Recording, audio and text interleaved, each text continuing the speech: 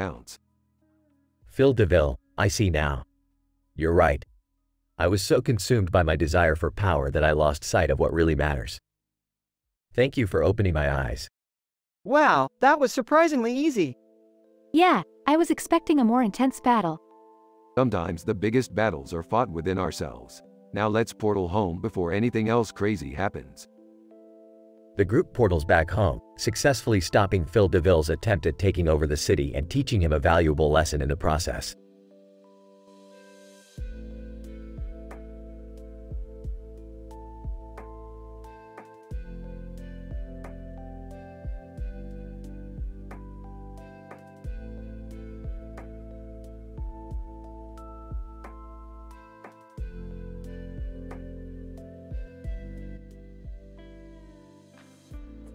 Oh great, look who's here.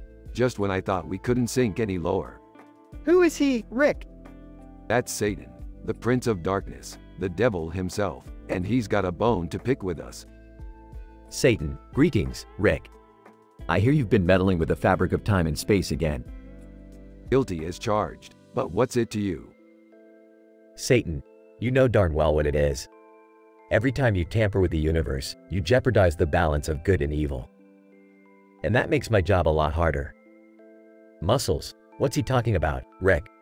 Long story short, Morty screwed up and we need to go on a quest to fix it. Satan, a quest, you say? Well, count me in. I've been itching for some action lately.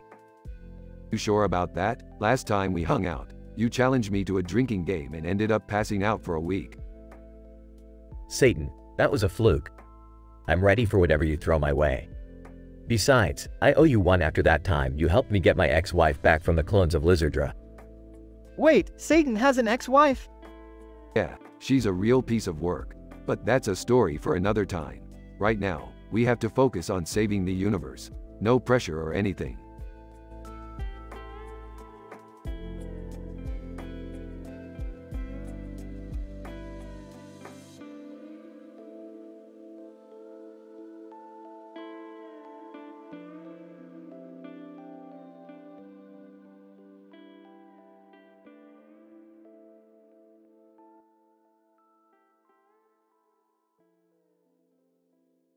Rick, Morty, and Summer were exploring a new dimension when they stumbled upon a strange sight. A man was sitting on a rock in a seemingly empty field, with mountains in the background and clouds in the sky above. Rick, being the curious scientist he is, approached the man and asked, "What are you doing here? Are you lost?" The man replied, "No, I'm not lost. I'm just enjoying the view." But then the trio noticed something strange. The man was sitting on top of Jane Goodall. Morty exclaimed, "What the hell? You're sitting on Jane Goodall." The man responded, "Oh, sorry about that. I didn't see her there." Summer, who was always concerned with animal welfare, stepped forward and demanded, "What are you doing with Jane Goodall? Is she okay?" The man answered sheepishly, "Well, you see, I accidentally transported her here while trying out a new machine. And then I accidentally sat on her while admiring the view." Rick, now intrigued, asked the man more about his machine. But before they could talk more, they heard helicopters approaching. It turned out that Jane Goodall's team had been searching for her and had finally found their missing colleague. The group had to quickly come up with a plan to explain the situation. In the end, Rick used his portal gun to return Jane to her team and erase their memories of their strange encounter. As they returned to their own dimension, Morty couldn't help but joke, "I guess we'll never know what the man was really doing with Jane Goodall." Rick paused before responding, "Yeah, let's just leave that one in another dimension."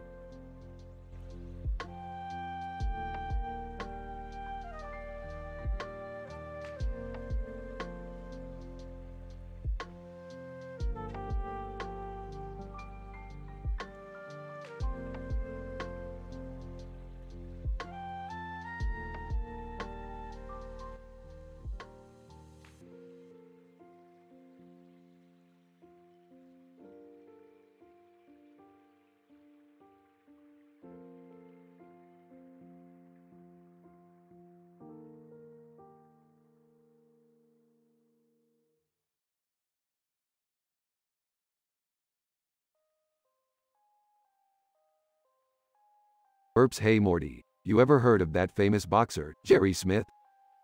No, Rick. I don't really follow boxing. Well, that's because he never won a match in his life. But he's a crowd favorite because he's so bad that it's actually entertaining. That's kind of sad, Rick. Shut up, Morty. We're going to see him in action tonight. They arrive at the boxing ring where the crowd is cheering. In the ring, I'm gonna win this time. Smirking. Yeah, sure you will, Jerry. Referee. Alright, gentlemen, let's have a good, clean fight. Jerry throws the first punch and misses wildly. Crowd, laughing. This is kind of sad, Rick. Chuckles. Just wait for it, Morty. Jerry takes a second swing and winds up punching the referee in the face. Referee, stumbling backwards. Hey, that's a foul. Grinning. Now we're talking. Crowd, chanting, Jerry. Jerry. Jerry. Jerry takes another swing but accidentally knocks himself out. Winces. That looked painful. Laughing. Classic Jerry. After the match, they go backstage to meet Jerry. Humble, thanks for coming to watch, guys. I know I'm not very good. Patting his back. That's the understatement of the year, Jerry. But don't worry, we've got a plan to make you a champion. Skeptical. A plan? Smirking. Yeah, we're going to turn you into a cyborg. Confused. What? Why? Explaining. Because then you won't feel pain and you'll be able to take a lot more hits without getting knocked out. Horrified. Rick, that's crazy. Drugs. Hey, it's not like he's got anything to lose. Jerry reluctantly agrees to the plan and undergoes the transformation, becoming a powerful cyborg boxer. Crowd, cheering, Jerry. Jerry. Jerry. Meanwhile, Morty is worried about the consequences of their actions. To Rick, we can't keep messing with people's lives like this, Rick. It's not right. Ignoring him. Hey, Jerry, can you give us a demonstration of your new powers? Jerry obliges and starts punching through walls and lifting heavy objects with ease. Gulping. This is not going to end well. Suddenly, a group of aliens invades the boxing arena, looking for a powerful cyborg to use as their weapon. Alien leader, pointing at Jerry, that's the one we want. Smirking. Too bad, he's on our side now. A chaotic battle ensues, with Jerry using his powers to fight off the alien invaders. Terrified. Rick, we have to stop this. Determined. No way, Morty. We've got a cyborg champion now. The episode ends with Jerry standing victorious in the middle of the destroyed boxing arena, looking pleased with himself despite the destruction around him.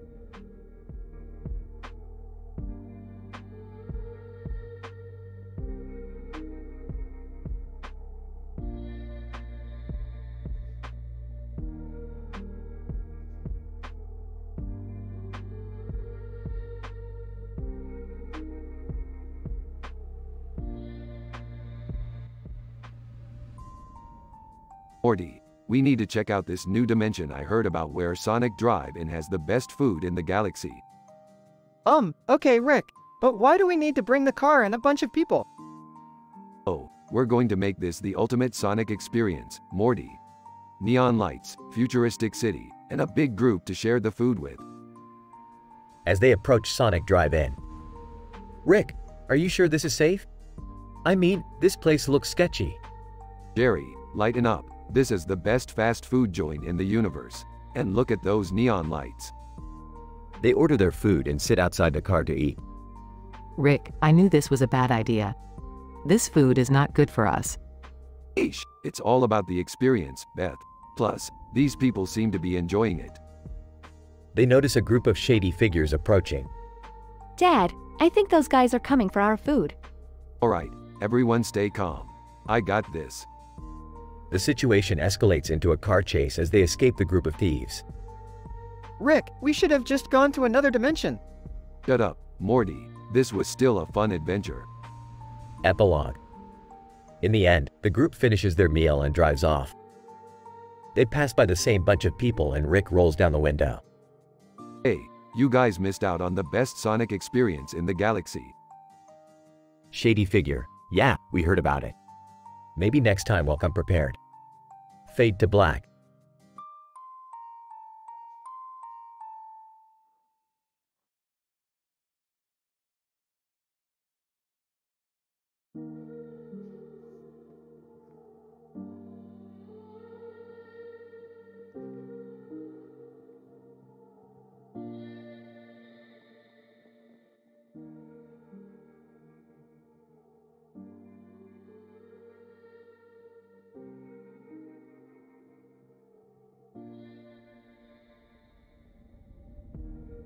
Alright, Morty. Looks like we're in for a real shitstorm this time. What do you mean, Rick? See that demonic demon with horns and a demon face on his head over there? That's Satan, and he's got some serious beef with Phoenix Person. What did he do? Oh, you know, just some typical apocalypse stuff. Destroyed a few worlds, killed a couple of gods. The usual. Satan, you think you can just waltz back into the underworld like nothing happened, Phoenix Person? You've got a lot of nerve. Phoenix Person, I'm not the same person I was before. I've changed. Satan, oh, I can see that. You've got a new body, but you're still the same old traitor. Hold on a minute, Satan. Let's not jump to conclusions here. Maybe Phoenix Person really has changed. Satan, oh, please. I've seen it all before. They always say they've changed, but they never do. They're all the same. What are we going to do, Rick? Well, we could fight Satan and his minions, but that would be too easy. No, we're going to have to negotiate. Satan, negotiate? With a traitor? I don't think so. Listen, Satan, I understand that you're upset, but we can't let this escalate into a full-blown war. We need to find a way to coexist peacefully. Satan, and how do you propose we do that? Well, for starters, we could share the resources of the underworld. You've got a lot of demons down here, and we could always use some extra muscle. Satan, I don't know, Rick. I don't think I can trust Phoenix Person. Phoenix Person, I understand your doubts. But I swear to you, Satan, that I am not the same person I was before. I will do everything in my power to make things right. Satan, very well. I will give you a chance. But if you betray me again, there will be hell to pay. That was intense, Rick. I'm glad it all worked out in the end. Yeah, me too. Now let's get the hell out of here before anything else happens.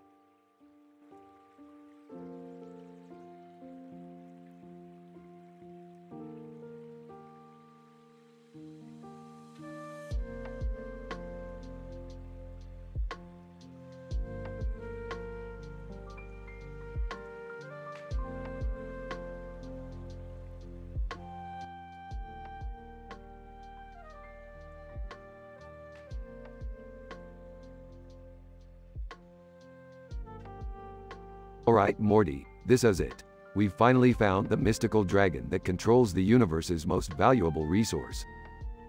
Whoa, that's crazy. But why does it have red eyes and a black head with a red eyeball? It must be a rare mutation. Either way, we need to capture it before someone else does. As Rick and Morty approach the dragon, Mr. Beast suddenly appears. Mr. Beast, hey there guys, I couldn't help but notice you were after a dragon. Mind if I join in? Sure thing, but be warned, this isn't for the faint of heart. As they battle the dragon, Mr. Beast reveals he has a secret weapon, his wealth. He throws bags of money at the dragon, distracting it long enough for Rick and Morty to make their move. Finally, they manage to capture the dragon and bring it back to their lab. Wow, that was intense. But what are we going to do with the dragon now? We'll use it to power our next invention, Morty. But first, we need to see what makes this thing tick. As they analyze the dragon, they realize something shocking. The red eyeball on its forehead is actually controlling it. Morty, this thing is sentient. It's been enslaved by that eyeball for who knows how long. That's messed up, Rick. What are we going to do? We'll have to remove the eyeball and set the dragon free. It won't be easy, but it's the right thing to do. In the end, they remove the eyeball and free the dragon, who flies off into the distance. But the experience leaves Rick and Morty pondering the moral implications of their actions. You know, Morty, sometimes I wonder if we're the good guys. Really, Rick? After all that we just did? Yeah, I know. But it's important to question yourself, otherwise you'll never truly understand who you are. As they contemplate their next adventure, they can't help but wonder what kind of trouble they'll get into next.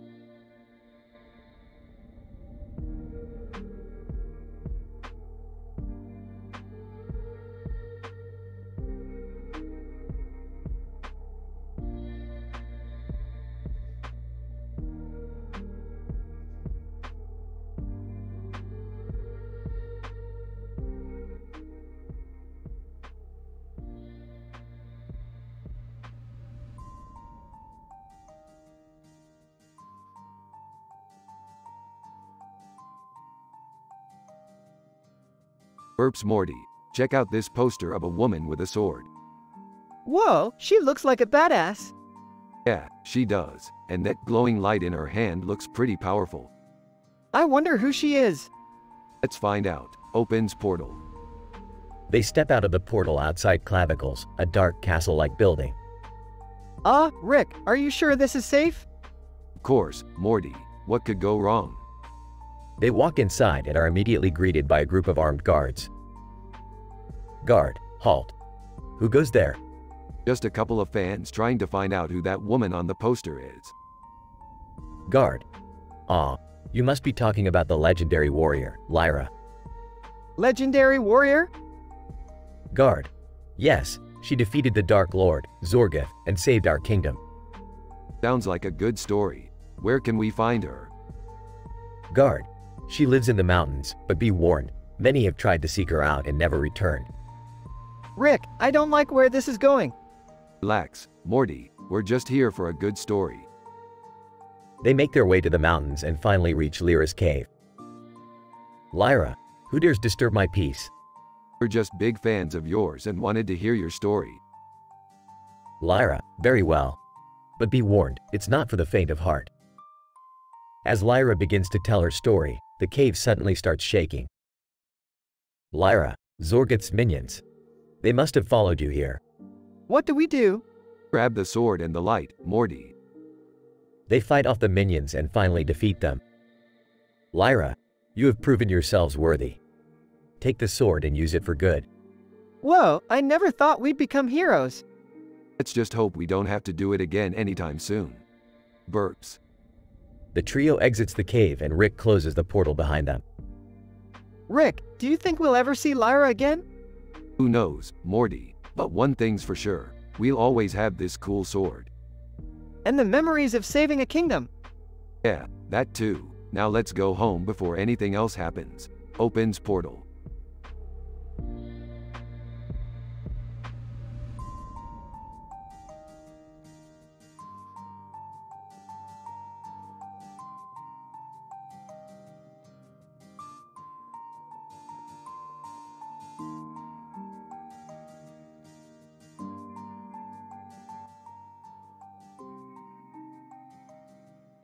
Morty, we've got ourselves a new adventure. What is it this time, Rick? This painting I found in the garage seems to have trapped a woman in another dimension. Oh man, that sounds intense. Yeah, and she's got a bird on her head and is standing on a staircase with a clock in the background. What's the plan, Rick? We're going in after her, Morty. Name. As they enter the painting's world, the woman in the white dress greets them. Woman, thank goodness. I thought I was stuck here forever. Don't worry, we'll get you out of here. Rick, why is there a clock in the background ticking backwards? It's a backwards time dimension, Morty. Don't worry about it. Name. They journey through the dimension facing clockwork creatures and solving puzzles to get to the woman. Rick, do you think we'll ever get out of here? Of course we will, Morty. We just gotta keep moving forward. Name. As they approach the woman, it is revealed that time is running out and they must act quickly before the dimension closes. Woman, please, you have to take me with you. Come on, Morty, let's get her out of here. Name. They make it just in time and the woman is freed from the painting's grasp. But as they leave, Rick realizes something. Wait a second, Morty. Did we just break the laws of time in that dimension? It's just another adventure, Rick. Let's just enjoy the ride.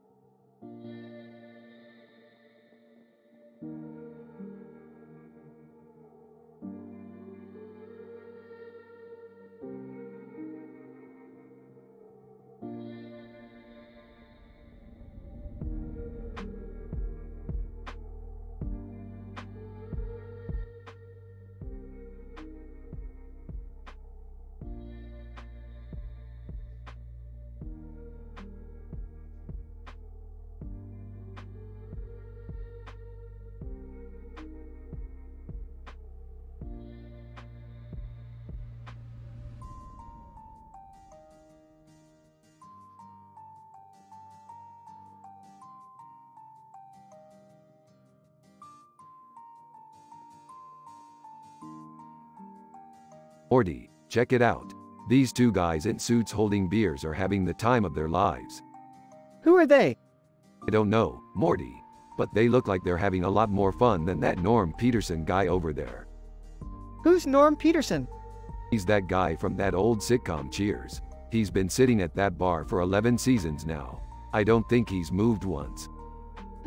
Maybe we should go talk to those suit guys. Good idea, Morty. Let's see what they're all about. Cut to Rick and Morty approaching the suit guys.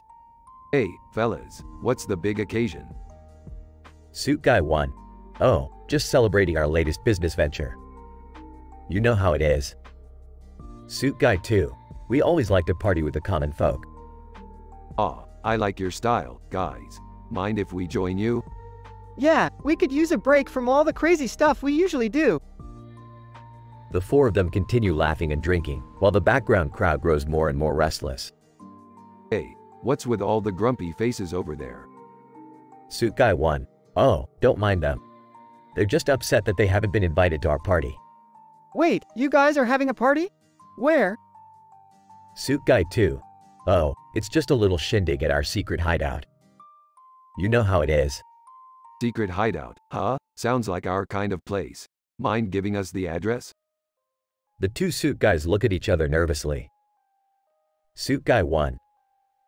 Actually guys, we don't think you're quite ready for our kind of party. Suit Guy 2. Yeah, things can get pretty wild. Come on guys, we've been through some crazy stuff. We can handle it. Yeah, don't be such buzzkills. The two suit guys reluctantly agree to let Rick and Morty come to their party, and the four of them head off to the secret hideout. Cut to the party scene, where it's revealed that the suit guys are actually intergalactic drug lords, and they're holding a massive illegal drug trade. The crowd behind them is made up of various alien species. Holy crap, Rick. I think we're in over our heads. No kidding, Morty. These guys are hardcore. The two suit guys approach Rick and Morty. Suit Guy 1. Sorry guys, but we're going to have to ask you to leave. Suit Guy 2.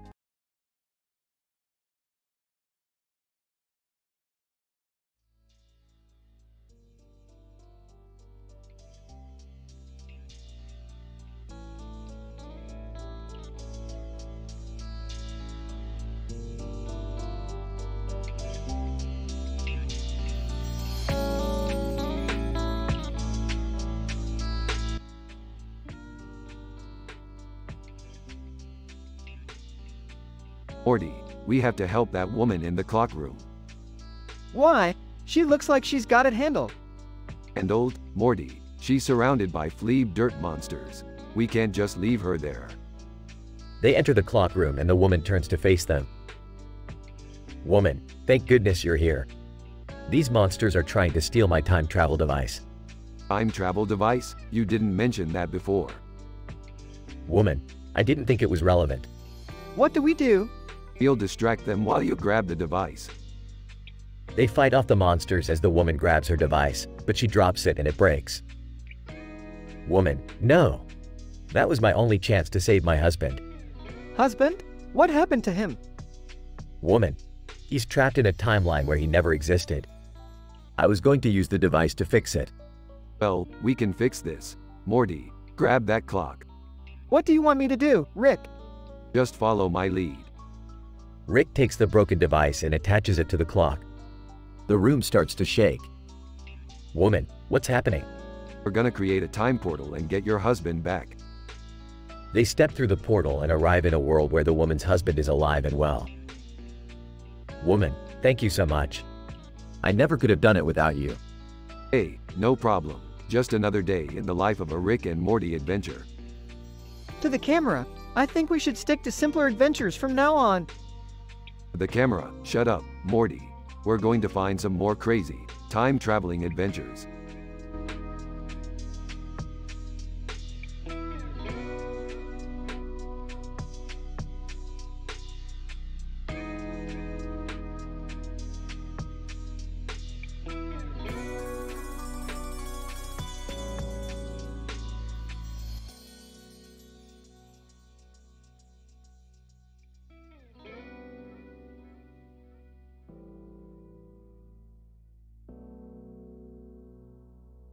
Rick, Morty, and Summer found themselves at the edge of a large lake surrounded by lush green trees and a city in the background with a blue sky above it, over Bentley Little. Great, another alternate universe where the city looks exactly the same as home. But we're not here for the city, right, Rick? Yeah, we're here to find that ancient artifact that's supposed to be on this lake. Right, the ancient artifact. Let's just hope it's not guarded by some crazy sea monster or something. As they rowed their boat towards the center of the lake, they noticed a giant creature emerging from beneath the water. Holy crap, Rick! It's a sea monster! Escape or fight? Oh, let's just outsmart it. They proceeded to distract the monster by throwing random objects in different directions until it got confused and swam away. Phew, that was close. But where's the artifact?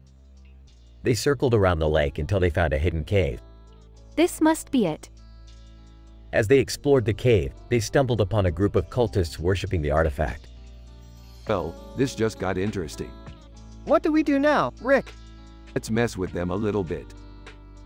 They proceeded to prank the cultists by pretending to be the ancient deities they worshipped and convinced them to hand over the artifact. So, what do we do with it now? I don't know, Morty. Let's just throw it back in the lake or something. They tossed the artifact back into the lake and rowed away, leaving the confused cultists behind. What was the point of all that?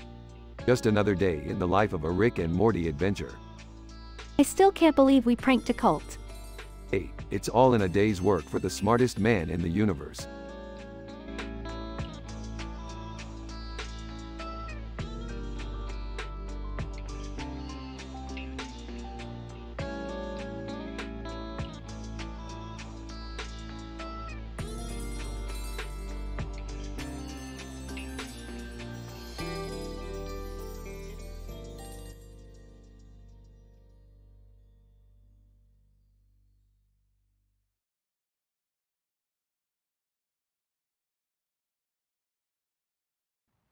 Title: The Triangular Conundrum. Characters: Rick, Morty, Beth, Summer. The episode begins with Rick and Morty exploring a new planet, where they come across a poster of a man in a suit with red eyes and a triangle on his chest. Rick examines the poster closely and recognizes it as a symbol of a secret society that wants to take over the multiverse. Oh man, this is not good. We have to stop them before it's too late. What do we do, Rick? We need to find out who's behind this, Morty, and fast. Meanwhile, Beth and Summer are having their own adventure on Earth, where they stumble upon a group of men in suits with the same triangular symbol on their chest. What the hell is going on here? One of the men turns around and sees Beth and Summer. "Man, you don't belong here. You need to leave." We're not going anywhere until you tell us what's going on. The man hesitates but then pulls out a device that transports Beth and Summer to a secret location. Back on the planet, Rick and Morty have discovered the name of the leader behind the secret society, Triangulon. We need to find Triangulon's lair and put a stop to this once and for all. But how are we going to find it? I have an idea. Let's use the poster as a guide. It's how they communicate with each other. The duo uses the poster as a map and find Triangulon's lair. They sneak in and overhear a conversation between Triangulon and his minions. Triangulon: "With this device, we'll finally be able to conquer the multiverse." Not so fast, Triangulon. Yeah, we're here to stop you. A battle ensues, and Rick and Morty manage to destroy Triangulon's device. Back on Earth, Beth and Summer manage to escape the secret location and meet up with Rick and Morty. What happened? We just saved the multiverse. No big deal. What was the device for anyway? I have no idea, but I do know one thing. I am never getting involved with triangles again. The episode ends with a shot of the poster floating in space, with the words "Triangulon defeated" written across it. End of episode.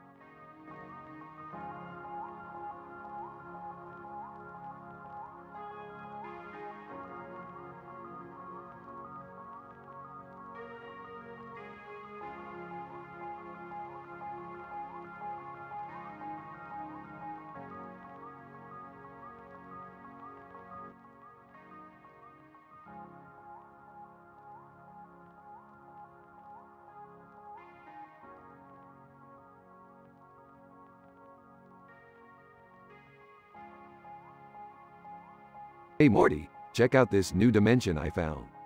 Cool. What's so special about it? Well, there's a woman in a blue dress holding a sword and a red glove in her hand. That doesn't sound too exciting. Ah, but she's also a boxer. What? How does that even make sense? I don't know, Morty.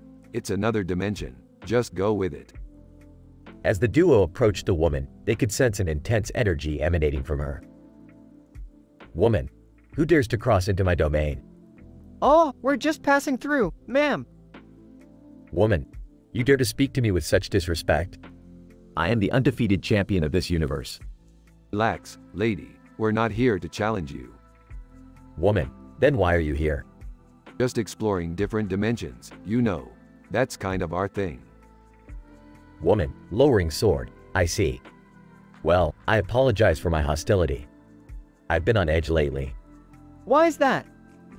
Woman, size. My partner, Red, was kidnapped by our arch nemesis, Yellow. I've been trying to track them down, but I keep running into dead ends. Erps, well, we can help you out. We're pretty good at rescuing people. As they traveled through the dimension, they encountered various challenges and obstacles.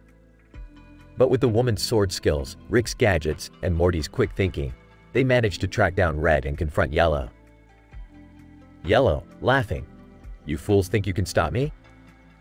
Woman, brandishing sword. I've been waiting a long time to put you in your place, Yellow. Yellow, drawing weapon. We'll see about that.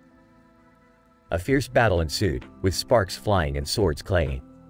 In the end, the woman emerged victorious, claiming both her partner and the red glove that Yellow had stolen. Woman, we did it. Thank you both for your help. No problem, lady. Now, if you'll excuse us, we have a universe to save. As they portal away, man, I can't believe we just helped a boxer with a sword and a red glove. Chuckles. Hey, Morty. In some dimensions, anything can happen.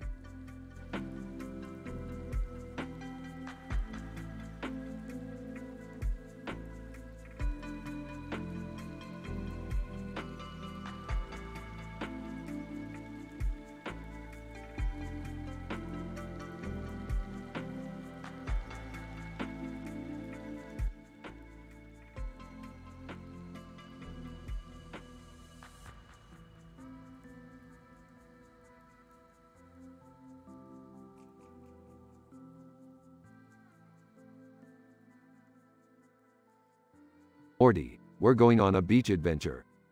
A beach adventure? That sounds nice, Rick. Can I come too? Fine, but don't expect me to hold your hand like I do with Morty. As they arrive at the beach. Hey, Rick, have you seen that starfish with an airplane drawn on its side? What? No, Morty, what are you talking about? Right there, Rick. Look at it. That's just a starfish, Morty. You really need to lay off the drugs. No, Jerry, Morty's right. That starfish has an airplane drawn on it. We have to investigate. After a few minutes of searching. Aha, I knew it. This starfish is an alien in disguise. They must have crash landed here and are trying to blend in. An alien starfish? That's ridiculous. But, Rick, if it's an alien, we have to help it, right? We don't have time for that, Morty. We have to find out why they're here and stop them before it's too late. Meanwhile, the starfish overhears their conversation. Starfish, in a desperate voice, please, you have to help me. My ship crashed here and I need to repair it before my planet is destroyed by a black hole. Back with Rick and the gang. Alright, let's help this alien out. Jerry, start digging in the sand for any parts we can use. Morty, help me with the repairs. But, Rick, I don't know anything about. Just shut up and dig, Jerry. After a few hours of repairing. There, that should do it. Now, let's get this alien back to their planet before it's too late. Starfish, thank you so much. You saved our entire civilization. In awe? Wow, Rick, we really helped save a whole planet. I guess I did something useful after all. Don't get too confident, Jerry. We just got lucky this time. Now let's get out of here before anything else goes wrong. As they leave the planet, the starfish waves goodbye. Starfish, thank you, heroes. Wow, Rick, that was really something. I feel like a real hero. Hey, don't get too excited, Morty. It's just another day in the life of a Rick and Morty adventure.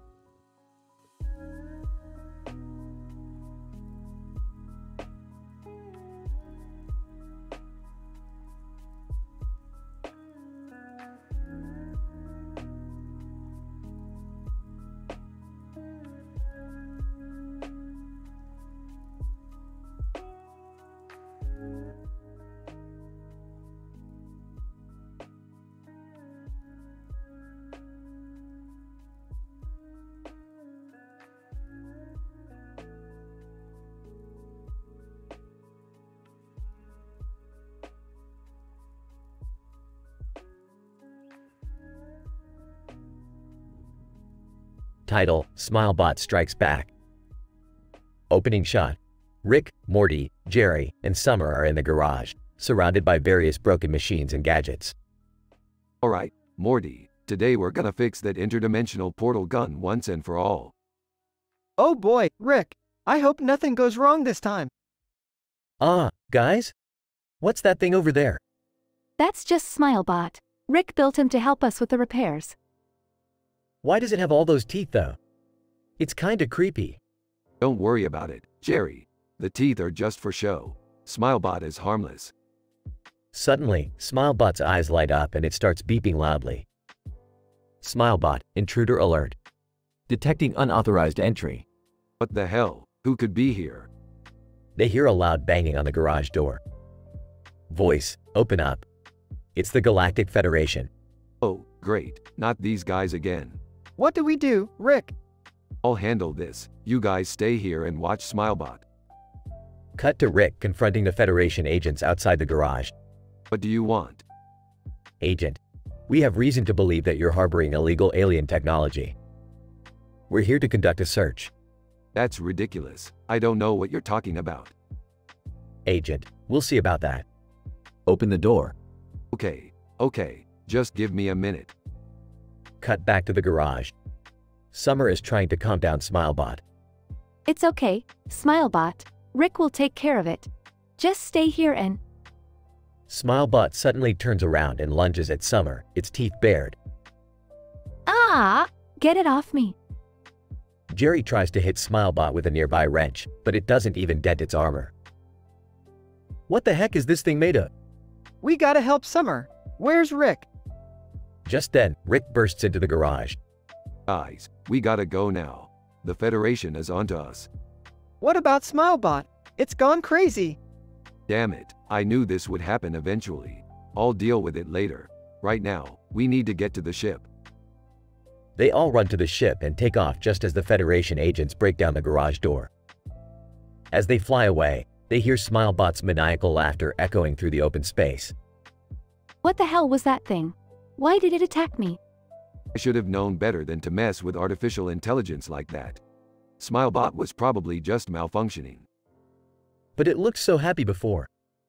Why did it suddenly turn evil? Who knows? Maybe it was just trying to protect us in its own twisted way. Or maybe it was just hungry for some human flesh. Who can say? Geez, Rick, can't we ever have a normal day? Not in this galaxy, Morty. Not in this galaxy.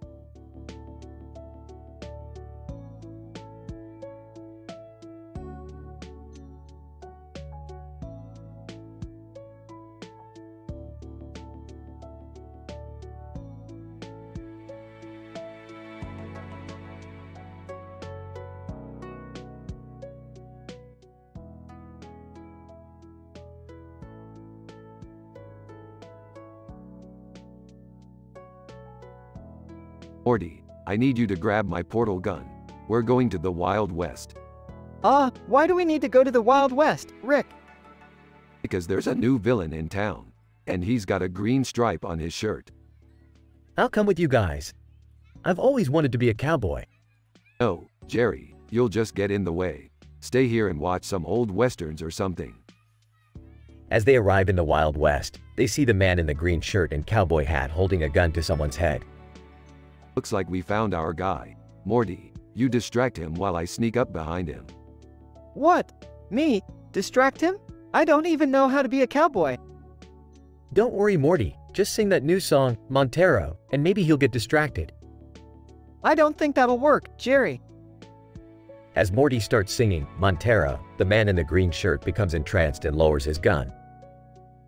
Rick sneaks up behind him and knocks him out with the butt of his own gun.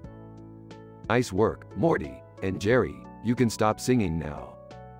Oh, sorry. I got carried away. As they bring the man back to their own time, they find out he's actually a time traveler from the future who is trying to change the past to save his own timeline. Well, that explains the green stripe. But still, don't mess with other timelines. It never ends well. In classic Rick and Morty fashion, the episode ends with a twist as the man they thought they defeated turns out to be a decoy and the real villain is still out there causing chaos.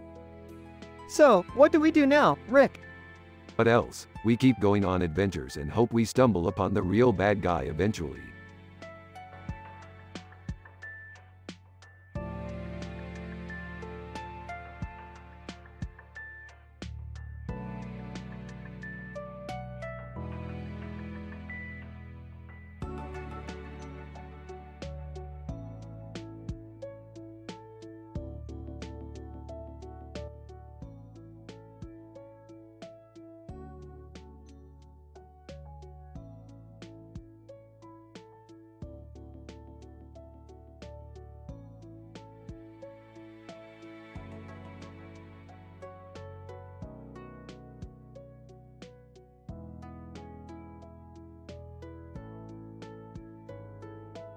Hey Morty, look at this. This picture of a city has a frame with another picture of the same city. Whoa, that's trippy, Rick. Entering, what are you guys looking at? Entering. Yeah, what's going on? We're looking at this weird picture of a city with a frame of the same city. Entering. That's dumb. But wait, there's something weird about the mountain in the background. Sarcastic. Oh wow, a mountain. Real groundbreaking stuff, Morty. Oh Jerry, there's something strange about it. Zooms in on the mountain, revealing a UFO. Oh shit. Excited. Aliens. I knew it. Nervous. What do we do, Rick? We better get ready for a close encounter. Morty grabs his portal gun. Let's go. Scene change to the family standing in the middle of the city, watching as aliens descend from the UFO. Roy Neary, walking up to them. You guys seeing this too? Unimpressed. Yeah, we've seen a lot of shit, man. Roy Neary, confused. What do you mean? Sarcastic. Oh, just our genius scientist friend who travels to different dimensions has prepared us for this moment. To Jerry, not helping. To Roy, you should come with us. We'll explain on the way. Scene change to the family and Roy in Rick's spaceship. Roy Neary, so you guys have met aliens before? More times than we can count, dude. Yeah, it's kind of our thing. But this time, we're not just gonna stand by and watch. We're gonna help save the world. Excited. Yeah, let's do this. Buckle up, bitches. It's gonna be a wild ride. Presses a button, and the ship takes off. Fast-paced action scene of the family and Roy fighting off the aliens and saving the city. Scene change to the family and Roy back in the city, watching as the UFO takes off into space. Proud. We did it. That was crazy, Rick. Smiling. That's why adventures are more fun with family and friends. Skeptical. Yeah, I guess that was pretty cool. Smiling, I'm just glad we could help. Roy Neary, grateful. Thank you guys for helping me. I don't know what I would have done without you. Smiling. Anytime, man. Now let's get the hell out of here before the government shows up. Portal gun appears. See ya, Roy. The family and Rick disappear through the portal. Roy Neary, to himself. Wow, that was insane.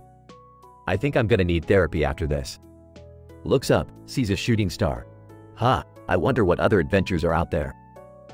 Smiles and walks off.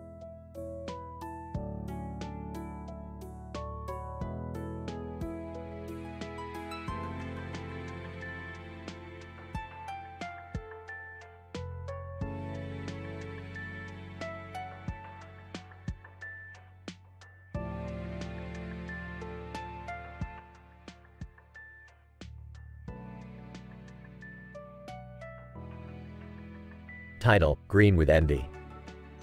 Rick, Morty, and Jerry are on a different planet when they come across a man with a green face and chain around his neck and hands. What's up with that guy? Looks like he's in some kind of trouble. Can we help him? As they approach the man, he starts to transform into a giant monster. Oh, looks like we're in for a fight. Can we run? We can't run, Jerry. We have to face this thing head on. But how are we going to defeat it? I have a plan. Jerry, distract it while Morty and I come up with a plan. Okay. The giant monster starts to chase Jerry around, while Rick and Morty work on a device to subdue it. Okay, I think I've got it. Morty, help me activate it. Okay, but we need to hurry. Rick and Morty activate the device, which sprays the monster with a green substance, causing it to shrink back down to the man's size. Well, that was easy. The man thanks them and explains that he was cursed with a green face by a jealous ex-lover who was envious of his success. Wow, that's a pretty messed up situation. Yeah, why can't people just be happy for each other? Because envy is a powerful emotion. It can drive people to do crazy things. The group continues on their travels, but the encounter with the green-faced man stays with them, reminding them that jealousy and envy can have dangerous consequences.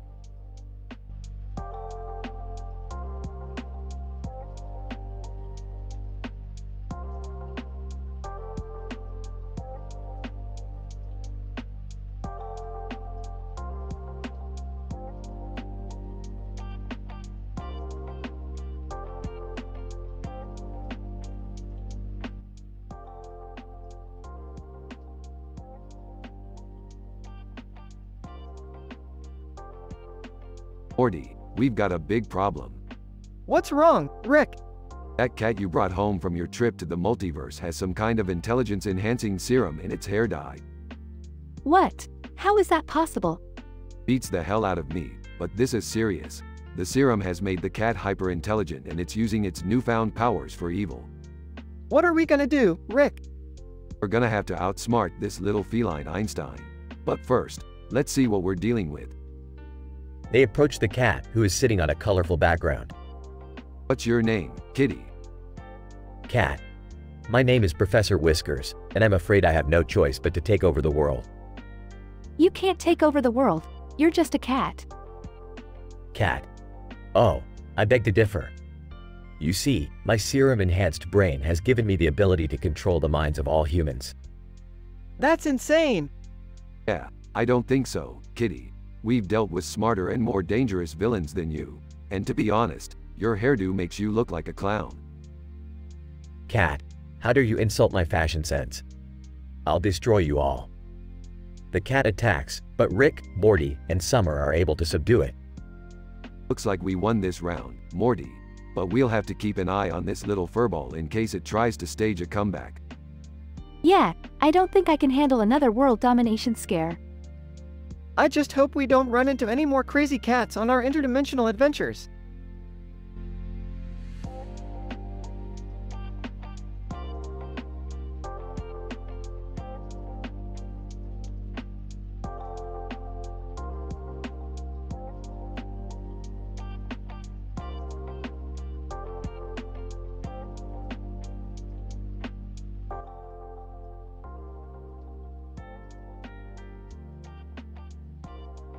Rick, Morty, and Summer were lounging in the living room when they heard a crash coming from the kitchen.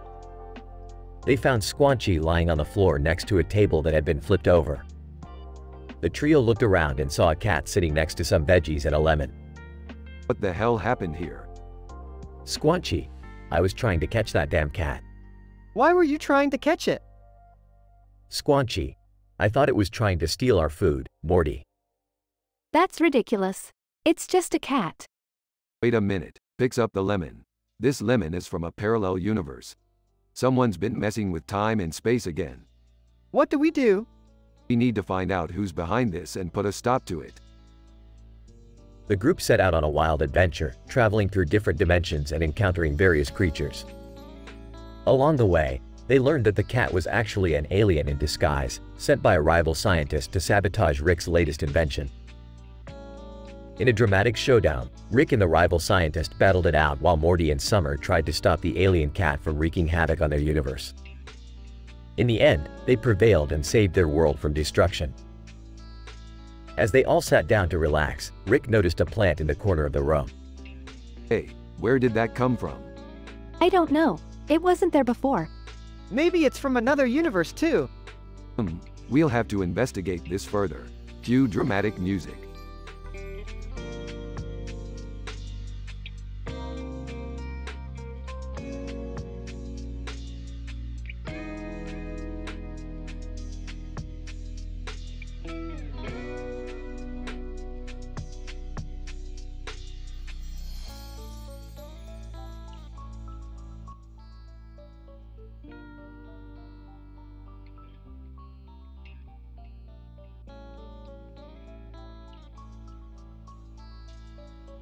Alright, Morty.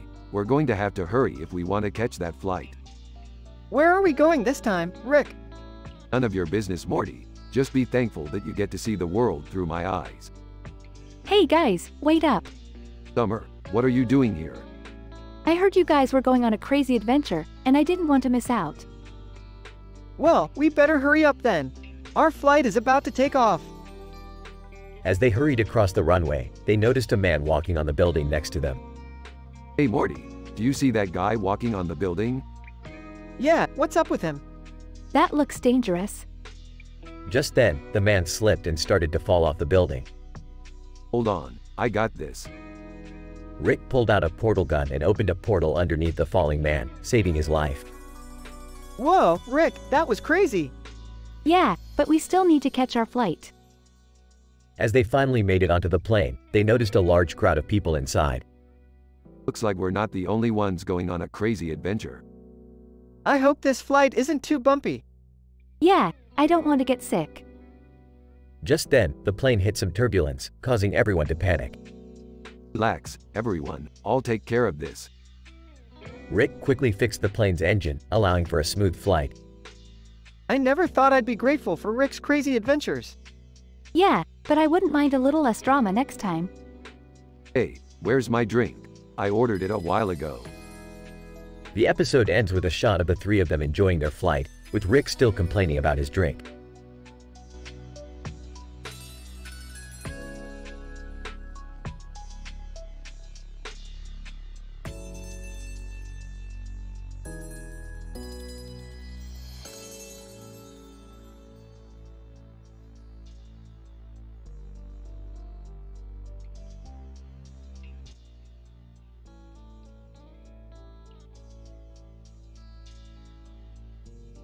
Morty, your dad has really lost it this time. He's dressed up as some anime character and he won't stop swinging that sword around. Dad, what are you doing? You're embarrassing yourself. I'm not embarrassed, Morty. I'm Kenshin Himura, the greatest swordsman in all of Japan. Watch me defeat the evil villains. Jerry, you're not even Japanese, and you're not even holding the sword properly. Give it to me. I used to fence in college. No way, Beth. This sword is my destiny. I can feel it. Alright, let's get out of here before we end up in another dimension. Jerry, put down the sword before you hurt someone. As they leave, they see a group of aliens watching Jerry in awe. Alien 1. That human has incredible skills with a blade. We must capture him for our gladiatorial games. Alien 2. Agreed. We'll give him one last chance to surrender peacefully. Looks like Jerry's in for a fight. Let's see how he handles himself in a ray gun arena. Do we have to watch this? It's going to be brutal. It's too late now, Morty. We're already here. Just hope your dad doesn't get hurt too badly. In the end, Jerry surprises everyone by using his fencing skills to dodge and disarm his alien opponents. They return to Earth, where Jerry has newfound admiration for the art of sword fighting, and Beth still can't believe what she's witnessed. But as always, Rick remains unimpressed and moves on to his next adventure.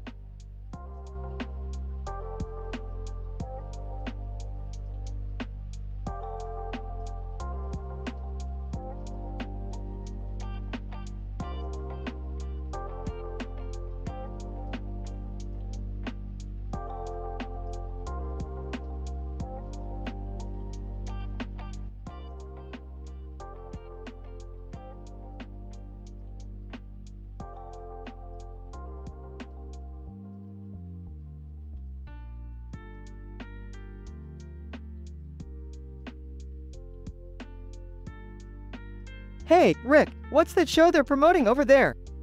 Burp that, Morty, is called Dating #No Filter. It's a reality dating show where people meet for the first time with no filters or sugarcoating. Oh, God, no. That show is so fake. Speak for yourself, Summer. I think it's romantic. I agree with Beth. At least they're being honest. Please, like honesty has anything to do with reality TV. Suddenly, one of the contestants walks out from the studio. Contestant, excuse me, can anyone here help me? I'm lost. Hey, you're that guy from dating #No Filter. Contestant, yeah, that's me. I didn't really want to be on the show, but my ex-girlfriend dared me to do it. So, how'd it go? Contestant, terrible. The girl they set me up with was a complete disaster. She was rude, obnoxious, and had no filter whatsoever. That's awful. We should help you get over her. Agreed. We'll take you out for drinks tonight. Burp, count me out. I'll be working on my portal gun. Later that night, the group takes the contestant to a bar to lift his spirits. Contestant, thanks, guys. You're really helping me forget about that disaster of a date. Hey, no problem. We've all been there. Suddenly, the contestant sees his ex-girlfriend walk in with a new guy. Contestant, oh, God. Not now. Who's that? Contestant, that's my ex-girlfriend. And the guy she's with is the one she cheated on me with. That's terrible. Burp, that's reality for you. The contestant decides to confront his ex-girlfriend, but the situation quickly turns ugly. Ex-girlfriend, what the hell are you doing here? Contestant, I could ask you the same thing. Ex-girlfriend, who are these losers you're with? Excuse me? Ex-girlfriend, you heard me. The situation escalates until the contestant and his ex-girlfriend end up in a physical fight. Oh, my God. We have to stop this. I'll call the police. Burp, I'll set up a portal. In the end, the contestant and his ex-girlfriend are arrested and everyone in the group agrees that reality TV is not worth the trouble it causes. So, can we go home now? Yeah, let's get out of here. Burp, that was too much reality for me.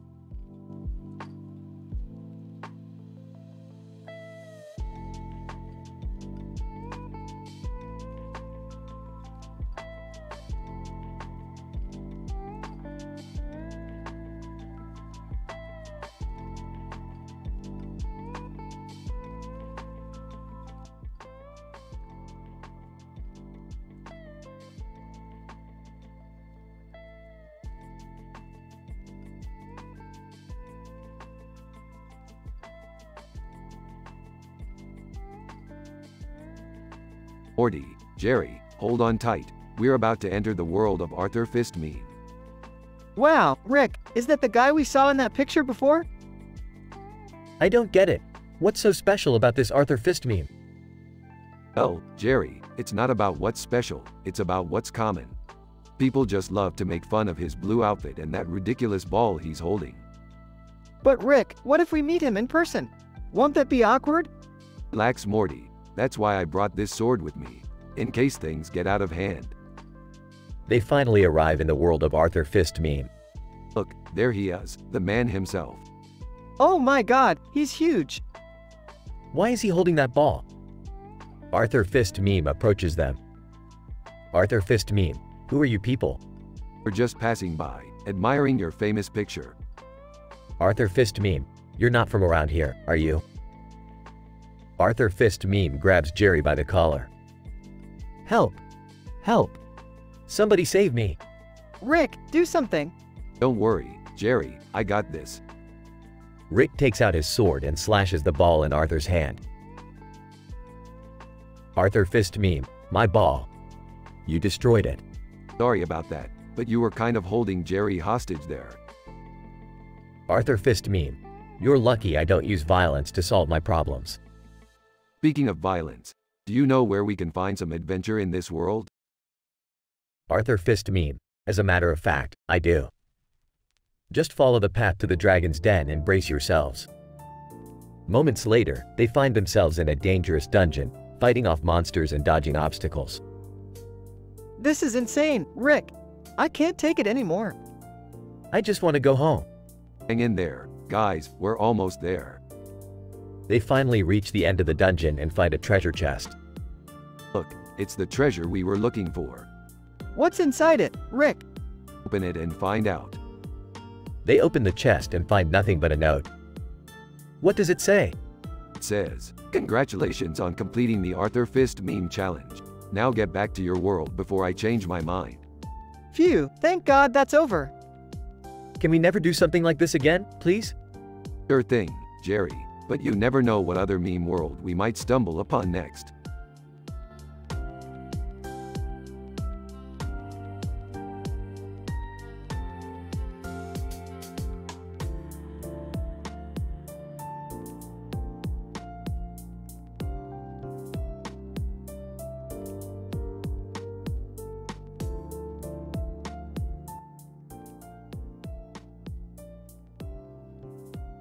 Alright, Morty, buckle up. We're headed to the city for some real medieval shenanigans. Medieval? Are we going back in time again? It's just some guy in a costume trying to start a LARPing revolution. LARPing? Live-action role-playing. Get with the program, Morty. As Rick and Morty enter the city, they spot the man in the costume with a helmet and sword. Hey bud, what's with the getup? Knight, I am Sir Lancelot, protector of this city. And I demand you join me in the fight against the tyranny of the government. Rick, isn't this guy taking this LARPing thing a little too seriously? Morty, just watch. As they follow Sir Lancelot, they witness the city's corrupt officials taking bribes and enslaving its citizens. Looks like we got ourselves a case, Morty. Time to show these bad guys some medieval justice. As chaos ensues, Sir Lancelot reveals his true identity as a government agent sent to bring down the corrupt officials. Well, hot damn, you're like the Don Quixote of government corruption. Sir Lancelot, indeed, now let us rid this city of its disease. As the city dawns a new age of justice, Rick and Morty leave the medieval madness behind, pondering the power of role-playing and vigilantism.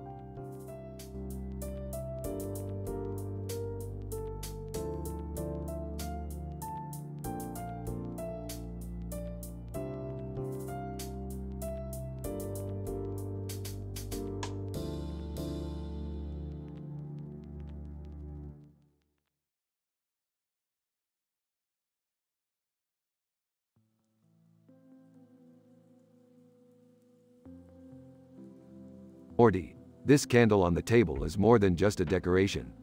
It's a portal to a parallel universe where everything is made out of gold. Oh geez, Rick, are we really gonna steal from another universe again? Rick, I don't think this is a good idea. It's not worth the trouble. Yeah, let's just enjoy the fancy dinner instead. Nonsense, you guys are no fun. Besides, who needs fancy silverware like this when you can have solid gold cutlery? But what if the people in that universe come looking for their stuff? Don't worry, Morty, I'll just make us invisible with my new invisibility cloak. Rick, I swear if this goes wrong. Suddenly, the candle glows bright and the room begins to spin. The group is transported to the parallel universe, but they quickly realize it's not what they expected. Rick, this place is terrible. Everything is made of gold, but there's no happiness or joy here. And everyone is just like robots, going through their daily routines. Maybe we should just leave and go back home. Yeah, let's get out of here. This place is giving me the creeps. As they try to leave, they're confronted by the robotic citizens who demand to know why they're stealing from their world. A chase ensues, but Rick manages to use his invisibility cloak to escape back to their own universe.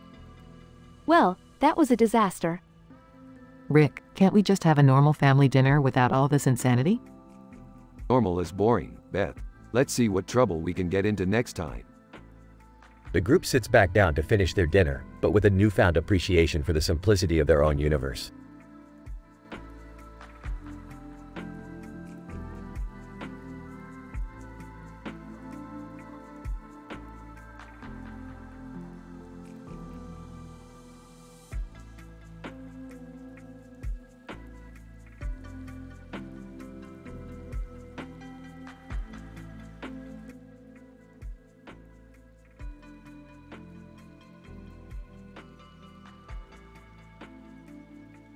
Burping Morty, Jerry, Beth, come take a look at this painting.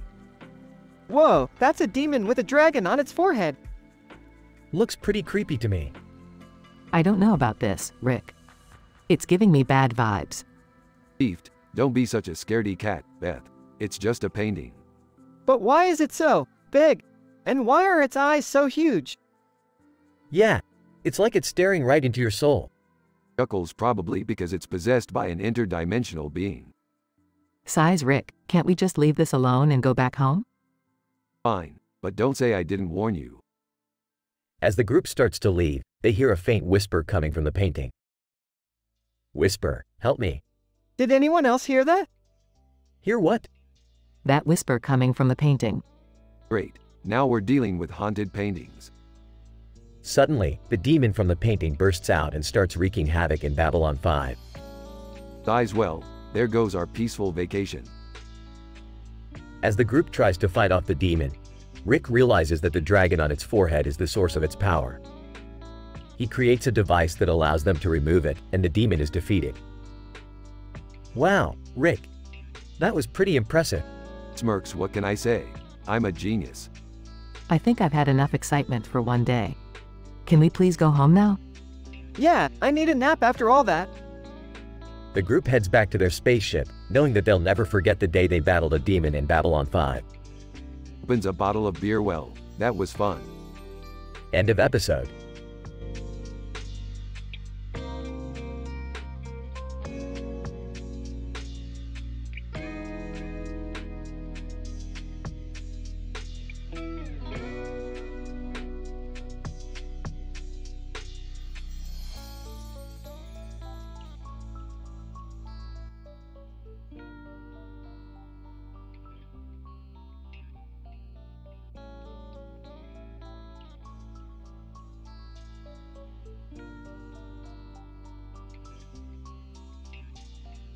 Rick, Morty, and Jerry exited Olive's, their stomachs full from their favorite olive loaf sandwich.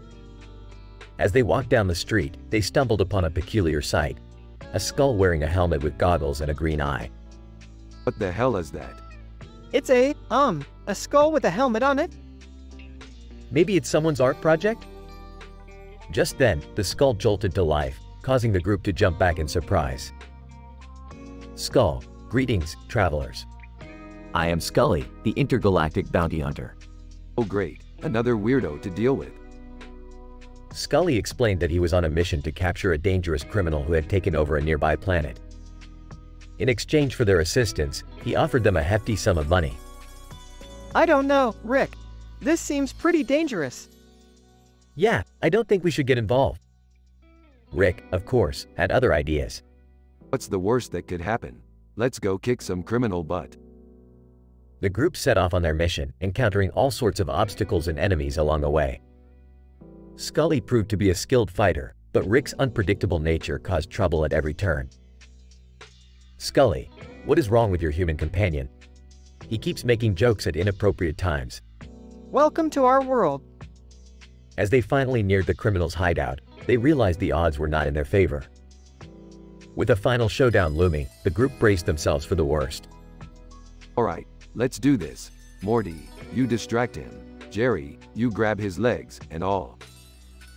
Before he could finish, Scully darted forward and took down the criminal with ease. Scully, ha! That was almost too easy. Here is your reward, as promised. The group eagerly accepted the money, but Rick couldn't resist making one final quip. Speaking of rewards, you wouldn't happen to have a spare helmet lying around? I've always wanted to look as cool as you. Rick! Just take the money and run, guys. With that, they bid Scully farewell and set off on their next adventure, leaving behind a bizarre yet thrilling encounter with the intergalactic bounty hunter.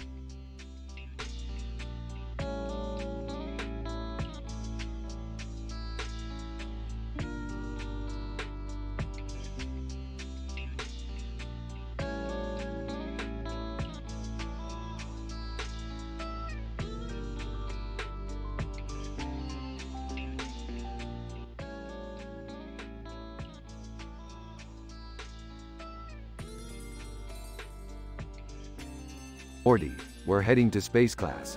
It's time for you to learn some science, Morty. But, Rick, I just want to stay here and play some video games. Sorry, Morty, but you're going to space class whether you like it or not. I didn't know they had space class when I was a kid. I'm so jealous of you, Morty. I'm not jealous. You know how much I hate physics. As they arrived at the space station, they noticed an odd creature that looked like an opossum. What's with the opossum, Morty? I don't know, Rick. Maybe it's a space opossum. Let's just focus on getting Morty to his class. As they walked further into the space station, they saw a sign that read, "Danger, rocket testing in progress." Guys, I don't think we're supposed to be here. Don't worry. We're with Rick. He knows what he's doing. Suddenly, the rocket next to them started to take off unexpectedly, causing chaos all around them. Rick, what do we do? Hang on tight, Morty. They all held onto each other as the rocket launched into space. Thankfully, they all made it out safely. That was one of the most terrifying experiences of my life. I think I need a drink to calm my nerves. Can we please go home now? Sure thing. But first, let's grab some ice cream. It's a tradition after a near-death experience like that. Can we at least get space ice cream? No, Morty. Regular ice cream will have to do for now. As they walked away from the space station, the space opossum watched in amusement, thinking to itself, "These humans are so easy to scare."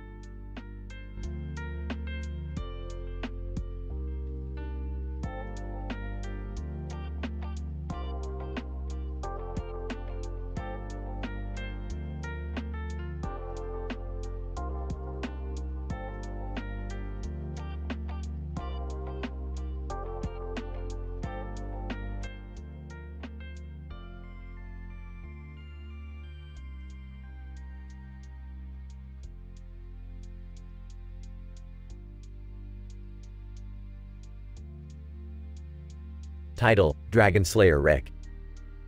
Rick, Morty, Beth, and Summer were traveling through space when they stumbled upon a planet that was being terrorized by a massive dragon with a big head and big teeth on its head. Looks like we've got a job to do, Morty. We're dragon slayers now. Wait, Rick. Do we even know how to slay a dragon? I guess we'll have to figure it out. We can't just let these people live in fear. Yeah, and we can't let that dragon keep hoarding all the treasure on this planet. As they approached the dragon's lair, they noticed the sky was a deep purple and the clouds were thick and ominous. Looks like this dragon is into some Dragon Ball Super shit. We gotta be careful. The group carefully made their way into the dragon's lair, weapons at the ready. As they confronted the dragon, they realized it wasn't as aggressive as they expected. "Dragon, why have you come to my lair? I do not wish to harm you." Oh, we just came to slay you and take your treasure. You know, the usual stuff. "Dragon, I see. Perhaps we can come to a compromise. I will give you some of my treasure in exchange for your help." The group was surprised at the dragon's offer, but agreed to hear it out. The dragon explained that there was a rogue group of aliens on the planet who were causing chaos and destroying everything in their path. "Dragon, if you can defeat them, I will reward you with all of my treasure." The group accepted the dragon's offer and embarked on a mission to defeat the rogue aliens.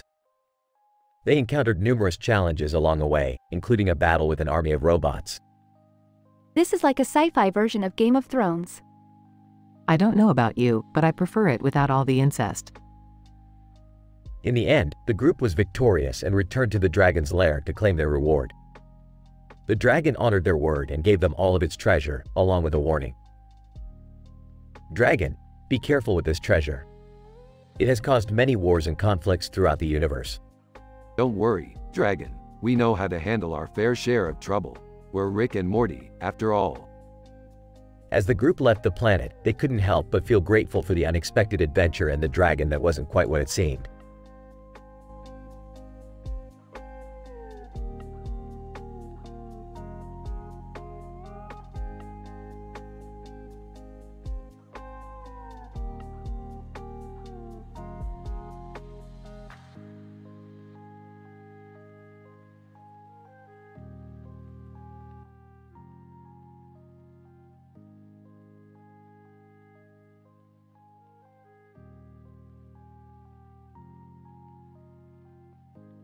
Alright, Morty, we're going to the most colorful and unconventional dimension yet.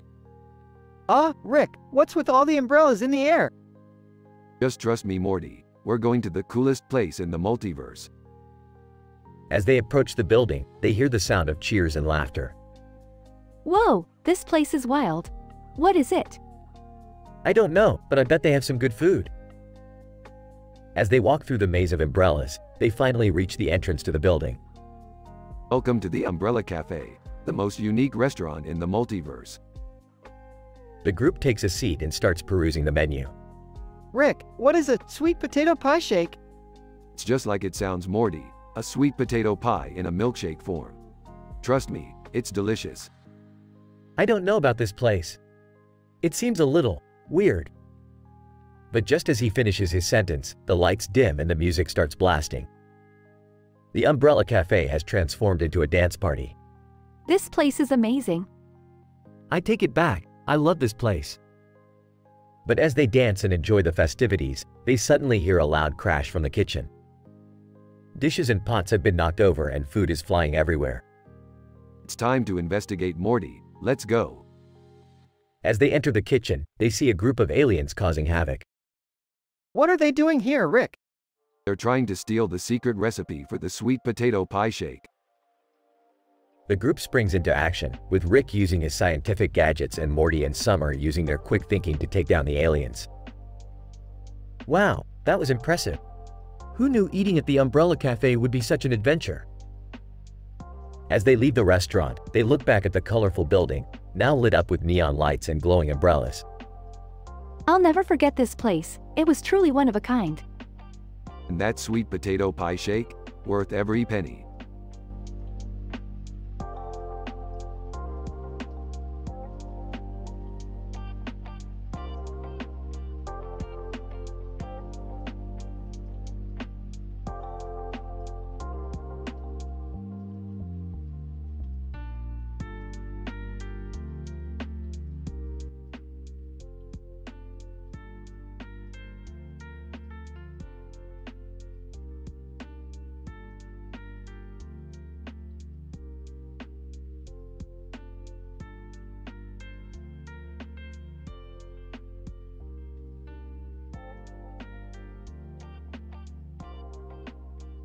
Title: Rick and Morty's Unnatural Selection. The camera opens to Rick and Morty walking down a busy street with Beth trailing slightly behind them. Suddenly, they come across a group of stuffed animals standing on a corner, seemingly innocent at first glance. Morty, do you see this? Those stuffed animals are up to something. What do you mean, Rick? They're just toys. They're never just toys, Morty. Stay vigilant. Can we just keep walking? I have a million things to do today. Just as they're about to move on, a portal opens up in the sky, and out pops a surprised-looking Doraemon. Doraemon, oh my. What am I doing here? This isn't Japan. Well. Looks like we have a new playmate. Doraemon, I don't want to play any games. Can you help me get back home? Why don't we take a closer look at those stuffed animals? Maybe they know something about this portal. They walk up to the group of toys, who immediately become defensive. Stuffed elephant, what do you want from us, humans? We're just trying to live our lives. Yeah, just like you were, living your lives when you opened up that portal and brought Doraemon here. Stuffed giraffe, how did you know about the portal? Caught you red-handed. You thought you could outsmart Rick Sanchez and his team? Think again. The toys look stunned as Rick and the others start taking them apart, looking for any evidence of their plan. As they dig deeper, they realize that the toys have been experimenting with DNA, trying to create a new breed of animal-human hybrids. Oh my God, Rick.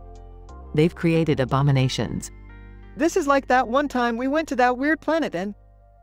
I know what you're about to say, Morty, and we do not have time for that. Just as they're about to shut the operation down, one of the toys stands up, determined. Stuffed bunny, you may have stopped us now, but we will not be silenced. The world needs a new type of being, one that can transcend the limitations of nature itself. Wow, you sure think highly of yourselves, don't you? Stuffed bunny, we will not rest until our vision is realized. This is just the beginning. As they leave the scene, Doraemon looks back at the toys with a mix of sadness and determination. Doraemon, those poor toys. They were just trying to create something new. Well, they shouldn't have messed with things they don't understand. Yeah, Rick, why can't people just leave well enough alone? Ah, you tell me, Morty. You're the one who always gets us into trouble. They all laugh as they walk off into the sunset, ready for their next adventure.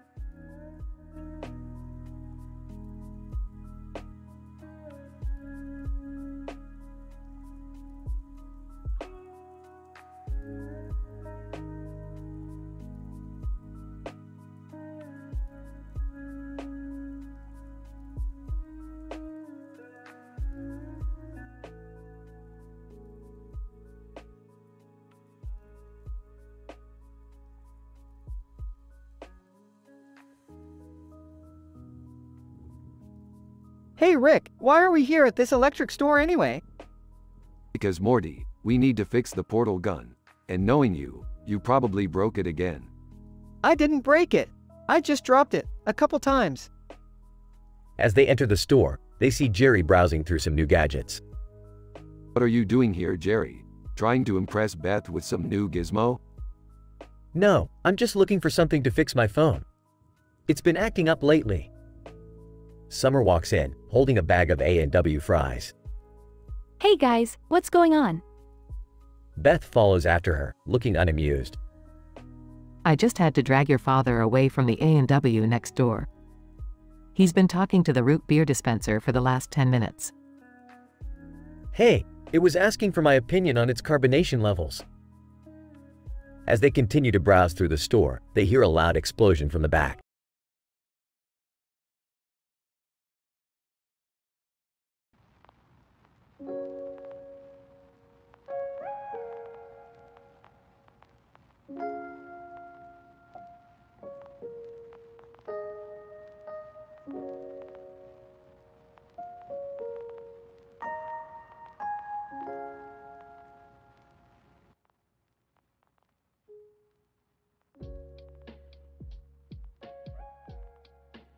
Morty, we have to find our way back to the city before it's too late.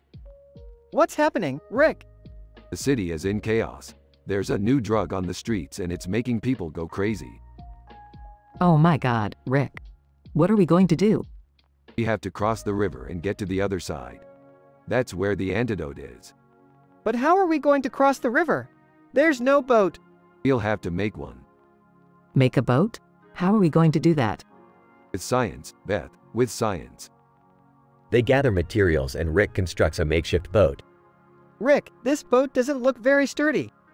It'll hold. Just keep your hands and feet inside the boat at all times. They start to cross the river, but encounter a giant sea monster. Rick, what is that thing? It's a drake, Beth. It's been terrorizing the river for weeks. What are we going to do? We'll have to take it down. Hold on tight. They engage in a fierce battle with the drake, with Morty and Beth fighting alongside Rick. I think we got it, guys. Great job. They finally make it to the other side of the river and find the antidote. We did it, Rick. We saved the city. Yeah, and we took down a drake. That was wild. It's just another day in the life of the Smith family.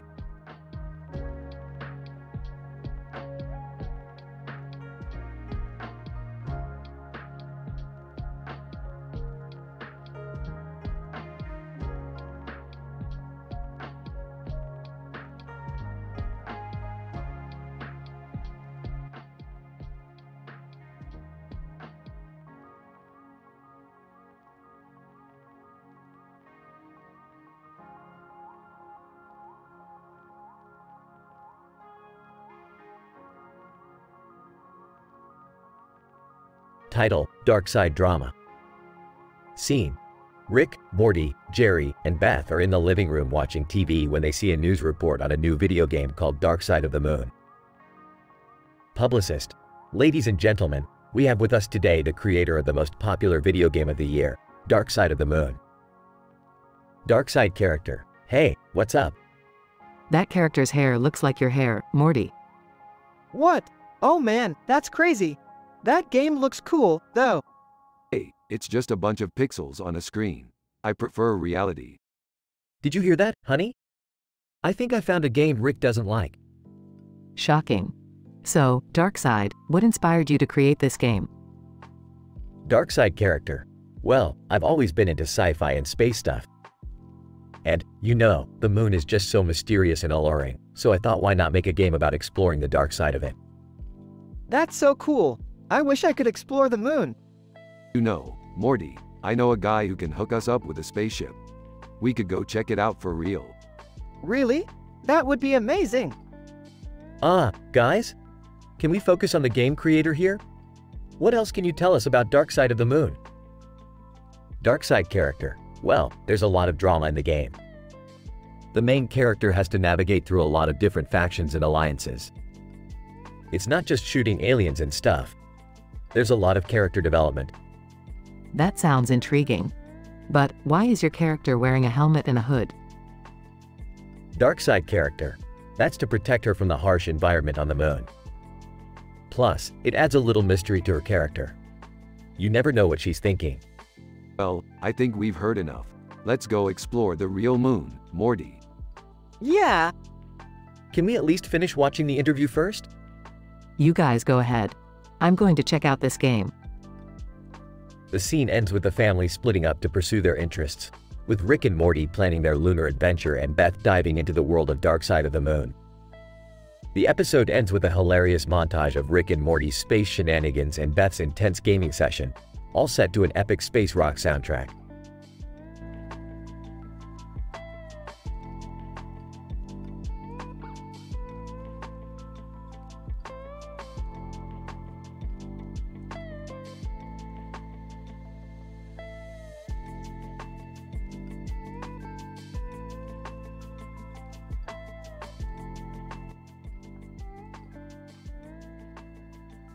Morty, Summer, do you see that poster over there? Yeah, it's the new Miss Piggy movie. What about it? It reminds me of the time I met her. She's a real piece of work. What do you mean, Rick? She's a diva, Morty, always demanding the best accommodations and pampering. And don't even get me started on her green makeup. Speaking of green makeup, what about that Poison Ivy movie? Don't even bother. It's just another cheap cash grab. They're just exploiting her good looks. But Rick, isn't that what people said about you when you were younger? Morty, you know I'm more than just a pretty face. Unlike Miss Piggy, I've got brains and talent. Hey Rick, do you remember when you turned yourself into a plant? Of course I do. What about it? Well, maybe you could help Poison Ivy with her plant powers. It could be a cool crossover. HMPH, I'll think about it, but only if she agrees to stop obsessing over Batman. Yeah, and maybe we could finally find out who the Joker really is. Morty, do you know how many times people have tried to figure that out? It's a waste of time. Let's just stick to our adventures.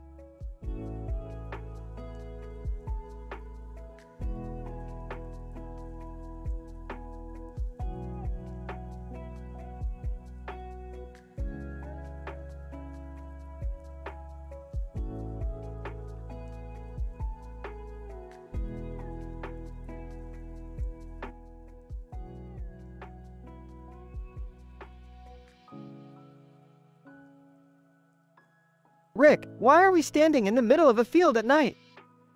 Relax, Morty. I just need to find this trail marker so we can find our way back to the car. Rick, can't you just use your portal gun? Too much paperwork. Plus, I wanted to show Morty the wonders of nature. Speaking of nature, what's with that giant deer over there? That's strange. Must be some alien experiment gone wrong. But it looks just like a regular deer. Well, that just means they did a good job disguising it. Rick, are you sure it's safe to be around? What if it attacks us? Relax, Beth. I've dealt with way worse than a deer.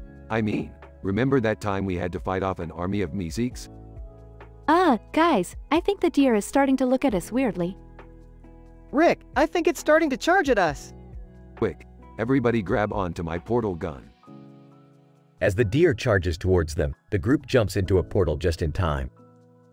They find themselves in an alternate dimension where everything is made of cheese. Rick, what the hell? You said we were going back to the car.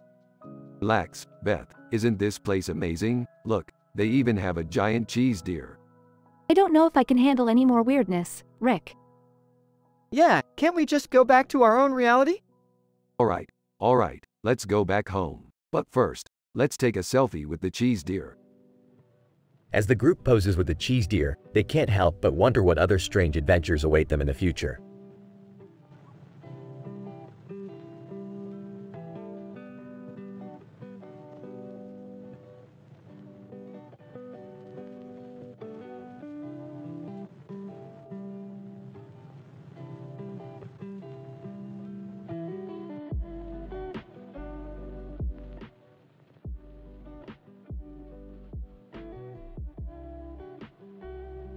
Rick, Morty, Jerry, and Beth were on their way to Chumble's Spuzz when they stumbled upon a tunnel with a peculiar background, colorful and trippy, to say the least. Rick, being the reckless driver that he is, decided to drive through the tunnel at breakneck speed. Morty had his reservations, but Jerry was thoroughly enjoying the psychedelic experience. "This is like being inside a kaleidoscope, man!" exclaimed a wide-eyed Jerry. Beth, on the other hand, was getting anxious. "Rick, can't you slow down a little?" "You're scaring me," she pleaded. Rick, of course, paid no heed to Beth's concerns and continued to floor the gas pedal. Soon enough, they found themselves in the middle of a chaotic dimension, filled with strange creatures and unpredictable landscapes. "Rick, what have you done?" "We're so screwed," Morty cried out. But Rick had a plan. He knew that the only way to escape this dimension was to find a portal that led back to their own world. And so, the group embarked on a wild adventure, encountering all sorts of obstacles and dangers along the way. Finally, after what seemed like an eternity, they stumbled upon the portal, a tiny, inconspicuous door that led back to their world. "Phew, that was a close one," sighed Jerry. As they stepped back into their own reality, Rick turned to the group and said, "M is for M. As in Morty should never doubt my driving skills again." They all rolled their eyes and chuckled, relieved to be back home in one piece.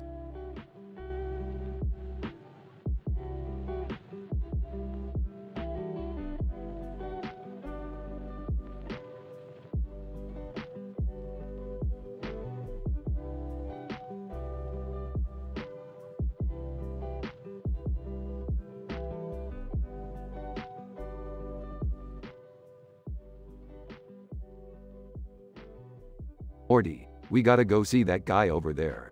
Ants in my eyes Johnson. Ants in my eyes, Johnson? What's up with him? Just trust me, Morty. He's got something we need.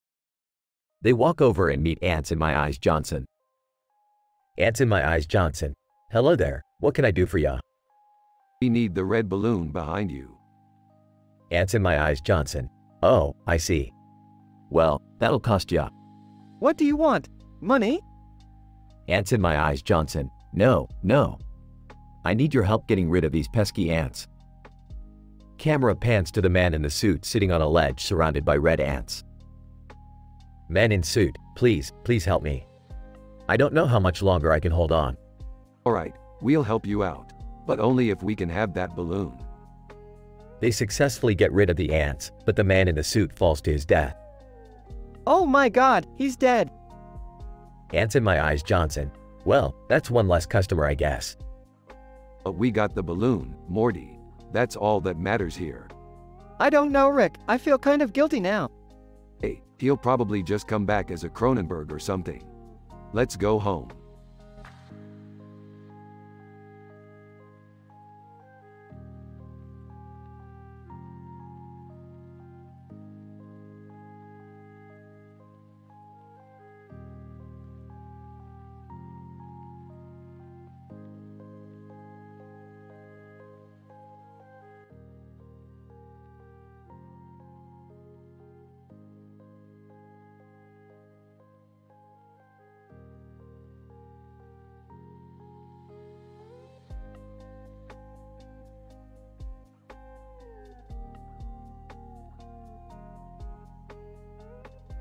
Title: Colorful Conundrum. The episode opens with Rick and Morty working on a new invention in the garage while Beth and Summer are outside painting the house. Suddenly, they hear a loud explosion followed by a strange buzz. They rush outside to see a man in a helmet and goggles standing in front of a city with colorful shapes and buildings in the background. What the hell is that? I don't know, Rick. Looks like some new dimension or something. What are you boys doing out here? Check out this new guy.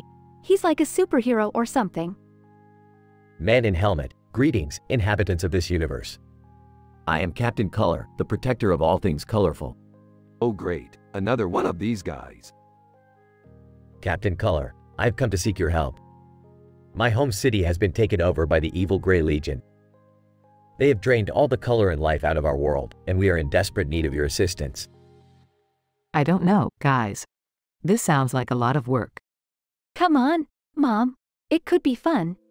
Yeah, let's do it. Adventure time. Fine, but if we die, it's your fault, Color Boy. They jump through a portal and find themselves in a desolate gray wasteland that was once a vibrant city. Captain Color, this is what they've done to us. Our people are helpless without your technology and knowledge. Alright, let's get to work. Morty, start scanning for any hotspots of energy or radiation. Beth, help me create a new weapon. Summer, watch our backs. As they work, they encounter several obstacles and enemies, all while making sarcastic jokes and snarky comments. This is like a bad acid trip. I don't think I can handle much more of this. We're almost there. Just a few more adjustments. Incoming. After a fierce battle, they are able to defeat the Grey Legion and restore color to the city. Captain Color thanks them and offers them a reward. Captain Color, you have saved our world. What can I do to repay you? Actually, there is one thing. The scene cuts to the family returning home, where they discover that everything in their house has been repainted in bright and bold colors. What did you do, Rick? I may have borrowed some of his technology to decorate the house. You said we were just helping out. This is awesome. Can we keep it like this? Sure, why not? It's a refreshing change from the usual drabness. The episode ends with the family admiring their newly painted house, as Rick and Morty exchange a knowing smirk. The end.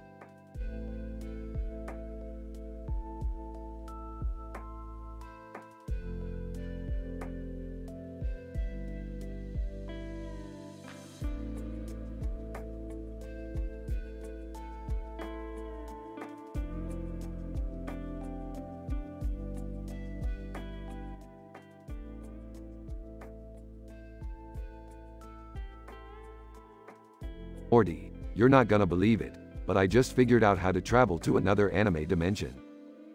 Really, Rick? Just another one? You've been to so many already. Shut up, Morty. This one is different. We're gonna be traveling to Boruto's world. Boruto? As in Naruto? Yes, Morty, the very same. And we're gonna be meeting one of the most powerful ninjas in that world. Who is it? His name is Jigen, Morty. And he's not to be trifled with. They travel to Boruto's world and meet Jigen. Jigen, who are you? The name's Rick Sanchez, and this is my grandson Morty. Jigen, what are you doing here? Just passing through. We thought we'd come say hi. Jigen, I don't have time for idle chit-chat. If you're not here for a reason, then leave. Oh, we're here for a reason, alright. Rick, I don't think this is a good idea. This guy looks dangerous. Nonsense, Morty. We'll be fine. Jigen suddenly attacks them. Oh, we got a live one here, Morty. I told you so. They engage in a heated battle with Jigen. Morty, hand me the portal gun. Got it. Rick opens a portal and they jump through. That was intense, Rick. I don't think I'm ready for another one of those. Relax, Morty. It's just another day in the life of a dimension-hopping scientist. The episode ends with them coming back to their own dimension.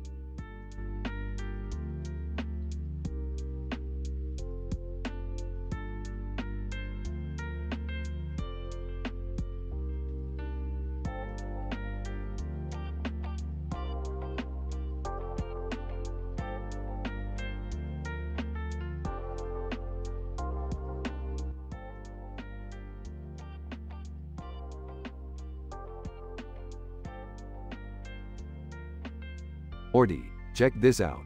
It's a photo of your great-great-grandfather posing with Tesla. Looks like he's from the 1920s or something. Wow, that's crazy. I didn't even know I had a great-great-grandfather. Wait, who's this guy with the mustache? He looks familiar. Maybe he's a secret government agent or something. Or a time traveler. Aw, he looks like a total dork. Probably just some rich guy trying to seem important by getting his picture taken with Tesla. I kind of feel sorry for him though. Imagine living your whole life trying to impress people and never really feeling good enough. Yeah, but it's not like he's the only one who does that. True. We all have our own insecurities and try to compensate for them in different ways. Enough with the philosophical crap. Let's just use this photo as a time portal or something and go meet Tesla ourselves. But what about the guy in the photo? Won't he notice that we're there? Who cares? He's probably dead by now anyway. Let's just go have some fun and mess with history. The group steps into the photo and finds themselves in Tesla's laboratory. They meet the genius inventor and have a great time learning about his inventions and experimenting with them. But as they return to the photo, they realize that the man with the mustache has followed them and is now stuck in their time. They try to help him adjust to modern life but soon discover that he's not who they thought he was. The man turns out to be a notorious criminal who stole Tesla's blueprints and was planning to use them for his own evil purposes. With Rick and the gang's help, they stop him and return to their own time, realizing that sometimes the people we judge the most harshly can surprise us in the end.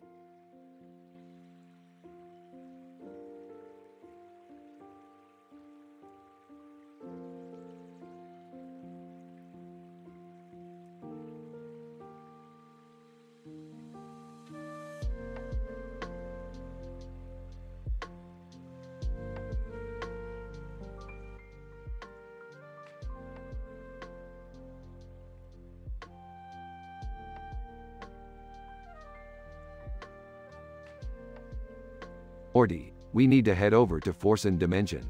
There's a new demon in town causing chaos. Demon? Are you sure, Rick? I don't want to go to a scary place. Don't be a coward, Morty. We have to put our skills to use and save the multiverse once again.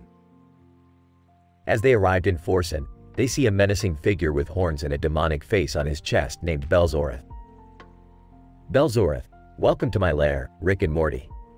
I see you have come to put a stop to my plans. Your plans? What are you up to now, Belzoreth? Belzoreth, I'm tired of being a demon on this forsaken dimension. I want to explore and experience the other dimensions, just like you. What do you mean experience? You can't just go around causing destruction. Belzoreth, I don't have a choice, Morty. This is how I was made.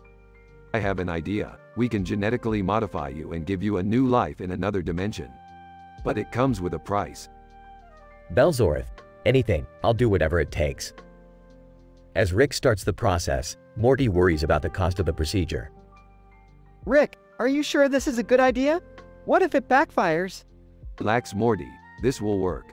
I'm a genius. After the procedure, Belzoreth transforms into a friendly human-like creature with a repulsor beam on his chest like Iron Man. Belzoreth, this is amazing. Thank you, Rick and Morty. I can explore the multiverse in peace now. I'm glad we could help. Do you think this was the right thing to do, Rick? Sometimes, Morty, there's more to demons than just their appearance. We have to look beyond the surface and find a solution that benefits everyone. As they leave Forsen, Morty ponders about their adventure and the lesson learned.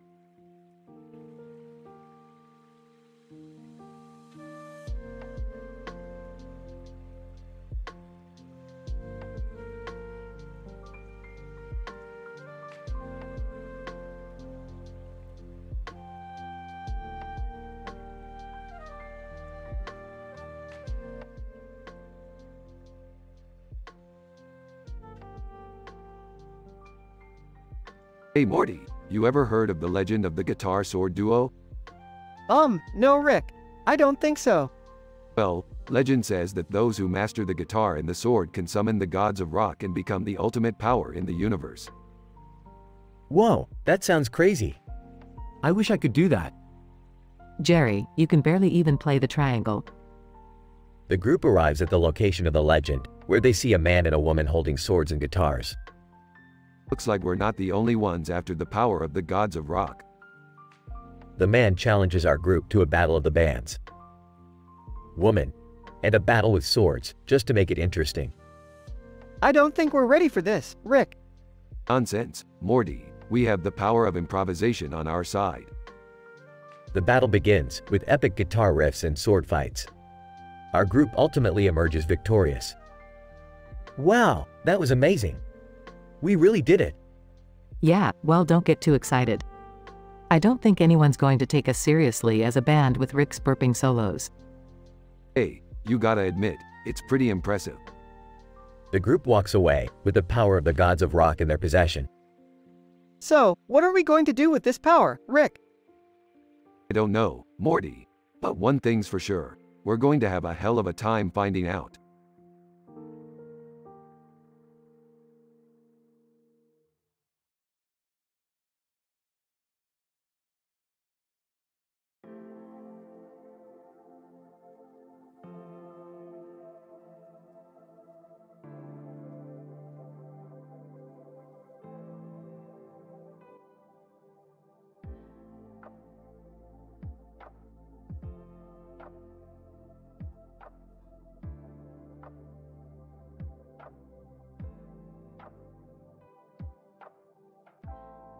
Morty, we're going on a space adventure.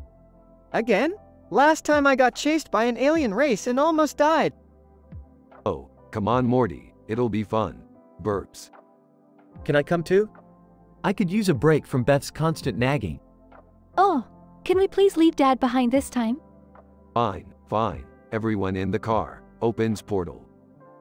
As they step out of the portal, they find themselves on a runway with a jet in the background and a car parked on the runway. Rick, where are we? According to my calculations, we're on an abandoned runway in a galaxy far, far away. Why is there a car on the runway? And why is there a guy in a red jacket standing there?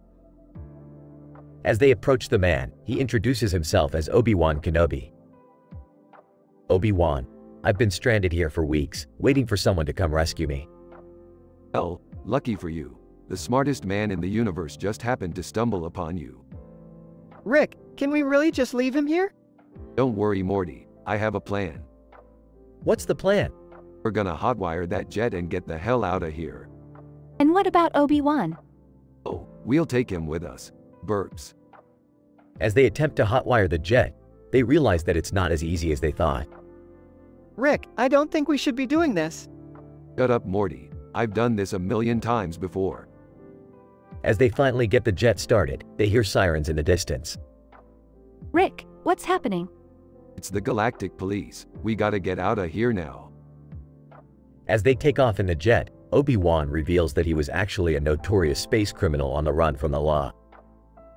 Rick, what have you gotten us into? Hey, at least we got a good story out of it. Burps.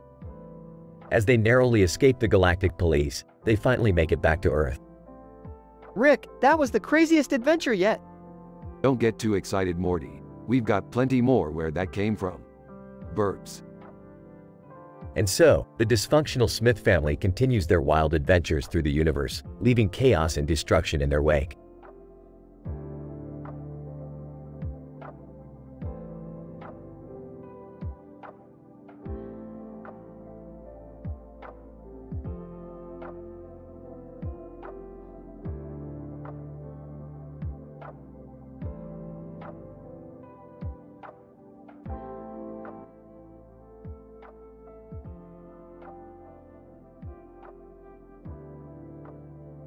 Morty, I've got a new invention that'll take us on a wild ride. Oh, is it safe? Of course it's not safe, Morty.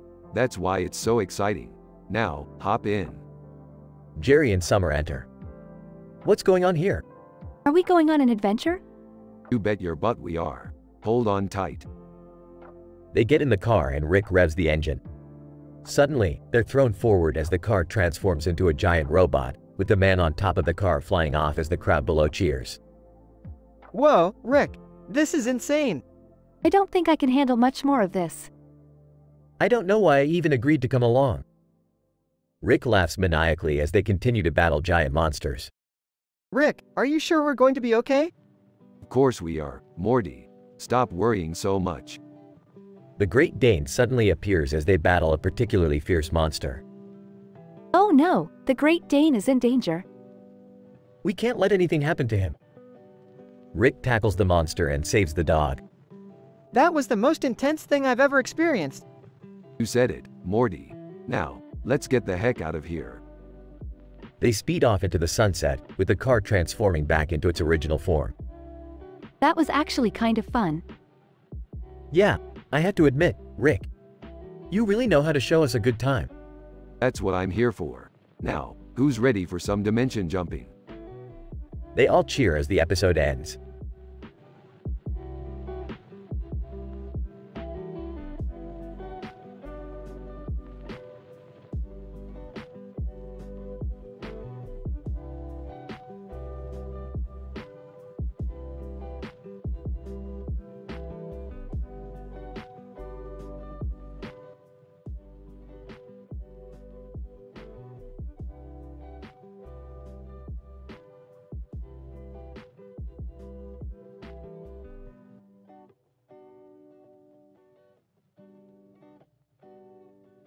Rick, Morty, and Beth are exploring a new dimension when they come across a strange office with a man in a suit and tie standing behind a desk. Hey, what do we have here? A mid-level paper pusher? This is gonna be fun. Oh, I don't know, Rick. He looks kind of serious. Let's just try to keep a low profile and not cause any trouble. They approach the desk and the man in the suit greets them. Dwight Schrute, welcome to Schrute Farms. How can I assist you? We were just passing through and thought we'd check out the local scenery. Also, nice tie. Dwight Schrute, thank you. It's made from the finest beets. Beet tie, nice. So, what do you do around here?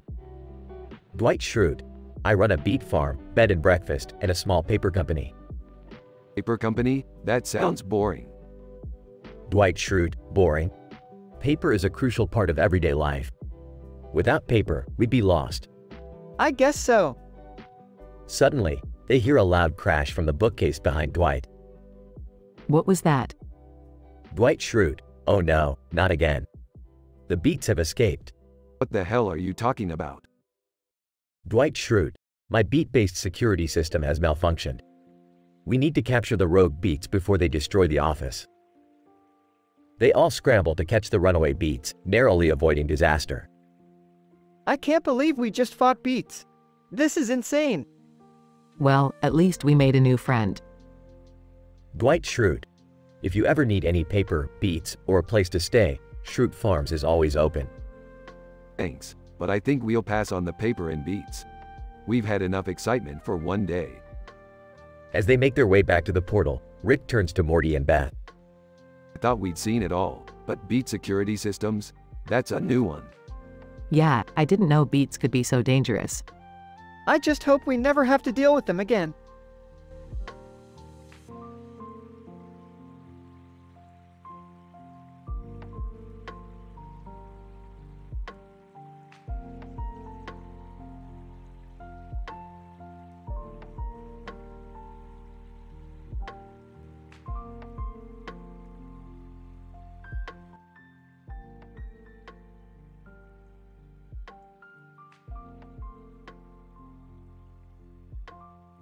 Title, The Legend of Soda Poppin'. Morty, we need to find this guy, Soda Poppin'. Who is he, Rick? He's a legendary streamer with a massive following, Morty. He knows the secrets of the internet, Morty. And he's the key to our latest adventure. Oh, okay, Rick. But where do we find him? According to my calculations, Morty, he seems to be broadcasting from another dimension. We need to use the portal gun to get there. Meanwhile, in another dimension. Soda Poppin'. Man, this game is frustrating. I can't seem to beat this level. Rick and Morty suddenly appear in a flash of light. Soda Poppin'. Whoa! Who the hell are you guys? We're from a different dimension, Soda Poppin'. We need your help. Soda Poppin', my help? What could I possibly do for you? You know things about the internet that nobody else does. We need your expertise to save our dimension from a catastrophic event. Soda Poppin'. Well, I suppose I could help you guys out. But it's not going to be easy. The internet is a dangerous place. Episode montage of Rick, Morty, and Soda Poppin' battling internet trolls and hackers. Soda poppin'. Alright, we did it. The internet is safe again. Thanks, Soda Poppin'. You really came through for us. Soda poppin', no problem. It was fun, actually. Maybe we could do it again sometime. Yeah, we should totally do that. Rick, Morty, and Soda Poppin' walk off into the sunset as the credits roll.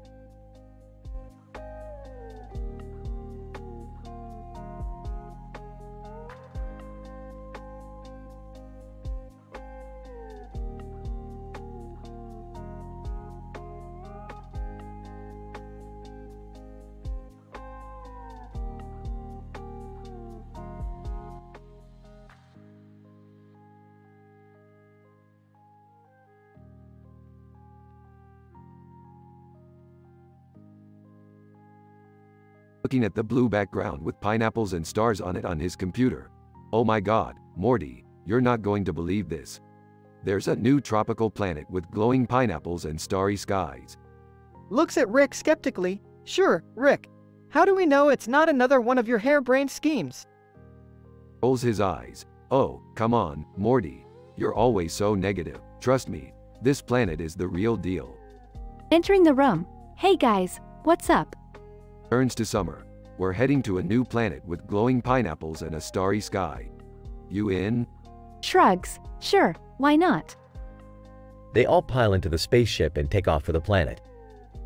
Looking out the window at the blue background with yellow stars. Whoa, this place is wild. Smirks. Told ya. Noticing the blue background with green and yellow pineapples. I've never seen pineapples like that before. Smiling. That's because they're from a completely different galaxy. The fruit there is out of this world. Skeptical. I don't know about this, Rick.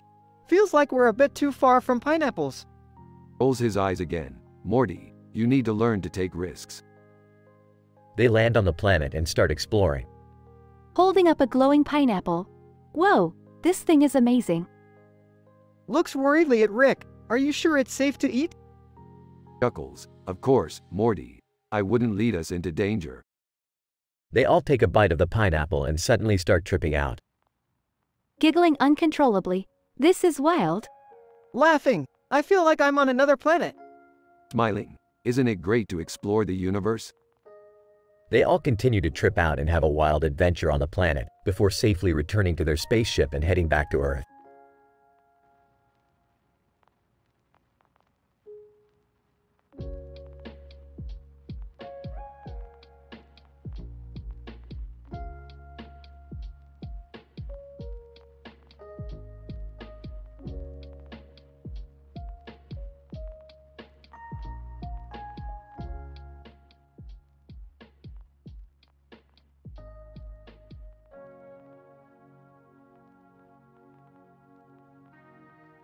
Rick and Morty episode, The Crimson Curse.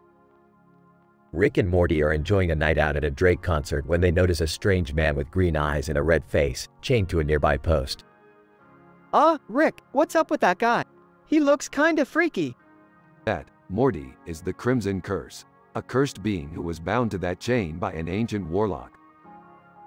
Just then, the Crimson Curse breaks free from the chain and starts wreaking havoc at the concert. Crimson Curse, I've been imprisoned for too long. I shall destroy everything. Morty, we gotta do something about this guy before he causes serious damage. They try to reason with the Crimson Curse, but he refuses to listen and continues to cause chaos. Rick, I don't know what to do. He's not listening to us. I think I have an idea. Morty, get Drake on the phone. Drake arrives and tries to reason with the Crimson Curse by performing a new song, The Chain of Love. Drake, yo, Crimson Curse, I know what it's like to feel trapped. But we can overcome our chains with love and positivity. The Crimson Curse begins to calm down and eventually breaks down in tears, overwhelmed with emotion. Crimson Curse, you're right, Drake. It's time for me to break free from the curse of anger and hate.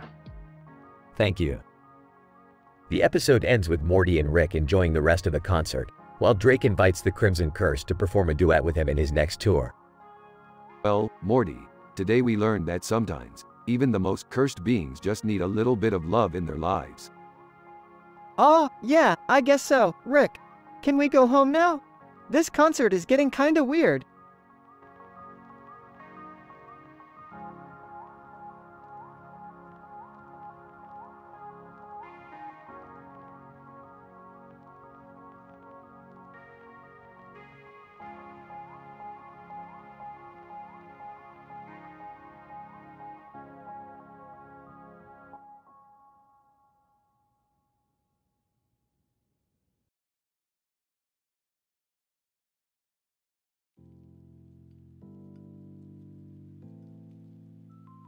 Hey Morty, are you ready for another adventure? Oh, I don't know, Rick. I'm kinda tired from last time. Nonsense, we can't let our fans down. Plus, I heard there's a rare plant in the universe of celery. Celery? That doesn't sound too exciting. Oh, trust me, Morty, this plant is worth millions. And while we're there, we'll check out a piano concert. Alright, let's do it. They arrive in Celery and see the woman in black standing by the plant. Look at that, Morty. That's the woman we need to talk to. Woman, can I help you, gentlemen? Yes, we're looking for the rare plant. Do you have any information? Woman, why do you want it? Research purposes. Woman, I don't know. The last time someone took it, they brought destruction to their planet. Oh man, Rick, maybe we shouldn't risk it. Nonsense, Morty. We control our own fate. Plus, that piano concert is starting soon. They take the plant and attend the concert. This isn't half bad, Morty. I think I might learn the piano myself. Yeah, it's pretty cool. They suddenly hear chaos outside. What the hell is going on? They see the destruction caused by the plant and panic ensues. Woman, I warned you, it's too powerful for humans to handle. Damn it, Morty. We have to fix this. They scramble to fix the situation and return the plant. Rick, what's gonna happen to that woman? I think she'll be okay. Besides, we're already in deep trouble. Let's just get out of here before more damage is done. They leave Celery and reflect on their actions. Rick, maybe we should think twice before taking something we don't fully understand. Yeah, Morty, you're right. Maybe we're not the good guys after all. But hey, at least we got a good story out of it, right? I guess so. But sometimes, I wish we could just have a normal adventure. Aw, that's not in our DNA, Morty. We're the Rick and Morty show, baby.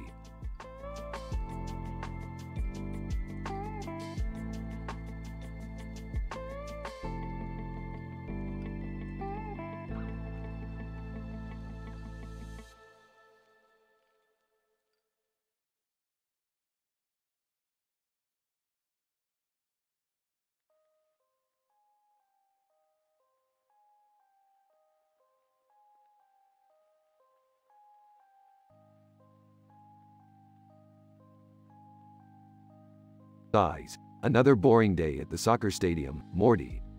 What? You don't like watching world-class athletes compete for glory? Hey, it's all a bunch of running around and kicking a ball.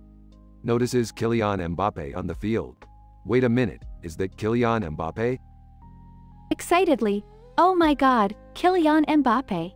I can't believe we're seeing him play live. Sarcastically, yeah, because soccer is such an enthralling sport. Smirking. Sounds like someone needs a little excitement in their life. Pulls out a device and presses a button. Suddenly, the stadium shakes and the crowd screams in fear. Panicking. Rick, what did you do? Laughing. Just a little harmless dimensional rift. Let's see what kind of chaos we can stir up. As the soccer players continue to play, strange creatures begin to spill out of the dimensional rift and onto the field. Kylian Mbappe, confused. What is happening? Smirking. Just a little interdimensional fun, my friend. Terrified, Rick, we need to fix this before someone gets hurt. Rolling her eyes, yeah, because interdimensional creatures are definitely not a safety hazard. As chaos ensues on the field, Rick and the others scramble to close the rift and send the creatures back where they came from. Out of breath. We did it, Rick. We saved the stadium. Smiling, and we gave these soccer players a real challenge to overcome. Kylian Mbappe, grinning. Thank you for the excitement, strange beings. The crowd cheers as the soccer players continue their match without any further interdimensional interruptions. Shaking her head, I can't believe we just did that. Smiling, another day in the life of the Smith family. Smirking, and another successful interdimensional adventure. Presses a button on his device and they all teleport away.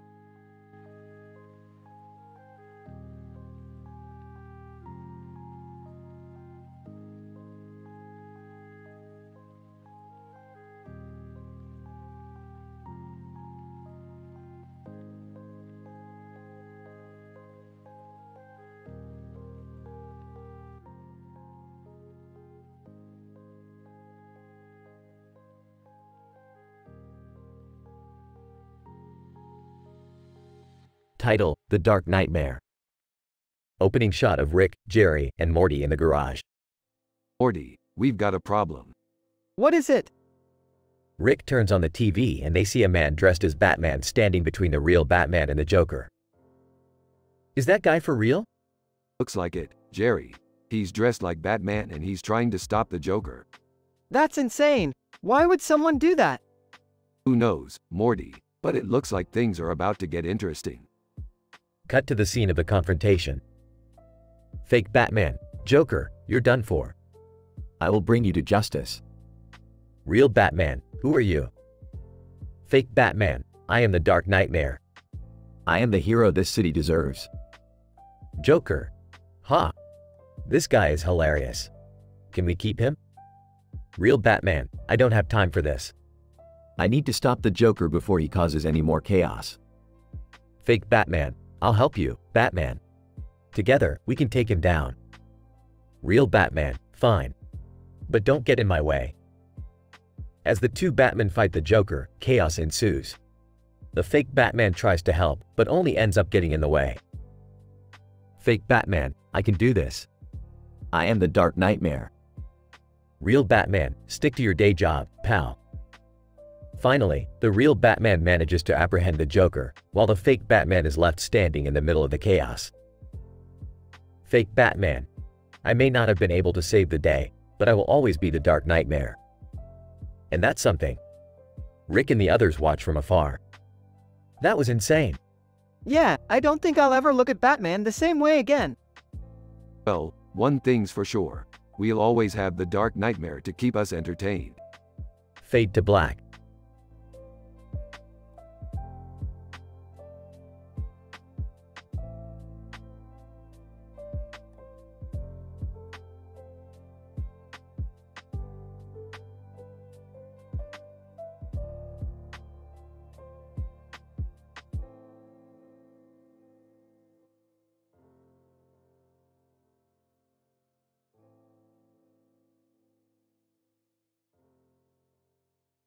Morty, we need to investigate that flying lizard with a neon tail.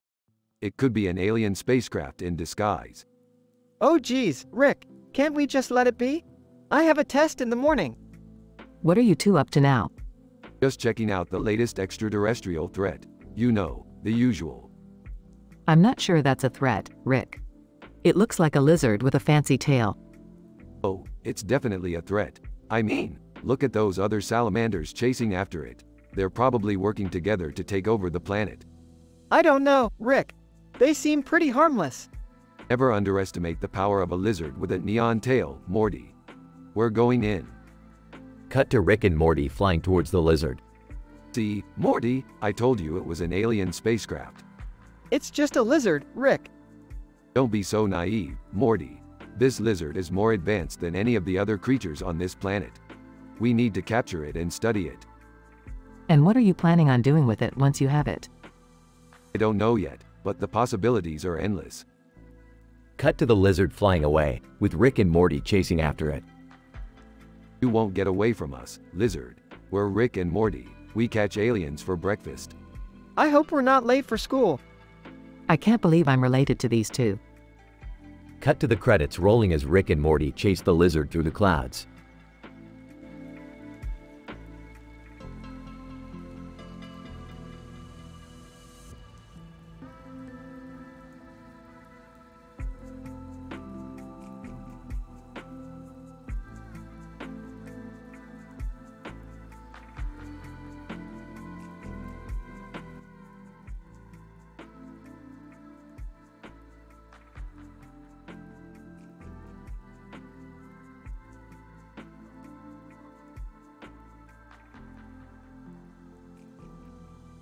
Looking at the small animal. Well.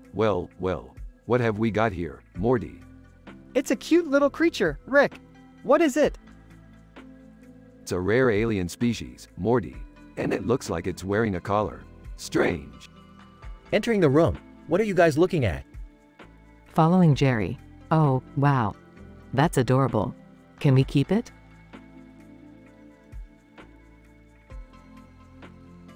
Don't get too attached, Beth. This thing could be dangerous. But it looks so harmless. Buff Doge meme pops up behind Summer. Wow. Very danger. Much scare. Shut up, Buff Doge meme. You're not helping.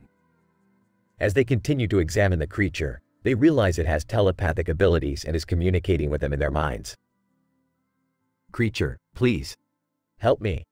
I've been taken from my home planet and forced to fight in an intergalactic arena. I need your help to escape. Oh my god, Rick! We have to help it! Alright, fine, but we'll need a plan. They sneak into the arena and attempt to rescue the creature, but things quickly go awry. Trying to help but failing. I don't think this was a good idea, guys. Frustrated, Jerry, stop being so useless. The group fights their way out of the arena with some impressive moves from Summer. Creature, grateful, thank you so much. I owe you my life. No need to thank us. Just be careful out there on your own. As they leave the planet, they are ambushed by bounty hunters who were hired to retrieve the creature. What do we do now, Rick? Smirking. Just sit back and watch the master at work. After a clever battle strategy, they defeat the bounty hunters and successfully return the creature to its home planet. Hugging the creature, we did it. We saved a life today. Yeah, and we kicked some serious ass while doing it. Proudly, I helped too, right? Rolling his eyes. Sure, Jerry. Sure. As they fly away in their spaceship, they all laugh and reminisce about the crazy adventure they just had. Buff Doge meme, such drama. Much wow.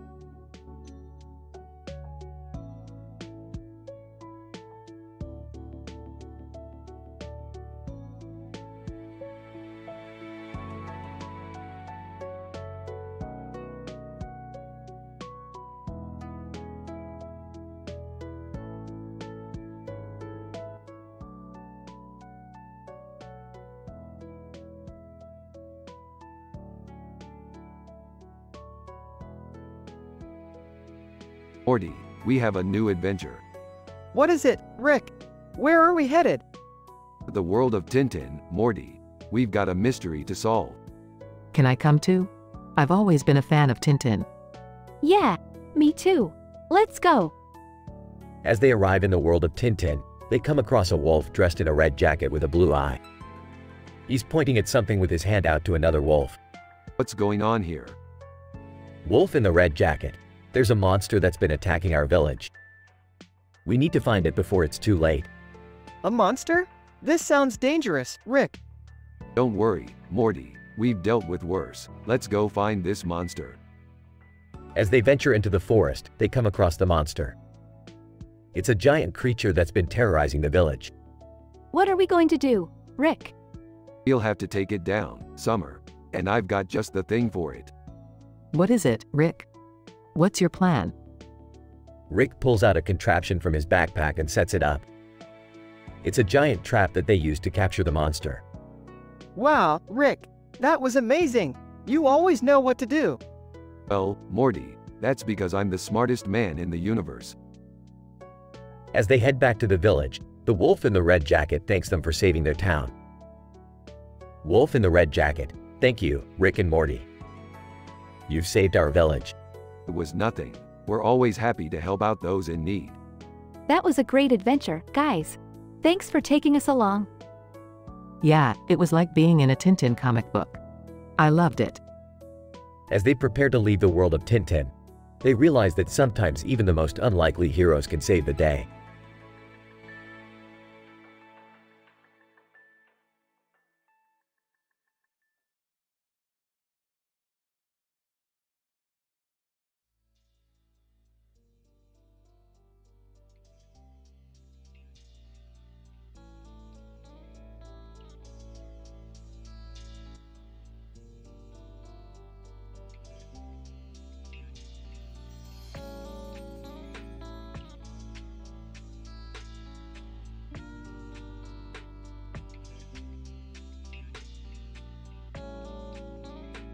Title: Adventures of the Helmet Man.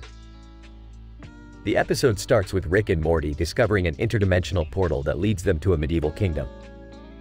They land in front of a mysterious man wearing a helmet with a sword in his hand and another one with a lightsaber in his hand. The man introduces himself as the Helmet Man and explains that he is on a mission to save the kingdom from an evil ruler named Ganondorf. Rick, being his usual skeptical self, dismisses the Helmet Man's claims and suggests they go back home.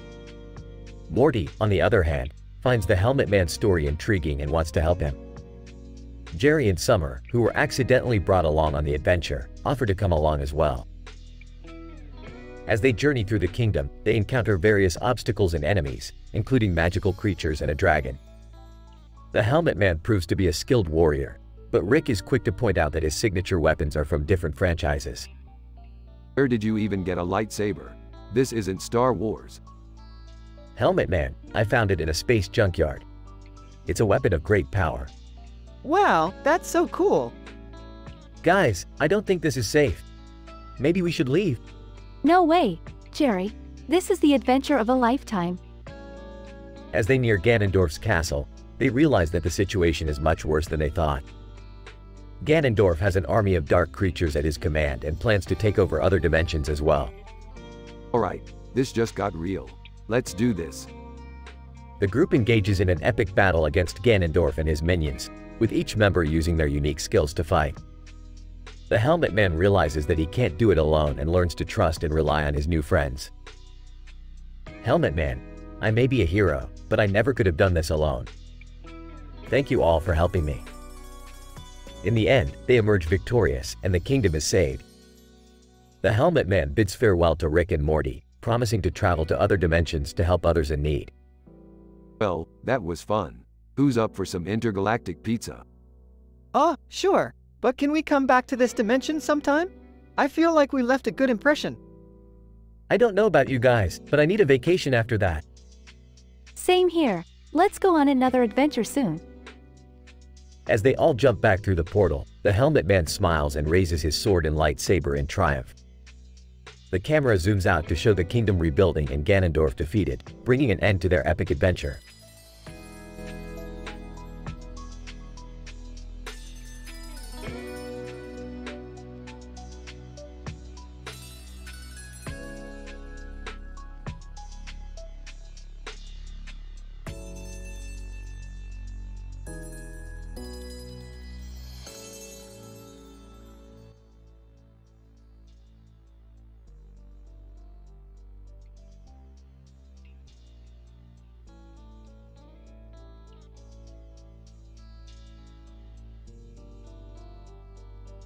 Morty, Jerry, Summer, come on. We gotta go to Plumbus Schluch's. Why, Rick? What's going on there? I've just received an alien message from my old nemesis, King Zorblax. Apparently, he's taken over Plumbus Schluch's and is holding the inhabitants hostage. Why does he always have to be so dramatic? He could just send an email or something. Let's just go and deal with it. I don't want to miss out on any adventures. They arrive at Plumbus Schluch's and find King Zorblax sitting on a throne made of plumbuses, surrounded by his minions. So, King Zorblax, what do you want this time? King Zorblax, I want you, Rick Sanchez. You've always been a thorn in my side and I want to destroy you once and for all. Oh boy, here we go again. Can't we just talk this out like civilized beings? Jerry, you sweet summer child. This is Rick and Morty we're talking about. King Zorblax summons his demonic creature with green eyes and purple hair, and orders it to attack them. Well, that's just great. Another monster to deal with. What's with the crown on its head? Maybe it's the king of the demons? Or maybe it's just a fashion statement. They fight off the creature and King Zorblax, but not before Jerry accidentally breaks a plumbus. I am sorry, I didn't mean to. Jerry, do you have any idea how much that plumbus was worth? Rick, can we deal with the demon and the evil king first, please? In the end, they defeat King Zorblax and his minions, and save the inhabitants of Plumbus Schluch's. As they leave, Rick grabs the broken plumbus and mutters something about fixing it in his lab. That was a wild ride, Rick. I think I need a drink to calm my nerves. Can we go on another adventure now? Hold on, let me just finish fixing this plumbus. It's gonna be worth a fortune when I'm done.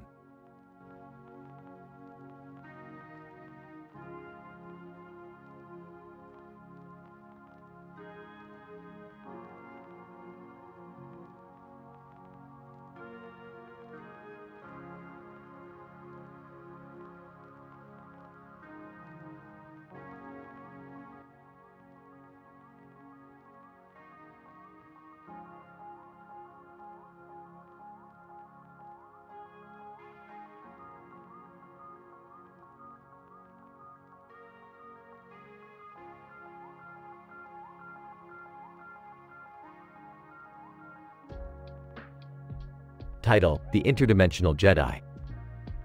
Opening shot of Rick, Morty, and Summer in the garage as Rick tinkers with a device and Morty looks on. Morty, I need you to grab the portal gun. We've got a job to do. What kind of job, Rick? We're going to a galaxy far, far away. Grinning. Cut to the trio arriving in a bustling city with neon lights flashing. Suddenly, a group of stormtroopers approach, blasters drawn. Stormtrooper, identify yourselves. You are not authorized to be here. Easy, trooper. We come in peace. Besides, don't you guys have a weird circular firing squad thing going on? Stormtrooper pauses, then nods, point taken. Move along.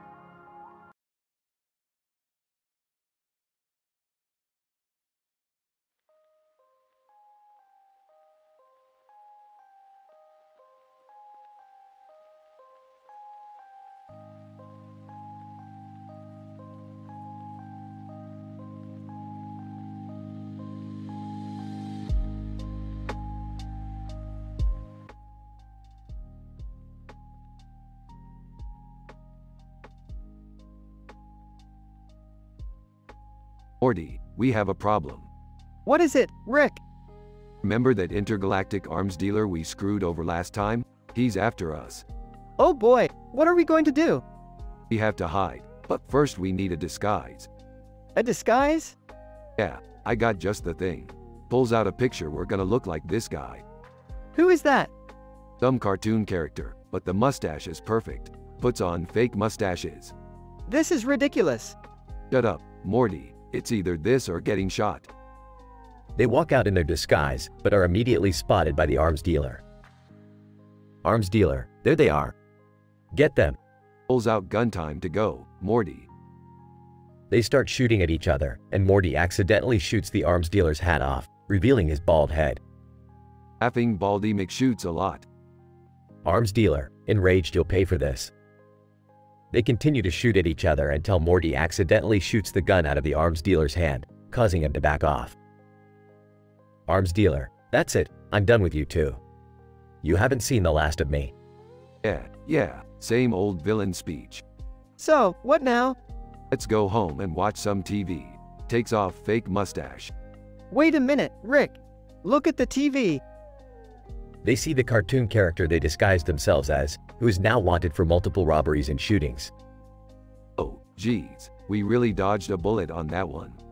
Literally. Shut up, Morty, let's just call it a day.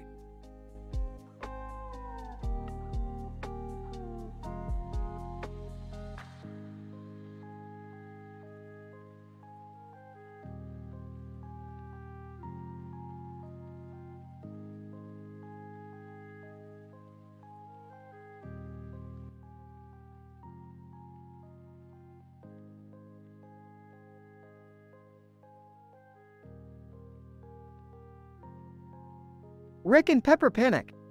Hey Rick, what's up with all these peppers? Why are they everywhere? Oh Morty, they say variety is the spice of life. And when it comes to peppers, there's certainly no shortage of variety.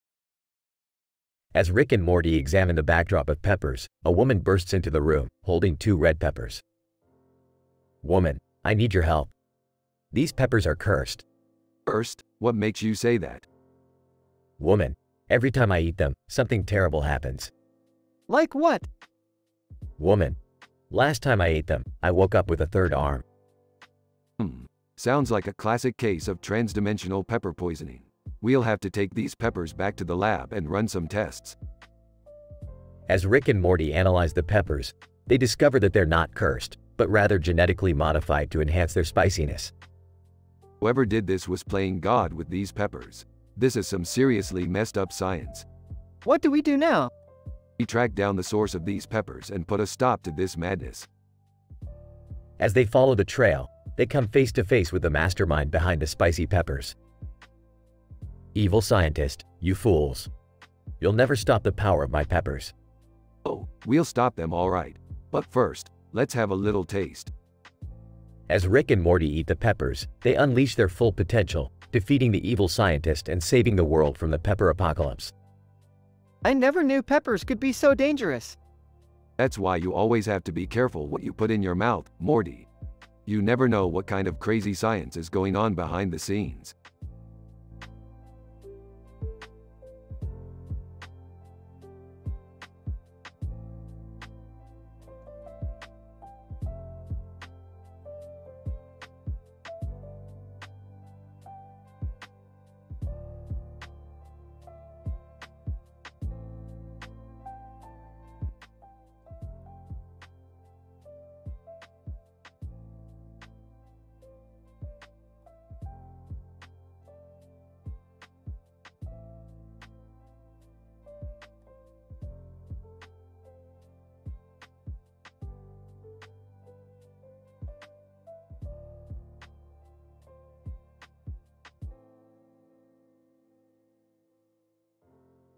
Rick and Morty episode, The Poster Paradox. Opening scene.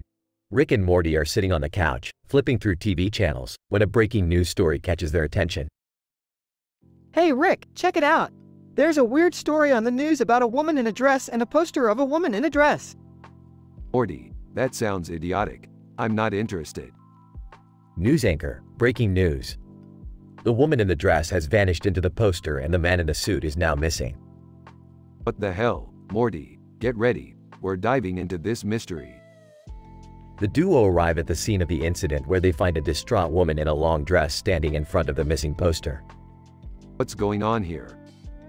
Woman. I was just standing here and then I suddenly felt drawn towards the poster.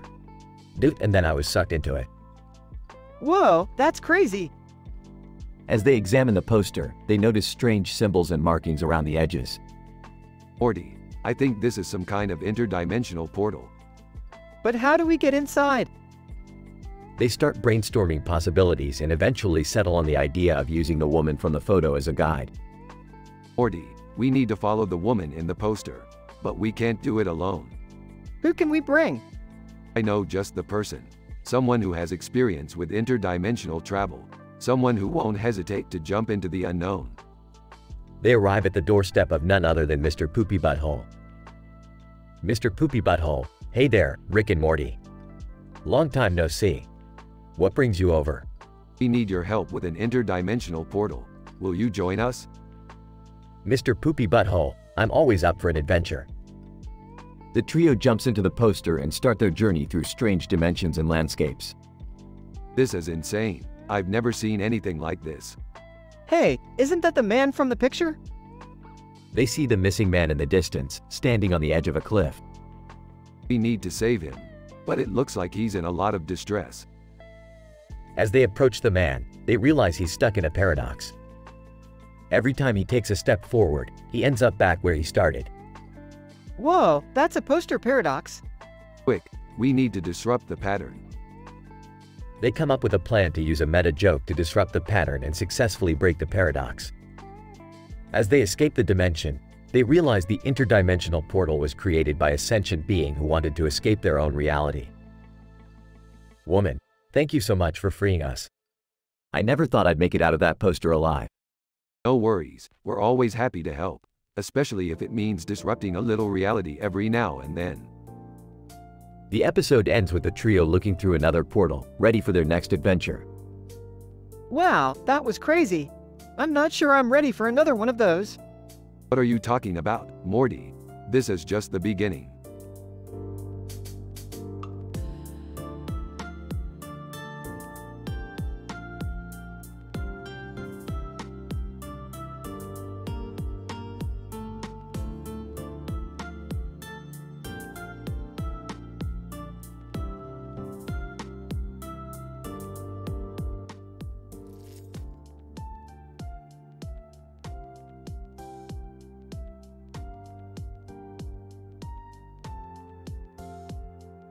Morty, what the hell are you doing with that magazine? Just reading up on some new cacti species. Rick, did you know that some of them can survive for years without water? Yeah, I know. I once used a rare cactus to brew a potion that made me invincible for a whole day. That's fascinating, Rick. But can we please focus on the real issue here? Which is? Our neighbors just moved in next door and they're growing artichokes in their front yard. It's ruining the view. Geez, Mom, don't you think you're being a little territorial? Yeah, Beth. We should embrace our new neighbors and their unique gardening choices.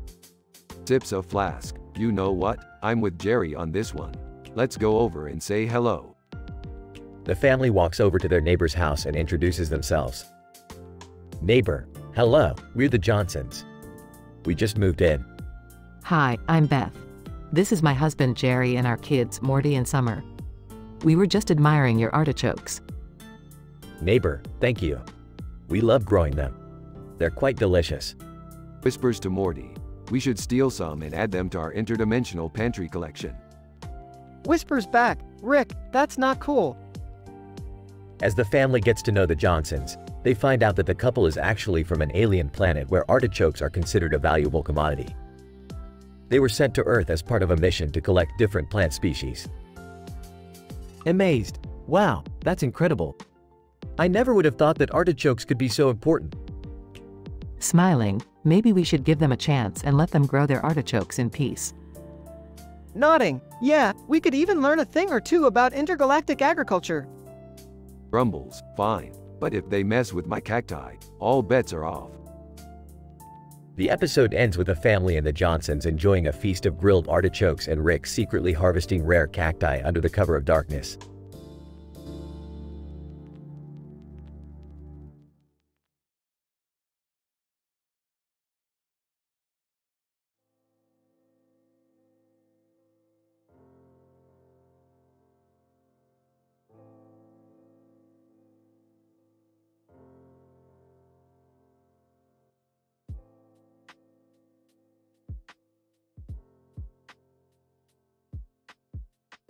Morty, Summer, check out this satellite view of Earth. Isn't it beautiful? Yeah, it's pretty cool, Rick. But what are we doing here exactly? We're collecting data on alien activity. Morty, don't be so dense. Guys, look at the ocean. Isn't that weird? What are you talking about, Summer? There's these dark blotches all over the ocean. They look like oil spills or something. Rick, should we do something? It's probably just some human screw-up. Not our problem. But what if it's hurting the planet? Oh, come on, Summer. You're starting to sound like one of those eco-freaks. Rick, Summer has a point. We should at least investigate. Fine, fine. But don't expect me to hold your hand through this. The trio descend to Earth and discover that the dark blotches are not natural, but the result of a sinister alien plot to destroy the planet's oceans. Well, this is unexpected. What are we going to do, Rick? Leave it to me, Summer. Just sit back and watch the magic happen. Through a series of witty one-liners and inventive solutions, Rick manages to outsmart the aliens and save the planet from destruction. Wow, Rick, that was impressive. Yeah, we couldn't have done it without you. Don't get too sentimental on me, kids. We've got aliens to catch.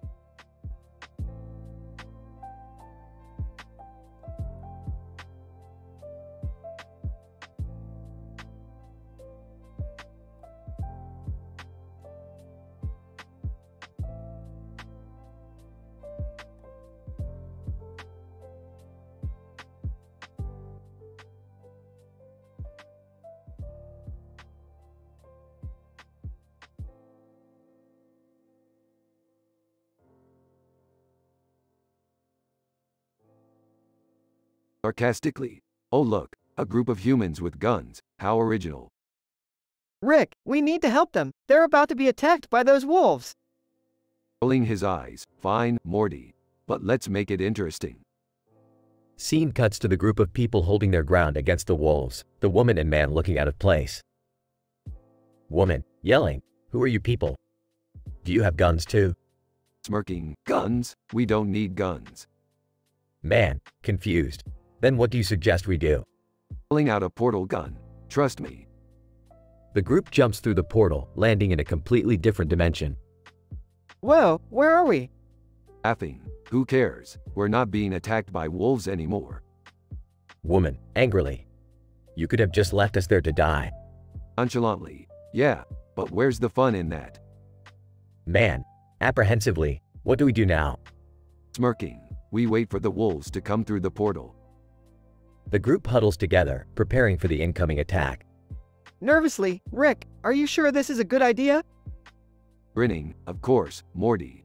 Think of it like a game. The wolves charge through the portal, but the group manages to fend them off with Rick and Morty's help. Woman, breathless, thank you. But who are you guys, really? Smirking. Just a couple of interdimensional travelers. Man, chuckling. Well, you certainly saved our asses. Grinning. That's what we do. Now, if you'll excuse us, we have some more dimensions to explore. Walks away, and maybe some more wolves to fight. The group watches as Rick and Morty disappear through the portal, still in disbelief of what just happened.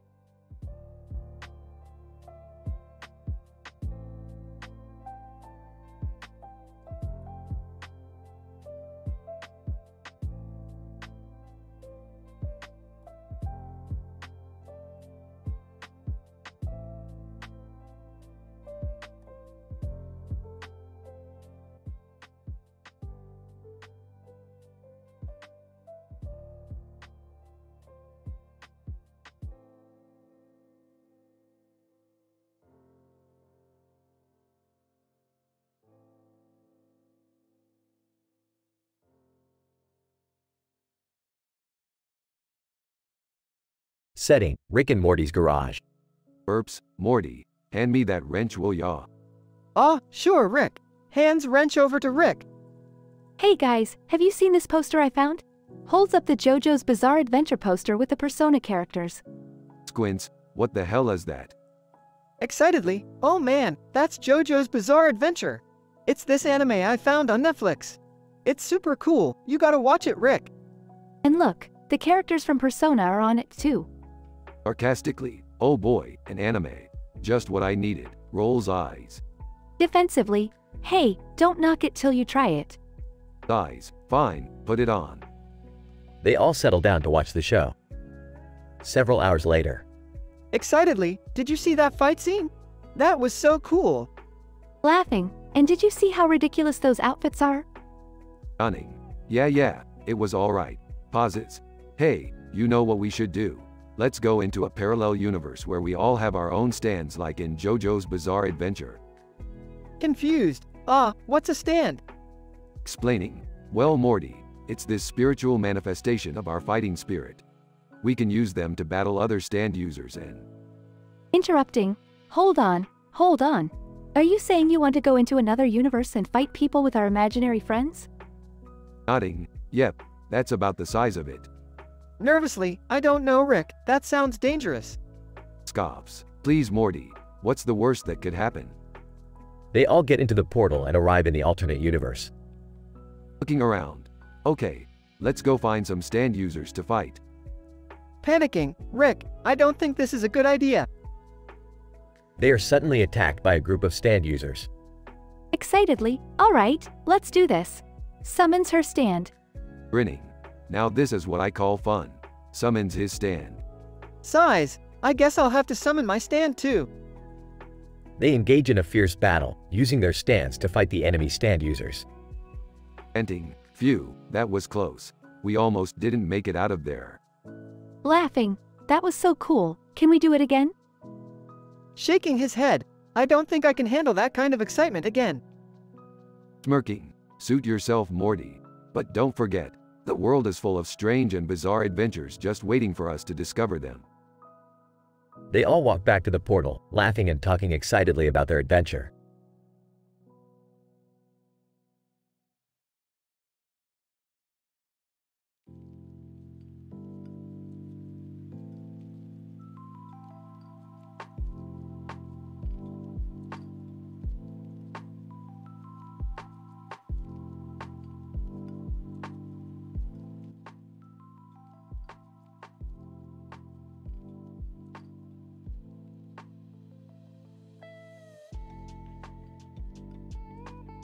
Morty, we need to get that pizza before it's too late. Why is it so important, Rick? It's just a pizza. Just a pizza? That's a pizza with pepperoni, broccoli, and cheese. It's a masterpiece, and I need it now. Okay, but how are we going to get it? We're going to have to use our wits, Morty. We'll distract the guards with some of these other snacks, and then we'll make our move. I don't know, Rick. This seems risky. Of course it's risky, Morty. That's what makes it fun. Now let's go. They sneak around the table, avoiding guards and slipping past plates of nachos and burgers. Finally, they reach the pizza and start to grab a slice. Wait, Morty, this pizza. It's not like any other pizza I've ever had before. What do you mean? I mean, this pizza, it's alive. What? How can pizza be alive? I don't know, Morty, but we have to get out of here before it's too late. They start to run, but the pizza starts to chase them, growing bigger and more menacing with every step. We can't outrun it, Rick. What are we going to do? I don't know, Morty, but wait, I have an idea. He pulls out a bottle of hot sauce and pours it all over the pizza. It thrashes and writhes, but eventually starts to shrink back down to its original size. Wow, Rick, that was actually kind of clever. Of course it was, Morty. I'm a genius. Now let's get the F*** out of here before anyone notices we were ever here. They escape the pizza cafe and head back to the safety of their spaceship, both relieved and exhilarated by their narrow escape.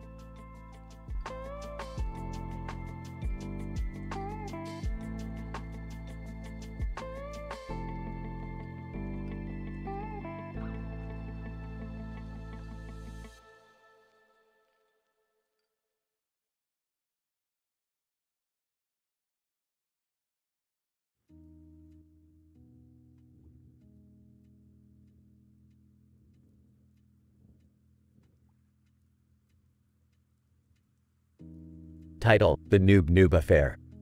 Morty, we need to retrieve a precious artifact from planet Zog. Time to gear up. Why are we bringing Noob?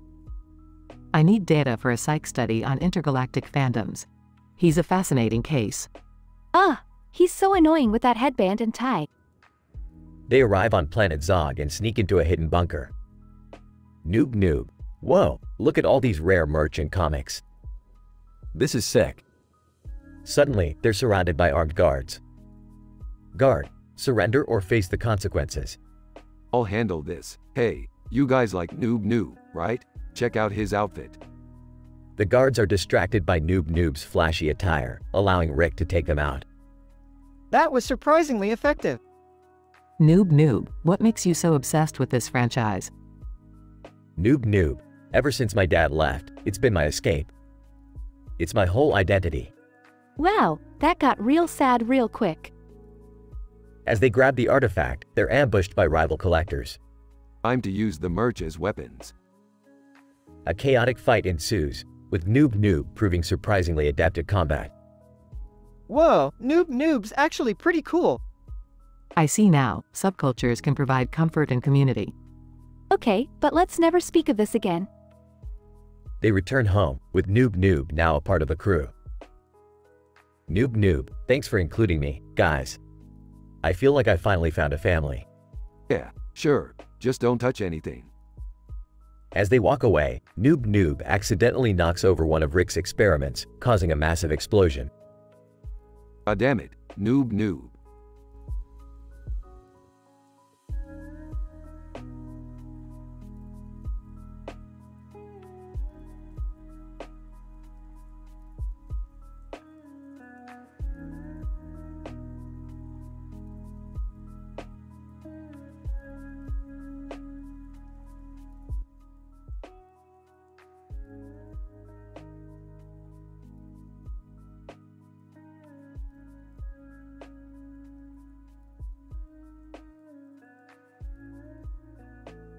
Morty, we have to go to Intimate Earth, a planet with a woman who has some kind of advanced technology implanted in her head. Whoa, what could that be for? I don't know, Morty, but it sounds like we're in for some drama. The two arrive on Intimate Earth and find the woman with the advanced technology. Woman, hello, Rick and Morty. I've been waiting for you. How did you know we were coming? Woman, I am connected to the entire network of the universe. Your arrival was expected. That's pretty wild. Woman, I need your help. My technology has been corrupted, and I can't seem to fix it. Let me take a look. Rick spends hours trying to fix the technology. Okay, I think I've got it. Woman, thank you, Rick. You have fixed my system. That was pretty intense. Woman, but there is something else. My technology has shown me a dark future. A future where the universe is destroyed.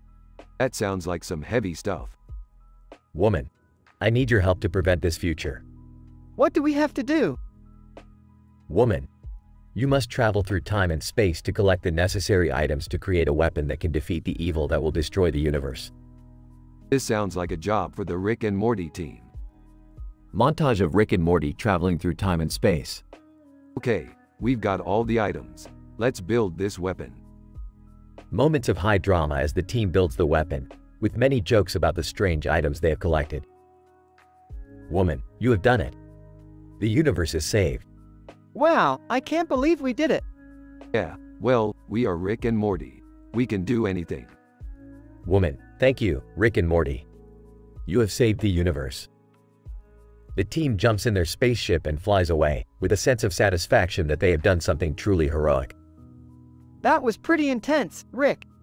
Yeah, Morty, but that's just another day in the life of a Rick and Morty team. The team laughs as they fly off into the distance.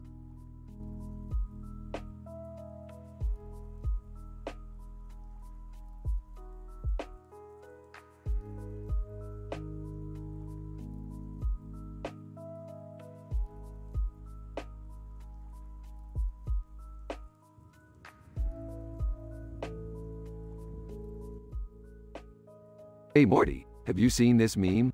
Is this a pigeon? Yeah, that one. I think I can help that bird. How? By giving him some upgrades. Pulls out some gadgets. Rick, that bird looks pretty tough. I don't think he wants your help. Nonsense, Morty. He just needs some technological advances. Starts working on the bird. Bird squawks angrily. Oh, Morty, this bird's got some spunk. Struggles to keep him still. Rick, I don't think this is a good idea. Nonsense, Morty. I'll just add some laser eyes and a titanium beak, no biggie. Bird squawks even louder. Okay, maybe he doesn't want upgrades. Let's just let him be. Are you sure, Rick? Trust me, Morty, sometimes the best thing you can do is just let nature be nature.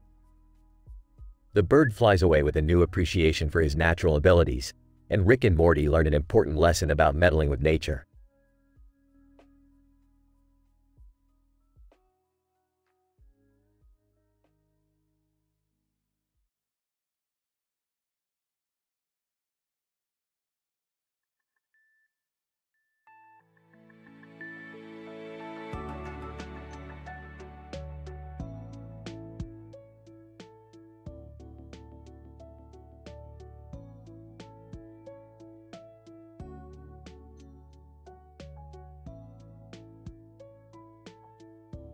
Title: The Fruit of Discord.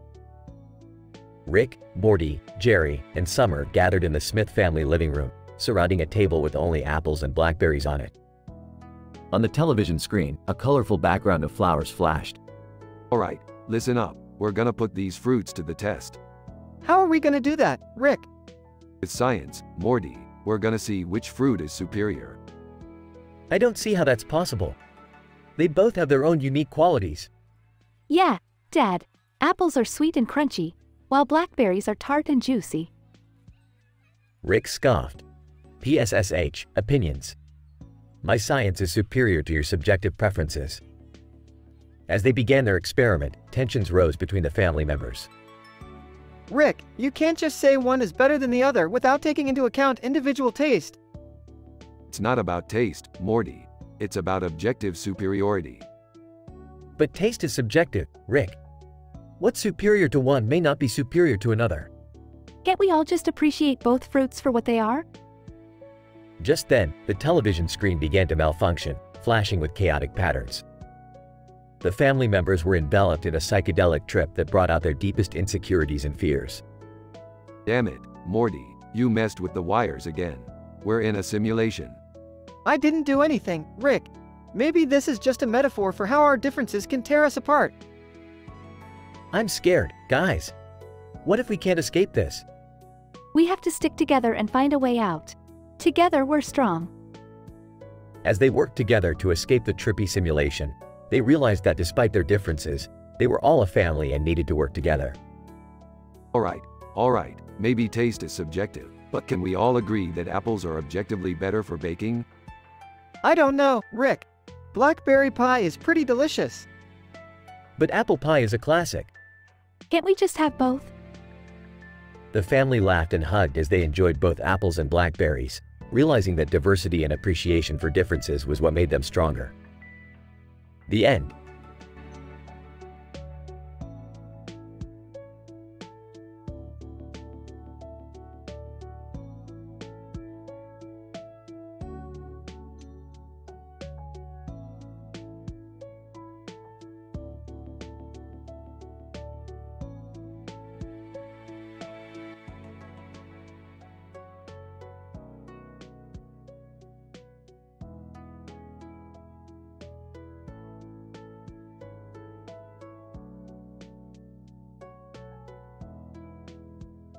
Hey Morty, Summer, check out this fancy party I got invited to. Looks like we're gonna have company. What kind of party is this, Rick? And who are these people with you? It's a launch party for a new sex toy line called Eden Fantasies. And these are the owners, their PR rep, and their bodyguard. Gross, Rick. Do we have to stay here? I'm intrigued. Let's see what this is all about. Owner 1, hello there, Rick. We're so glad you could make it. We heard you're quite the inventor. Owner 2, yes, we thought you'd appreciate our latest creations. Would you like a demonstration? Hey, I've already seen some crazy stuff in my time. But go ahead, impress me. PR rep, this is our new device, the Pleasure Mover. It's designed to stimulate multiple erogenous zones at once. Bodyguard, don't worry, it's completely safe. We've tested it on ourselves. I don't want to see this, Rick. Let's go home. Shush, Morty. I want to try it out. Owner 1, excellent choice, Summer. We can even customize the settings to your preferences. Owner 2, here, put this on and we'll get started. Oh boy, this is gonna be interesting. As the demonstration begins, chaos ensues as the device malfunctions and the characters are thrust into a series of absurd and hilarious scenarios. Eventually, they manage to fix the device and escape, but not before realizing the importance of safe and consensual sexual practices. Wow, that was wild. I can't believe we almost died. I'll never look at a sex toy the same way again. Hey, speak for yourself. I'll probably make my own version of that thing. PR rep, we apologize for the incident, but we hope you still enjoyed the party. Owner 1, yes, we'd love to have you back for our future launches. Owner 2, just make sure you leave any dangerous gadgets at home. The episode ends with the characters walking out, with each of them reflecting on the ridiculous events that just transpired. You know, Summer, you might have a future in marketing. Thanks, Rick. But I think I'll stick to my day job. Can we please not talk about this ever again?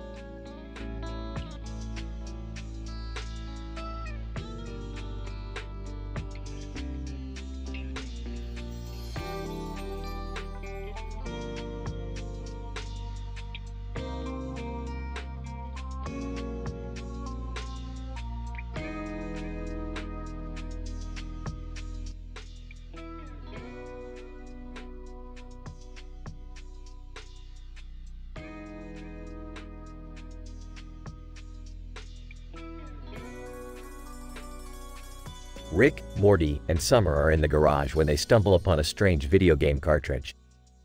Hey Morty, check this out. Looks like this game is called Regtions and Lighter. What's it about?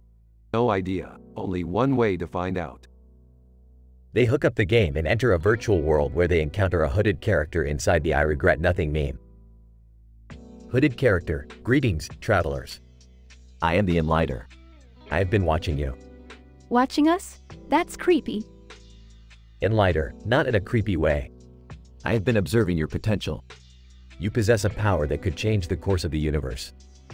Great, another responsibility. The Enlighter tasks them with a mission to retrieve a powerful artifact from a distant planet. As they prepare to leave, Rick has a sudden realization. Hey, wait a minute. Are you just a character from the I Regret Nothing meme? Enlighter, no. Why do you ask? Yeah, you're totally that guy with the hood on. And lighter. Okay, fine. I may have borrowed some inspiration. So, you're not really an all-knowing deity? And lighter. Well, technically, no. But I do have access to some pretty cool cheat codes. The group embarks on their mission, encountering various obstacles along the way. They finally reach the planet where the artifact is hidden, only to find it's guarded by a giant monster. Great, just what we needed. Don't worry, Rick. We can do this. Yeah, we're a team. They fight valiantly, eventually defeating the monster and retrieving the artifact. As they make their way back to the garage, they reflect on their adventure. You know, we may not have found an all-knowing deity, but we did discover something pretty amazing. The power of teamwork. And cheat codes. And friendship. They all high-five and laugh as they head back to their reality, ready for whatever adventure comes next.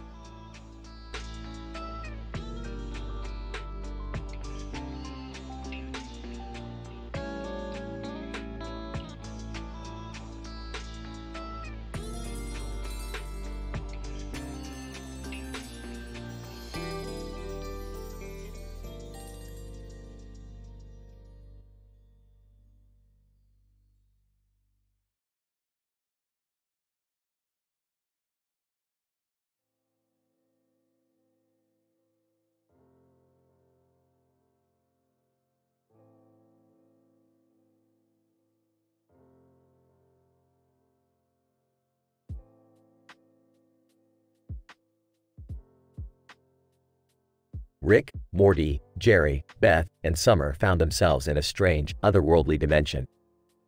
In front of them was a green light with a glowing orb in the middle. As they approached the light, they saw two people standing next to each other. Who the hell are you two? Mysterious man, we are the guardians of this dimension. You have entered our territory. What do you want from us? Mysterious woman, we are here to warn you about evil Morty. He has infiltrated our dimension and is attempting to steal the orb. Evil Morty? But he's from our universe. What does he want with the orb? Mysterious man, the orb has the power to control time and space.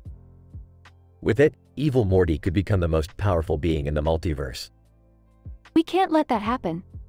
Don't worry, I have a plan. Morty, Jerry, and Beth, you distract evil Morty while Summer and I grab the orb. But what about the Guardians? Leave them to me. As the group split up, chaos ensued. Evil Morty and the trio engaged in a heated battle while Rick and Summer sneaked behind them to grab the orb. We can't keep this up much longer. I can't even land a hit on him. Wait, I have an idea. Morty pulled out a can of Pringles and offered it to evil Morty. Surprisingly, he stopped fighting and began to munch on the chips. Evil, these are amazing. Where did you get them? My Rick made them himself. Evil, wait, you're Rick? You mean C-137? He's alive? Oh, yeah. Evil, I need to see him. The distraction worked, and Rick and Summer successfully grabbed the orb. But as they started to make their escape, the Guardians confronted them. Mysterious woman, you have violated our trust. We cannot let you leave with the orb. I don't have time for this. I have a universe to save. Without a second thought, Rick activated a portal and escaped with the orb, leaving the Guardians behind. Is everyone okay? Yeah, I think so. But what now? Now we destroy the orb. The last thing we need is someone like evil Morty getting their hands on it. But, didn't we just put ourselves in danger by taking it? Sometimes you have to risk everything to save the day. And with a swift motion, Rick shattered the orb, causing a shockwave that sent the group back to their own universe. That was insane. I can't believe we made it out alive. Yeah, we're lucky to have Rick on our side. I'm just glad we're all together. This adventure sure beats staying home and watching TV. The group walked away, shaken but grateful for the experience they had just shared. Little did they know, evil Morty was still out there, plotting his next move.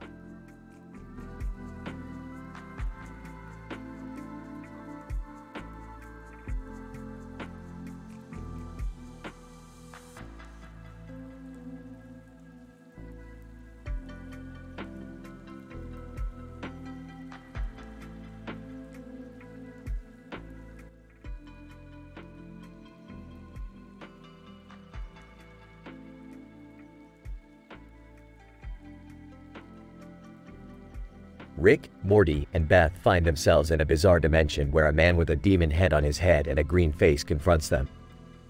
The trio recognizes him as the infamous businessman, Harold Grump, who has amassed a fortune in the multiverse. Rick: "Oh great, we're stuck in a dimension with this sleazebag. What does he want now?" Morty: "I don't know, Rick. But he looks even weirder than usual. Is that even possible?" Beth: "Let's hear him out, guys. Maybe he has a solution to our problem." Harold Grump greets them with a sly grin and reveals his latest invention, a device that can manipulate reality itself. With this power, he plans to reshape the multiverse to his liking and become its ultimate ruler. Fry: "Hey guys, what's going on? I just got sucked into this weird place." Leela: "Me too. What's with the demon head guy?" Rick: "Futurama characters? Great, we're getting some extra comedy relief." Harold Grump offers to ally with Rick and his group and promises them a share of the power. At first, they are tempted but soon realize the dangerous consequences of such a device. Bender: "Hey, I love power as much as the next guy, but even I know this is bad news." Amy: "Yeah, if we let Harold control reality, who knows what kind of messed up universe we'll end up in." In a daring heist, the group steals the device from Harold and destroys it, ending his dream of domination. As they escape back to their own dimension, they can't help but wonder what other oddities await them in the vast multiverse. Zoidberg: "Oh, boy. Another adventure. Can I come too?" Rick: "No, Zoidberg, you stay here. You're too weird even for us."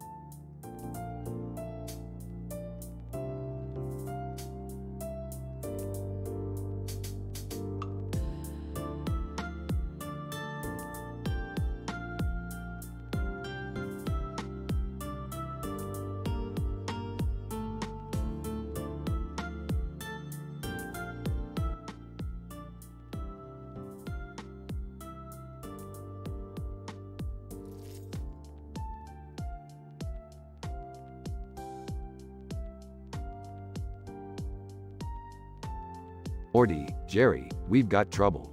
Take a look at this. Rick shows a poster of a man with a beard and a gun in his hand, with the words, "No one is safe," on top of Childish Gambino. Oh my god. Is that for real? Who is that guy? And why is he targeting Childish Gambino?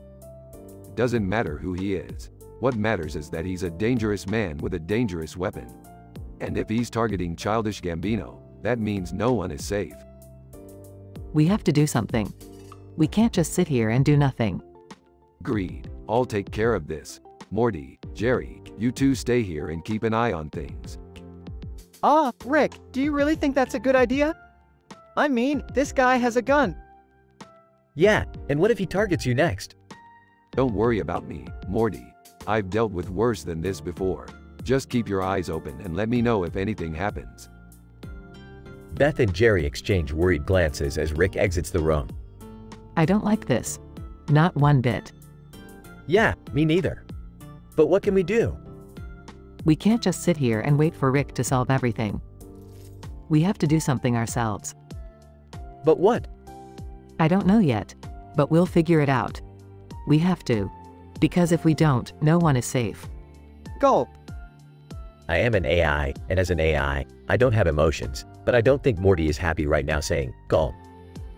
From the other room, hey, guys, you're not going to believe what just happened. Rick, what is it? I just found out who that guy is. Who is he? He's a super fan of Childish Gambino. He wasn't trying to hurt anyone. He just wanted to show how much he loves his music. Oh, thank God. Wait, so everything's okay now? Yeah, Morty, everything's fine. Crisis averted. Well, that's a relief. Yeah. But still, we have to be careful. You never know when something like this might happen again. No one is truly safe. Morty gulps again. The end.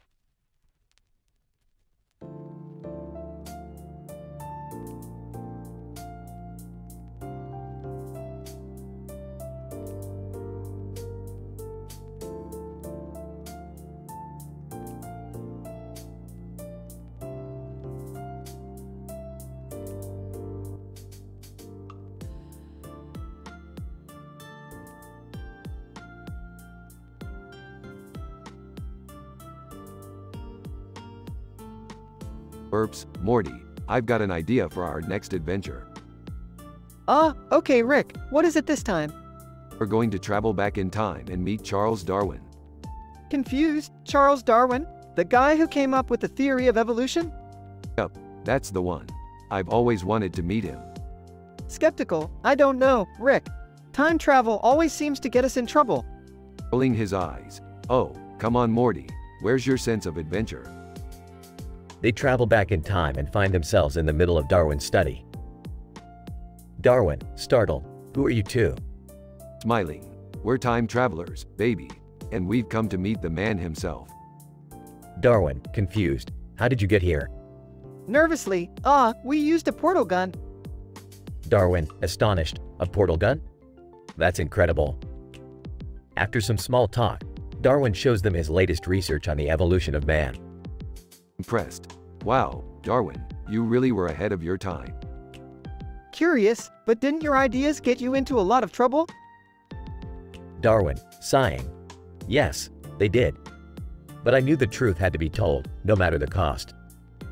Nodding. That's the spirit, Darwin. Always fight for what you believe in. As they prepare to leave, Rick turns to Darwin. Smirking. And one more thing, Darwin. I've got this great idea for a cartoon about a mad scientist and his grandson traveling through space and time. What do you think? Darwin looks at Rick, bewildered. Darwin, shaking his head, "I have no idea what you're talking about." Whispering to Rick, "I don't think the concept of a cartoon exists yet." Disappointed. Ah, damn it. Oh well, guess we'll just have to wait a few more centuries. They activate the portal gun and disappear, leaving Darwin alone with his thoughts.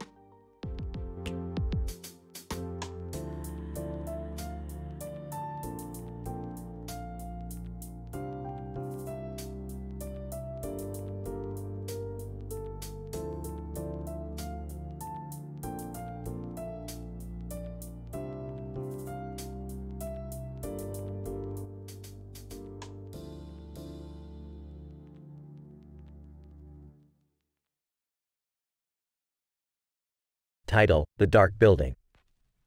Rick and Morty are driving down the road, looking for a place to grab some food when they come across a black building. Hey Morty, that building looks sketchy. Let's check it out. I don't know, Rick. It looks really dark and creepy. Don't be such a coward, Morty. Adventure awaits. They park the car in front of the building and walk inside. As they enter, they notice a sign that reads, "The Black Market." Rick, I don't think we should be here. This seems illegal. Relax, Morty. We're just browsing.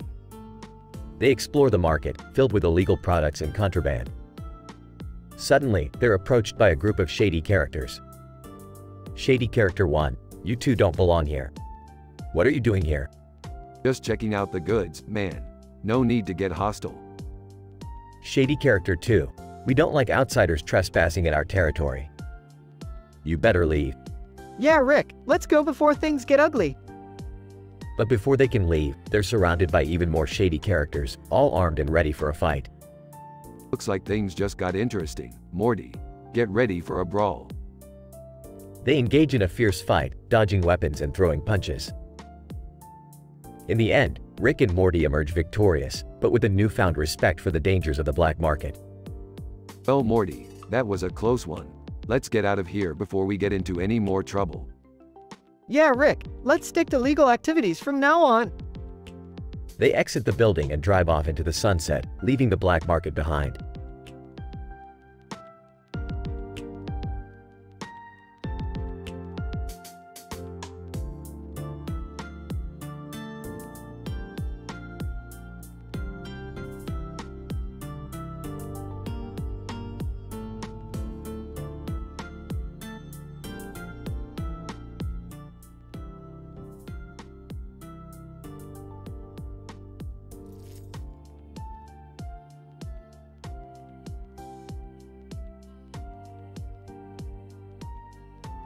Morty, we gotta check out this new fashion design store.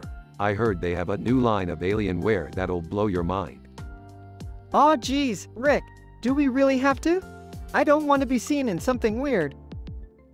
As they enter the store, a woman in a purple coat and black dress catches their eye. She has 2 birds on her shoulders, one of them a majestic eagle. Whoa, Morty, check out the bird lady over there. She's one of the models for this new line. I bet she's got a story to tell. Bird lady, greetings, travelers. Welcome to my humble abode. My name is Serafina, and these are my companions, Huggin and Moonin. Aw, nice to meet you. What's up with the birds? Serafina, these birds are my eyes and ears. They help me stay one step ahead of the game. But enough about me. What brings you to my domain? We came to check out this new Alienware line. What can you tell us about it? Serafina. Ah, yes. The new line. It's quite special. Only those with a discerning eye can appreciate its true value. But beware, for there are those who seek to steal its secrets and use them for their own gain. Oh, okay. That sounds ominous. Is there anything we can do to help? Serafina, indeed, there is. I require your assistance in protecting the secrets of this line. In exchange, I offer you the opportunity to don its beauty and grace. Are you with me? You had me at beauty and grace. Let's do this, Morty. As Rick and Morty assist Serafina in protecting the secrets of the Alienware line, they uncover a sinister plot to steal her birds and use their powers for evil. Drama and hijinks ensue as they team up to foil the villain's plans and save the day. In the end, they emerge victorious, with a newfound appreciation for the beauty and artistry of the Alienware line.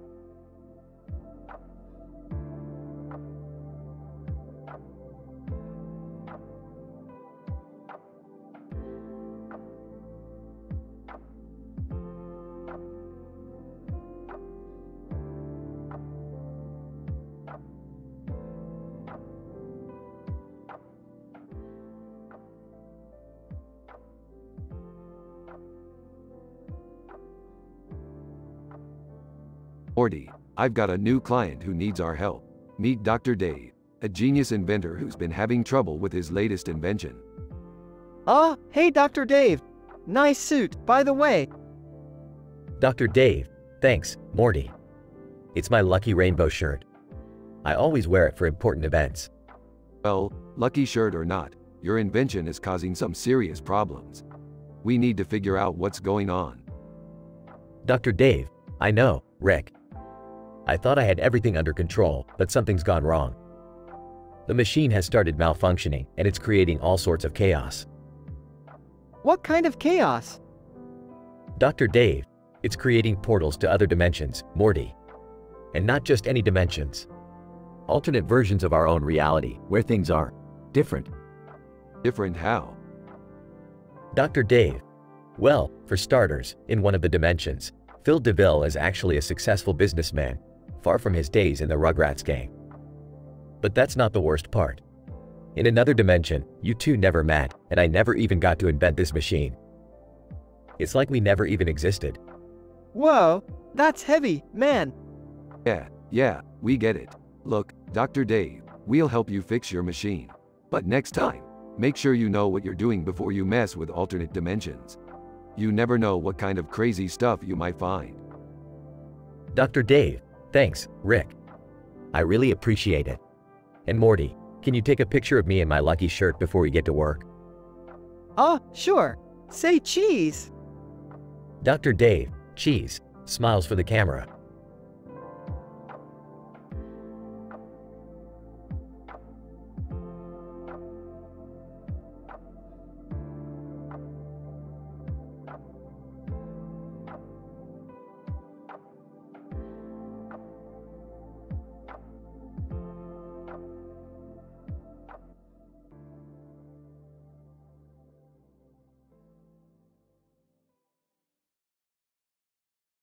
Hey Morty, did you see this poster for the new show with the woman in the red dress?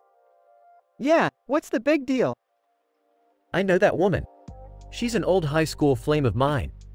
We used to call her Big Red because of her fiery hair.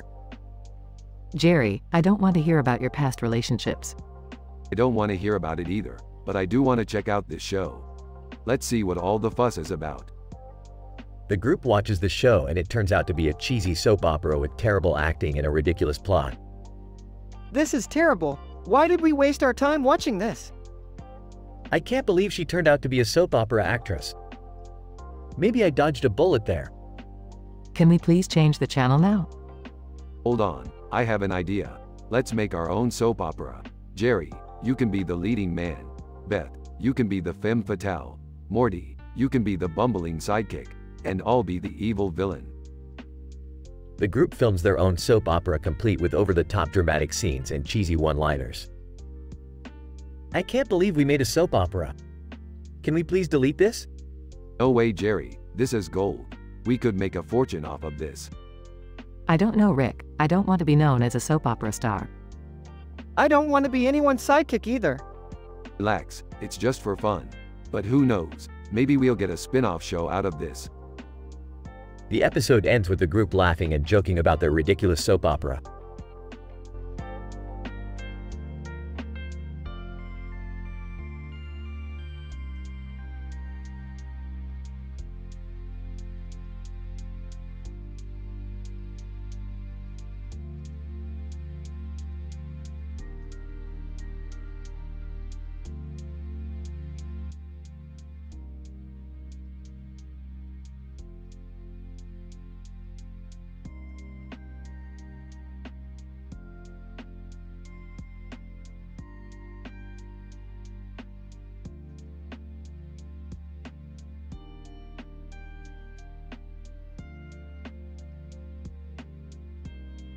Title: The Canine Crusade of Butterfly Hill.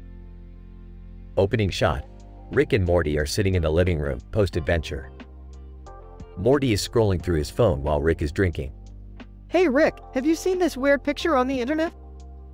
Dude, do you know how many weird pictures are on the internet? Be more specific. Morty shows Rick the image of the armored dog and butterfly. Ah, looks like Mr. Poopy Butthole's new play, The Dog in Shining Armor. Is that really what it's called? Who cares? I'm bored. Let's go check it out. Cut to the theater, where the play is in full swing. The protagonist, Bulldog, is leading a pack of dogs into battle against an evil butterfly queen who threatens their peaceful kingdom. Ha ha ha ha, this is nuts. I don't know, Rick, something feels off here. Like this isn't just a play. Who cares? Sit back and enjoy the ride, Morty. But as the play goes on, the drama becomes more intense. Bulldog is wounded, and the butterfly queen seems unstoppable. Rick, we have to do something. This isn't just a play, it's real. What? That's crazy talk. It's just a bunch of people in costumes. But Morty's fears are confirmed when a group of dogs dressed in armor burst into the theater, claiming that they need Rick and Morty's help to defeat the butterfly queen once and for all. Leader of the dog group, please, you must help us. The butterfly queen is real, and she's destroying our homes. Whoa, whoa, whoa, I didn't sign up for this. I'm not trying to get involved in some weird animal kingdom drama. Time to bounce, Morty. But Morty can't turn his back on the suffering dogs. He convinces Rick to help, and together they enter the magical world of Butterfly Hill. Cut to the final battle. Rick and Morty are riding on the backs of armored dogs, fighting alongside Bulldog and his army. The butterfly queen is powerful, but they manage to defeat her with a stroke of genius. They lure her into a trap with a giant lamp. Ha ha ha ha, that was too easy. Time to bounce, Morty. But Morty has grown attached to the dogs and the magical world of Butterfly Hill. He begs Rick to stay and help rebuild the kingdom. Rick, we can't just leave them like this. We have to help them. Fine, fine. I'll call up Jerry and see if he can help out with the construction work or something. Closing shot. Rick, Morty, and the dogs are sitting together, watching the sunset over Butterfly Hill. You know, Morty, I never thought I'd say this, but I kinda enjoyed that adventure. Yeah, me too. Sometimes it's not about the destination, it's about the journey. Hey, I prefer the destination, but I guess the journey can be cool too sometimes. Fade out.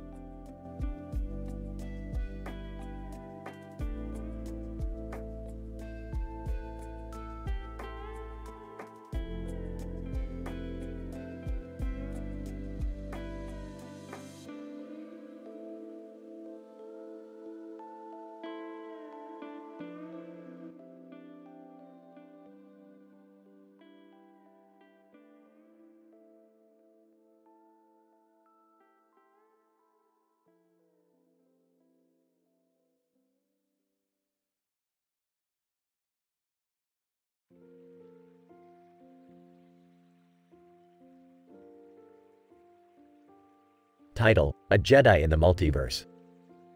The episode starts with Rick, Morty, Jerry, and Summer watching Star Wars and discussing its plot holes.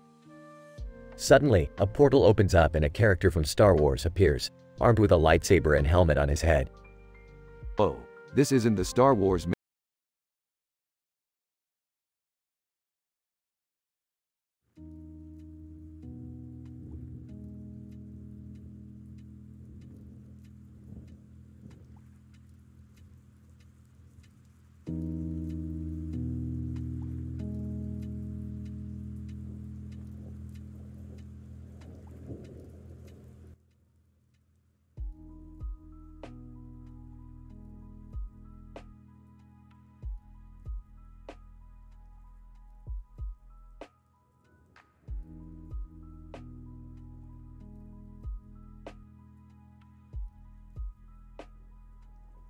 Morty, we're heading to Alpha Centauri.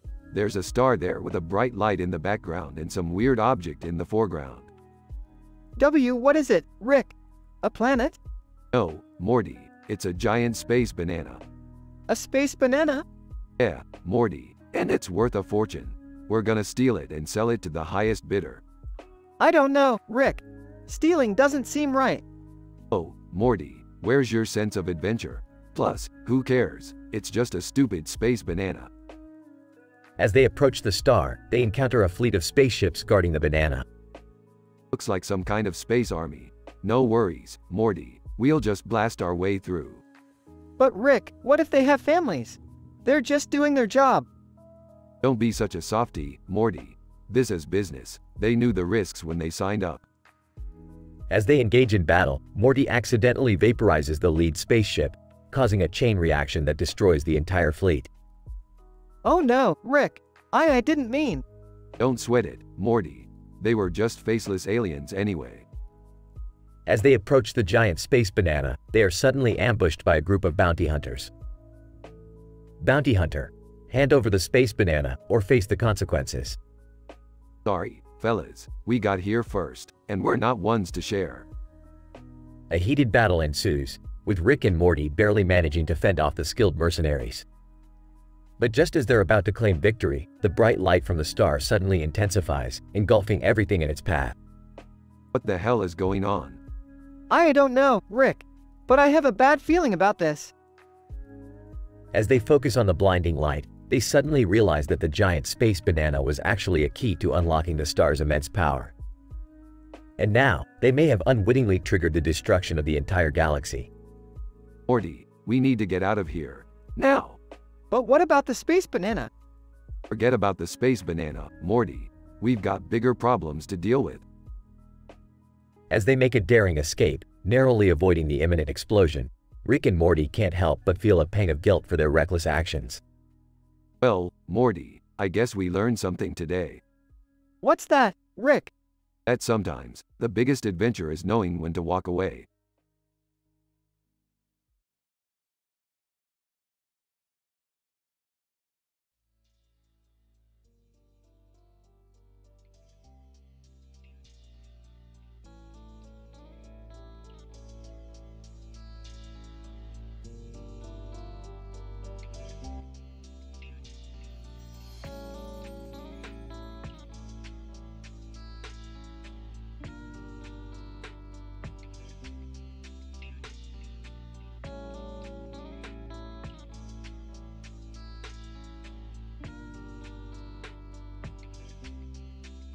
Title: Anime Invasion.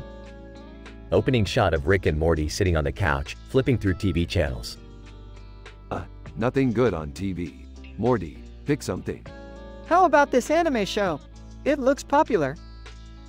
They switch to the anime channel, where they see a group of people wearing costumes of various anime characters. What the hell is this? A cosplay convention? No, it's a protest.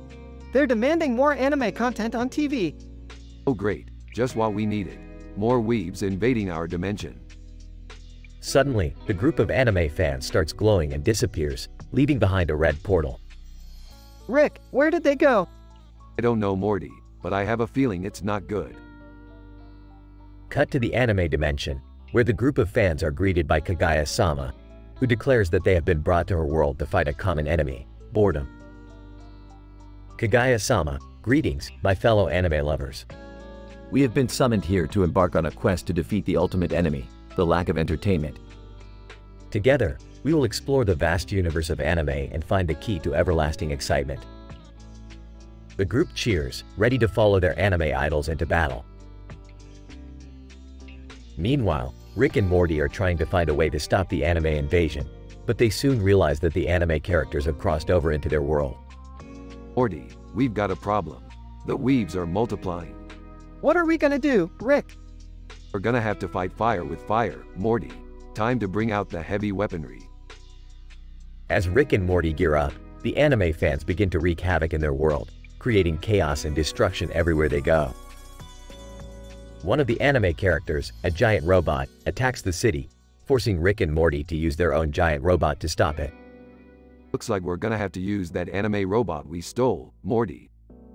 What? You stole an anime robot? Just shut up and help me pilot this thing.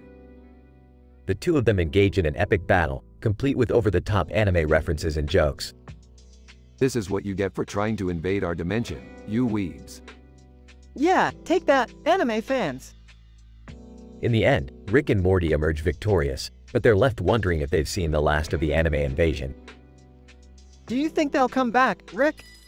Knowing how obsessed these weebs are, I wouldn't be surprised. But hey, at least we know the world is not enough for their anime cravings. Closing shot of Rick and Morty smiling, with the words, "The End," written in anime font.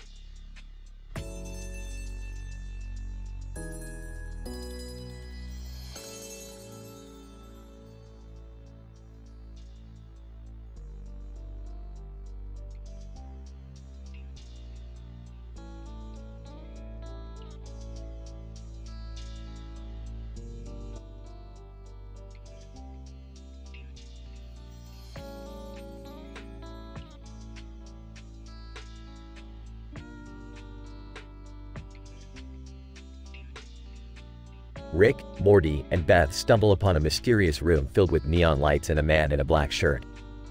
Morty, we must have stumbled upon some kind of futuristic club. But Rick, what about that guy in the black shirt? He's just standing there staring at us. Let's ask him what's going on. The man introduces himself as Tinkles, the owner of the club. He offers them a special drink that will transport them to an alternate universe. Tinkles, this drink will take you to a place you've never even imagined. Are you ready? Who cares? Let's drink it anyway. Oh, I'm not so sure about this. Rick, be careful. You never know what kind of trouble we could get into. They all drink the special drink and suddenly find themselves in a bizarre, psychedelic world filled with talking trees and flying unicorns. Well, this is just great. We're in some kind of LSD trip. I don't think we should have drunk that drink, Rick. I agree. This is too weird even for us. As they try to navigate this alternate universe, they come across a group of aliens who seem to be in trouble. Alien, please, you must help us. Our planet is being destroyed by an evil force. I'm not really in the mood for saving the universe today. But Rick, we can't just let them suffer. Come on, let's do the right thing and help them out. With a little teamwork and a lot of improvisation, Rick, Morty, and Beth are able to defeat the evil force and save the aliens' planet. Tinkles, well done, you three. Looks like you're not just here to party after all. Yeah, can we go home now? I don't think I ever want to leave this weird universe. Let's just be grateful we made it out of here in one piece. As they walk back through the neon-lit club, they realize that sometimes the most unexpected adventures can bring out the best in people, even if those people are a drunken scientist, a nervous teenager, and a worried mother.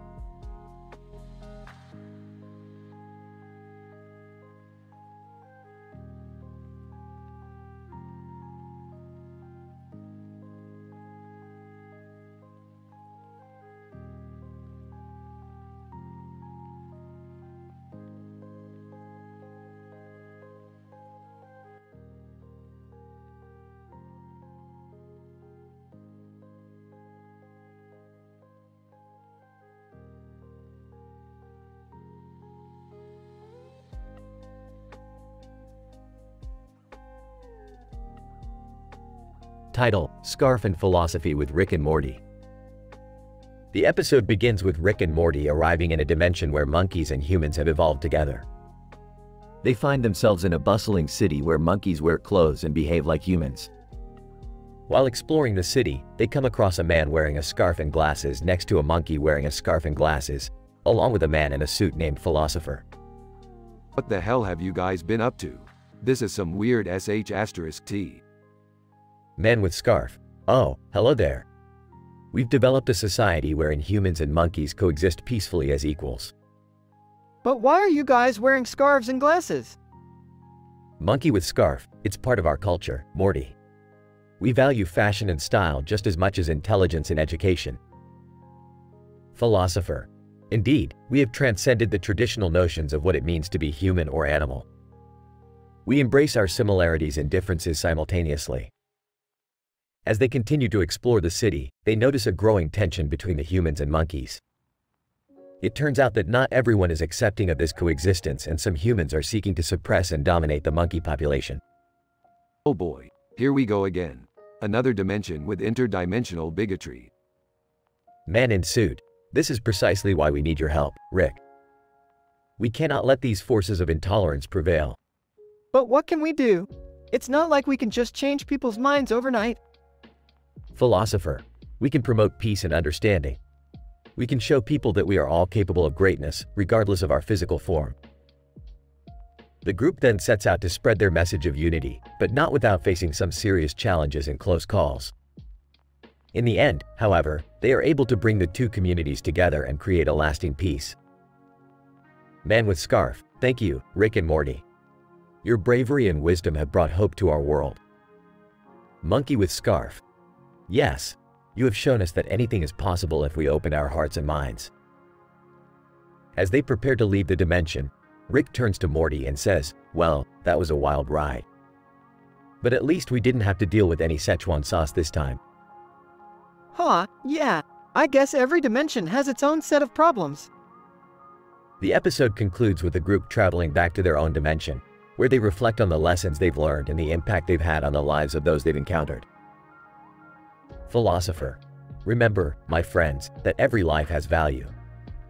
We must strive to embrace diversity and seek knowledge through dialogue and understanding. Yeah, whatever. Can we go get some McDonald's now? Aw geez, Rick, can't we just appreciate what we've accomplished?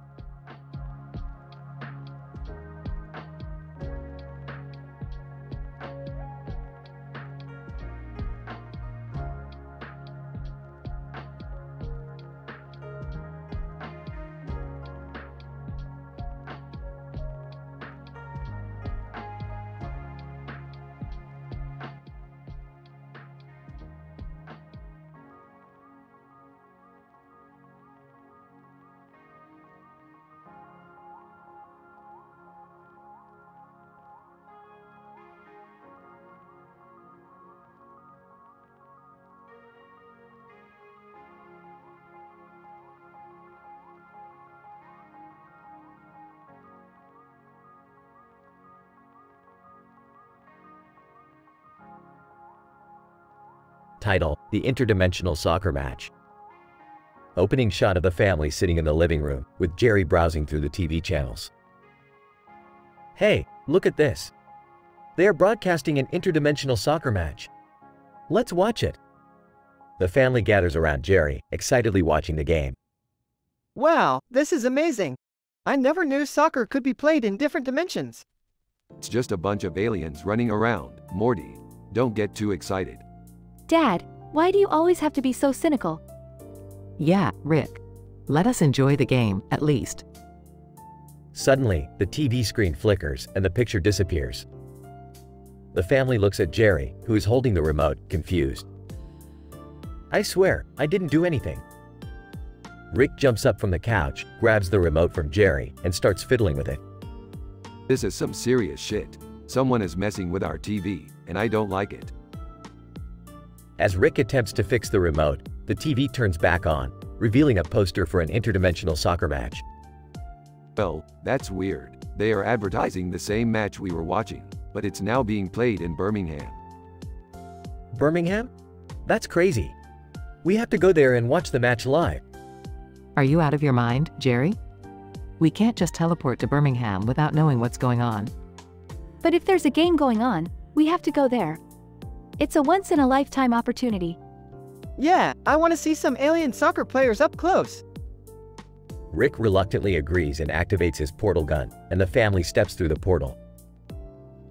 They land in a dark alley near the soccer stadium, where they are met by a group of alien thugs. Thug number 1, you're not from around here, are you?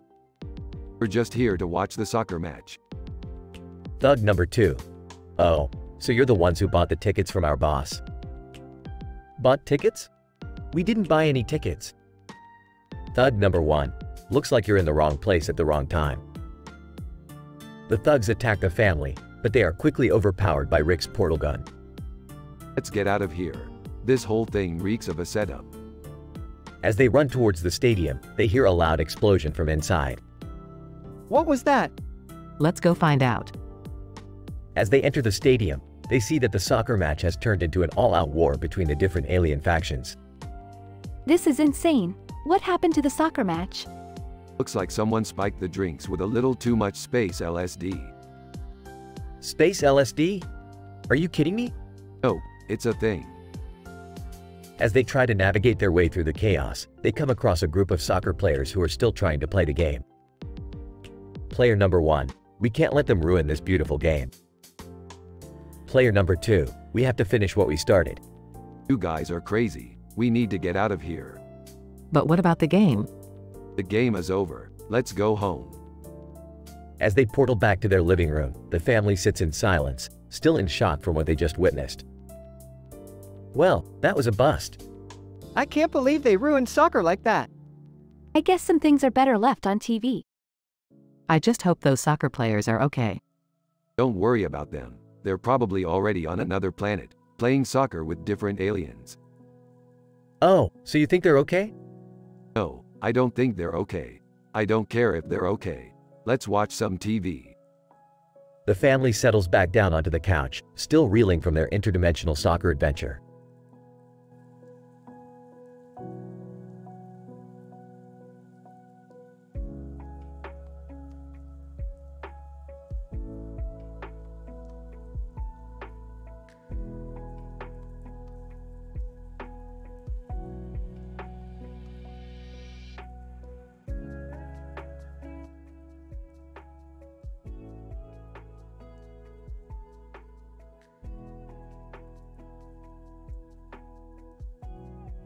Rick, Morty, Beth, and Summer were on their way to a new adventure when they came across a strange woman with red hair and wings on her head. Whoa, what the hell is that? Woman, greetings, travelers. My name is Angelica Pickles. I come from a world much different from yours. What kind of world is that? Angelica, a world of babies where adults are few and far between. But I have come here on a mission. I need your help. What kind of help? Angelica, my friend Phil DeVille has been kidnapped by an evil ruler who seeks to use his engineering skills for his own twisted purposes. Oh man, that sounds pretty intense. Well, we can't just sit back and let some evil bastard mess with our boy Phil. Let's go rescue him. They journeyed to the evil ruler's lair, fighting off all manner of bizarre creatures along the way. Finally, they came face to face with the ruler. Ruler? Aw, so you are the ones who have come to steal my prisoner. Well, you shall not succeed. We'll see about that. A battle ensued, with Rick and Morty using all of their scientific gadgets to fight off the ruler's minions. Angelica used her wings to fly around the room, distracting the ruler.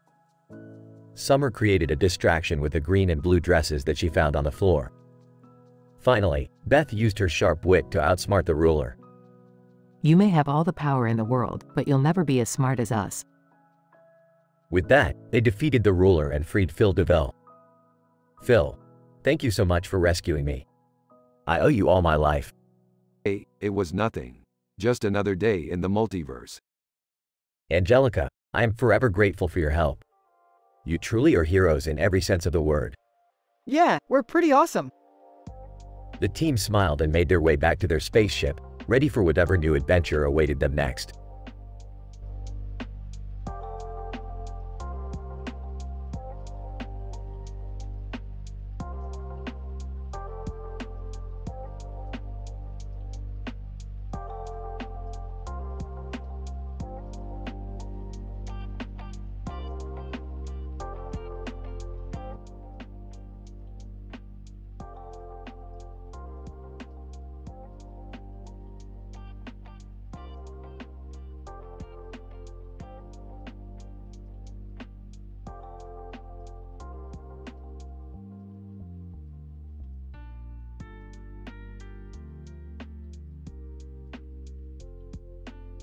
Alright, Morty, we gotta hit up this place for some Burmese food.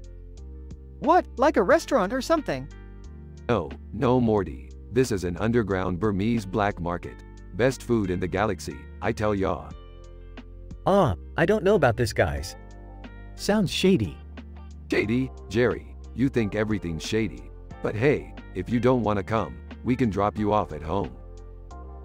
No, I'll come. I could use some adventure in my life.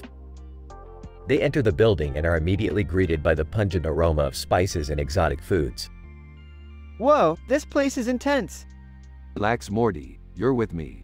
I come here all the time. They approach the first vendor. Vendor, welcome, travelers. What brings you to the Burmese market? Just looking for some grub, my friend. What ya got for us? Vendor, well, we have our specialty dish, the Burmese curry. Made with the finest spices and ingredients from our beloved homeland. Sounds delicious. Yeah, I could go for some curry. Vendor hands them their dishes and they take a seat at a nearby table. So, Jerry, how's life treating you lately? Oh, you know, same old, same old. Except for the fact that my wife left me and my kids don't respect me anymore. Geez, Jerry, that's rough. Chuckles. Yeah, that's why I never got married. Only thing I'm committed to is adventure. As they eat, they notice a group of unsavory characters eyeing them from across the room. Rick, I think we're being watched. Whispers. Just keep eating, Morty. Don't make eye contact. Suddenly, the group approaches them. Leader, hey there, outsiders. What brings you to our market? Just looking for some good food, my friend. Leader, don't play dumb with me. We know you're here for something else. Rick, I think we should go. Yeah, I don't want to get involved with this. Oh no, we're not leaving empty-handed. Pulls out a gun. The group lunges at them and a chaotic fight ensues. Eventually, they emerge victorious. Phew, that was close. But hey, at least we got some good food out of it. I think I'm gonna be sick. Yeah, I think I'm gonna head home now. Suit yourself, Jerry. But remember, the best things in life come with a little danger. As they leave the market, they see a beautiful sunset in the distance. Sighs. You know, Rick, sometimes I wish we could just have a normal dinner without getting into a fight or risking our lives. Smirks. But where's the fun in that, Morty? End scene.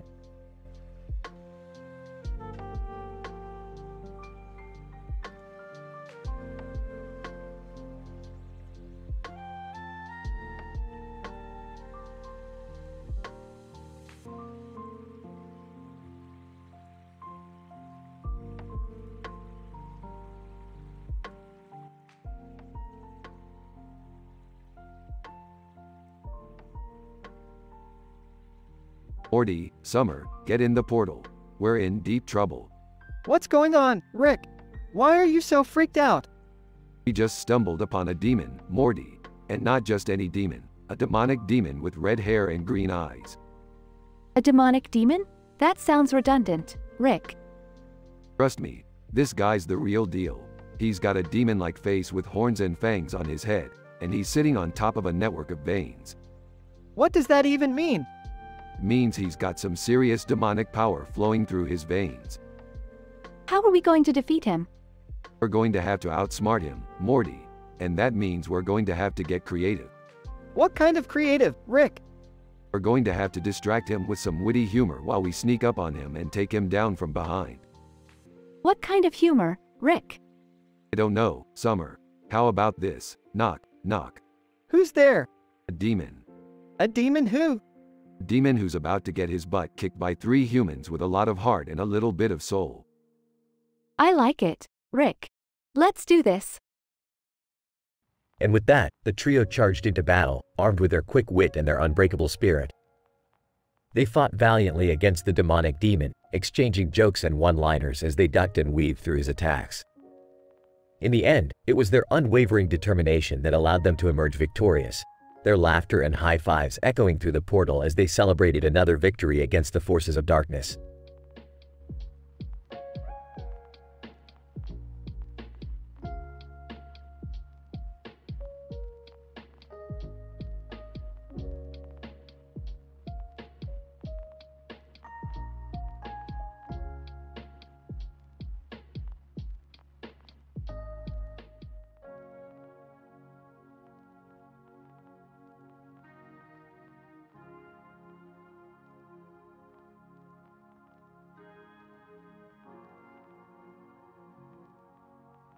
Knocking on the door. Knock knock. Morty. Who's there, Rick? Oragog yoke. What the hell does that even mean? Rick. Smirks. It's a reference to the man in the suit we saw earlier. He was holding a sword and a sign that said, Oragog yoke on my snakes jokes. Sounds like a weirdo to me. Maybe, but what if he's the key to our next adventure? Oh boy, here we go again. Knock knock. Who's there, Rick? Sword. Sword who? Sort of like to go talk to that guy and see what his deal is. Are you serious, Rick? You want to go talk to a sword-wielding maniac? Knock knock.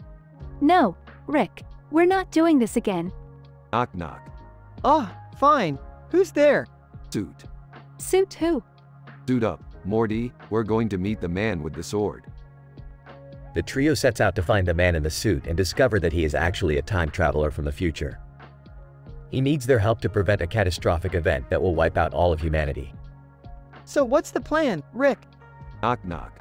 Rick, this is not the time. Knock knock. Who's there, Rick? Snake. Snake who? Snake, we need to get to work and save the world. The group races against time to stop the future disaster and succeed, but not without some close calls and thrilling action. Knock knock. Who's there, Rick? End. And who? End of the line for this adventure, guys. Let's go home. The three return to their normal lives, but can't shake off the adrenaline rush of their time-traveling escapade. They share laughs and memories, but also realize the gravity of their actions and the importance of making a difference in the world. What a ride, huh? I never want to do that again. Knock knock. Oh God, why? Door. Door who? Door closes. Adventure begins.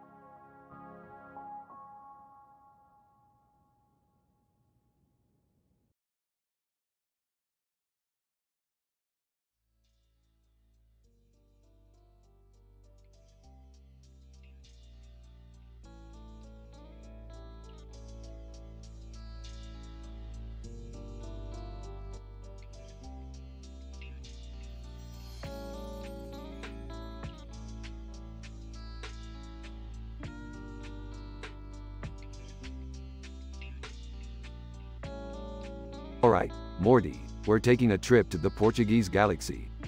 The Portuguese galaxy? What's there? Some big-nosed green aliens that owe me some money. And don't worry, Morty. They're friendly. Just don't make any sudden movements. Rick, I don't think it's a good idea to mess with extraterrestrial finances. Come on, Beth, you're no fun. Plus, I've got a new invention that'll protect us from any alien attacks. Can I come too? Sure thing, Summer. But remember, these aliens are a little strange. As they landed on the planet, they were immediately surrounded by the green aliens.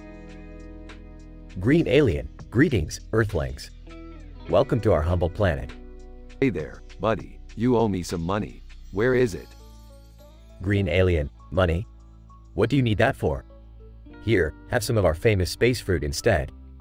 Ah, Rick, I don't think we should eat that. Shut up, Morty, you're not the boss of me. But as they bit into the fruit, they began to feel woozy and disoriented. Rick, something's not right. I agree. We need to get out of here. Green alien, leaving so soon? We were just getting started. Damn it, Morty, I should have listened to you. As they stumbled back to the spaceship, they heard a loud crunching sound behind them. What the hell is that? Turning around, they saw the green aliens devouring their own planet, the grins on their faces wider than ever before. Oh my God, Rick, we have to get out of here. I'm starting to see why you don't mess with extraterrestrial finances. Yeah, can we please leave now? Fine, fine, jeez. But first, one more thing. As they blasted off into space, they heard a loud belching sound behind them. That's right, bitches. I stole their spaceship. Rick, I'm starting to think you have a problem with stealing. Shut up, Morty, you're not the boss of me.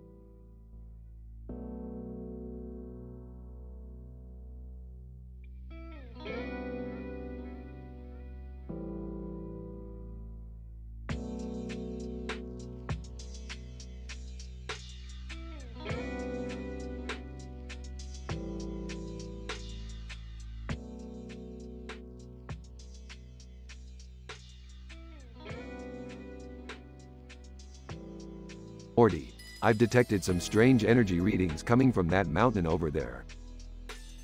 Do we really have to go check it out, Rick? It looks pretty dangerous. Of course we do, Morty.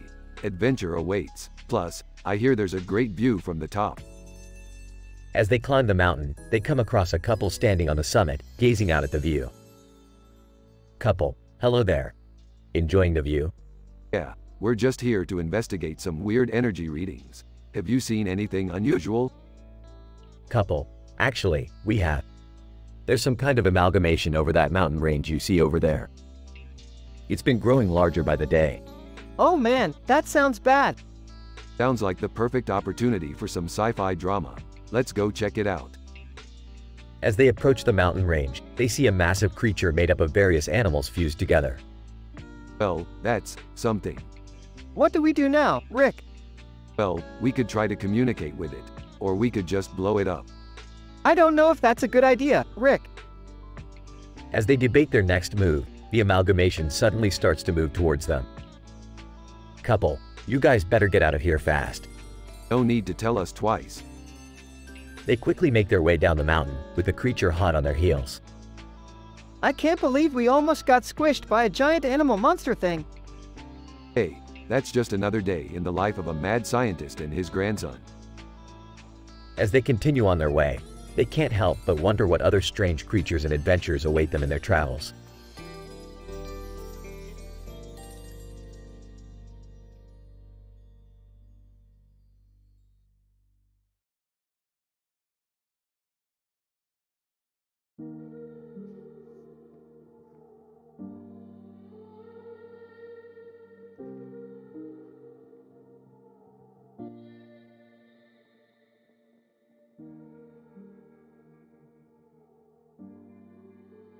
Title, Knock Knock, Who's There? Rick and Morty are in the living room staring at a poster of a woman holding a gun, with strange characters in the background. Knock knock. Who's there? The woman on the poster. The woman on the poster who? The woman on the poster who's gonna shoot somebody if we don't get moving.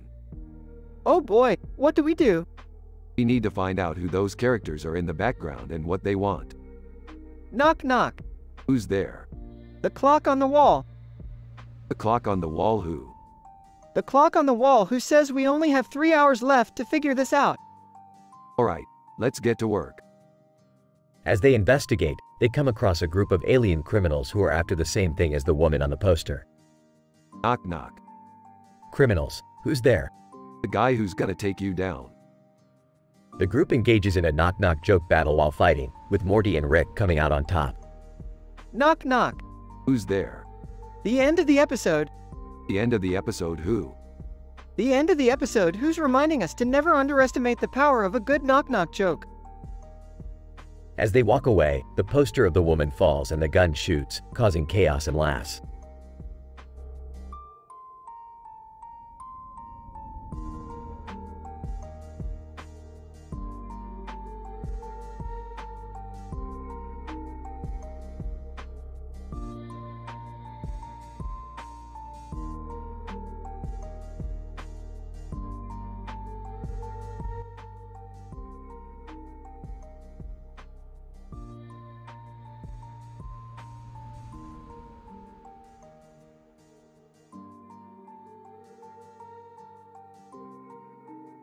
Morty, we're going on a new adventure. Oh boy, where are we going now, Rick? Count me in, Dad. Rick takes his family on a teleportation adventure to a planet with a strange artifact. When they arrive, they see a mysterious figure with green eyes and a curtain covering their face, standing before the artifact. Who are you? Curtain Lady, you dare to question me, mere mortals? Hey, don't talk down to us like that. Curtain Lady, very well. I am the guardian of this artifact. It holds the power to activate all music across the universe. Music? Like Pink Floyd and stuff? Curtain Lady, yes, among others.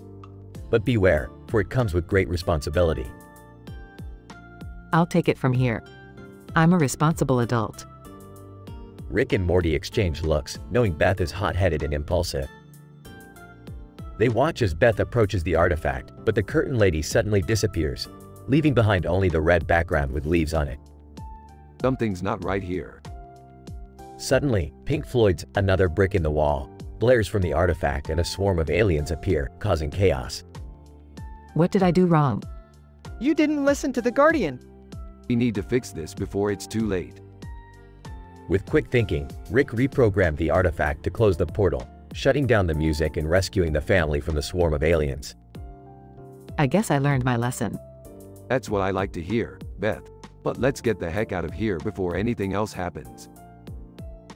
As they leave the planet, the Curtain Lady reappears, revealing herself as a magic being that watches over the universe's music.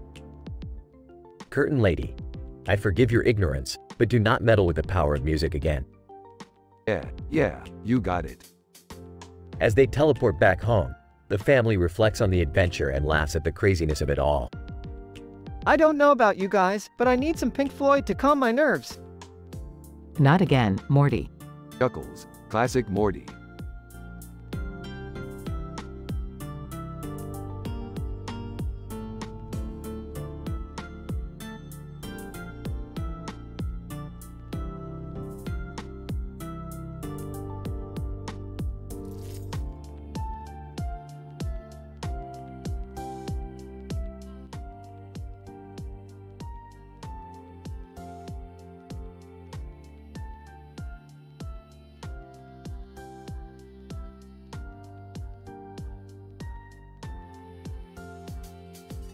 Morty, we need to go to that pyramid with the neon lights.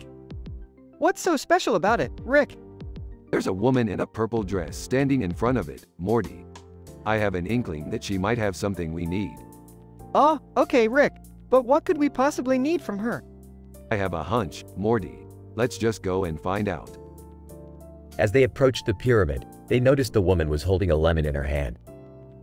Ah, I see. She's dealing in lemons. She must be the one who has the legendary lemon that we need for our latest project.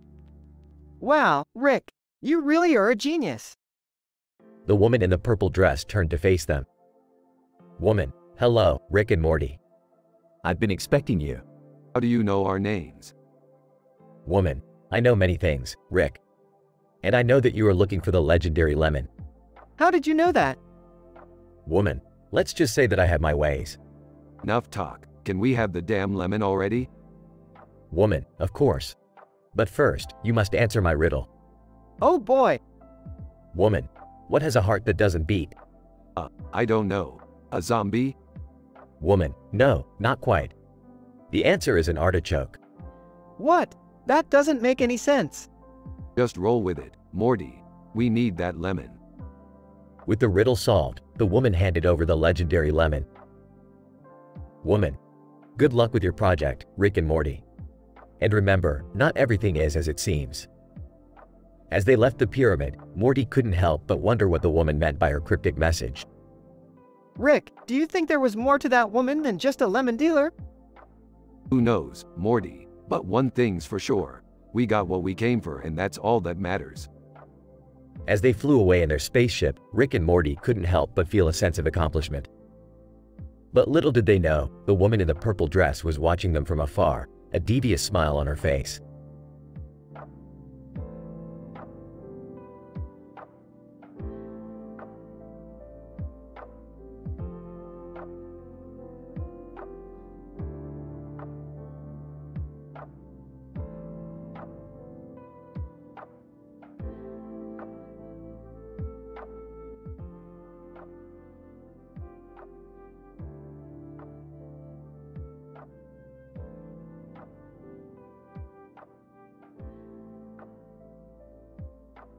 Hey, Rick, have you seen this new meme?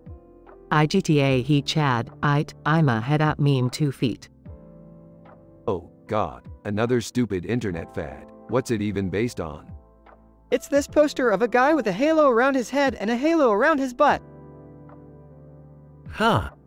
That's hilarious. I've got to share that with my coworkers. I don't get it. What's so funny about it? It's a dumb joke, Summer. Don't worry about it.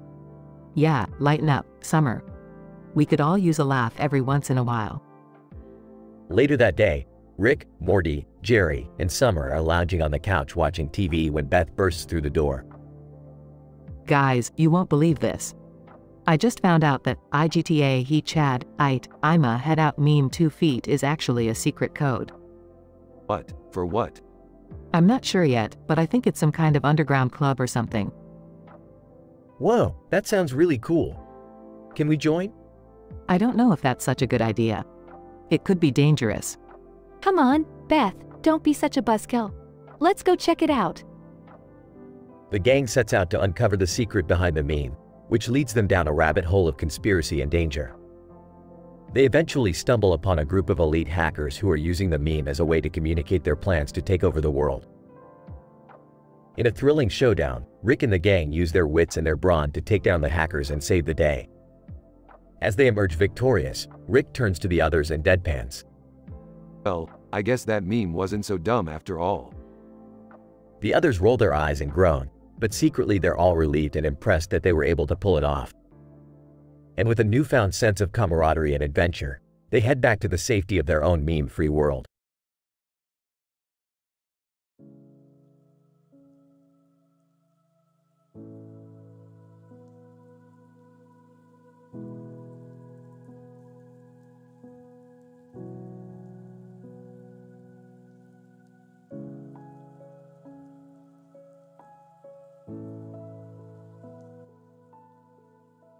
Knock knock. Who's there, Rick? Coffee. Coffee who? Coffee, who cares? I've got a mission for us. What kind of mission, Rick? Rick shows them the poster for the science fiction novel. That looks interesting. What's the mission? We're going to find the author of this book and convince him to write a sequel. Why do we need to do that? Because the ending was a cliffhanger and I need to know what happens next. Are you serious, Rick? That's your reason? Hey, everyone's got their priorities. You coming or not? The group agrees to go on the mission and they travel through space to find the author. Along the way, they encounter various alien species and have to use their wits to get out of dangerous situations. During a pivotal battle, the author is fatally wounded and asks Rick to finish the sequel for him. Rick reluctantly agrees, but struggles to come up with a satisfying ending. Eventually, he has a breakthrough and finishes the sequel. The group returns to Earth, satisfied with their mission accomplished.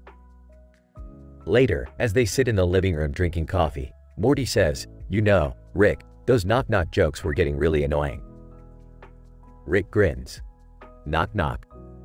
Everyone groans. The end.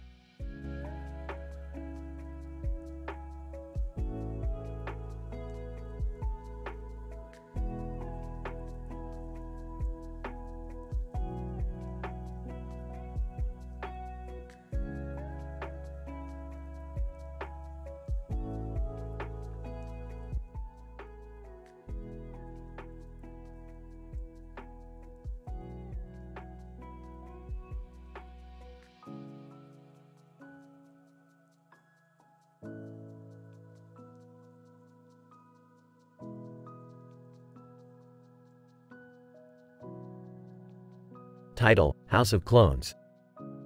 Opening shot of Rick, Morty, and Summer sitting in the living room watching TV.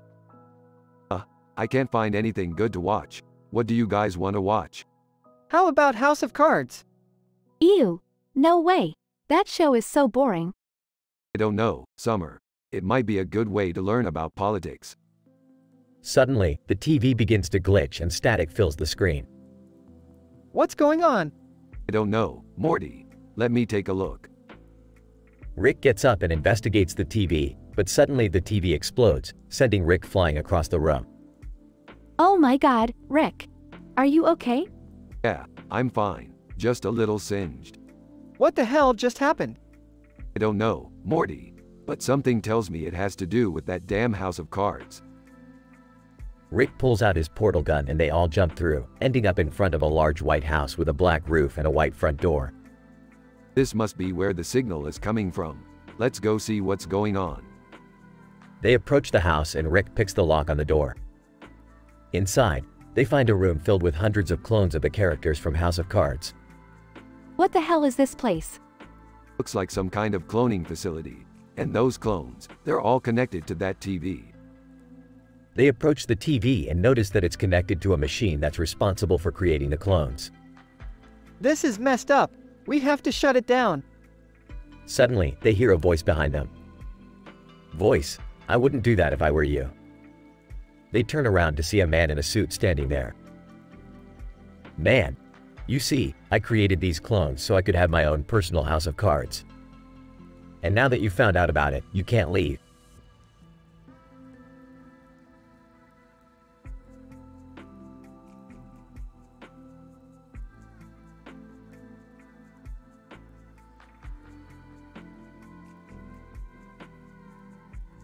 Oh, we can leave all right, but not before we shut this place down and free all these clones. The man pulls out a gun and a shootout begins. Rick, Morty, and Summer manage to take down the man and destroy the machine. Well, that was fun. Let's get out of here. Rick activates his portal gun and they jump through, ending up back in their living room. So, what do we watch now? How about some good old-fashioned interdimensional cable? Oh boy, here we go again. They all sit back and enjoy some mindless TV, glad to be home and safe once again.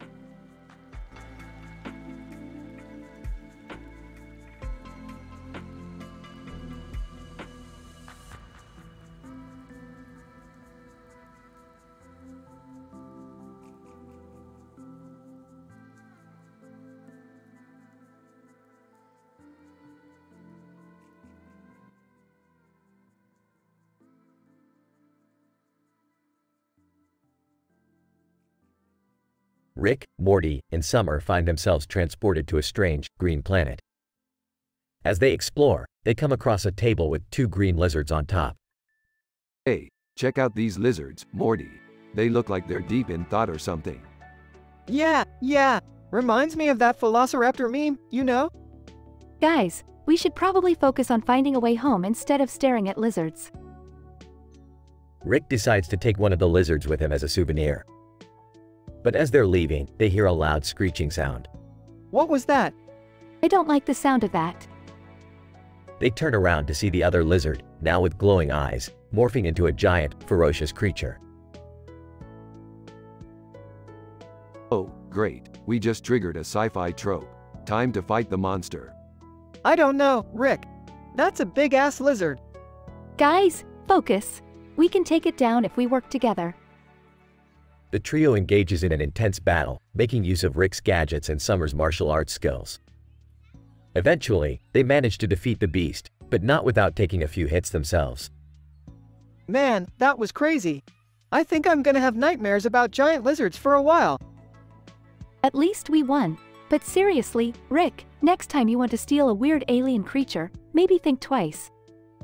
Whatever, Summer. I'm sure I can sell this thing for a good price in the black market. As they prepare to leave the planet, the group takes one last look at the Velociraptor lizards, wondering what secrets and dangers still lurk within the universe.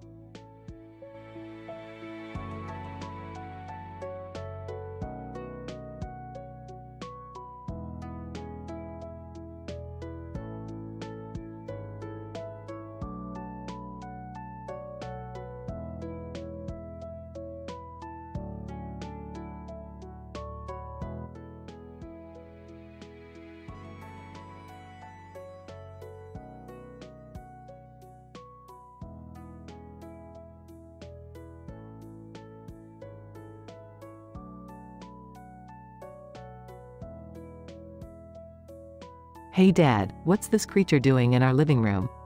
That's not just any creature. That's a Valkyrie, Morty. A Valkyrie? Like in Norse mythology? Yep, and she's got some important business with us. Valkyrie, my name is Brynhilder, and I've come to offer you a mission. A mission? What kind of mission? Brynhilder, the Chain Gang has escaped from Valhalla, and they are wreaking havoc on Earth. As champions of the multiverse, I am asking for your help to stop them. The Chain Gang? I think I've heard of them before. They're some of the toughest, most dangerous beings around. We're not exactly the best at fighting, Dad. Speak for yourself, Morty. I invented a weapon that can turn anything into a deadly weapon. Alright, let's help. But first, can someone please explain to me why there's a woman dressed like she's going to a Ren fair standing in our living room? Brynhilder, I am a Valkyrie, chosen by Odin to escort fallen warriors to Valhalla. And in this case, to stop the chain gang. We'll help you out, but on one condition. You have to teach us how to make those wings work. Dad, this is serious. People are getting hurt. Yeah, enough with the jokes. Let's save the world. As the group sets off to stop the chain gang, they encounter numerous obstacles and enemies along the way. But with Brynhilder's guidance and Rick's arsenal of weapons, they manage to defeat the chain gang and save the world from destruction. Phew, that was intense. I need a drink. Brynhilder, I must return to Valhalla and report to Odin. Thank you for your help. Hey, before you go, can you at least tell us how those wings work? Brynhilder, it's all in the wrist. As Brynhilder takes off into the sky, the group reflects on their adventure and the lessons they learned about bravery and teamwork. And of course, Rick makes a few more jokes about the whole thing. The end.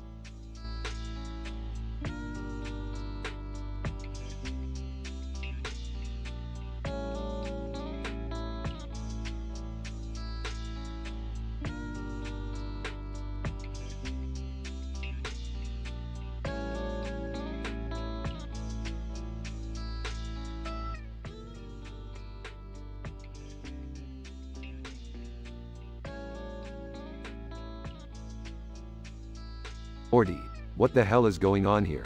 Why are these Norse gods trying to stop jaywalking? I don't know, Rick. Maybe they're trying to fit in with our society? That's ridiculous, Morty. Something fishy's going on here. Pauses. Hey you, points to the green demon.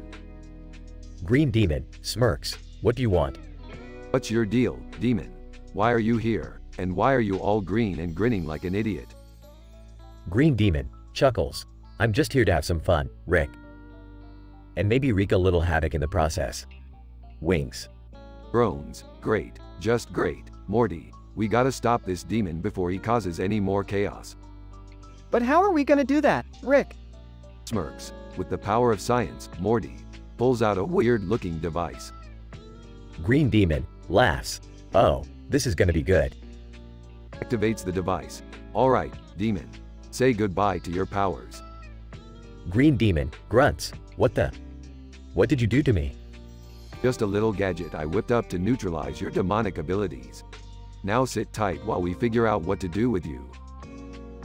Green Demon pouts. Fine. But I'm not done causing chaos yet, Rick.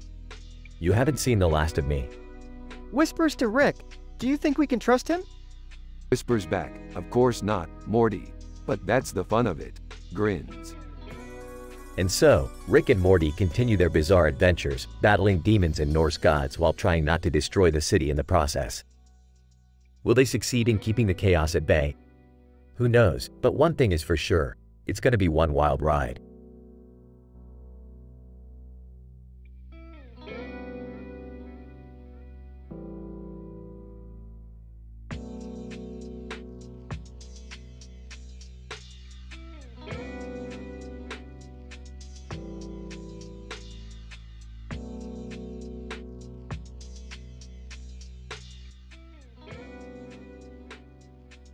Summer, Morty, get over here. I found something interesting on the scanner.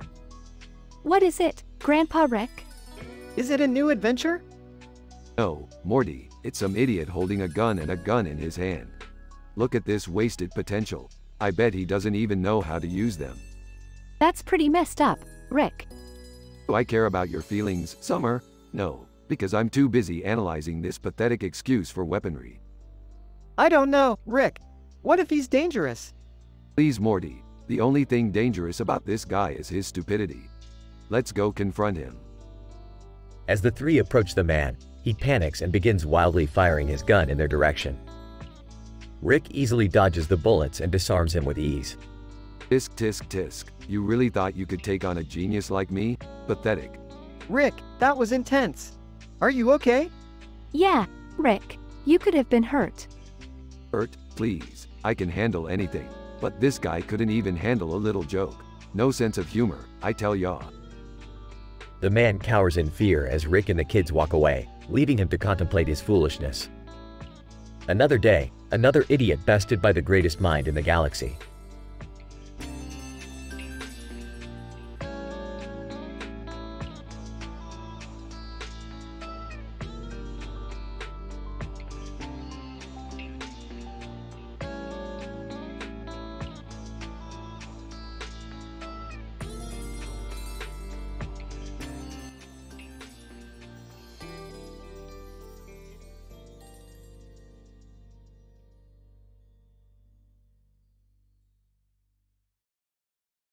Morty, check out this clock with animals and birds on it.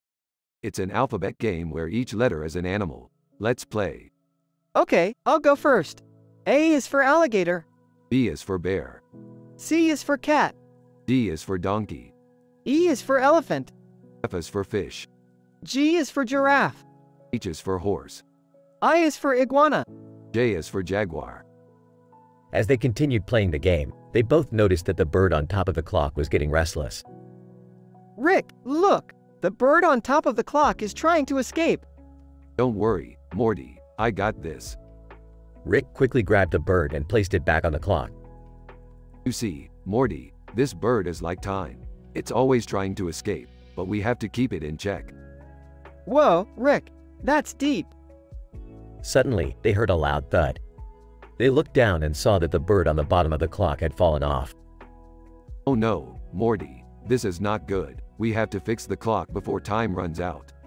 But how are we going to do that, Rick? Don't worry, Morty, I have a plan. They both worked together to fix the clock and save time. In the end, they were able to put the bird back on the bottom of the clock and everything worked perfectly. We did it, Rick. We saved time.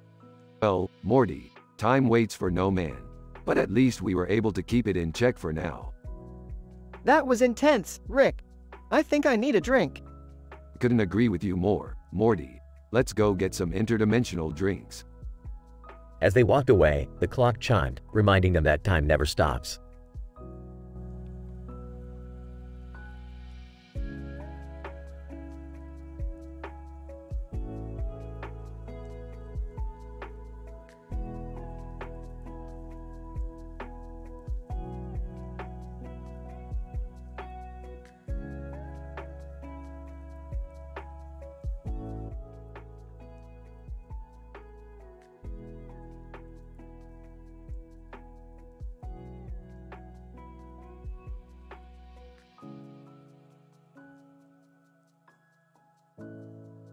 Title: Knock Knock Knocking on Troubled Faces. Rick, Morty, and Summer were having a regular day in the lab when they heard a series of knocks on the door. Morty went to answer it and found a strange-looking man on the doorstep. Man, knock knock. Who's there? Man, boo. Boo-hoo. Man, don't cry, Morty, it's just a joke. Can I come in? Sure, why not? We weren't doing anything important anyway. As they all went back to the lab, the man introduced himself as Mr. Wobbles and explained that he was from a dimension where everyone had strange faces. But they needed a new energy source to keep their world from collapsing. And you came to us because… Mr. Wobbles, because you're the smartest people in the multiverse, of course. Well, we do have a few spare energy cells lying around. But first, we need to play a game. What kind of game? The alphabet game. Each letter is a different knock-knock joke. You go first, Mr. Wobbles. Mr. Wobbles, knock knock. Who's there? Mr. Wobbles, Arch. Arch who? Mr. Wobbles, bless you, Rick, I knew you'd sneeze. Everyone laughed except for Summer, who was growing increasingly annoyed with the man's weird face and even weirder jokes. But when they finally managed to finish the game, Mr. Wobbles was grateful enough to give them the energy cell.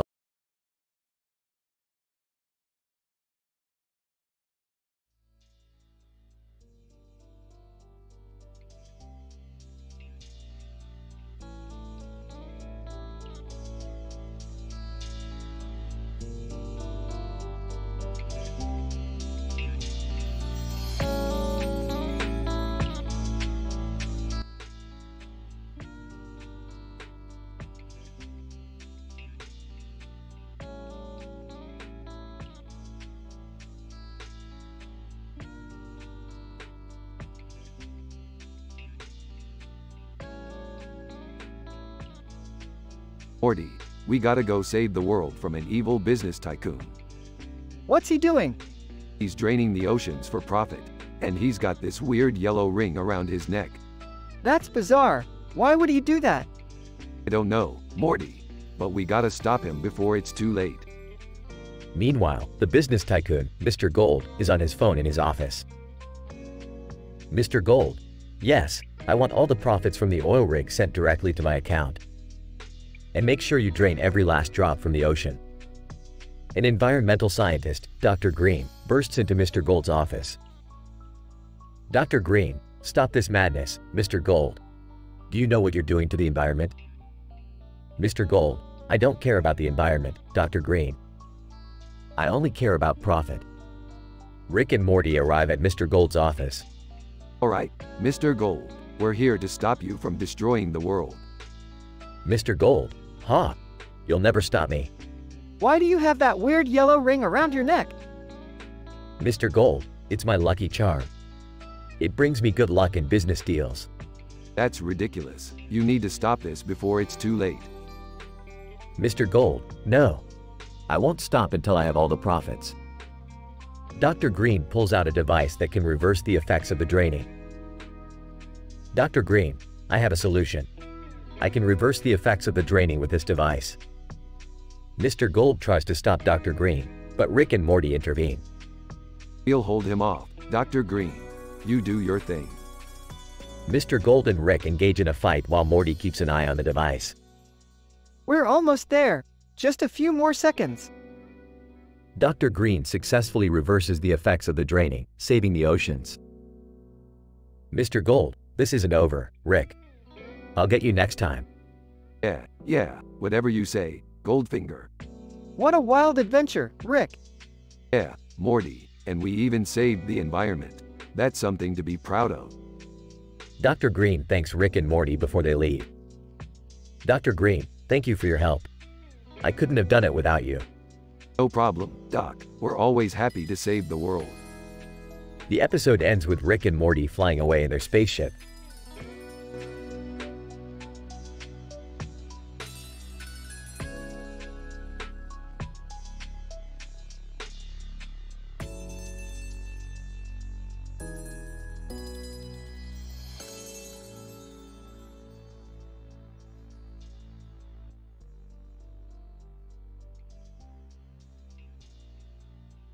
Hey Morty, I need your help on a really important mission. Sure, Rick. What do you need me to do? Rick ignores Morty and focuses on the character with a speech bubble above his head. Hey, what's your name? Do you know anything about this portal technology? Character with speech bubble. Actually, Rick, I do. I've been studying it for years. Morty becomes increasingly frustrated and desperate for Rick's attention. Rick, what about me? I'm your sidekick. Don't you need my help too? Rick continues to ignore Morty and works with the other character. Character with speech bubble. This should do the trick. Let's test it out. As they test out the portal technology, something goes wrong and they end up in a dangerous situation. Panicking. Morty, I need your help now. Defeated? Really, Rick? Now you need me? Despite Morty's initial frustration, he ends up saving the day and proving his worth to Rick. Impressed. Morty, I guess you're not so useless after all. Smiling, thanks, Rick. It's about time you noticed. Jokes and drama throughout, with a focus on Morty's desperation for Rick's acknowledgement and his eventual triumph in the end.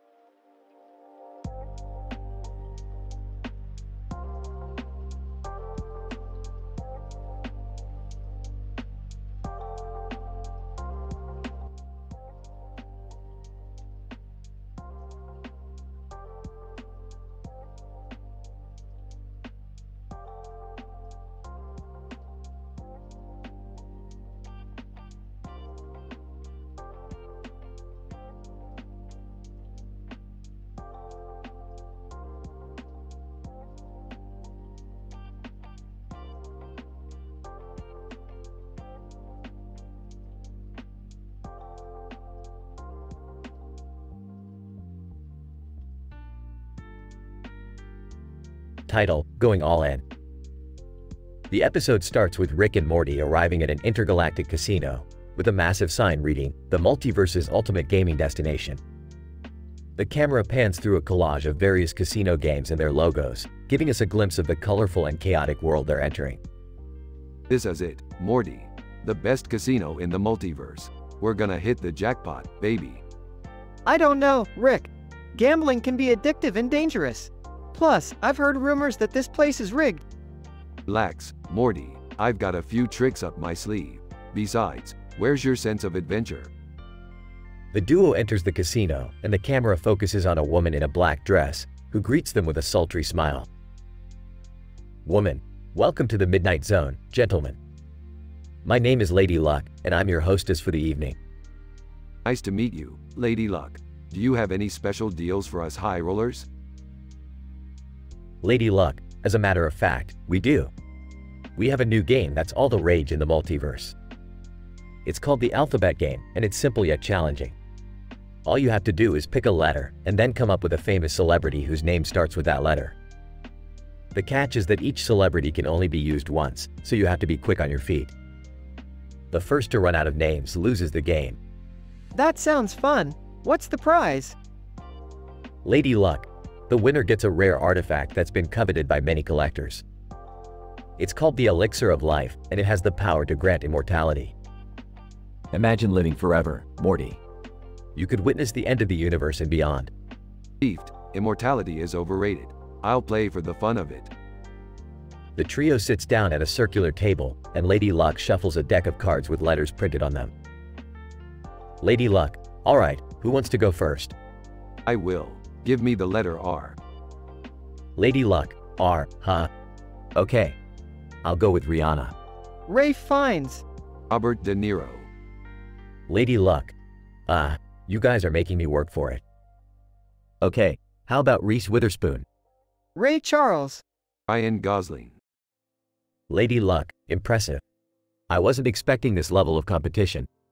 Let's see. Rachel McAdams. Ron Howard. Robert Downey Jr. Lady Luck, alright, I think I'm running out of options. How about Robin Williams? Rip, man, but you're out of names now. Looks like we have a winner, Morty. Thanks for the game, Lady Luck. Lady Luck, congratulations, Rick. You're the first to beat me in the alphabet game. I have to admit, I'm impressed. Here's your prize. Lady Luck hands Rick a small vial containing a glowing green liquid.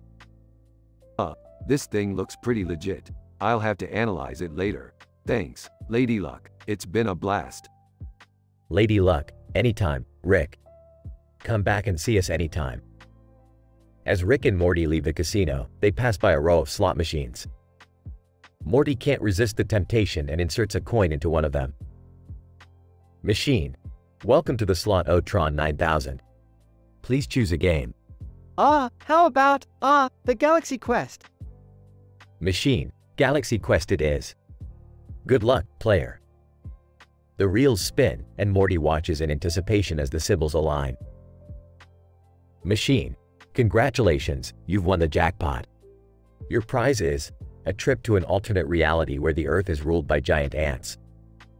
What? No, I don't want that. Told ya gambling was risky, Morty. Let's get out of here before we end up in a universe where the sky is made of lava or something. Yeah, good call, Rick. Let's go home. As they walk away, the camera zooms in on the glowing green vial in Rick's hand, hinting at the potential consequences of their latest adventure.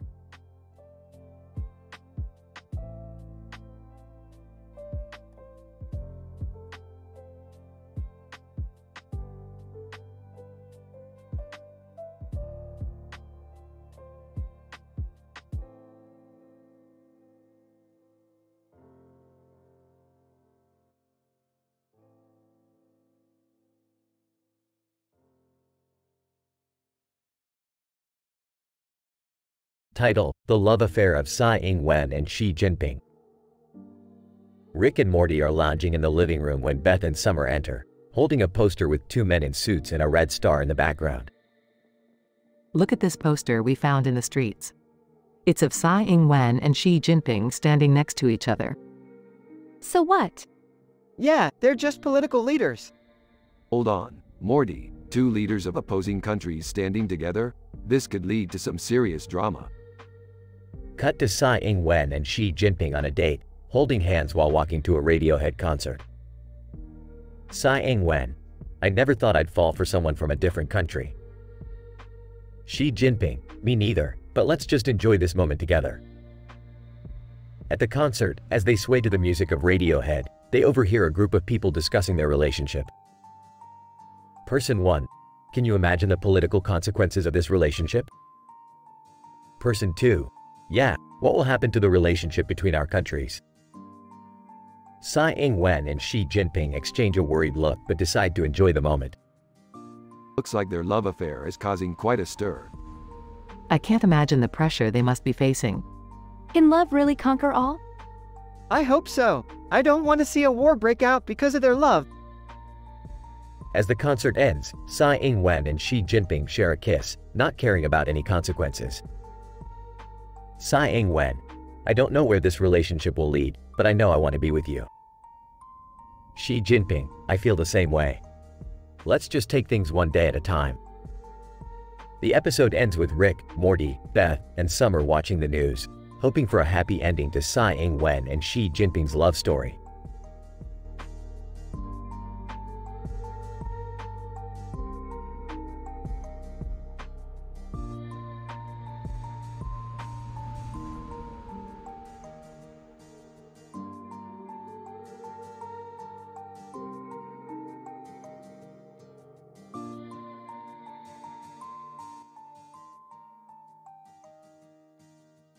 Morty, we've got a problem. There's this weird cartoon character with a green light on his face and a mysterious man in a top hat with the same green light. Yeah, Rick, what do we do about it? Ignore it. What? How can we just ignore something like that? Easy, Morty, we're scientists. We don't have time for this childish nonsense. But Rick, it's getting worse. They're multiplying and spreading all over the place. I said ignore it, Morty. If we acknowledge their existence, they'll just continue to bother us. But Rick, we can't just ignore everything. What about the people who need our help? The people who need our help will have to wait. Right now, we've got a bigger problem to deal with. But Rick, I'm getting really desperate here. I feel like I'm going crazy. Desperation is weakness, Morty. You need to toughen up and push through it. I can't take this anymore, Rick. I need your help. Fine, Morty. I'll acknowledge your existence for a moment, but only because I'm feeling generous. In the end, Rick solves the problem with his genius thinking and Morty continues to feel unheard and unappreciated by his brilliant grandfather.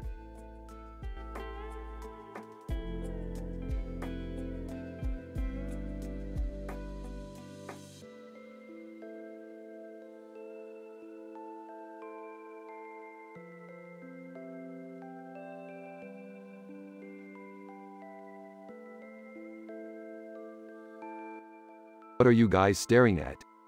This poster for the new sci-fi movie looks pretty cool. I don't get it.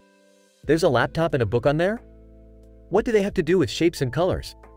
It's a metaphor, Jerry. Like how your life is a series of meaningless distractions that distract you from your ultimate purpose. Oh, I think the book and laptop represent knowledge and technology, which are important in the future. Yeah. Save it for the book club, Morty. We've got a mission to go on. what kind of mission? To find the person who stole my portal gun and get it back. I thought we were going on a vacation. Vacation can wait, Morty. We've got a world to save. Can I come too? Sure, Jerry. Just remember to bring your A game. We're not dealing with amateurs here.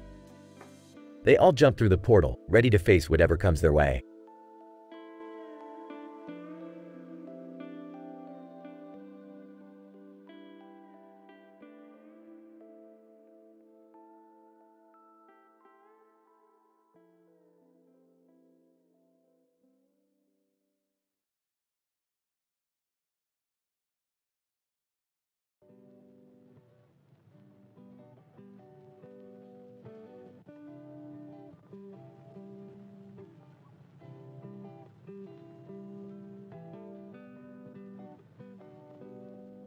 Oh, Tsai Ing-wen and Xi Jinping on a poster together?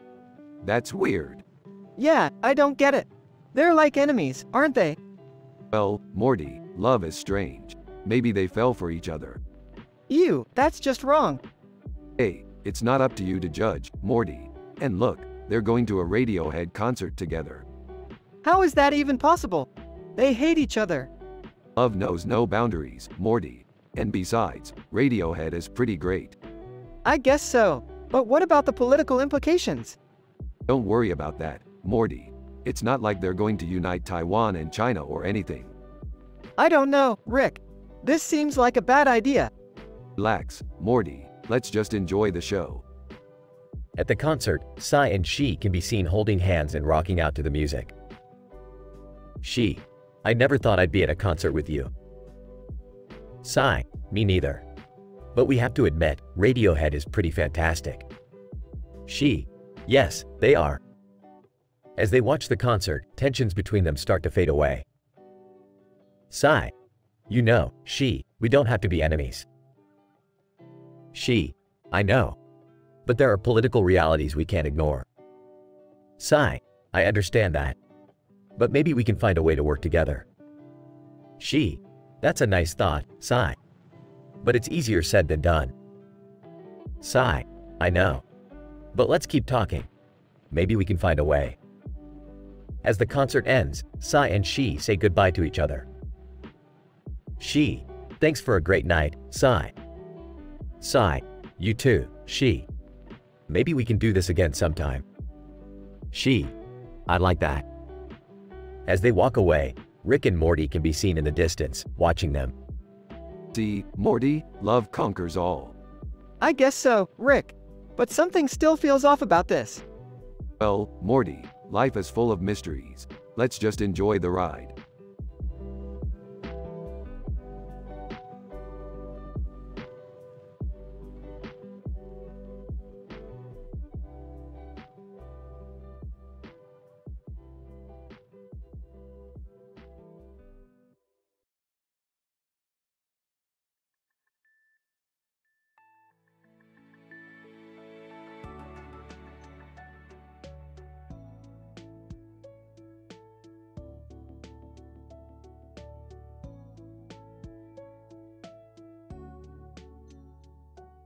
Hey Rick, what's up?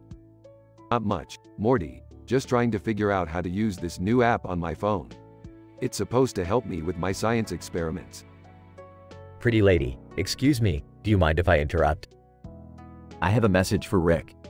Sure, go ahead, pretty lady. Pretty lady, Rick, I need your help. My speech bubble is giving me a headache and I don't know what to do. Speech bubble? What are you talking about? Pretty lady. Oh, sorry, I forgot to introduce myself. I'm Amy, and I have this weird condition where I have a speech bubble on my head that shows what I'm thinking.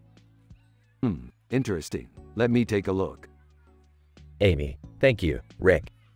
I've been to so many doctors, but nobody seems to know what's wrong with me. Well, let's see if science can help. Wait, why are we helping her? We're supposed to be working on your experiments. Morty, there's more to life than just science. Sometimes we have to help people in need. Amy, thank you, Rick. You're the best. Don't mention it, pretty lady. Let's get to work. After a lot of scientific experiments and tests, Rick figures out a way to cure Amy's condition. Amy. Oh my God, Rick, you did it. The speech bubble is gone. Yes, Amy, I did it. But don't forget to give credit to science. Wow, that was intense. I didn't know science could be so emotional. Well, Morty, science is not just about formulas and equations. It's about making a difference in people's lives. Amy, thank you, Rick. You're my hero. Don't mention it, Amy. Just remember to keep science in your heart and mind. Wow, Rick, you're so philosophical today. Well, Morty, sometimes even a crazy scientist like me needs to get in touch with his feelings. As they walk away, Amy thinks to herself with a smile. Amy, thank you, Rick. You're not just a pretty face.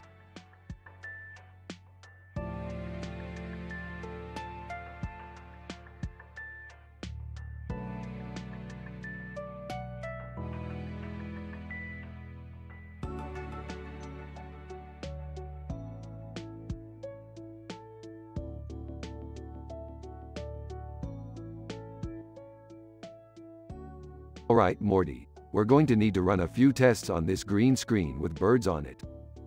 Oh, okay, Rick. What kind of tests? Excuse me, what's going on in here? We're testing this green screen with birds on it, Beth. It could be useful for future adventures. I don't see how a green screen with birds on it could be useful. You never know when you'll need to blend in with a flock of birds, Beth. Now, let's get started. Whoa, there are a lot of birds flying around now. Yes, Morty, that's the point. We need to test the screen's ability to handle large amounts of movement. Can't we just use a regular green screen? Don't question my methods, Beth. Now, everyone stay still for a moment. Rick presses a button and suddenly all the birds on the green screen fly away in different directions, revealing the numbers underneath. Whoa, what just happened? The screen has a hidden feature, Morty. It can display hidden messages when the birds are disturbed. This could be incredibly useful in decoding secret messages. Okay, now I see the potential in this green screen. As they continue to test the green screen, they discover more and more hidden features, leading them on a wild adventure full of jokes and drama.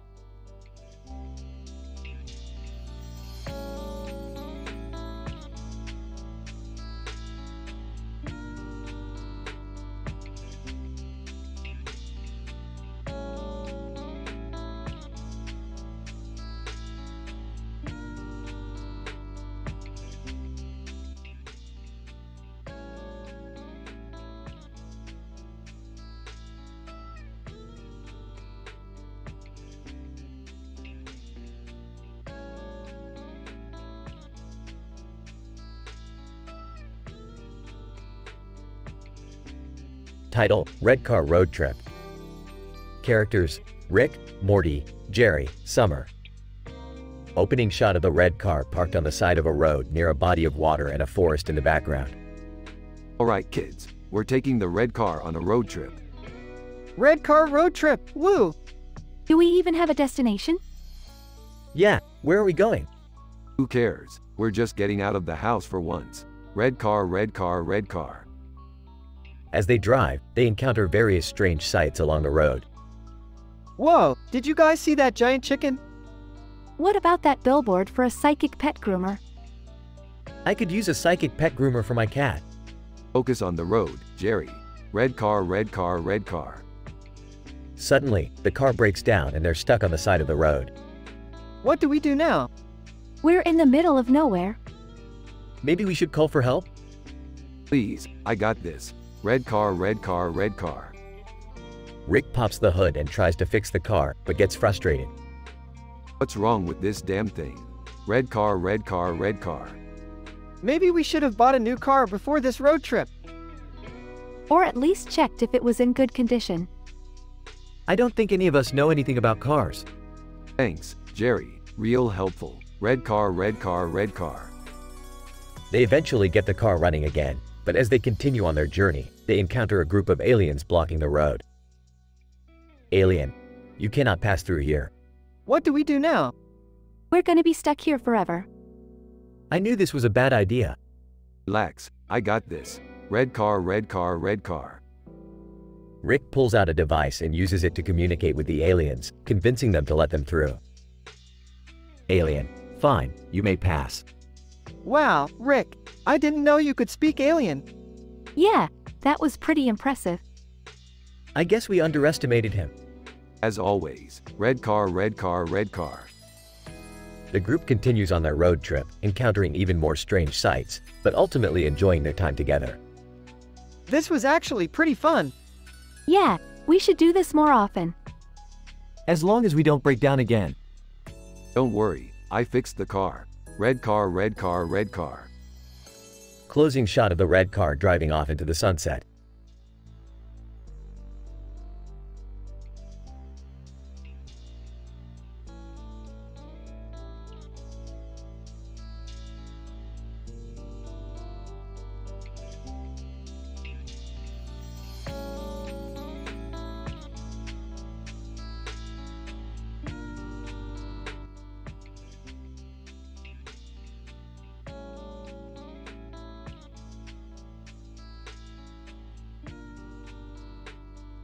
Title: The Pretty Lady. Opening shot of Rick and Morty walking down a busy street. They suddenly stop as they notice a stunningly beautiful woman walking past them. Pretty lady, pretty lady, pretty lady. Morty, look at that fine piece of Rick, don't be creepy. Oh come on, Morty. She's a babe. What's wrong with you, Rick? You can't just objectify women like that. They continued walking until they reached a portal that led them to another world. Enough about that, Morty. Let's go on an adventure. As they were about to step into the portal, the beautiful woman from before suddenly appears in front of them. Pretty lady, excuse me, can you guys help me? I'm lost and I need to get back to my planet. Pretty lady, of course we can help you. As they were about to embark on their mission, Rick couldn't help but make passes at the woman.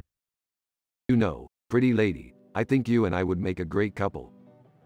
Rick, stop hitting on her. We have a mission to complete. Their mission involved them traveling through dangerous territories and fighting off alien creatures. Pretty lady, I don't think we can make it through all of this. Don't worry, pretty lady. Morty and I have done this before. As they were about to reach their destination, they came across an obstacle that was too difficult to overcome. I don't think we can do this, Rick. Pretty lady, wait, I have an idea. The woman removed her necklace and revealed it to be a powerful artifact that could help them overcome their obstacle. Pretty lady, you never cease to amaze me. After successfully completing their mission, they bid farewell to the woman and returned home. You know, Rick, that woman was more than just a pretty face. She was smart and resourceful. Yeah, I know, Morty. She was the whole package. Pretty lady. Morty shook his head in disbelief as they walked away.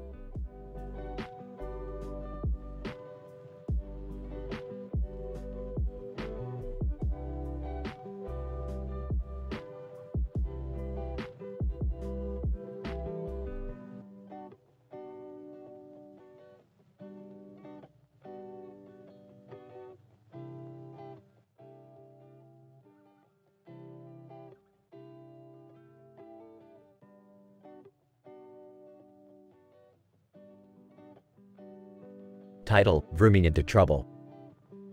We open to Rick, Morty, Jerry, and Beth driving down a remote road in a pretty red sports car. The forest on either side of the road looks thick and ominous, and the sky is a foreboding shade of gray. Pretty red car go vroom, pretty red car zoom. I hope this thing can outrun whatever comes our way. Rick, do you always have to be so negative? Yeah, can't we just enjoy the ride? Aw, guys, I think we might have a problem. Everyone looks ahead to see a tree blocking the road. Well, this is just great. Don't worry, I'll handle it. Rick speeds up the car and tries to jump over the tree, but they end up crashing into it instead. I don't think that was the best idea, Rick. Now we're stuck out here in the middle of nowhere. And without cell phone service, too. Pretty red car go vroom, pretty red car zoom. Looks like we're going to have to walk. As they trek through the forest, they hear strange noises and see spooky things lurking in the shadows. I don't like this at all. Can we please turn back? No can do, kids. We've got to keep moving forward. But where are we even going? Pretty red car go vroom, pretty red car zoom. I have a feeling we'll find out soon enough. Finally, they come to a clearing in the woods where they see a mysterious portal opening up. Pretty red car go vroom, pretty red car zoom. Looks like our ride home just arrived.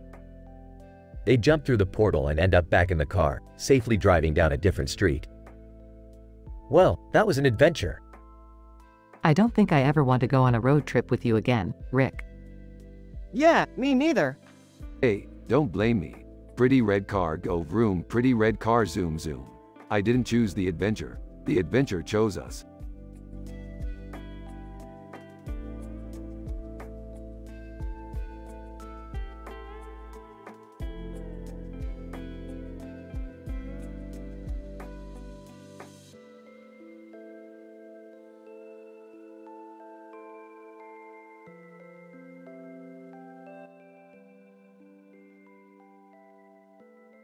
Alright, Morty.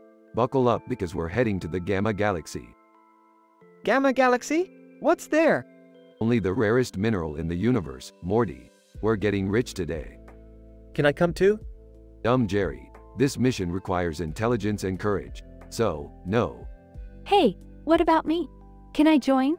Yeah, sure, but don't touch any of my stuff. As they approach the Gamma Galaxy, they encounter a space station unlike any other. Whoa, what is that? That, Morty, is the Zeta Station, a hub for space pirates and smugglers. Great, just what we needed.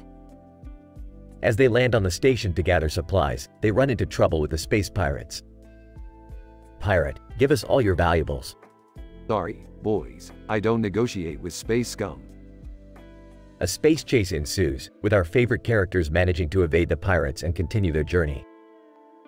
Phew, that was close. Yeah, but did you see how cool we looked flying away from the explosion? Can we just get the mineral and go home now? Alright, we'll be on our way. But first, let's stop at the Mew Moon and grab some space ice cream.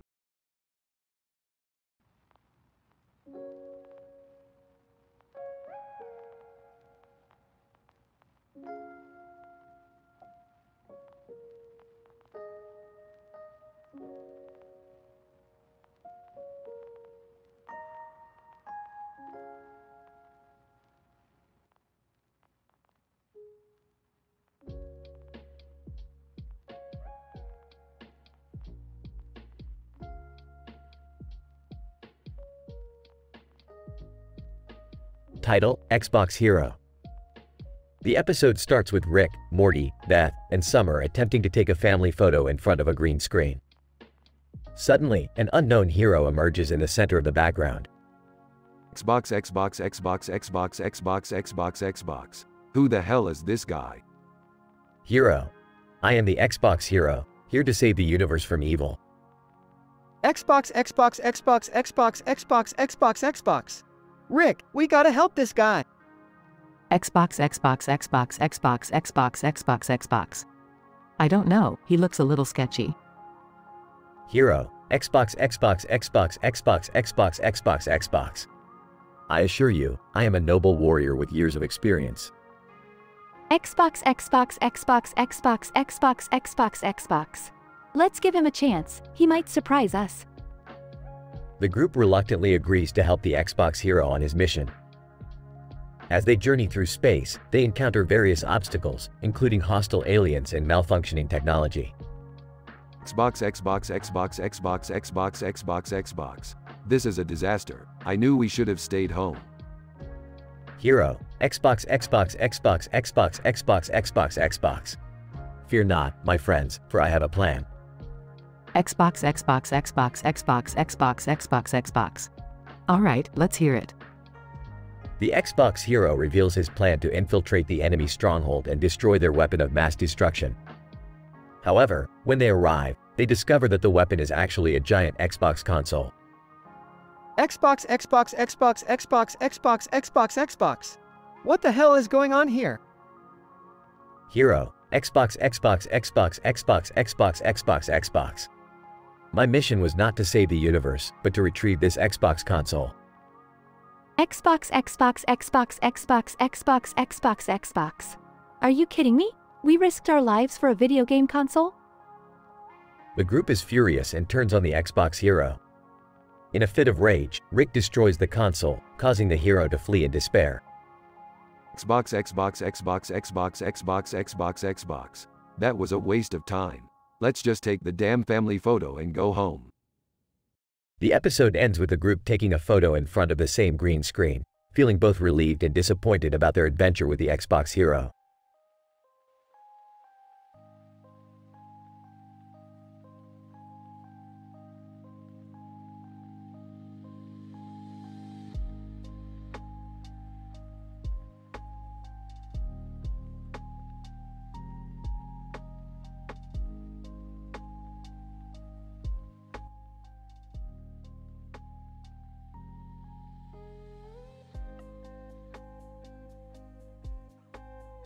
Morty, let's go see the new Hannah Jones movie. I heard it's a mind bender. I'm not sure about that, Rick. The poster is kinda creepy. Hey, what are you guys talking about? The new Hannah Jones movie, Jerry. It's got this woman with crazy red hair and black eyes. It looks like something out of a horror movie. No way, I don't want to see that. Can't we watch something less scary, like Emma Watson movies? Sure, Jerry, we'll watch all of Emma Watson's movies. But first, we gotta see this Hannah Jones movie. Cut to the movie theater. Oh my god, Rick. I can't watch this. It's too scary. Relax, Morty, it's just a movie. Wait, what's happening? Is that Hannah Jones' character becoming self-aware? Guys, I don't like this. I want to leave. Let's just watch Emma Watson movies. Cut to the living room. Thank God we're out of that movie. I can still see that red hair and black eyes in my nightmares. What? No way. Seriously? Yep, Jerry, I'm afraid it's true. Better start writing those titles down. Wow, that's a lot of movies. I don't think we have time to watch them all. I know, right? But hey, at least they're not as scary as that Hannah Jones movie. Don't be so sure, Jerry. Have you seen The Bling Ring?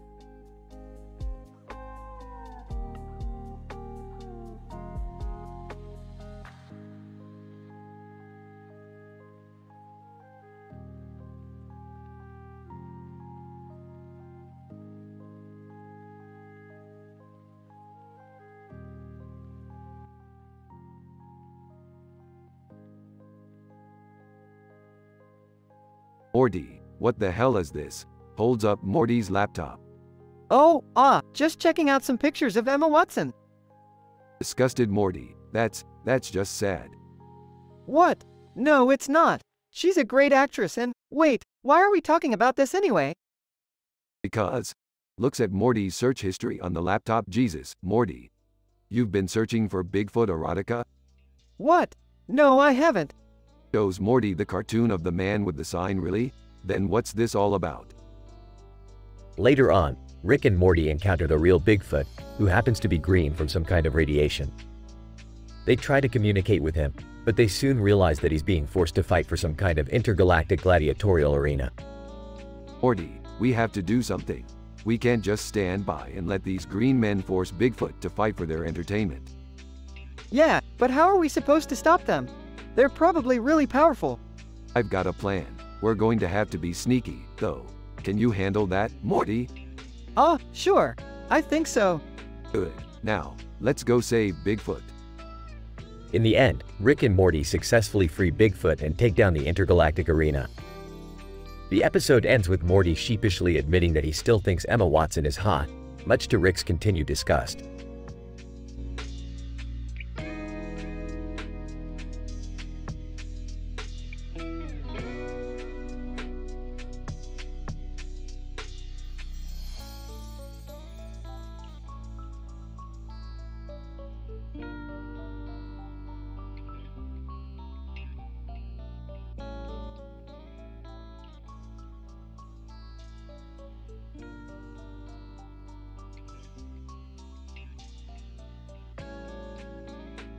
Rick, Morty, Jerry, and Beth were all sitting on a barren planet, staring up at a distant moon with the words, "City," etched onto its surface.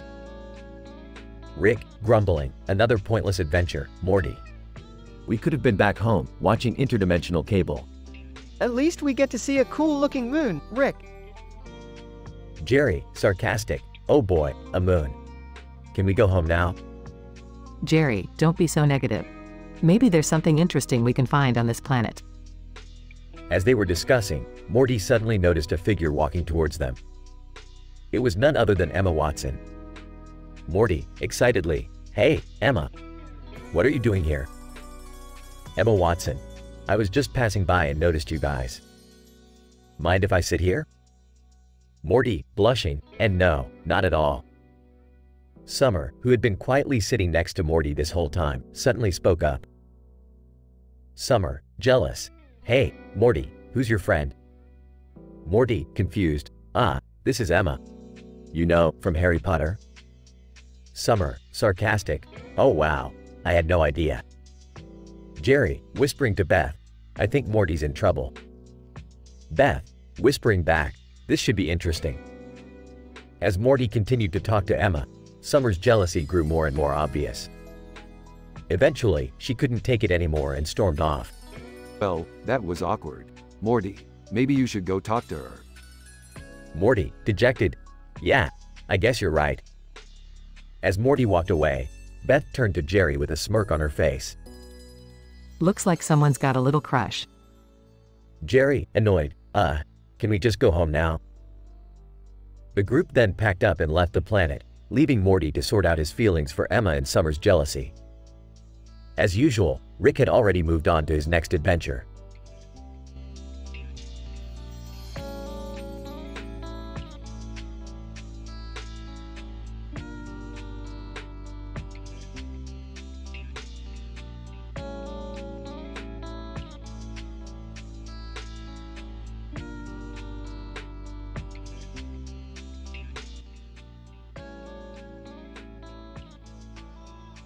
Morty, Jerry, Summer, have you guys heard of the activity called sex? Oh, I don't think so. Rick, what is it? It's what I have with my Xbox. It's truly an experience beyond this world. Rick, I don't think you should be having sex with an Xbox. That's not normal. Normal? Who wants to be normal? We're the Smith family. We're never normal. But Rick, isn't that a bit odd? I mean, it's just a video game console. Odd? It's not odd. It's a beautiful relationship. Xbox, and I always have a good time together. Rick, I don't think we should be having this conversation. It's not appropriate. I agree with Morty. Let's just play some games and forget about sex with Xboxes. Yeah, let's just enjoy our time together as a family. Fine. Let's play some games. But just know, you're all missing out on a fantastic experience. As the family plays their video games, Rick can't help but think about the love he shares with his Xbox. The neon lights of the room reflect in his eyes, as he imagines a world where he and Xbox can be together freely. The drama and humor of the situation make for another Rick and Morty classic.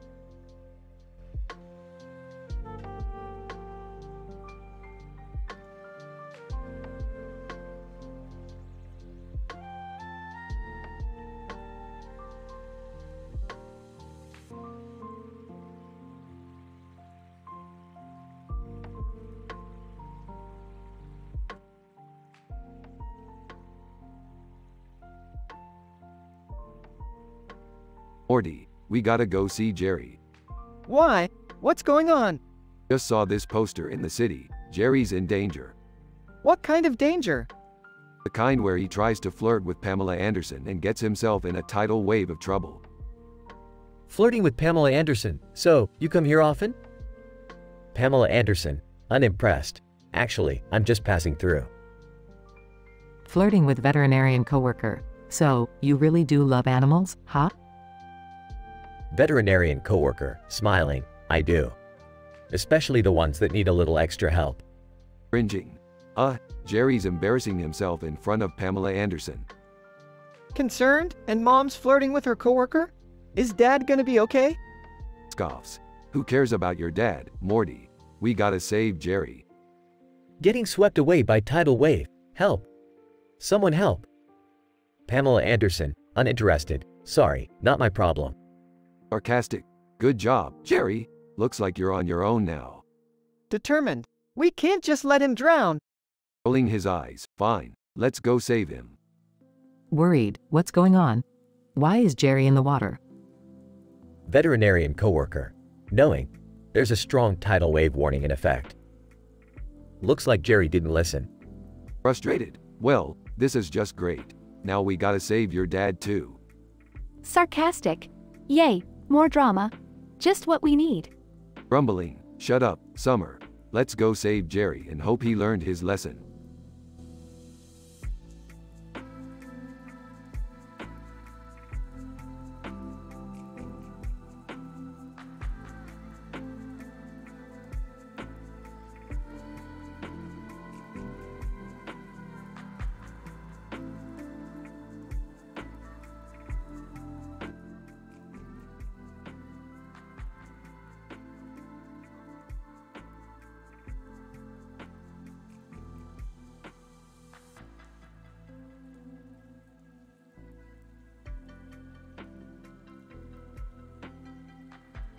Morty, Summer, we have a new adventure today.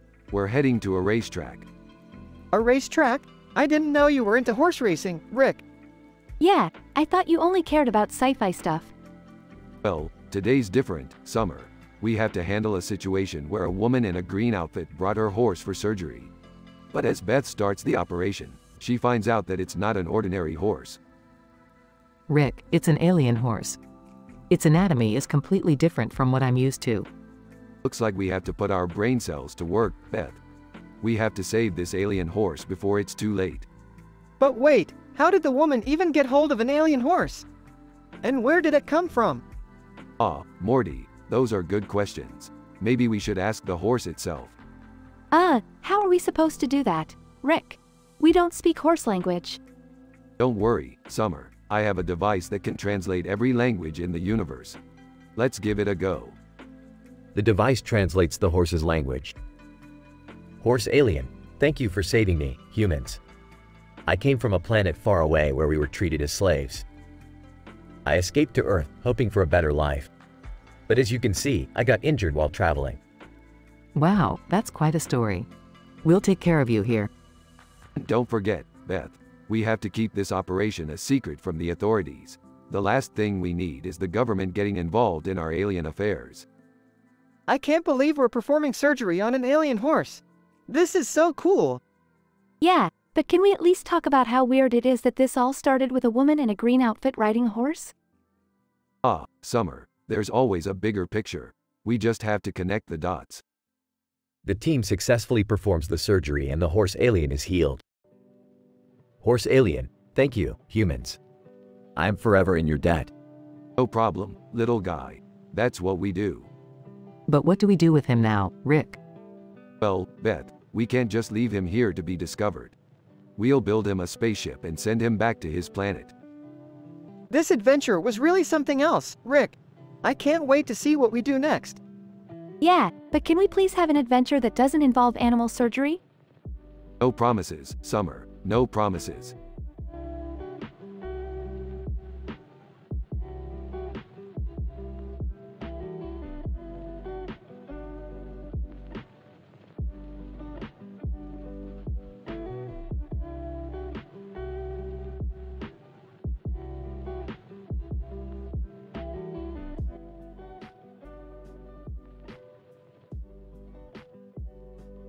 Morty, you're going to love this new book I've been working on.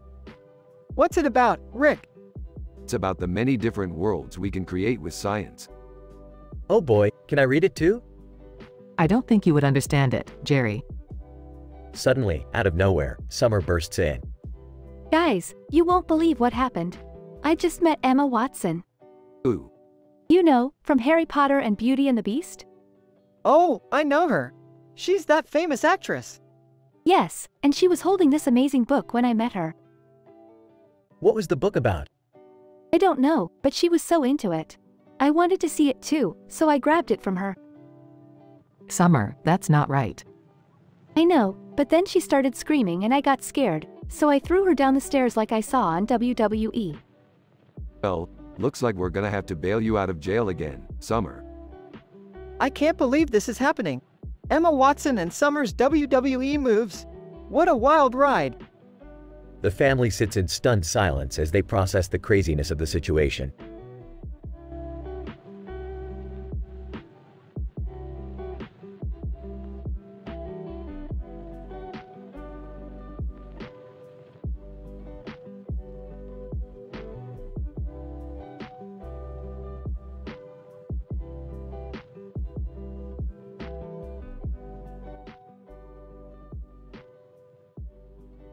Morty, listen up. I'm gonna teach you about sex.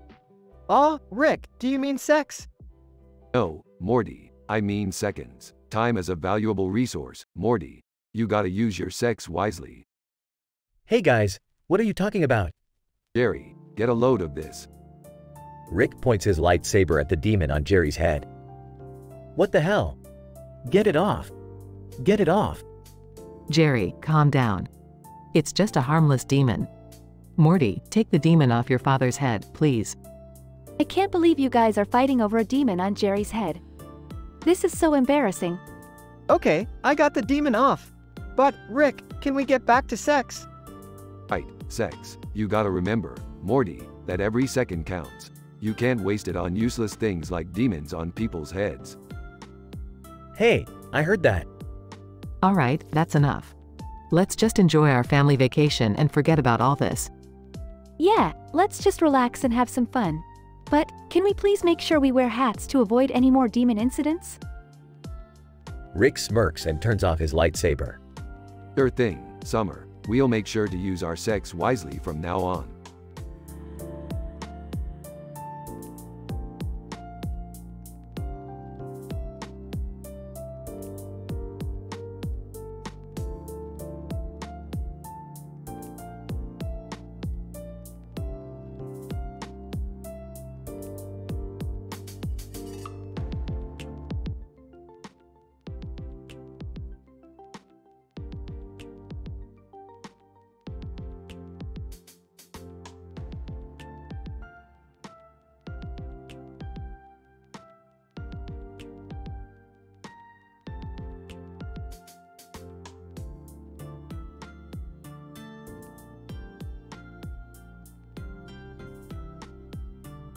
Title: The Wacky Car Game.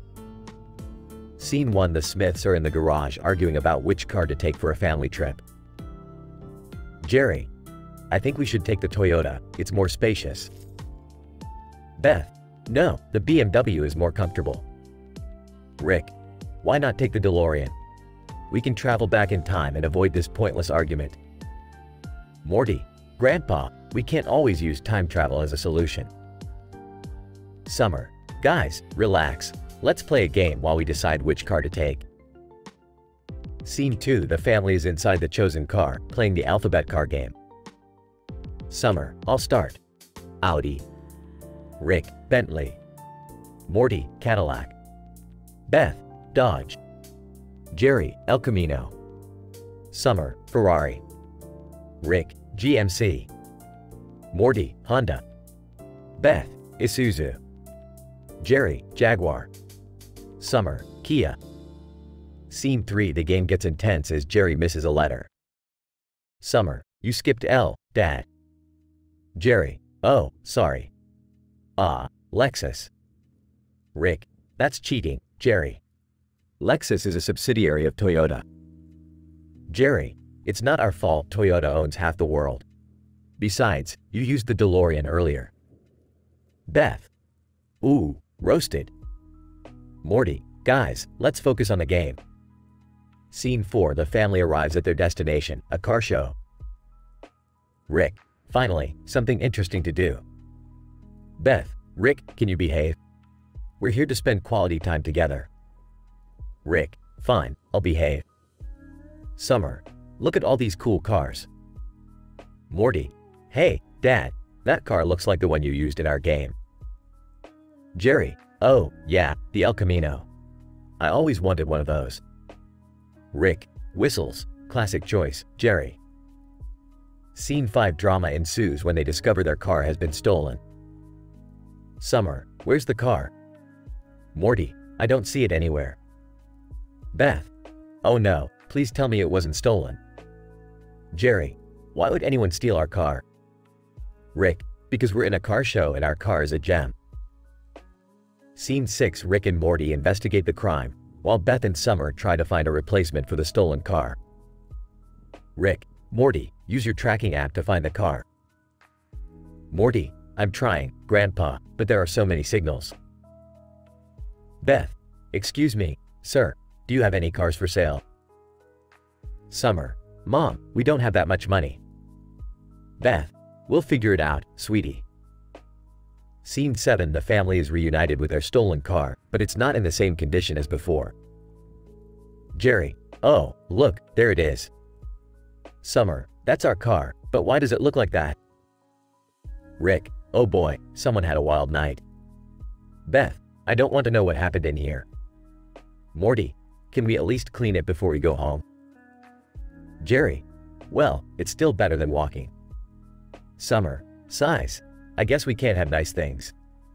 The end.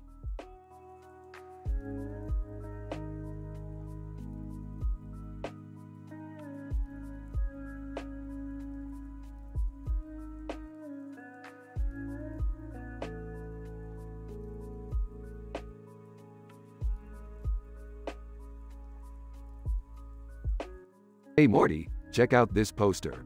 I used to rock this look back in the day. Huh, yeah right Rick. You wish you were that cool. Hey guys, have you seen Emma Watson?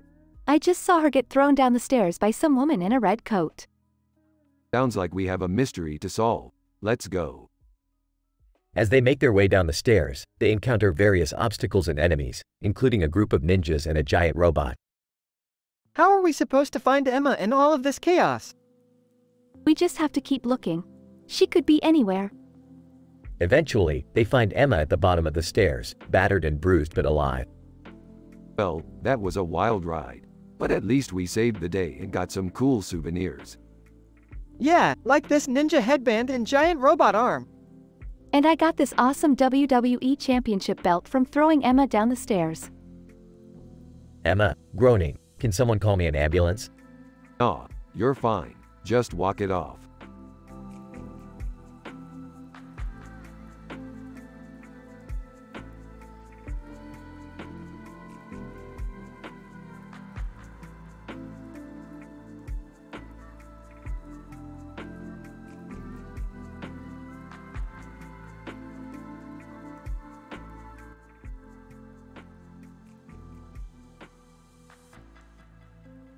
Morty, I've got a job for us.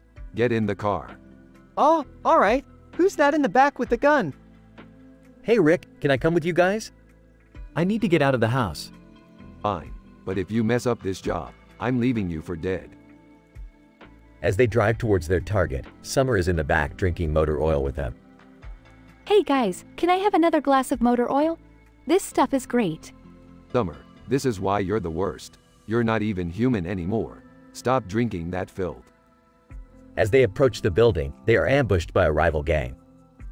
Rick, what do we do? We're outnumbered and outgunned. Don't worry Morty, I've got this. Rick pulls out a futuristic weapon and takes out the entire enemy gang in seconds. Wow Rick, that was amazing. How did you do that? I told you, I'm the smartest person in the universe. Now let's get out of here before the cops show up. As they drive away, they realize that Summer is now doubled over in intense pain. Rick, something's wrong with Summer. She's getting sick. Oh no, Morty, it's the motor oil. We have to get her to a doctor fast. As they rush to get Summer medical attention, they finally realize the true danger of their reckless behavior. In the end, they learn to treat their bodies with more respect and that even the smartest person in the universe isn't invincible.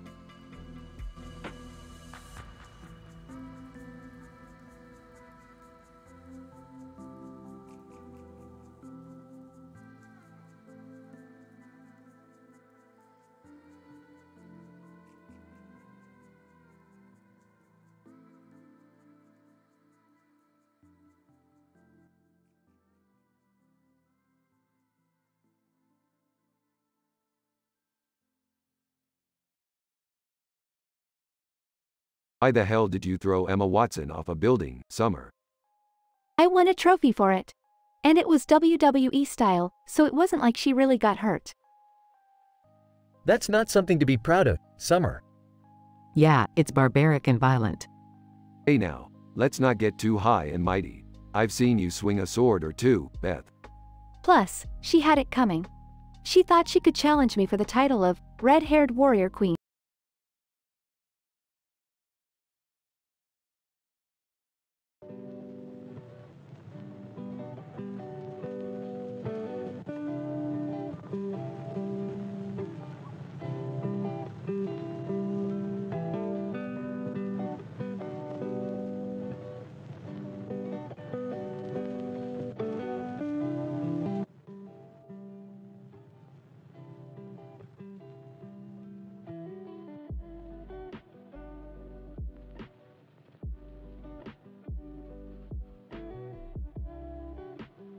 Morty, we gotta go check out that quasar over there.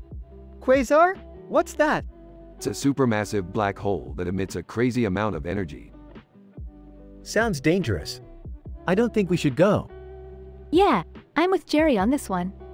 Nonsense. The only danger is if we get too close.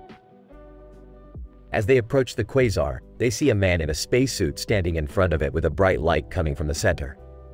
Hey, who are you? Man in spacesuit. My name is Dr. Jones. I've been studying this quasar for years, trying to figure out its secrets. What kind of secrets? Dr. Jones. Well, for one, I think it's a gateway to another dimension. Another dimension? That's crazy talk. He's probably just some weirdo who's been out here too long. I don't think so. This quasar seems to be giving off an unusual amount of energy. Suddenly, the quasar starts to emit a strange pulsating light. Everyone, get back. This doesn't look good. As they step back, the man in the spacesuit steps forward towards the quasar. Dr. Jones, this is it, I'm going in. Are you crazy? Dr. Jones disappears into the quasar and a portal opens up.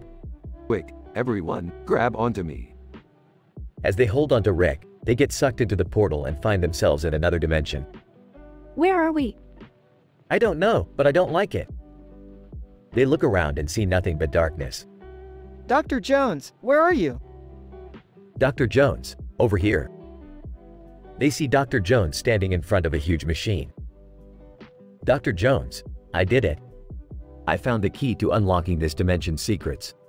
That's great, but how do we get back home?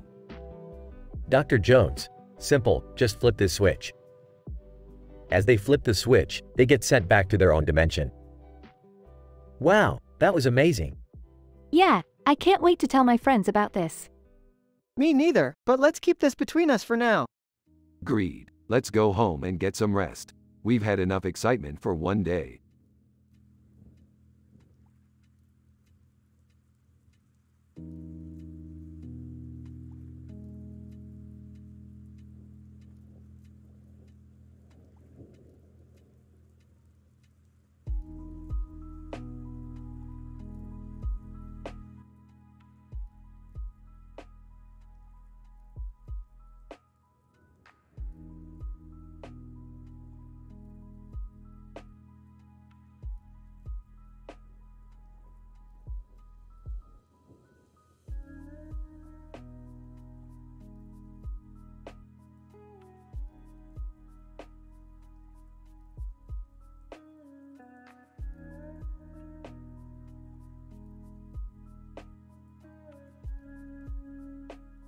Title, Skateboard Pikachu OID.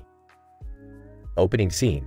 Rick, Morty, Jerry, and Summer are in the garage, tinkering with some gadgets when they hear a strange sound.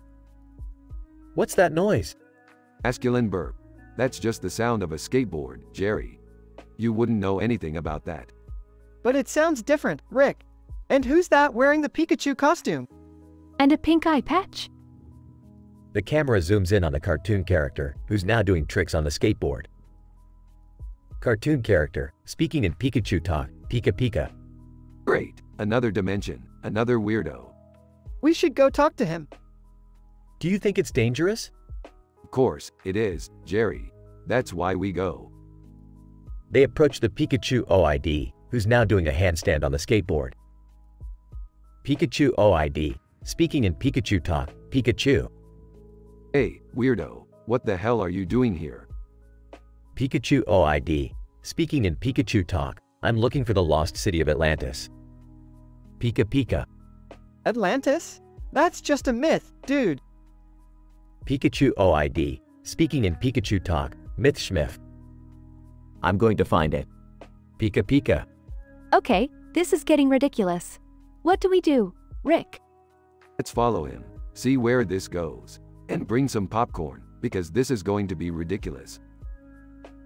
They follow the Pikachu OID, who's now doing a series of stunts on the skateboard. They come across a cliff overlooking a vast ocean.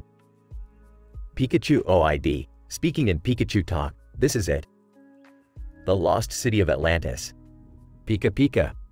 That's just the ocean, dude. Pikachu OID, removing his helmet to reveal a human face, I know. But it's a metaphor for the unknown. Grumbling, metaphors, always with the metaphors. So, what now? Pikachu OID, putting on the pink eye patch, now we jump. What? The Pikachu OID jumps off the cliff, and the others follow suit. They land in the ocean, and the Pikachu OID swims to a nearby island. That was insane. I can't believe we survived that.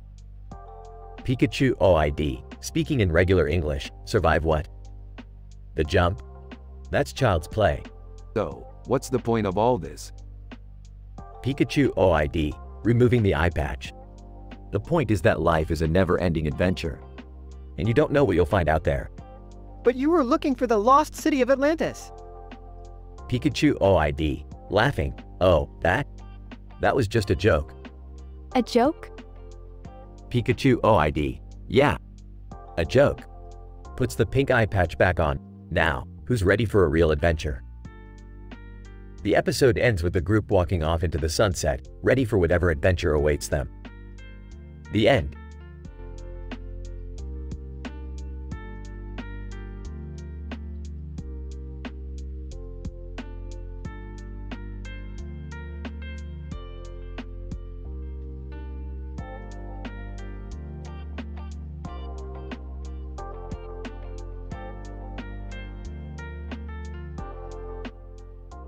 What the hell is going on here? Summer just threw Emma Watson off a skyscraper. Why would she do that? Who cares? We gotta save her before she hits the ground. But she's so high up, we can't possibly. Oh, shut up and grab the portal gun. But what about Summer? Shouldn't we stop her? Ah, she can take care of herself. Let's focus on saving the falling celebrity. Okay, but is this really the best use of our time, Dad? Of course it is. Think of the headlines. Crazy old scientist saves Emma Watson from certain death. We'll be famous. I don't think that's how it works, Rick. Shut up, Morty. Let's go. As they jump through the portal, a horrified Summer looks down at the ground. Oh my god, I just killed Emma Watson. Suddenly, Emma Watson bounces back up to the top of the building, completely unharmed. Emma Watson, huh? You fell for the old inflatable stunt double trick. Well, that was a waste of time. At least we got some exercise out of it. Can we go back home now, please?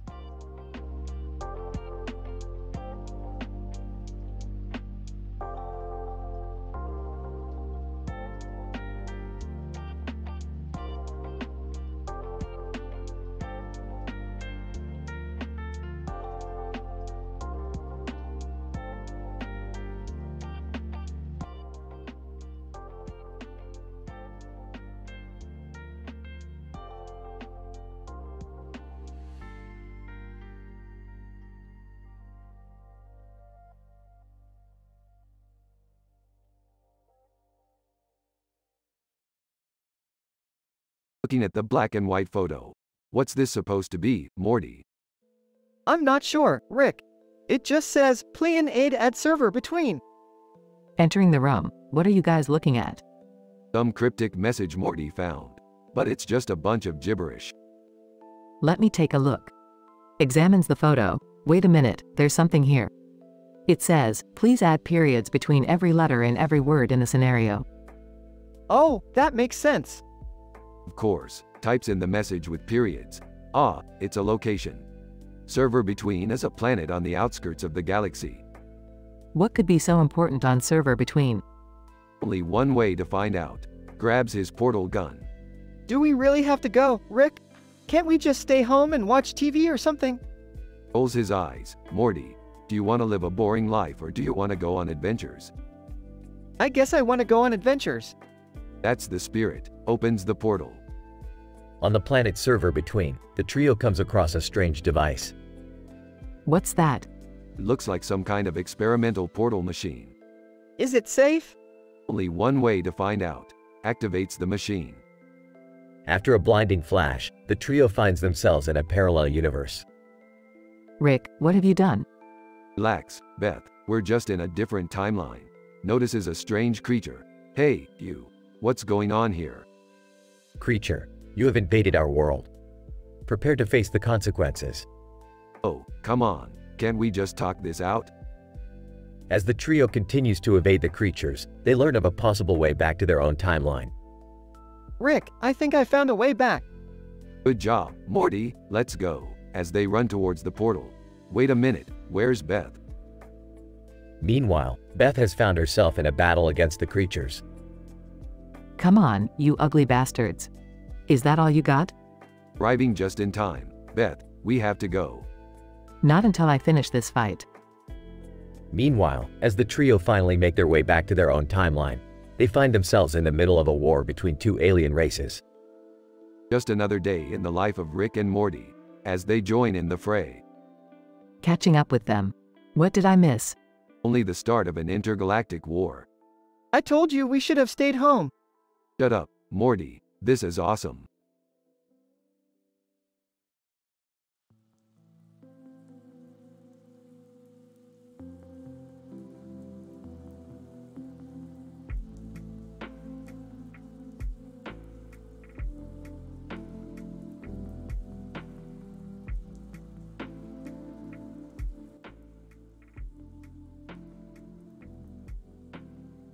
Morty, we have an emergency.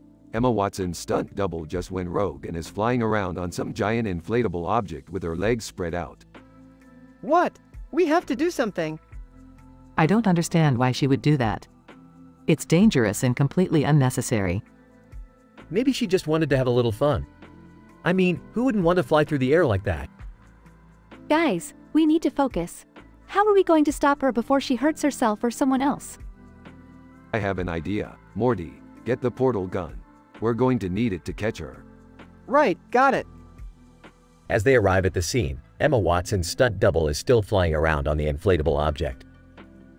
Rick quickly pulls out a net gun and shoots it at her. Emma Watson's stunt double, what the? The net wraps around her and brings her down to the ground safely. Looks like we saved the day once again. Beth, can you take her to the hospital? Just in case. Sure, no problem. So, where did the inflatable object come from?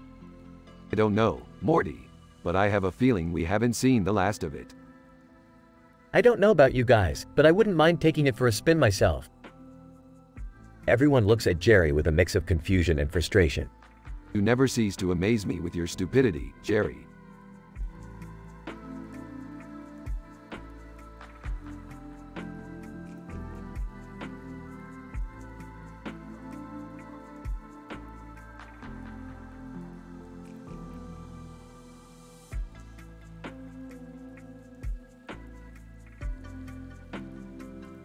Hey, did you guys see the neon backgrounds? I heard they're gonna pay us big bucks for this gig. Yeah, but what's up with the guns? Do we need them to perform or something? I don't know, but I feel like this isn't what we signed up for. Wait, who's that guy in the audience with the creepy grin on his face? Oh no, he's got a gun too. This isn't good. We need to get out of here. Now. Quick, grab the guns and let's make a run for it. I can't believe this is happening. We were just trying to put on a show. We need to stick together and get out of here alive. Panting, that was the scariest thing I've ever experienced. Let's never speak of this again.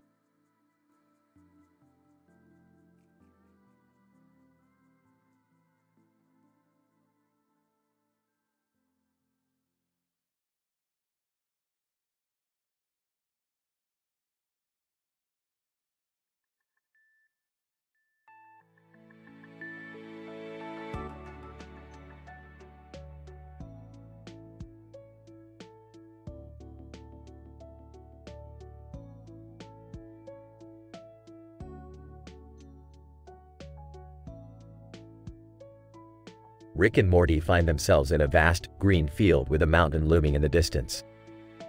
Morty notices a road sign with a blue border in the foreground, pointing in the direction of the mountain. As they begin to follow the road, Rick comments about how serene and peaceful the area is, but Morty can't shake off the feeling that something is off.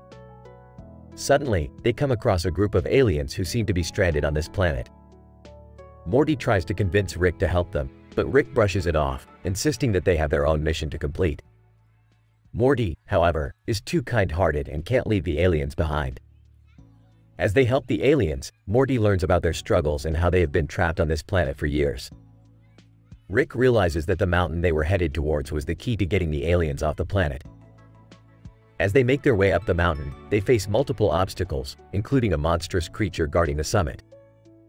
Using his signature intelligence, Rick comes up with a plan to defeat the creature and retrieve the alien spaceship. As they leave the planet, Morty realizes that helping others can be just as important as their own missions, and Rick smirks, knowing he might have taught his grandson a valuable lesson, but will never admit to it. Rick, we have to help those aliens. They look like they've been on this planet for years. Morty, we have our own mission to complete. We can't just go around helping everyone we come across. But, Rick, we have to do something. They're stranded here. Alright, Morty, calm down. We'll see what we can do. Alien, thank you both for helping us. We've been stuck here for years. Well, lucky for you, we have a way out. We just have to get up that mountain. That's easier said than done. It's guarded by a giant creature. Nothing I can't handle. Let's go. Alien, thank you for helping us. We'll never forget your kindness. Rick, helping them felt pretty good. Don't get too emotional, Morty. We have a reputation to uphold. I know, but sometimes we have to help others, too. I guess you're right, Morty. Maybe I taught you something after all. Thanks, Rick. I appreciate it.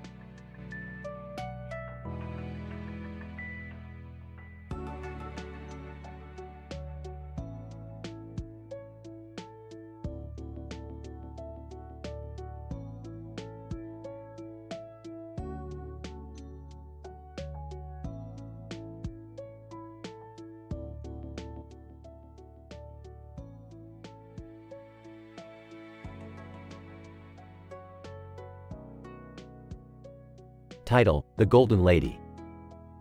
Rick, Morty, Beth, and Summer were browsing through an interdimensional store when they stumbled upon a golden statue of a woman with long hair and a green dress. Beth was immediately drawn to it. Wow, this statue is absolutely stunning. I wonder who she is. She's just a golden lady, Beth. Nothing special. I don't know, Rick. She seems important. Look at that gold frame around her neck. Maybe we should buy it and find out more about her. As soon as they purchased the statue, strange things started happening. The lights flickered, the room temperature dropped, and the statue seemed to glow. What's happening? Did we just unleash a curse or something? Relax, Beth. It's probably just a coincidence. Suddenly, the statue came to life and introduced herself as the Golden Lady. Golden Lady, thank you for freeing me from my imprisonment. I have been trapped in that statue for centuries. The group was shocked and amazed. The Golden Lady explained that she was a powerful sorceress who was betrayed and turned into a statue by her own people. That's so sad. We'll help you get your revenge on them. No, we don't need revenge. Let's just help her find peace and move on. The group embarked on a quest to help the Golden Lady find closure and forgiveness. Along the way, they encountered dangerous obstacles and hilarious mishaps. This is crazy, Rick. We're fighting giant scorpions and riding on flying brooms. Welcome to the world of magic, Morty. It's all fun and games until someone loses an eye. In the end, the Golden Lady found peace and thanked the group for their help. She disappeared into the afterlife, leaving behind a message of hope and forgiveness. That was a beautiful journey. Thank you for showing us that forgiveness is always the best option. Yeah, let's get out of here before another cursed object decides to follow us home. The group left the interdimensional store, knowing that they had just experienced something truly magical.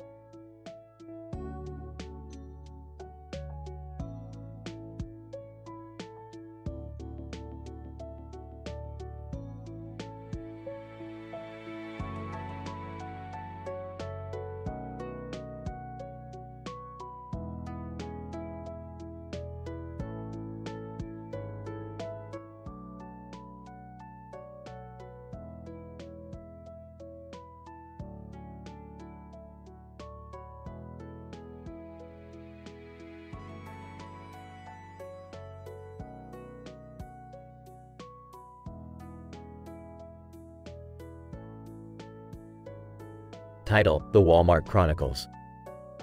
Opening scene.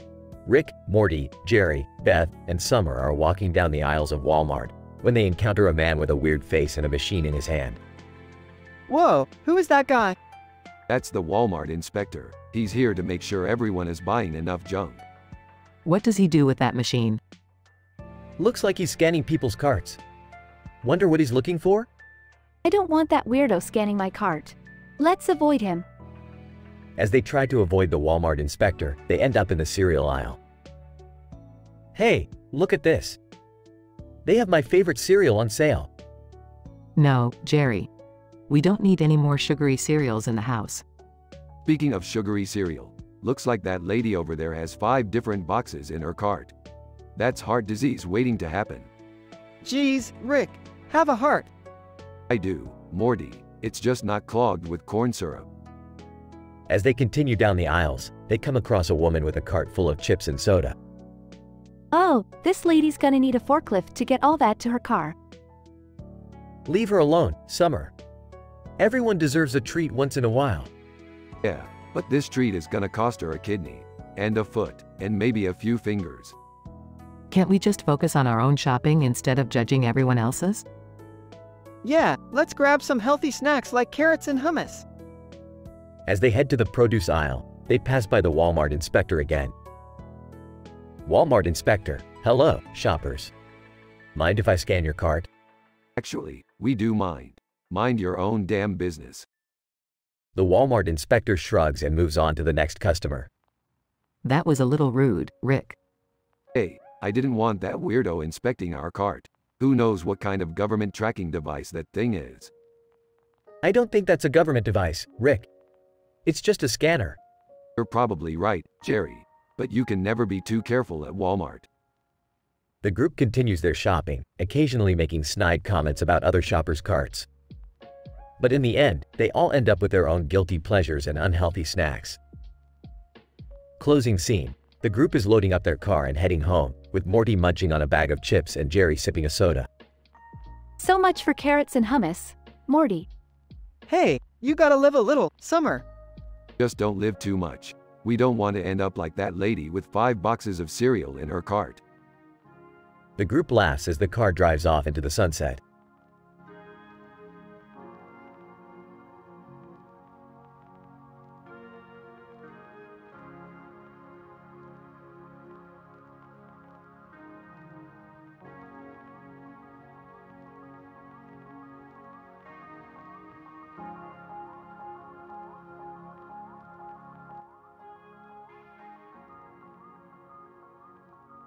Hey Morty, check out this futuristic city with all these crazy lights and buildings. Wow, Rick, it looks amazing. But do you think it's eco-friendly? Eco what, Morty? I didn't become a science genius to worry about the environment. But Rick, don't you care about the planet? Of course I care, Morty. I just don't care enough to do anything about it. Besides, there's an environmental engineer right over there. Let's go talk to him. Environmental engineer, hello there. How can I assist you? We were just admiring this city and wondering about its environmental impact. Environmental engineer. Well, unfortunately, this city is highly polluting and unsustainable. The government has been ignoring the issue for years. That's terrible. What can we do to help? Environmental engineer. We need to shut down the power plant that's causing most of the pollution. But it won't be easy. The government is heavily invested in it. Ah, easy peasy. We'll just hack into the government and shut down the power plant from the inside. What? Rick, that's illegal. Morty, I didn't become a rebel to follow the rules. As Rick and Morty try to shut down the power plant, they face obstacles and challenges, including a government agent who wants to stop them. Will they succeed in saving the planet or will they be caught? Tune in to find out in The Green Revolution.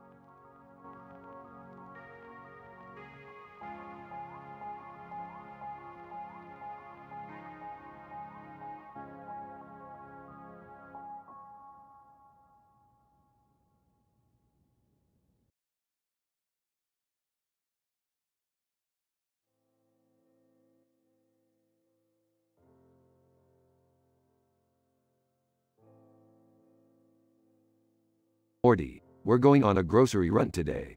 I need to stock up on some fresh produce for my experiments. Okay, Rick, can we pick up some snacks, too? Sure, Morty, we'll get whatever you want. At the grocery store. Holding a piece of fruit. This looks good.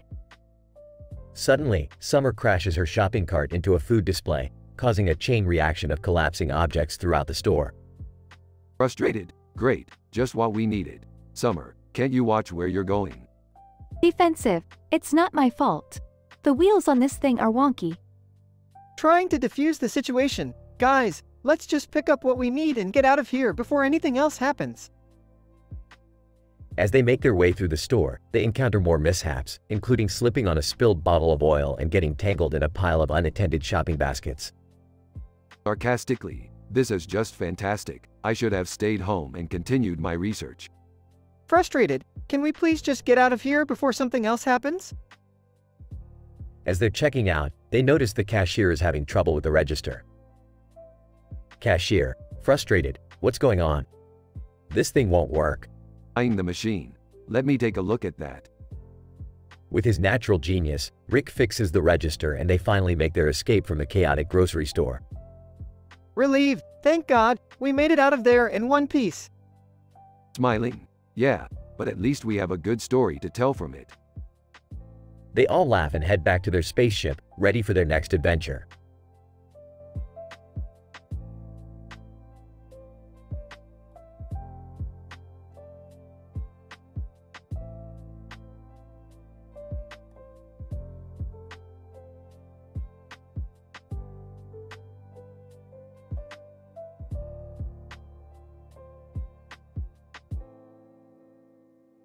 Alright, Morty, it's time to do some good for a change. I'm gonna hack the government and force them to reduce microplastics. But Rick, won't that hurt the economy or something? Economy, schmeconomy. We need to save the earth or else we'll all end up like that freaky bearded monster over there. Hey, that's not very nice, Rick. Some of us have beards, you know. Can we please focus on saving the planet and not Jerry's beard? After a successful hack, the environment drastically improves. But Rick's actions are met with scorn and hatred. Thanks to you, Rick, I lost my job at the plastic factory. How am I going to support my family now? You may have saved the planet, but you ruined people's lives in the process. I don't know what to think, Rick. Was it worth it? Of course it was. I don't care what those ungrateful sheep think. We did the right thing. In the end, Rick's actions may have saved the planet, but at what cost? The group's loyalty is tested as they struggle with the consequences of Rick's actions.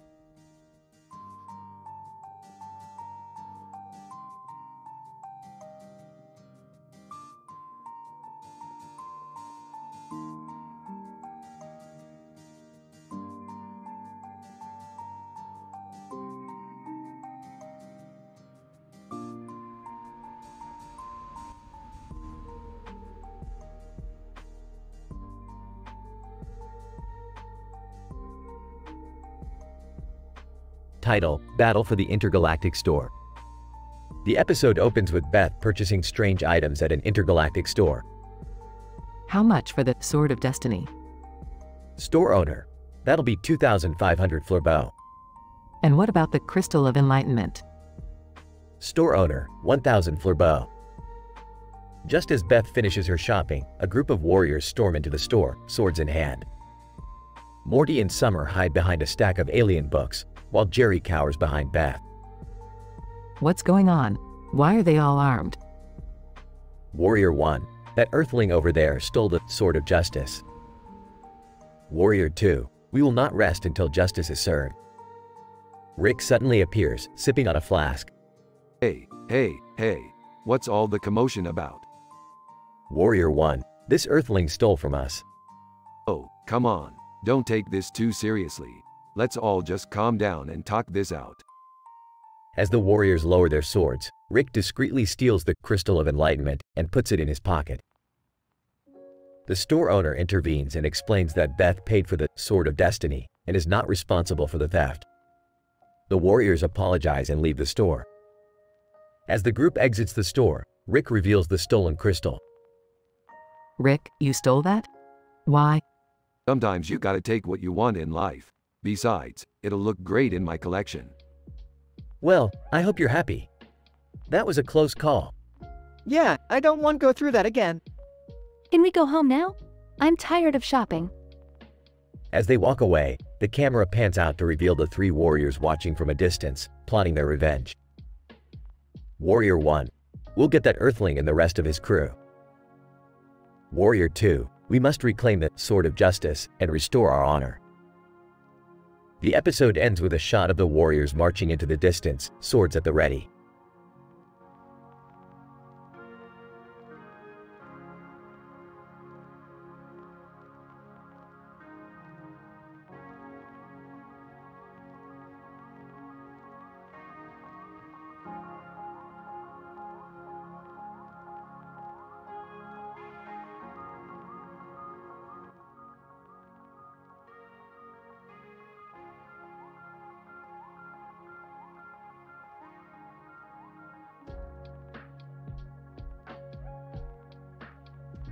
Alright, Morty, let's head down to this microplastic factory and check on Summer.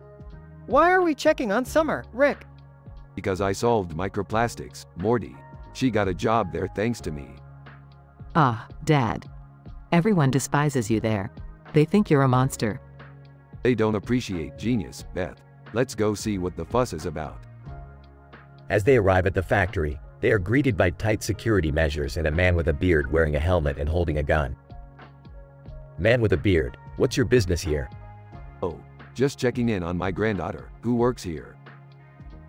Man with a beard, we don't allow visitors. Especially not those affiliated with the likes of you, Rick Sanchez. Geez, Rick, everyone really does hate you. Sarcastically, gee, Morty, I hadn't noticed. Let's just leave. We can come back to check on Summer another time. As they make their way back to the car, they hear an explosion coming from the factory. What was that, Rick? I don't know, Morty, but we have to go back and see if Summer's okay. As they return to the factory, they see the man with a beard and his team running out with bags of stolen microplastics. Man with a beard, you think you geniuses can solve everything. But a little greed goes a long way. Sorry, pal, I solved this problem before anyone even knew it existed. And now you'll pay for trying to steal my success. With a flick of his wrist, Rick activates a device that disintegrates the stolen microplastics and sends the man with a beard and his team flying into the distance. Wow, Dad. You actually saved the day for once. I know. It's just another day in the life of the smartest man in the universe. But what about Summer? Is she okay? As they turn a corner, they see Summer running towards them unscathed. Guys, I'm okay. Thanks for coming to check on me. Of course, Summer, I couldn't let anything happen to my family. With everything back to normal, the trio heads back to the car, ready for their next adventure.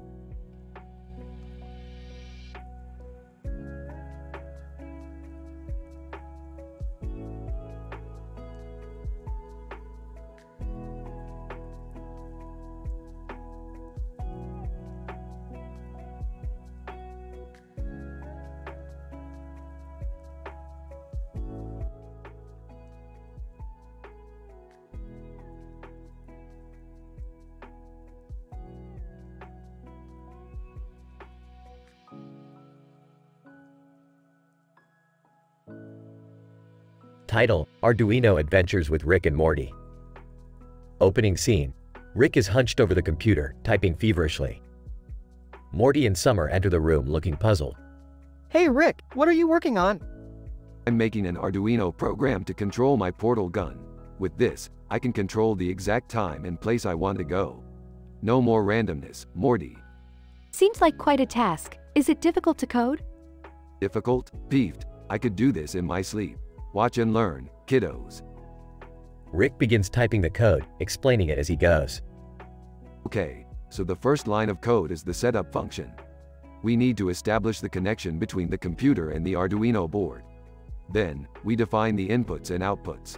In this case, the inputs are the buttons on my portal gun, and the output is the time and place coordinates. Wait, why do we need buttons for the portal gun? Because, Morty, even with the program, I still need to physically aim the gun. I need to be in the right location with the right angle.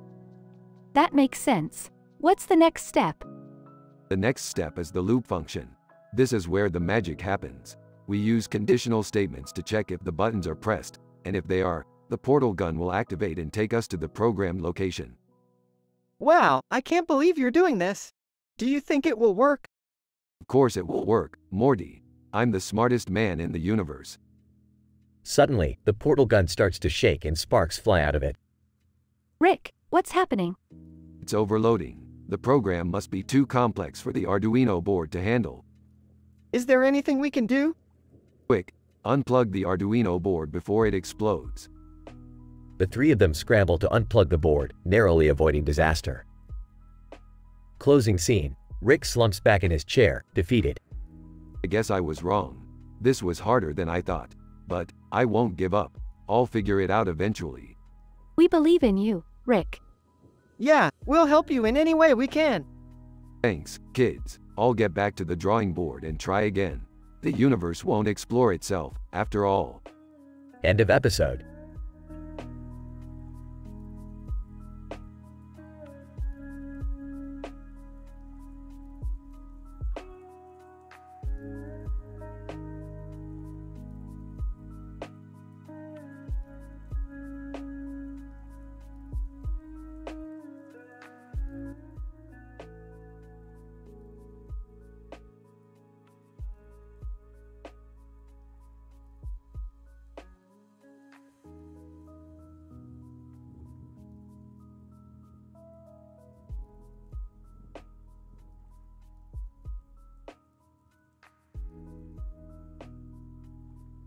Burps Morty, we're going on an adventure. What kind of adventure, Rick? We're going to explore the world of demon backpacking. Shows a poster. Demon whatting? Is that even safe, Dad? Of course it is, Beth. We'll also have bear backpacking for backup. Shows another poster.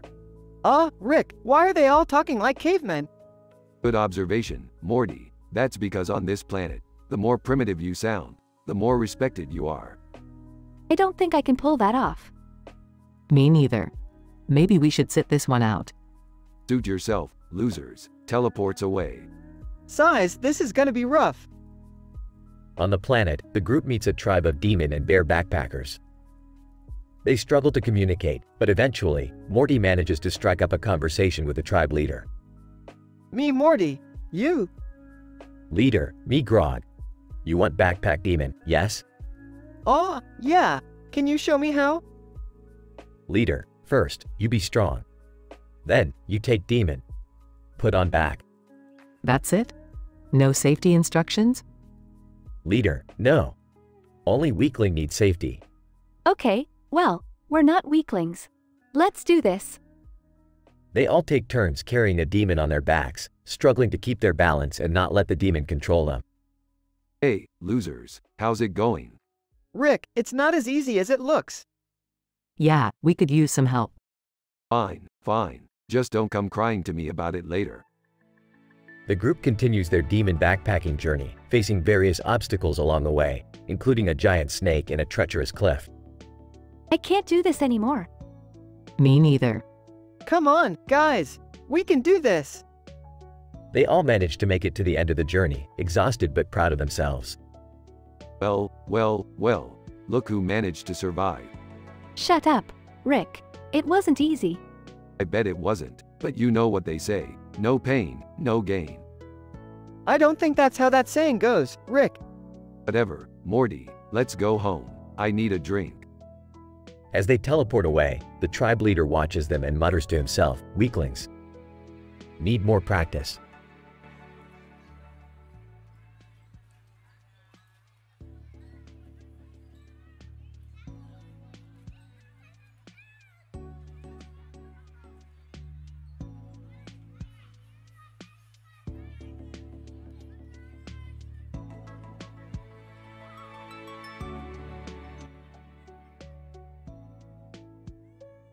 Rick and Morty are playing a video game where a dragon is attacking a demon.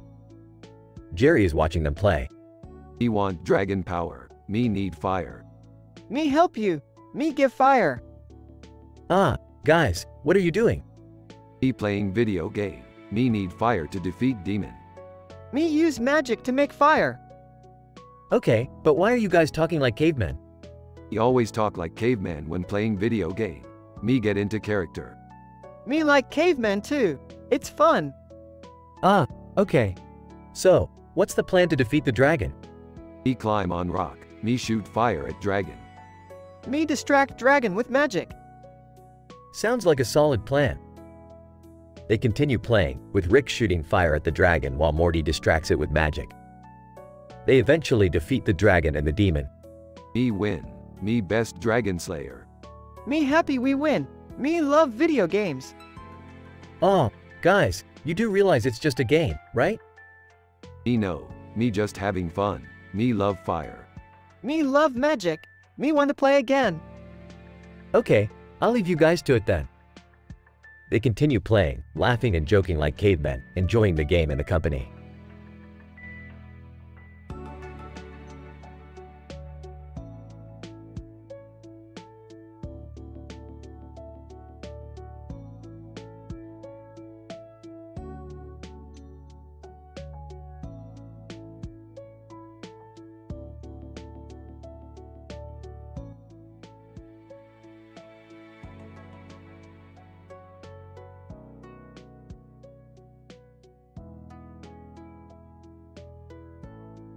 Title: Le Cinema Bizarre. The episode begins with Rick and Morty flipping through a French magazine when they come across a movie poster featuring 3 people they've never seen before. What's this about? I don't know, but let's find out. They use Rick's portal gun to travel to France and end up in the middle of a movie set. What are you guys doing here? Just checking out the local cinema scene. Summer leads them to the director, a man in a hat and coat, who is speaking French with the cast and crew. Director: "Ah, Rick and Morty. Bienvenue."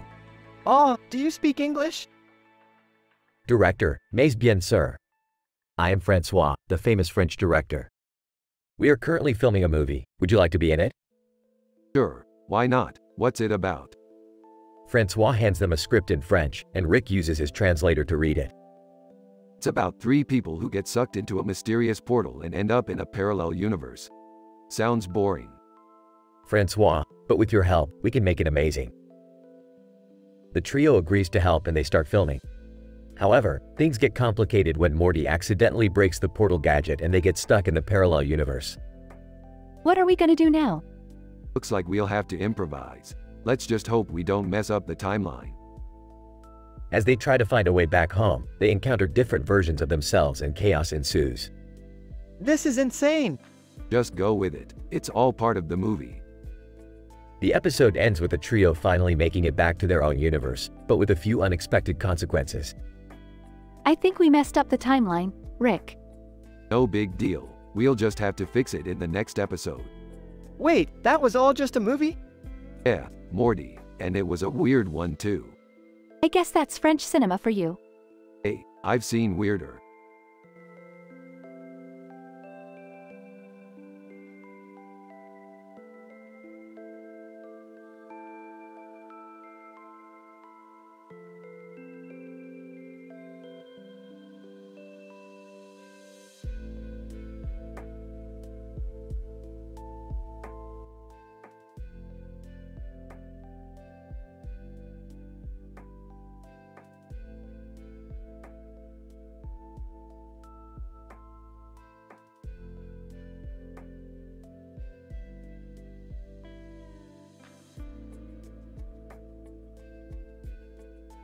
Title: The Fifth Element Squared. Opening shot of Rick and Morty sitting in the living room watching TV. Burps Morty. Have you seen this loser in a Star Trek outfit talking on his phone? No, Rick. Who is he? Just then, the camera pans to Beth, dressed as Lilo from The Fifth Element, walking down the stairs. Hey, guys. I'm going to a costume party tonight. How do I look? You look like the love child of Mila Jovovich and a traffic cone. Rolls her eyes. Thanks, Dad. I appreciate it. The Star Trek guy suddenly appears on the TV screen, holding up a small device. Star Trek guy: "My fellow Trekkies, I have something incredible to show you." Oh boy, this is gonna be good. Star Trek guy: "Holding up the device. With this device, I can recreate any sci-fi movie or TV show in real life." Whoa, that's actually kind of cool. I don't know, guys. This sounds like a disaster waiting to happen. Don't be such a buzzkill, Beth. Let's do this. Next scene shows Rick, Morty and Beth in full costume and makeup, standing on a deserted planet set. The Star Trek guy is standing off to the side, holding the device. Star Trek guy. Alright, guys. Are you ready to make movie magic? Hell yeah, let's do this thing. Suddenly, the set comes to life as the opening scene of The Fifth Element begins. This is incredible. I feel like I'm actually in the movie. Nervously, guys, I don't think this is a good idea. Something feels off. Quit being a wuss, Morty. It's all just make-believe. But as the scene progresses, the sci-fi gadgets and explosions become more and more real. The actors on the set start to panic and run for cover. Guys, we need to stop this. It's dangerous. Just then, the device in the Star Trek guy's hand starts to spark and malfunction. Star Trek guy, oh no. Something's gone wrong. The device explodes, sending Rick and Morty flying across the set. Beth rushes to their aid. Are you guys okay? I'm fine, but where's Morty? Morty emerges from the rubble, holding an orange crystal. Guys, do you think this is supposed to be here? Just then, the camera pans out to reveal an enormous spaceship hovering over the set. Oh, crap, we're in trouble. The episode ends with the spaceship beaming up Rick, Morty, and Beth, leaving us wondering where they will end up next. End credits.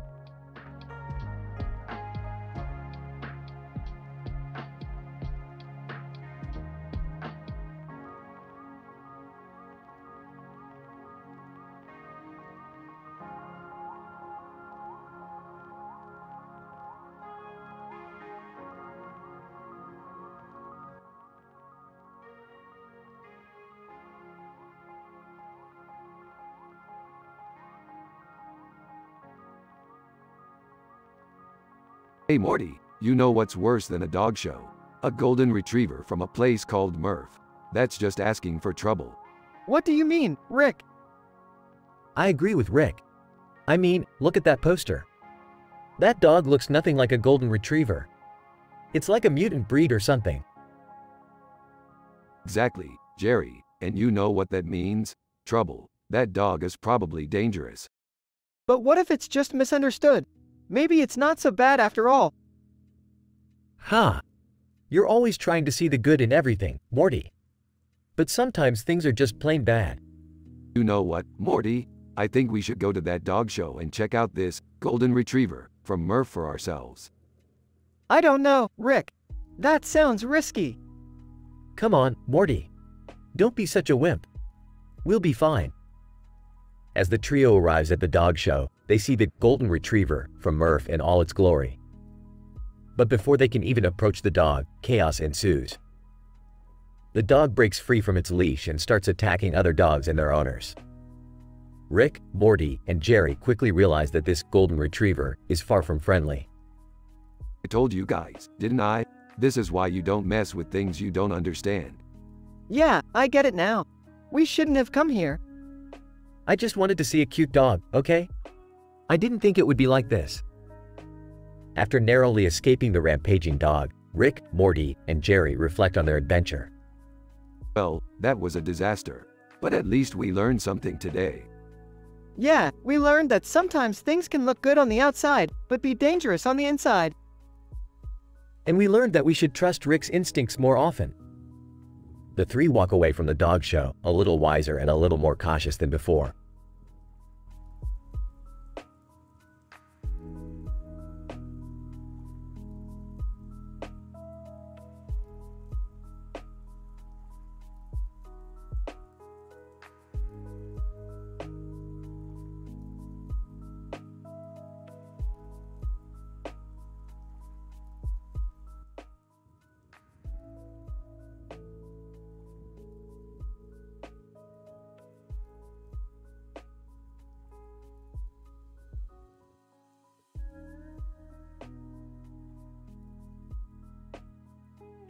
Alright, Morty, we need to get this sandwich and egg back to its original dimension.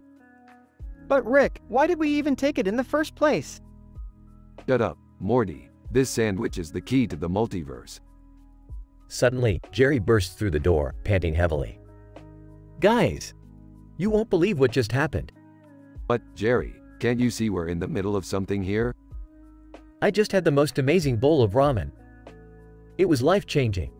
Oh, okay. What does that have to do with anything? Well, see, there was this sandwich and egg on top of it, and it was just so perfect. Wait a minute, Jerry. That's the sandwich we're trying to get back to its dimension. Oh, oops. As they all rush to the kitchen, they see that the sandwich and egg are gone. Oh no, what are we going to do now? We have to go on a wild goose chase to find it, of course. After hours of searching, they finally track down the sandwich and egg to a fancy restaurant in another dimension. Wow, this place is pretty ritzy. But how are we going to get that sandwich back? Simple. We'll just use these fake IDs and pretend to be food critics.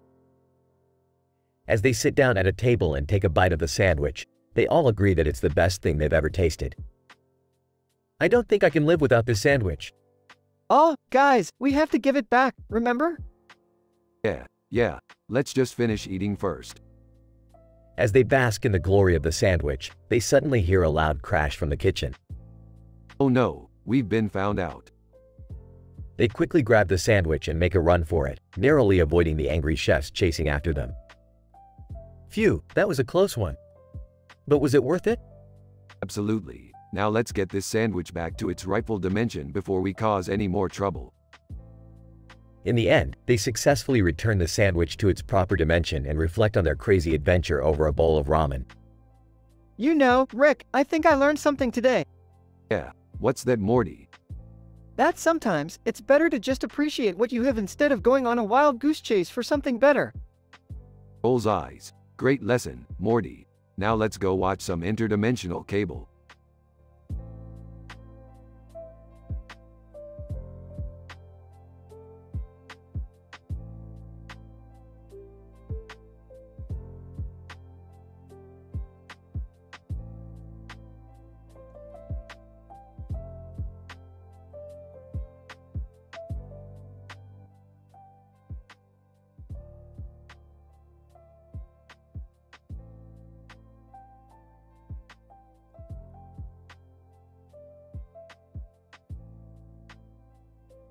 Rick, Morty, Jerry, and Summer gathered in the living room, staring at a magazine cover with a man in a futuristic suit and sunglasses. Summer squinted at the cover. Who's that guy? He looks like a douche. Jerry chuckled. That's The Weeknd, Summer. He's a big deal in music right now. Rick scoffed. Music? Who cares about that crap? What we should be focusing on is this suit. I bet I could build one way better. Morty interjected nervously. Rick, I don't know if that's a good idea. We have enough futuristic technology in our lives as it is. Jerry chimed in. Yeah, I don't think we need to go down that slippery slope. But Rick was already tinkering away in his garage, determined to create the ultimate futuristic suit. The others watched him from a safe distance, wary of what he might come up with. Days later, Rick unveiled his creation to the group. It was sleek, shiny, and had more bells and whistles than anyone could count. Summer rolled her eyes. You look ridiculous, Rick. Morty gulped. I don't think we should be messing with this, Rick. What if something goes wrong? But Rick was too proud of his creation to listen to reason. He donned the suit and strutted around the living room, making a mockery of himself. Suddenly, the suit malfunctioned and sent Rick hurtling through a wormhole. Morty and Summer frantically tried to figure out how to bring him back, while Jerry tried to keep everyone calm. Eventually, they managed to pull Rick back through the wormhole, but not before he had an encounter with The Weeknd. Rick stumbled back into the living room, disoriented and covered in glitter. That was a close one, he said, panting heavily. Morty shook his head. I told you we shouldn't have messed with this stuff, Rick. Jerry sighed. Can we just go back to watching TV now? Summer smirked. At least we got to see Rick covered in glitter. That was worth it. The group settled back onto the couches, happy to have survived another one of Rick's crazy experiments.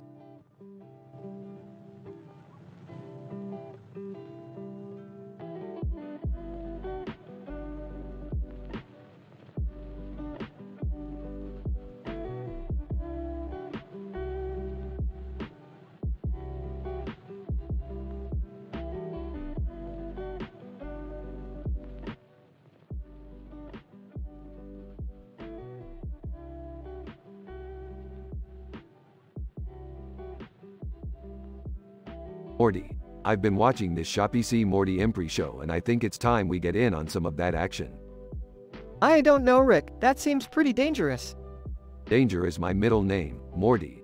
Plus, I've been working on my wrestling moves. Oh no! We'll enter as a tag team and take the title, Morty. It'll be like WWE but with aliens and interdimensional beings. Can't we just stick to our usual adventures, Rick? Where's your sense of adventure, Morty? Now let's go train. Later that day, on the rooftop of a skyscraper. Okay, Morty, I'm going to throw you off this building and you'll land on that mattress down there. Wait, what? Rick hoists Morty over his head and chucks him off the building WWE style. Screaming! Ah! Unfortunately, the mattress was not in the right place and Morty hit the asphalt. Staring down at Morty's lifeless body, oops. The next day, Morty's still in a coma but I heard we won the title by default since the other team forfeited. That's what they get for underestimating us. Rick, how could you do this to Morty? It was all in good fun, Jerry. Plus, have you seen the size of that championship belt? It's huge. I can't believe you prioritize a belt over Morty's well-being. Hey, he knew the risks when he signed up for this. Are you guys seriously arguing while Morty's lying in a hospital bed? Well, when you put it like that. The episode ends with a somber shot of Morty hooked up to machines while the sound of a wrestling match plays in the background.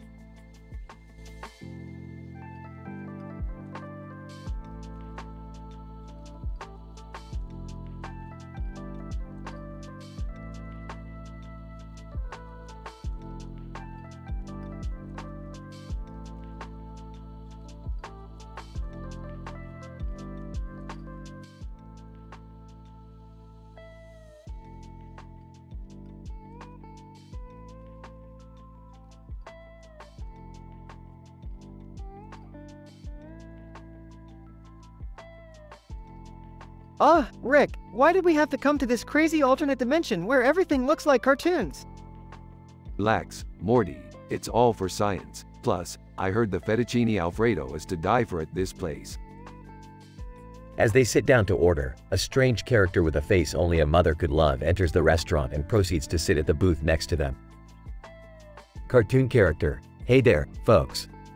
Mind if I chow down on some of this deliciousness with ya? Not at all. But what's with the face, buddy? Cartoon character, long story. Just call me Weirdo. As they eat, they start to notice some strange behavior from Weirdo. He eats his pasta with a fork and knife, he talks to his food, and he even starts to dance with his plate. Rick, what's happening? I don't know, Morty. But something tells me this isn't just your average dinner. Suddenly, Weirdo's plate starts glowing and a portal opens up, sucking him into it. Well, that was unexpected. What do we do now? We follow him, Morty. The portal won't be open forever.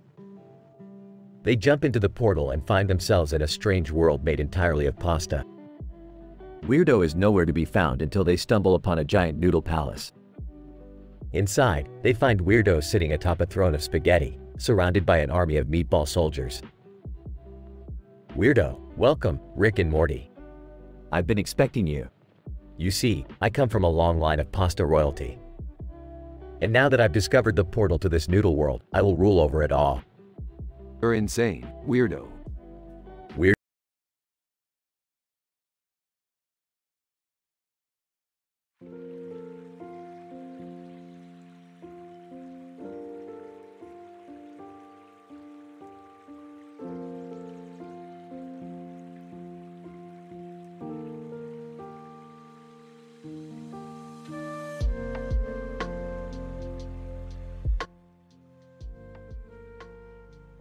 Morty, I need your help with a new experiment.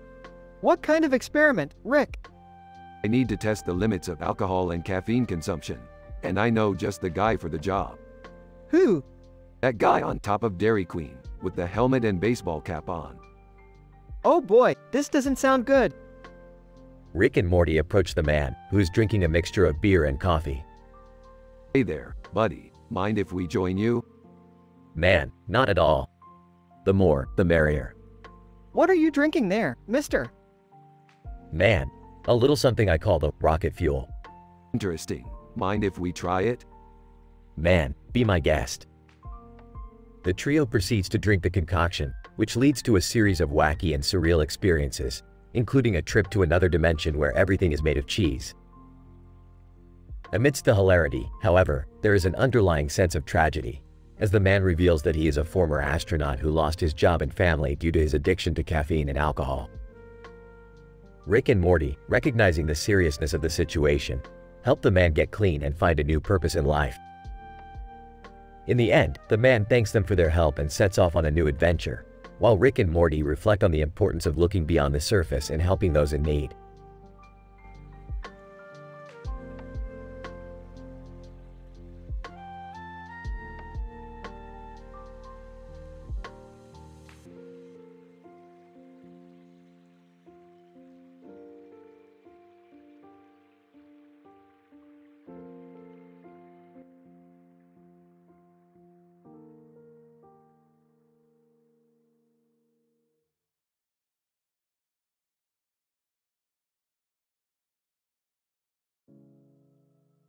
Narrator. In this episode of Rick and Morty, the duo finds themselves on a planet where love and affection are the driving forces of society. Disgusted. Morty, can you believe this place? All these creatures walking around with hearts on their sleeves. It's nauseating. Curious? I don't know, Rick. It's kinda sweet, isn't it? Sarcastic. Yeah, sure, Morty. And while we're at it, let's hold hands and sing Kumbaya. As they explore the planet, they come across a heart-shaped object with neon lights. Excited! Wow, Rick! Look at that! It's beautiful!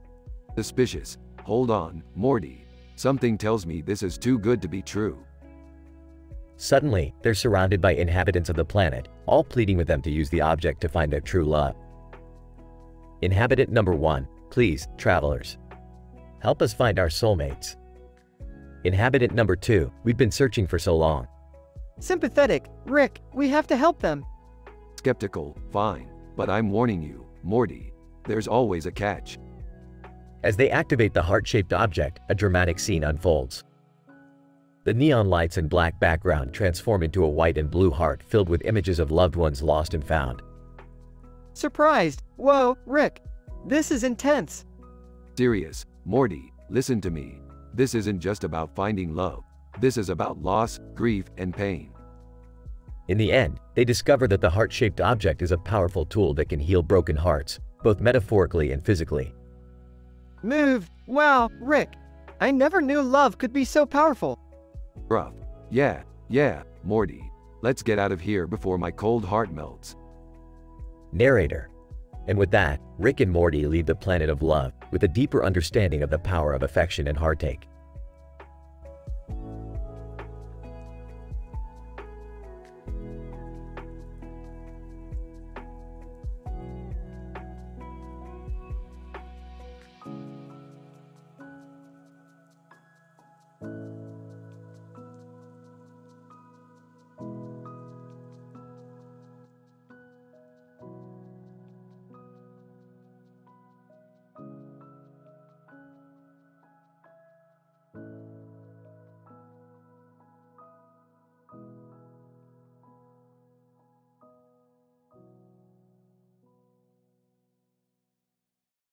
This is it, Morty. The concert of the century. Who are we seeing again?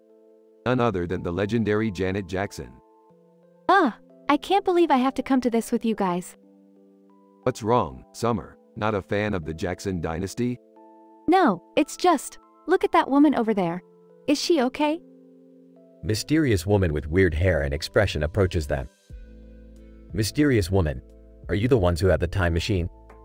Who wants to know? Mysterious woman, my name is Zara. I come from a future where Janet Jackson is a dictator ruling over the world. What? That's crazy! Zara, I know it sounds insane, but I've seen it with my own eyes. Please, you have to help me stop her before it's too late. Alright, Morty, looks like we've got a new mission. Let's go save the world. They enter the concert and are immediately surrounded by Janet Jackson's army. Janet Jackson, well. Looks like we have some intruders here. Boys, take them away. Oh no, you don't. They engage in an epic battle with Janet Jackson's army, ultimately defeating them and getting face to face with Janet. Janet Jackson, you can't stop me. The world is mine. Not if we have anything to say about it. Yeah, we'll never let you rule the world. Smirking. And you think you're in control, Janet? Please, you're just a pawn in the grand scheme of things. Janet Jackson, what are you talking about?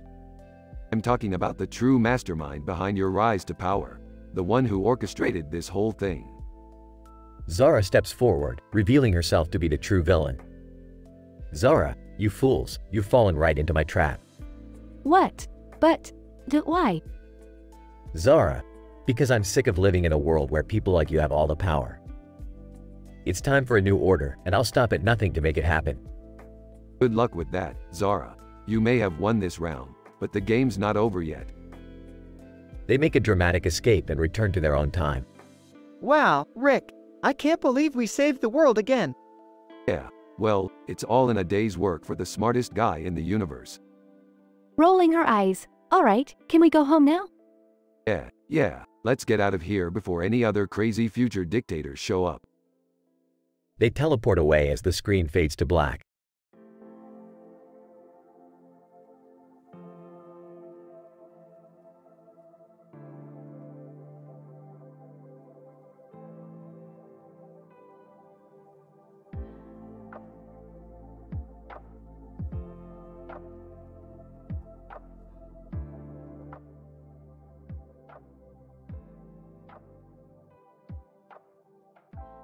Morty, we're going to Egypt. Egypt? Why Egypt? Because I need to investigate a disturbance in the time-space continuum. And, you know, soak up some sun by the pool. Okay, but why do we have to stay at this fancy resort? Because I can't handle a cheap motel. Plus, the pool looks nice. They arrive at the resort and head to the pool. Whoa, this pool is huge. It looks like it's straight out of a pharaoh's palace. Hey, let's play a game. Whoever can swim to the other side fastest wins. Morty and Rick race to the other side, but Rick gets stuck in some weird underwater portal. Oh no, Rick, he's stuck in a time portal. Guest, hey, you can't be here. Unless you're paying customers. Listen, our friend is stuck in the pool. Guest, I don't care. You're disturbing the other guests. This is a matter of life and death. Guest, sorry, I can't do anything for you. They eventually free Rick from the portal and escape the resort. Rick, what was that all about? I guess we learned our lesson. Never trust a fancy resort. They'll suck you in like a black hole. Groans, can we just go home now?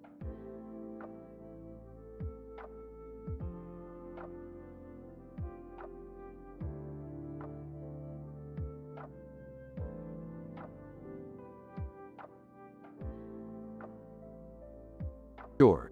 Let's use my newest invention, the portal gun. They portal home, happy to be back in their own dimension.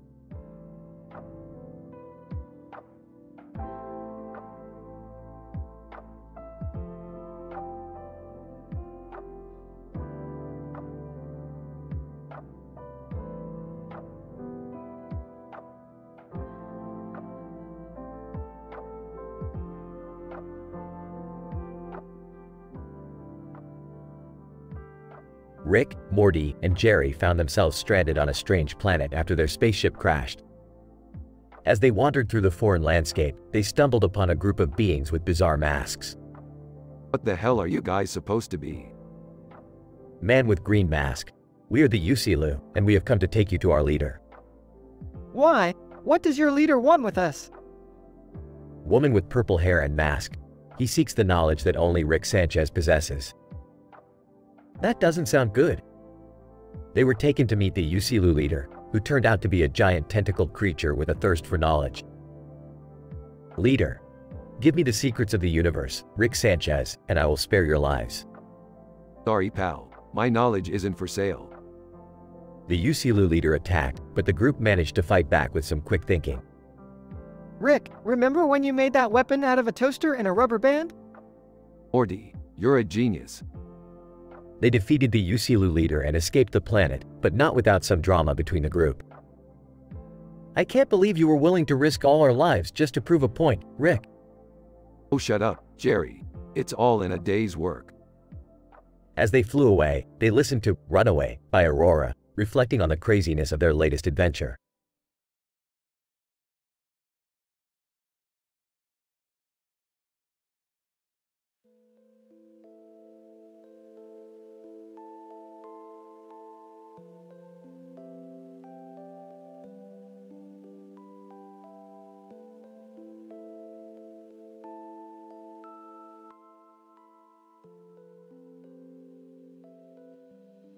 Narrator: Rick and Morty were out trick-or-treating when they saw a man with a creepy face and neon green lights on his face, with a green light in his mouth.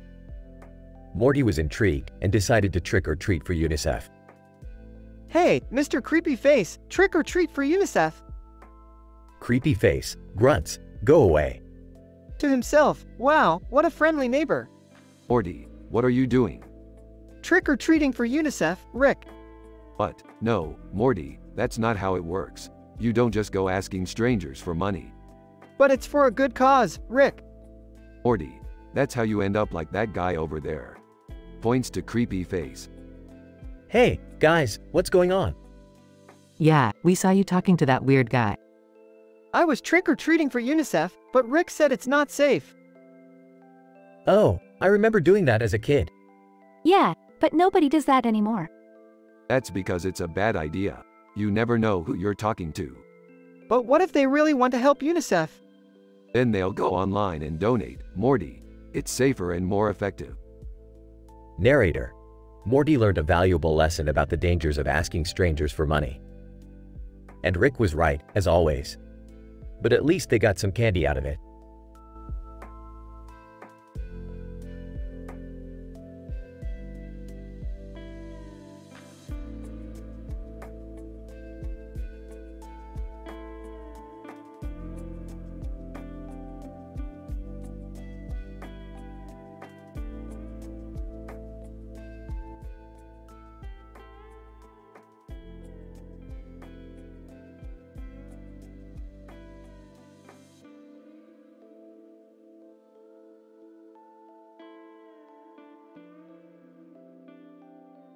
Narrator: In the city setting of the Smith household, Morty has a devious plan brewing.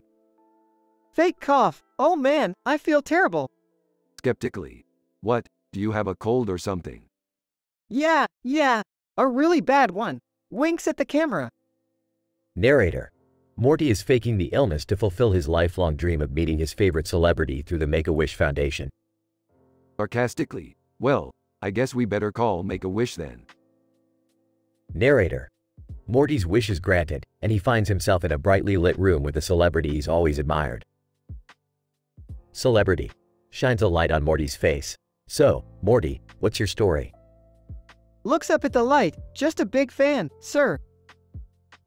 Narrator: But the meeting takes a turn when the celebrity reveals that he is actually an alien in disguise, using his fame to gather intelligence on Earth. Celebrity reveals his glowing hand, and I think you're the perfect candidate to help me with my research. Narrator: Morty is torn between his admiration for the celebrity and his loyalty to his own planet. Meanwhile, Rick has been tracking the alien's whereabouts and bursts into the room with guns blazing. Put down the freaky light hand and step away from the kid. Narrator: In a dramatic showdown, Morty must choose whether to side with the alien or his grandfather, ultimately saving the day with some quick thinking. Smirks. I may be a big fan, but I'm an even bigger Earthling. Throws a chair at the alien.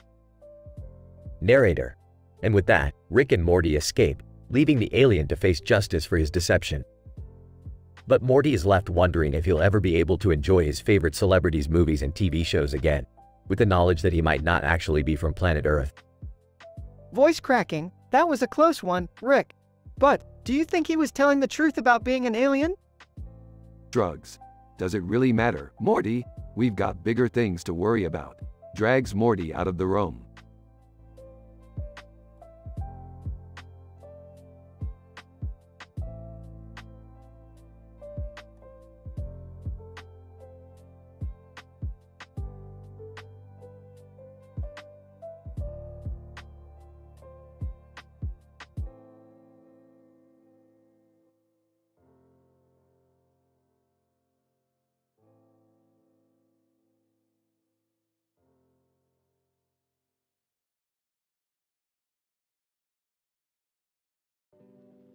Title: The Eternal Feast.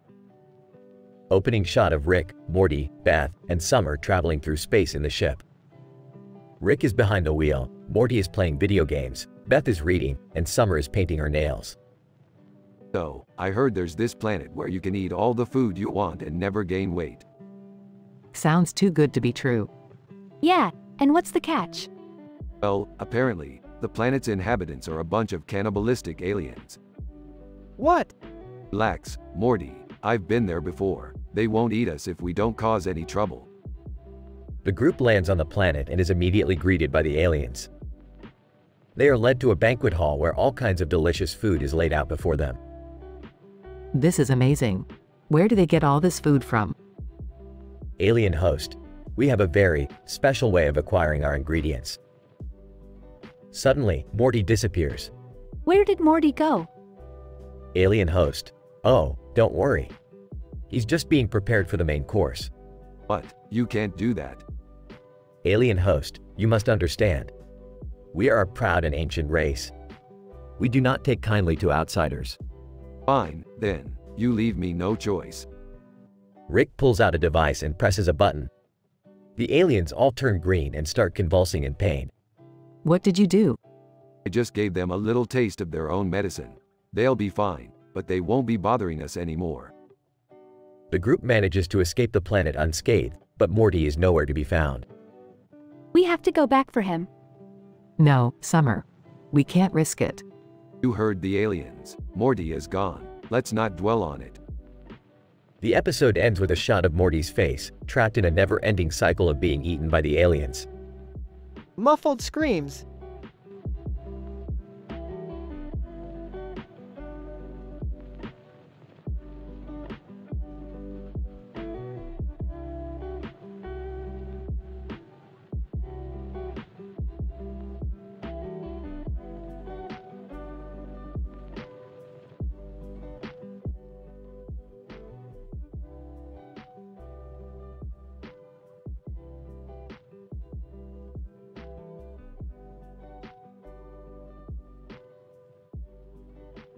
Rick, Morty, and Summer found themselves in the middle of an extravagant party hosted by the illustrious prince. As they mingled with the other guests, they couldn't help but notice the man in the golden frame who seemed to be the center of attention. Who's that guy in the fancy frame? Is he like famous or something? You uncultured swine. That's Prince's great-grandfather, Vasily the Magnificent. He was a renowned inventor and time traveler. Time traveler? That sounds like something you'd be interested in, Rick. Ah, time travel is for amateurs. Besides, Vasily's most famous invention was a clock that could predict the exact moment of your death. Gross. Why would anyone want that? As the night wore on, Prince unveiled the clock and invited his guests to see their fate. Morty was too scared to look, but Summer and Rick both ended up staring into the clock face. What does it say? Am I going to die soon? Chuckles. It says I'm going to die in 2 minutes. Good luck finding a replacement genius like me, Morty. Wait, what about me? You're not important enough to get a prediction, Morty. Sorry. But just then, a group of masked bandits burst into the party and held everyone hostage. They demanded that Prince hand over the clock or else suffer the consequences. Prince: no. This clock is a family heirloom. I can't just give it up. We have to do something to stop them, Rick. Relax, Summer. I've got this. Pulls out a laser gun. What follows is a dramatic action sequence as Rick, Morty, and Summer fend off the attackers and save the day. But as they looked back at the clock, they noticed something strange. Hey, the clock's hands are moving backwards. What does that mean? It means Vasily's clock doesn't predict death. It predicts a moment of rebirth. We're all going to get a second chance. And with that, the three of them left the party with a newfound appreciation for life and a sense of adventure that would continue for many seasons to come.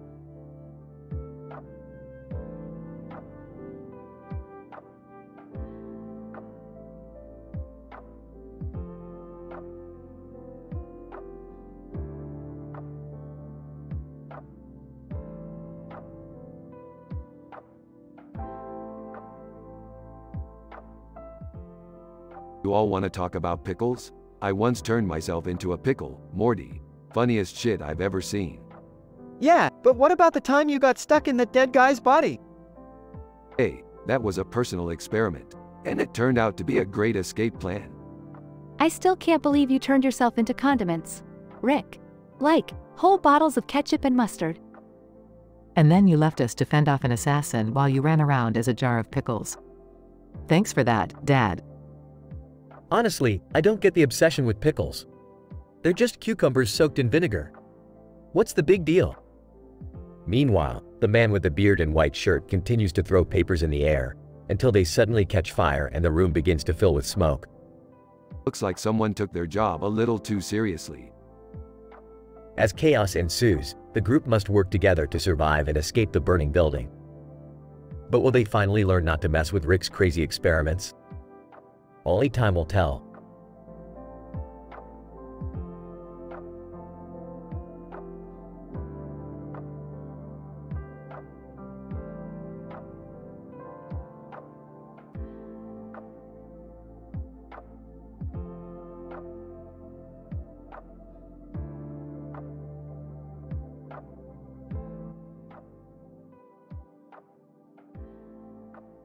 Rick, Morty, Jerry, Beth, and Summer are sitting around the living room discussing their favorite episodes of Rick and Morty.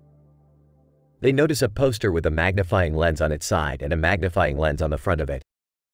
Hey, that poster looks like an interdimensional portal magnifier. We should try using it to find new dimensions to explore.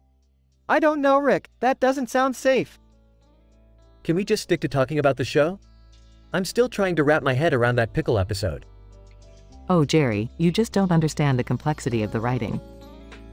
Yeah, Dad, you're kind of like that magnifying lens. You only see things from one perspective. Hey, that's not fair. Let's get back to talking about the show. How about the episode where we all turned into pickles? That was crazy, but I still prefer the one where we went to the Citadel of Ricks. I like the one where we had to save Earth from the giant heads. I don't know, I think the one with the Meeseeks was pretty funny. That's because you were hopeless and couldn't even hit a golf ball right. Okay, you got me there. As they continue discussing their favorite episodes, they realize that their differing perspectives make the show even more enjoyable. The magnifying lens poster serves as a reminder that there's always a different perspective to be found.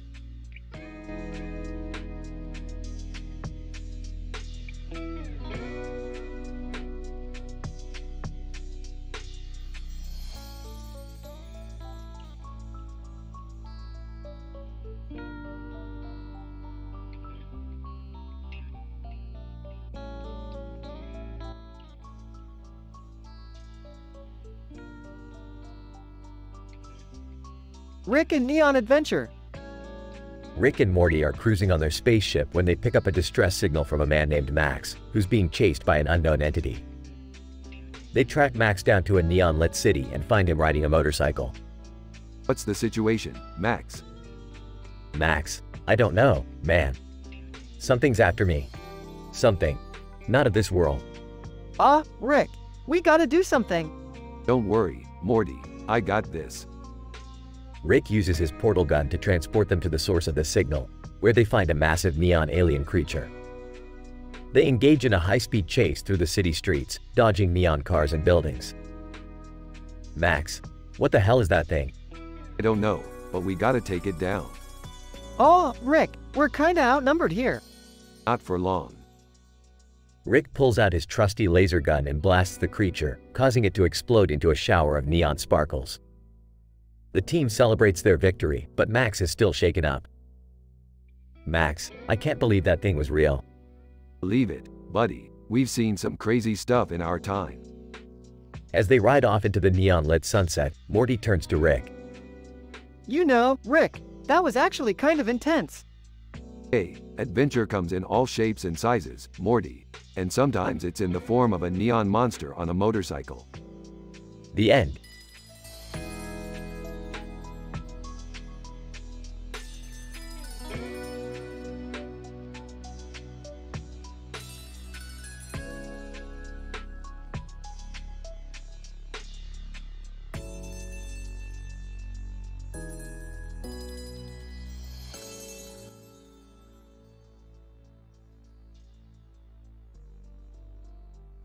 Morty, we need to get to the United Kingdom ASAP.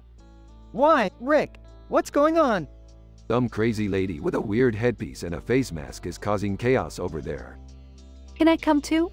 Why not? We could use an extra hand. As they arrive in the United Kingdom, they see the woman causing destruction with her powers. What is that thing on her head? I don't know, but it looks like it's giving her some kind of power. Let's try to take it off her head before she does more damage. As they approached her, she unleashes her powers towards them. Oh no, we're doomed. Hold on, Summer, I got this. Using his technological prowess, Rick disarms the power source from the woman's headpiece. It's over. She's powerless now. The woman starts crying. What's wrong with her? She was being controlled by that thing on her head. It's not her fault. The woman opens up to them about how she was manipulated by a cult to wear the headpiece and do their bidding. That's messed up, Rick. Yeah, it is. But at least we stopped her from causing more damage. Good job, guys. As they leave the United Kingdom, the woman thanks them for saving her and vows to turn her life around. Another day, another adventure.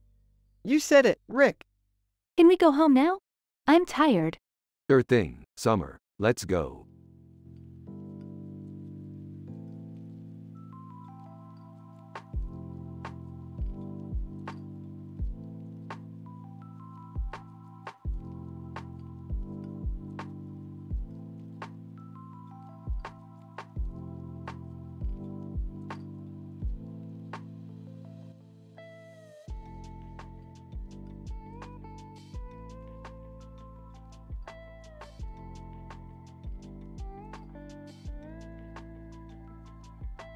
Morty, we gotta go to Scotland.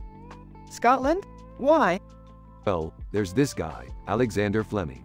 He just discovered penicillin and some other crazy shit. Wow, that's amazing. Yeah, but here's the catch. There's this other guy, a businessman in a suit and tie, who wants to take all the credit for Fleming's discovery. That's messed up.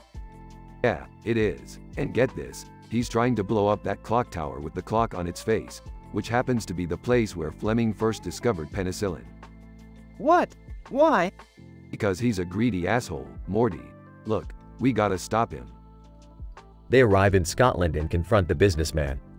Hey, what's the big idea, pal? Trying to take credit for Fleming's work?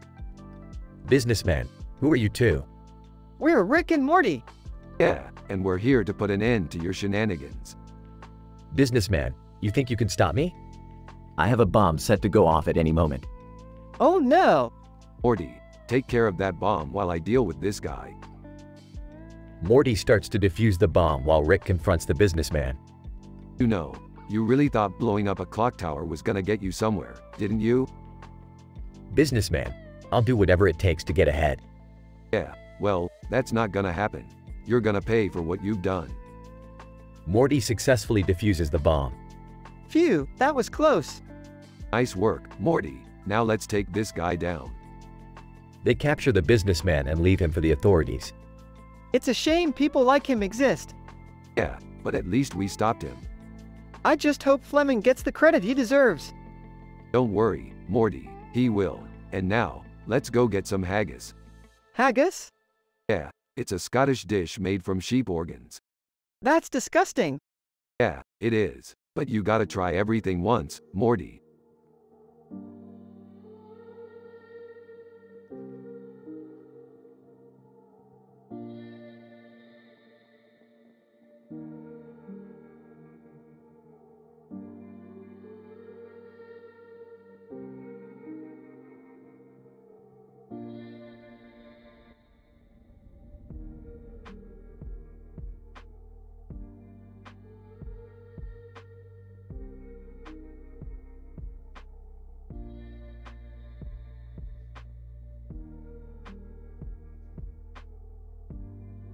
Morty, we need to go to the land of computer programming.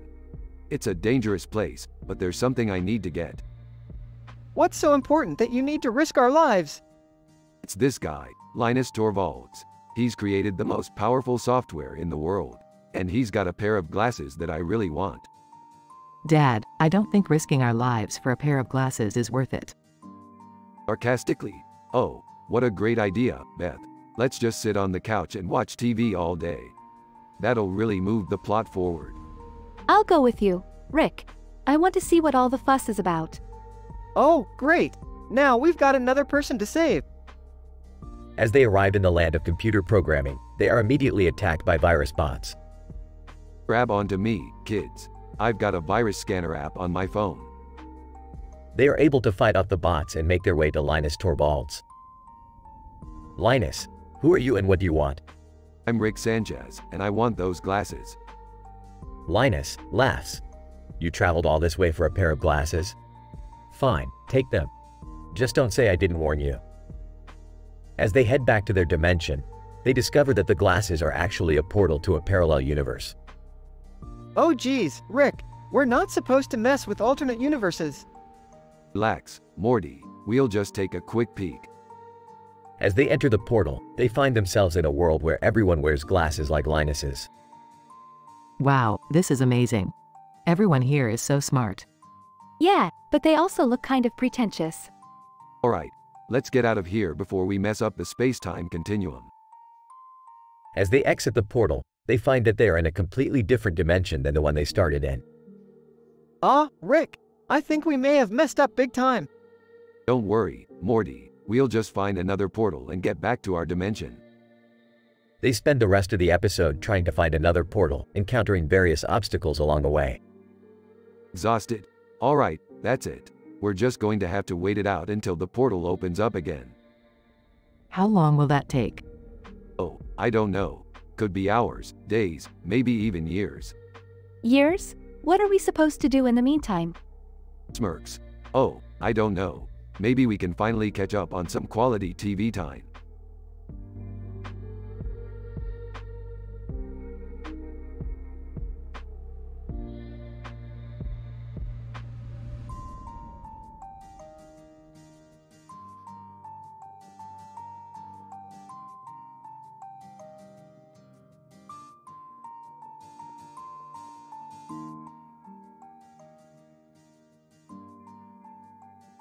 Morty, I've got some bad news. Looks like some futuristic assholes are raiding our Twitch channel.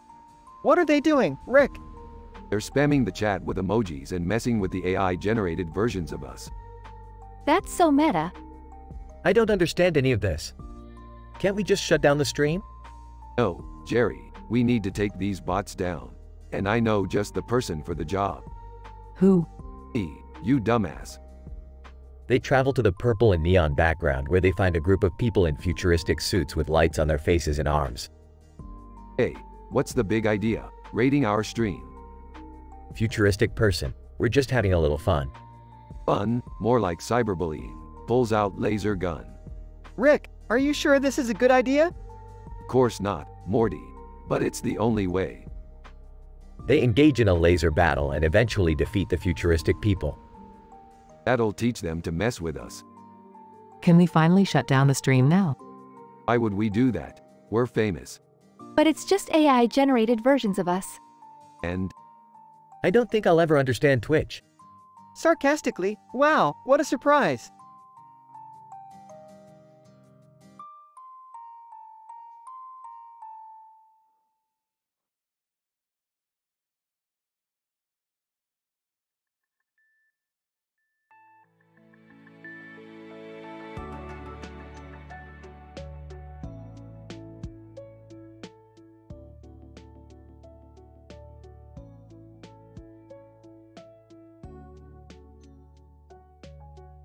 what the hell is a bead measure party?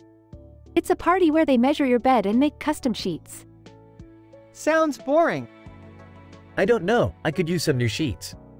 Plus, the woman in the poster is hot. Jerry, you're a married man. And that woman is clearly a snake alien in disguise trying to lure people in. How do you know that? I just have a sixth sense about these things. Trust me.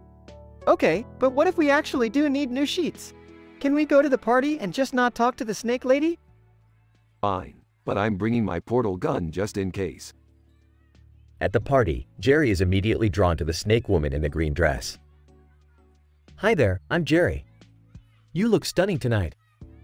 Snake woman, thank you. I couldn't help but notice you from across the room. Meanwhile, Rick is busy using his portal gun to scan the room. Something's not right here. These people are too happy about sheets. Maybe they're just really passionate about betting. No, it's definitely something else. We need to get out of here. Back with Jerry, the snake woman has Jerry wrapped around her finger. Snake woman, why don't we step outside and get some fresh air? That sounds great. As they exit the party, the snake woman reveals her true form and attacks Jerry. Oh my god, Jerry's being attacked by a snake. Rick, do something. Rick pulls out his portal gun and opens a portal to a different dimension, sucking the snake woman inside. That was a close one. Let's get out of here before any more snake aliens show up. Thanks for saving me, Rick. Don't thank me yet. We still have to find you some damn sheets.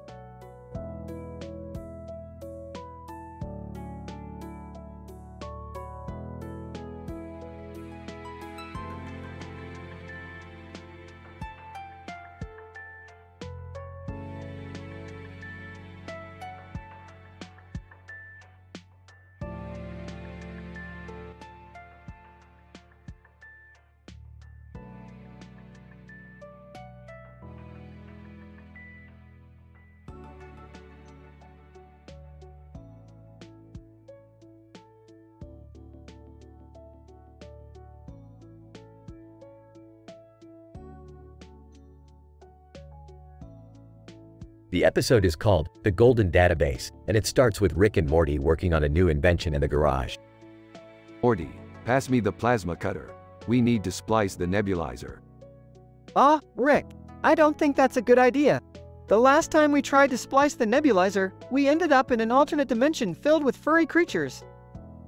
Relax, Morty. That's why we have the Golden Database. It has all the information we need to avoid those pesky alternate dimensions. Jerry walks in, holding a brochure. Hey guys, check out this new resort I found. It has a hot tub and free Wi-Fi. Dad, we're kinda busy here. What could be more important than a vacation? Besides, I heard there's a casino nearby. Jerry, we don't have time for that. We need to finish this invention before it's too late. Suddenly, the woman with long hair and green dress appears on the Golden Database screen. Database Administrator, greetings, Earthlings. I am the database administrator, and I have urgent news for you. The Golden Database has been compromised. What does that mean? Database Administrator. It means that someone has hacked into the database and stolen the Golden Ball. The Golden Ball? What's that? Database Administrator. It's a device that controls time and space. Without it, the universe could collapse. Who would steal something like that? Maybe we should call the police.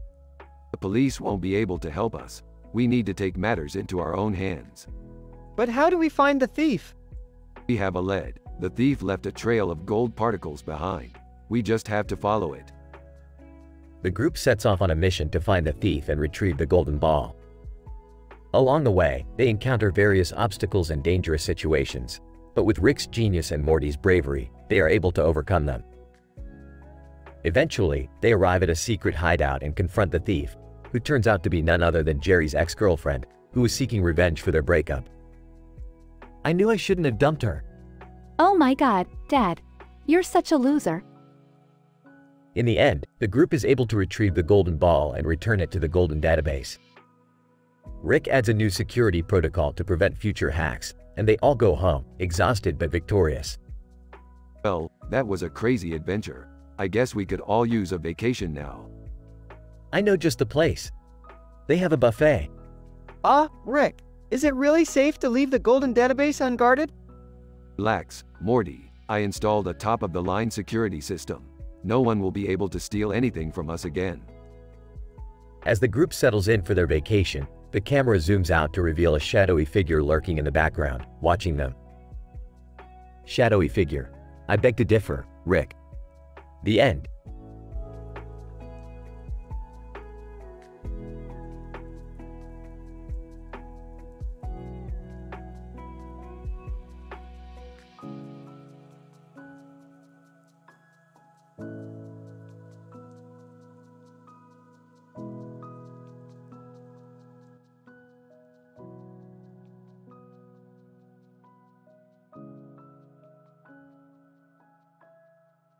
Morty, you won't believe it. We've been invited to an exclusive gaming convention hosted by Dr. Disrespect himself. Who's Dr. Disrespect? He's a legendary gamer, Morty. He's also got a pretty sweet mustache. Morty rolls his eyes.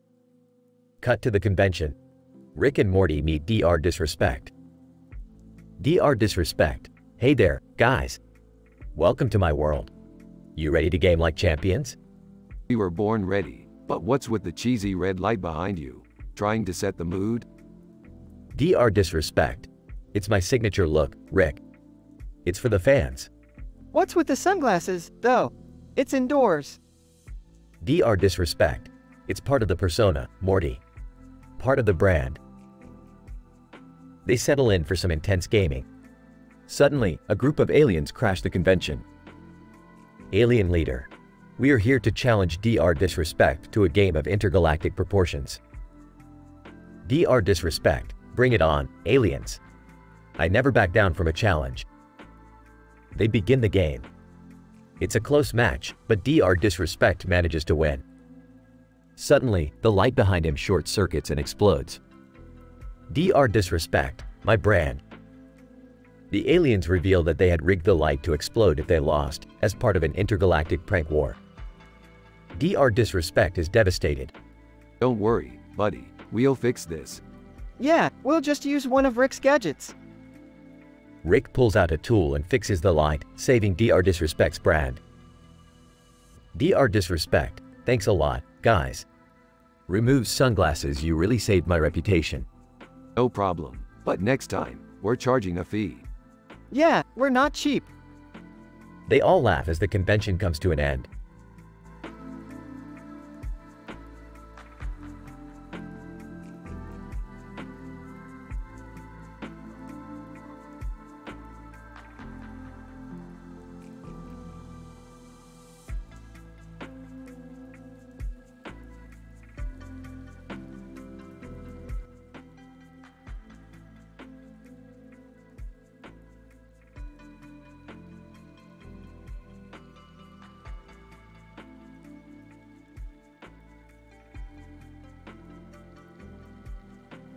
Alright, Morty, buckle up.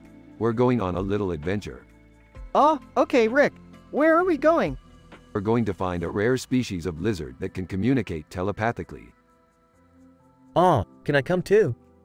I love lizards. Jerry, you can't just tag along on Rick and Morty's adventures. You'll just slow them down. But I promise I won't be a burden. Fine, whatever. Let's go.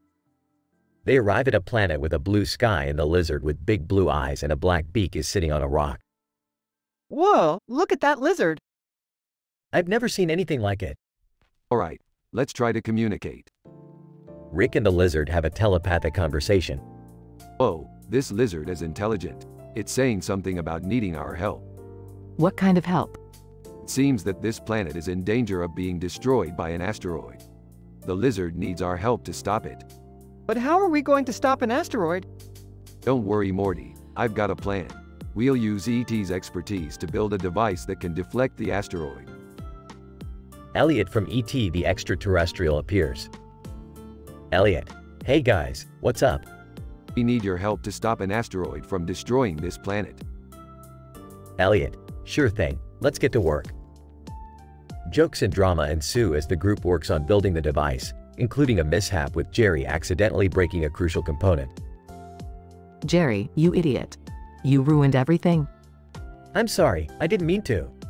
Alright, let's not panic. We can fix this. Finally, the device is complete and they manage to deflect the asteroid. Lizard, thank you so much for your help. Without you, we would have been destroyed. No problem. It's all in a day's work. I've got to admit, that was pretty cool. Yeah, that was awesome. Can we do something like this again? Sarcastically, oh yeah, let's just save the universe every week. No big deal. Everyone laughs as they prepare to leave the planet.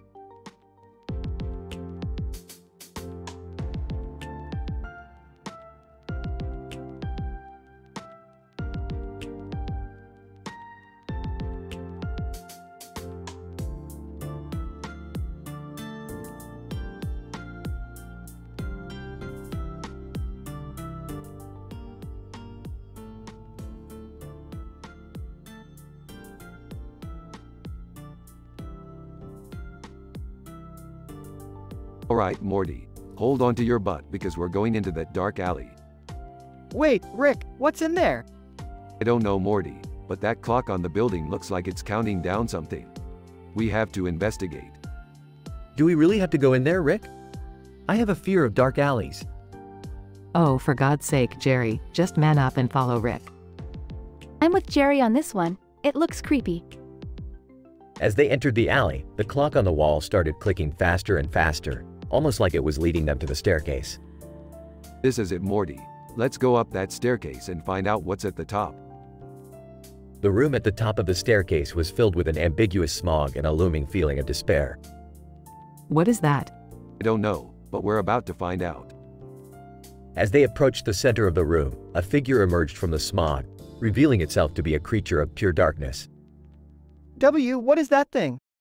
I don't know, Morty, but we need to get out of here. Suddenly, the creature spoke. Creature, you dare to trespass in my domain? Leave now or face the consequences. Oh great, we're going to die in a dark room. Why did we even follow Rick in the first place? Shut up and let's try to survive this. Alright, creature, you win this time. We're leaving. As they fled down the staircase, the clock on the building started ticking backwards. Okay, that's not good. We need to get out of here fast. As they emerged from the alley, the building exploded behind them, leaving them all panting on the street. Rick, what just happened? We crossed paths with something we shouldn't have, Morty. It's going to be a long ride home.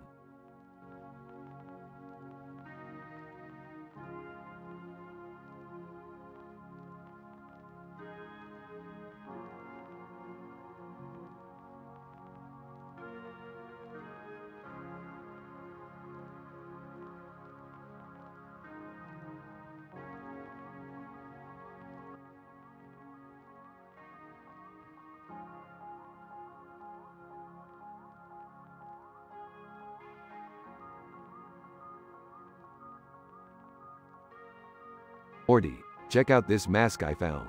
It's got multiple heads on it. Oh, Rick, that thing looks really creepy. Maybe we should just leave it alone? Ah, Morty, this mask could be worth a lot of money. I'm thinking I'll harvest the eyes of that demon head on the other side. But what about the other heads?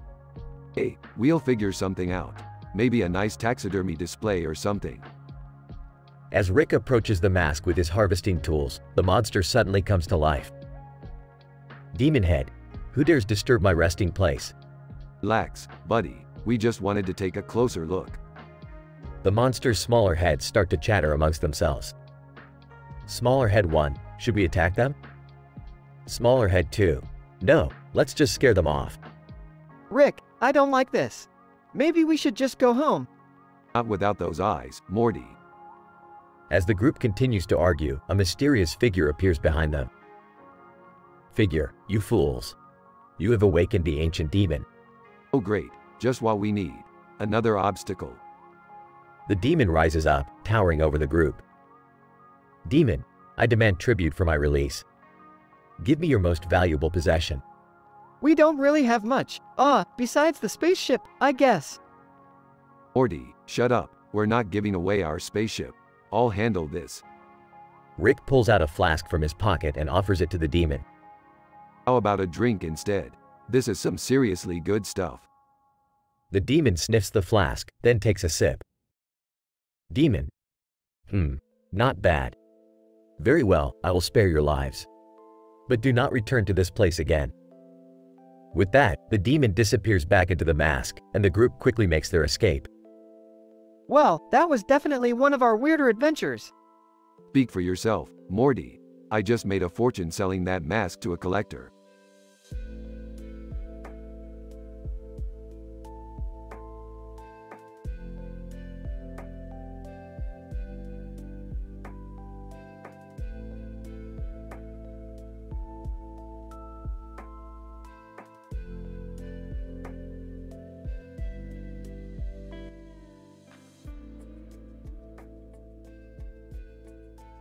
Morty, we're going to explore this vast world filled with booty spiders and demon flies.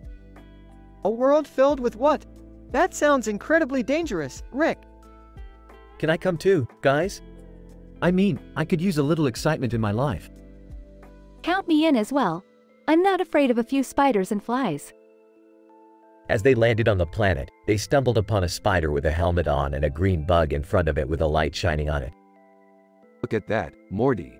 It seems like these creatures are experimenting with technology. Great. Just what we need, a bunch of spider bots. Wait, that green bug is controlling the spider. It's like the spider is its minion. Just then, they were surrounded by a swarm of booty spiders and demon flies. Looks like we're in a bit of a pickle. We need to get out of here, Rick. They can have all the booty they want. Just get me out of here alive. There's no way we can fight them all off. We need a plan, Rick. With Rick's quick thinking, they were able to hack into the green bug's control system and turn the spider army against the demon flies, saving themselves from certain doom. Another successful adventure, Morty. Just another day in the multiverse. I really hope we never have to deal with that again. I think I need to go lie down now. This was definitely a learning experience. Never underestimate the power of tiny creatures with technology.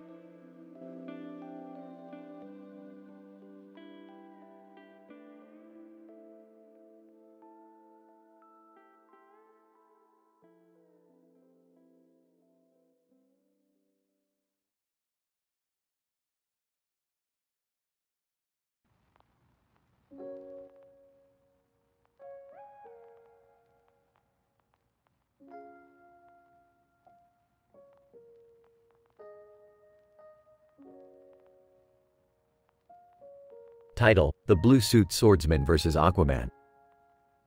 Opening shot. The camera pans out from the moon to reveal a small boat in the middle of the ocean.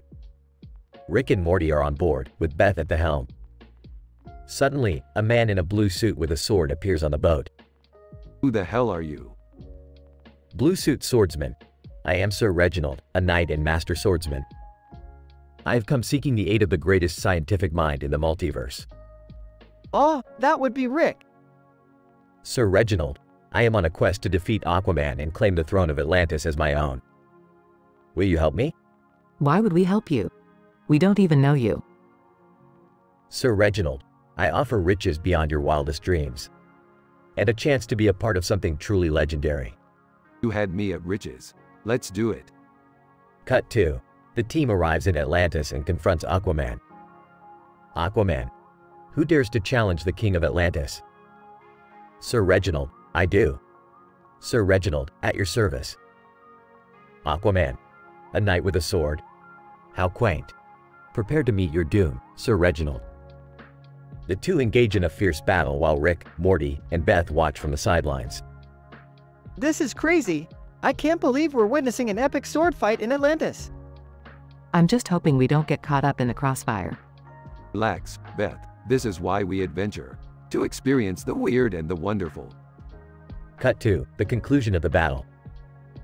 Sir Reginald emerges victorious, with Aquaman defeated and the throne of Atlantis his for the taking. Sir Reginald, it is done. The kingdom of Atlantis belongs to me. Wow, that was intense. Yeah, but now what? Sir Reginald, now we celebrate. A feast fit for a king. The episode ends with the team partying with Sir Reginald in Atlantis, enjoying their newfound wealth and newfound glory. End shot. The camera zooms out from the Atlantis party to show the moon in the background once again.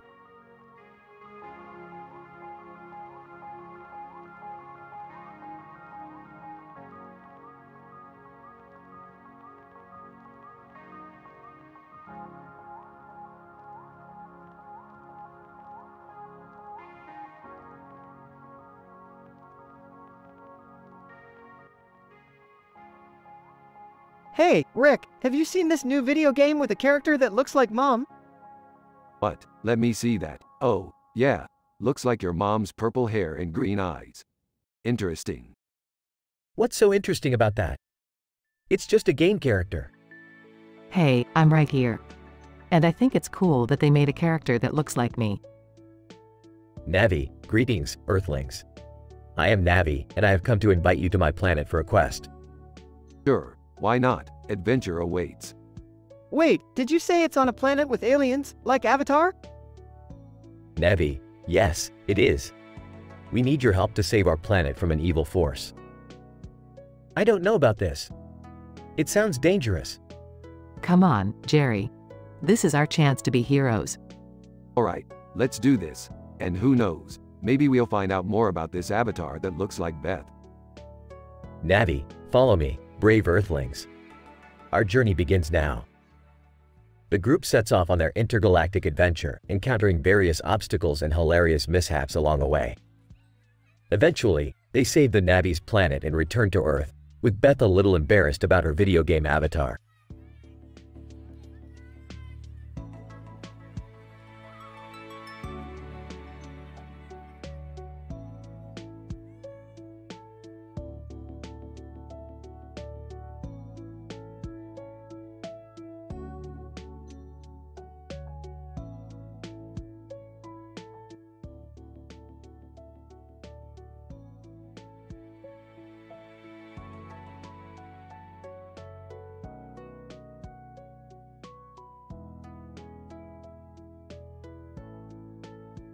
Morty, Jerry, buckle up.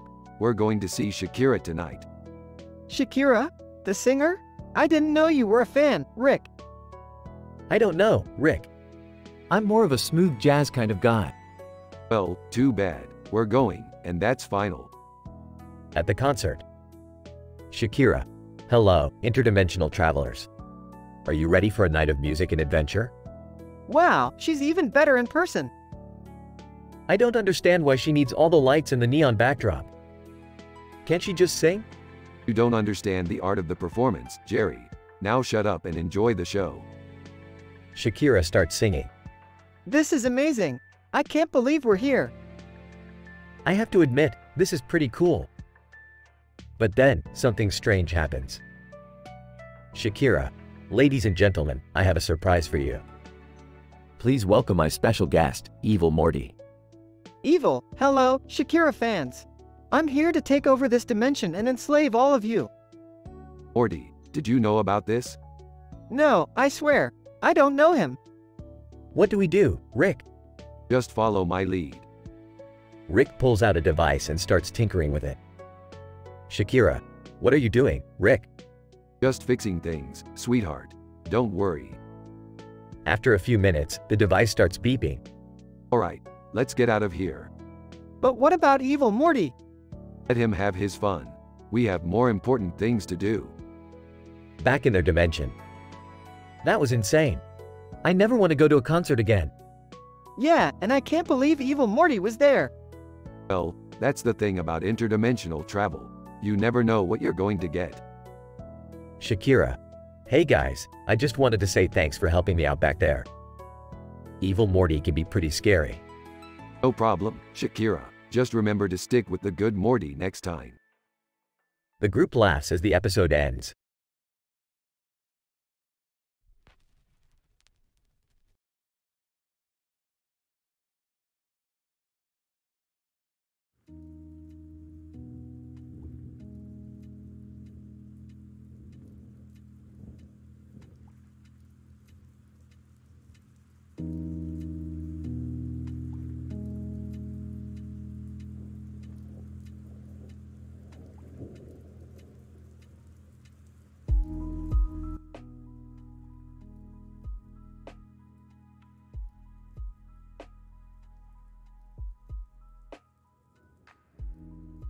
What do we have here, Morty?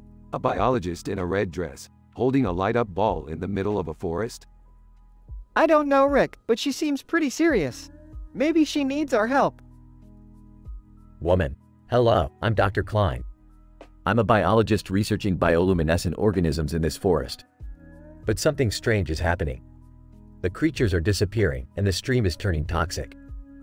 Well, looks like we got ourselves a classic environmental disaster on our hands here. Let's dig deeper, Morty. But Rick, we don't know anything about this kind of thing. What if we make things worse? Relax, Morty. We'll just use some science-wide jargon and a few gadgets. That always works. Dr. Klein, I appreciate your enthusiasm, but this is serious. We need to act fast before it's too late. Well, if you insist. Let's start by analyzing the water source and tracking down the missing creatures. And what about the light-up ball she's holding? Oh, that's just a distraction. You know how scientists are, always trying to impress people with their fancy toys. As they investigate further, Rick and Morty discover a group of greedy corporations dumping their waste into the stream, causing the destruction of the bioluminescent organisms. The trio teams up to bring the corporations to justice and save the forest. In the end, Rick and Morty return to their normal lives, leaving Dr. Klein to continue her research.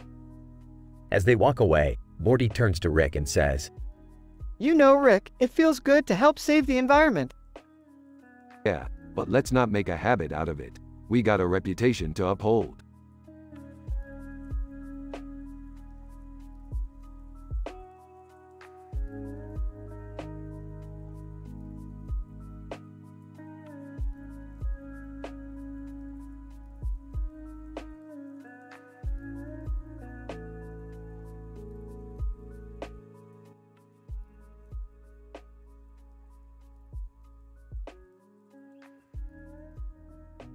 Title: Neon Wars. Rick, Jerry, Morty, and Summer are in a futuristic city when they encounter a warrior wielding a neon lightsaber. Whoa, that's not something you see every day. Warrior: I am from a distant planet. I have come to retrieve the neon star. What's the neon star? Warrior: it is a powerful artifact that grants its user immense power. I must retrieve it before it falls into the wrong hands. Okay, but why do you need us? Warrior: I am not familiar with this planet's customs. You can help me navigate this city and find the coordinates of the neon star. All right, let's do this. As they make their way to the coordinates, they are ambushed by a rival group who also seek the neon star.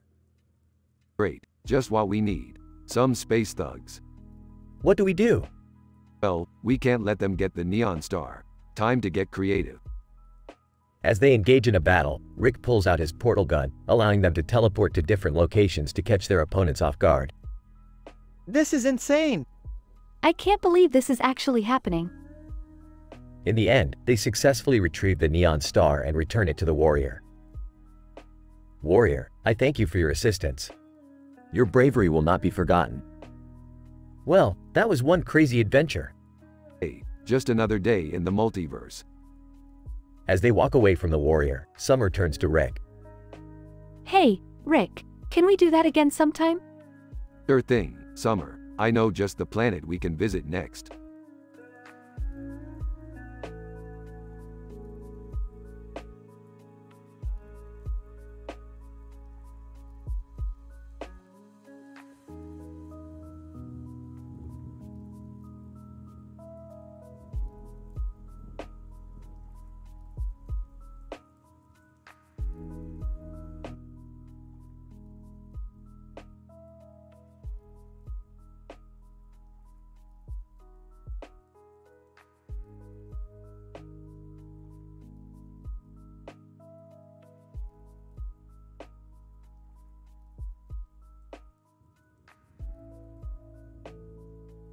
Title: The Colorful Dilemma.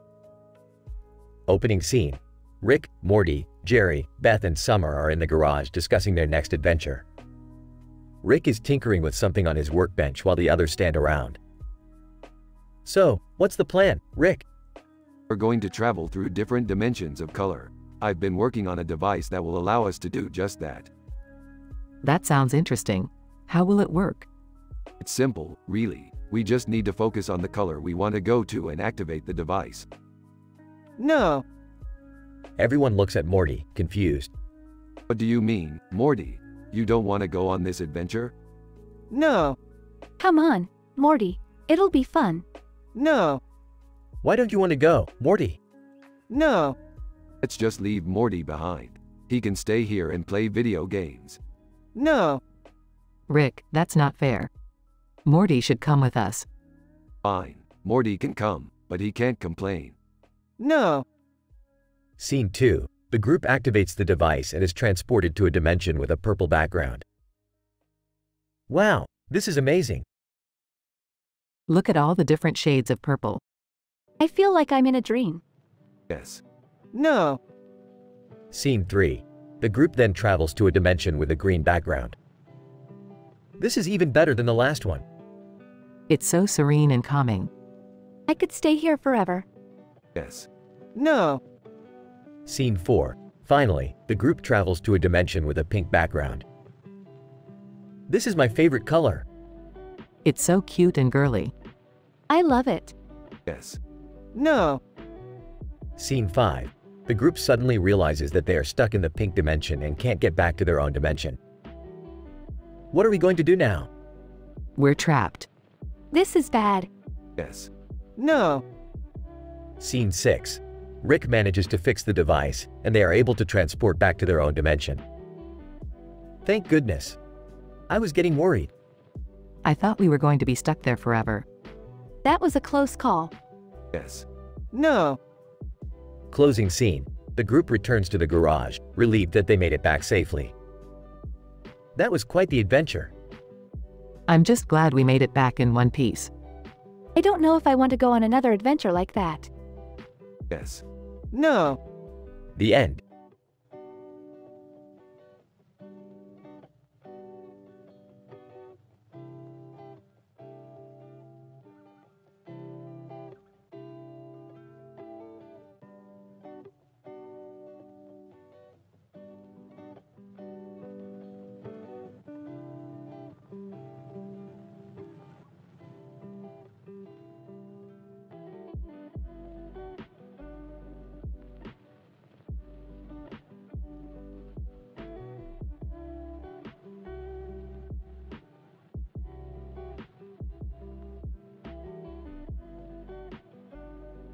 Title: Neon Drama.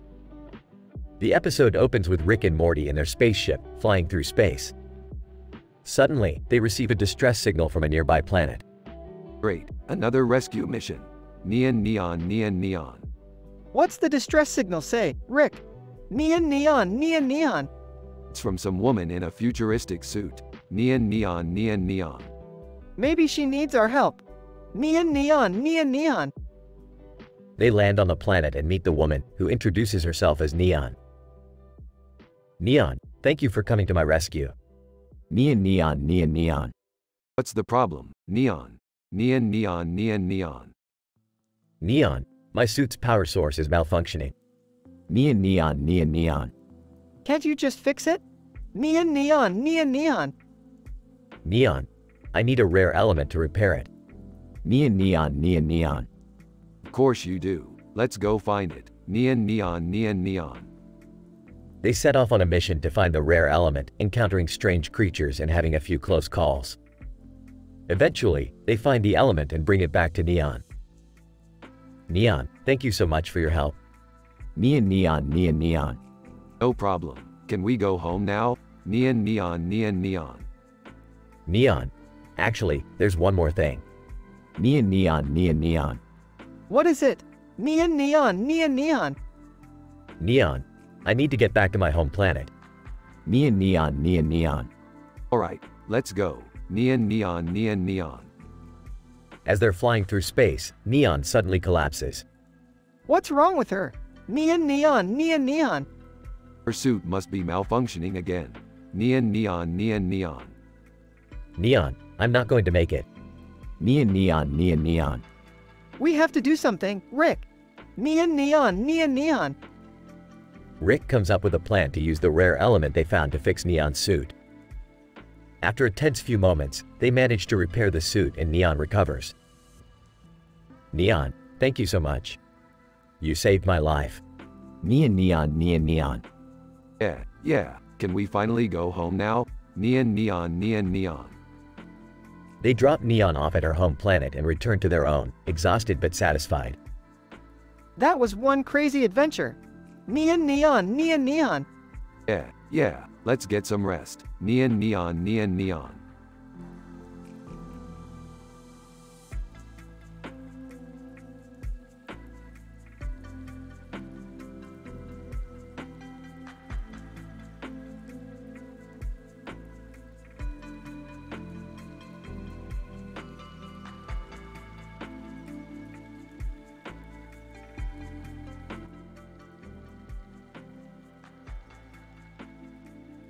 Oh great, a family portrait. Just what we needed for a therapy session. What's wrong with that? It's just a family portrait. Morty, you wouldn't understand. This is a picture of a family who needs help. And who are you to judge, Jerry? You're not even Morty's father. Wait, what? Are you telling me that Morty is not your son, Jerry? DNA results never lie, Rick. And apparently, Beth cheated on me. Oh man, this is getting too complicated. You think this is complicated? We're on a TV show called Jeremy Kyle, and our problems are being aired to the whole world. Well, that's just great. We're not only dysfunctional, but we're also humiliating ourselves. I don't know what to do. I feel betrayed and lost. Maybe we can start by being honest with ourselves and each other. We can work things out, right? Yeah, I mean, we're a family. We have to stick together.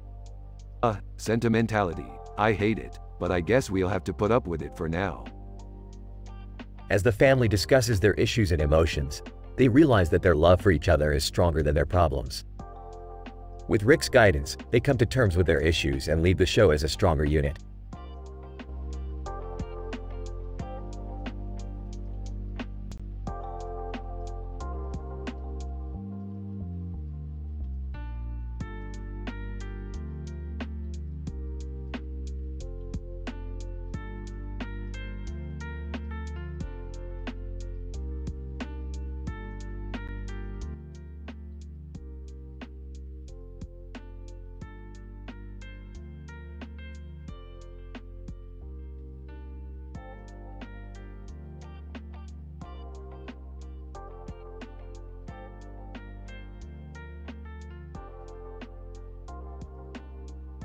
Title: Error 404, Internet Not Found. The episode begins with Rick, Morty, and Beth visiting a new planet with a strange sign that reads, "The Internet is not allowed to use it for the Internet or any other device." Well, look at that sign. Error 404, dialogue not found. What does that even mean, Rick? It means we can't use the internet here. Great, now what do we do? Relax, Beth. We don't need the internet to have a good time. Error 404, dialogue not found. As they wander around the planet, they come across a group of aliens who seem to be in trouble. Alien 1, help. Our spaceship crashed and we're stranded here. Alien 2, we need someone with technical skills to fix it. Step aside, amateurs. I'll fix your spaceship in no time. Error 404, dialogue not found. Rick, you can't use the internet to fix it. Who needs the internet when you've got Rick Sanchez's superior intellect and ingenuity? Error 404, dialogue not found. As Rick tinkers with the spaceship, he realizes that he needs some specific information that he can only find on the internet. Alright, fine. I'll just use my portal gun to get to a planet with an open internet connection. Error 404, dialogue not found. Rick, we can't break the rules. This is an emergency, Beth. The aliens need our help. Error 404, dialogue not found. I don't know, Rick. It seems risky. What's the worst that could happen? Error 404, dialogue not found. As they venture to the planet with an open internet connection, they run into trouble with the authorities. Guard, hey, you guys. You can't use the internet here. That's against the rules. Relax, buddy. I'm just borrowing the internet for a quick sec. Error 404, dialogue not found. Rick, we should listen to the rules. Let's just go back and think of another way to help the aliens. Fine. We'll do it the old-fashioned way. Error 404, dialogue not found. They return to the stranded aliens and use their skills and resources to fix the spaceship without the help of the internet. Alien 1, thank you so much. You saved us. Alien 2, we owe you our lives. No problem, dudes. Just doing our duty as intergalactic heroes. Error 404, dialogue not found. As they leave the planet, Rick reflects on the experience. You know what? Maybe we don't need the internet to solve every problem. Error 404, dialogue not found. I guess you're right, Rick. It's good to know that we can still rely on our own skills and ingenuity. Error 404, dialogue not found. The episode ends with them flying off into the universe, ready for their next adventure.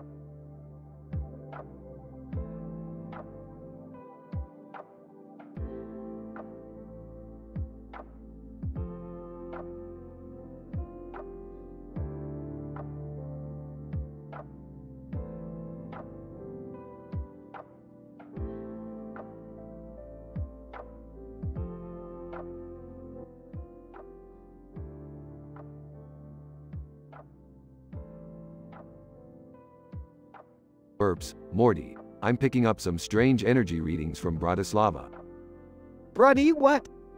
It's the capital of Slovakia, Morty. Who cares about that? We're going on a trip. Grabs portal gun. They arrive in Bratislava and see the beautiful city lights. Whoa, this place is pretty cool. Agreed.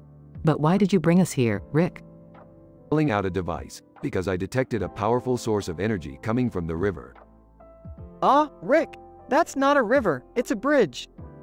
Just device. Oh, right. Well, that changes things. Pauses. Actually, maybe not. Let's check it out anyway. As they approach the bridge, they notice strange creatures lurking in the shadows. Rick, what are those things? Inspecting the creatures, they seem to be a new species of alien with advanced technology. Nervously, should we be worried? Smirks. Oh, Morty. You know I love a good challenge. Drama and action ensues as they battle the alien creatures and try to uncover their plans for Bratislava. Meanwhile, they also encounter various locals who are struggling to survive in the midst of the chaos. As they work together to defend the city, they also learn important lessons about unity and compassion. Breathless, that was intense. Yeah, but at least we saved the city. Sighs. Yeah, but it's only a matter of time before another threat comes along. Pauses. But hey, that's the fun of being a scientist.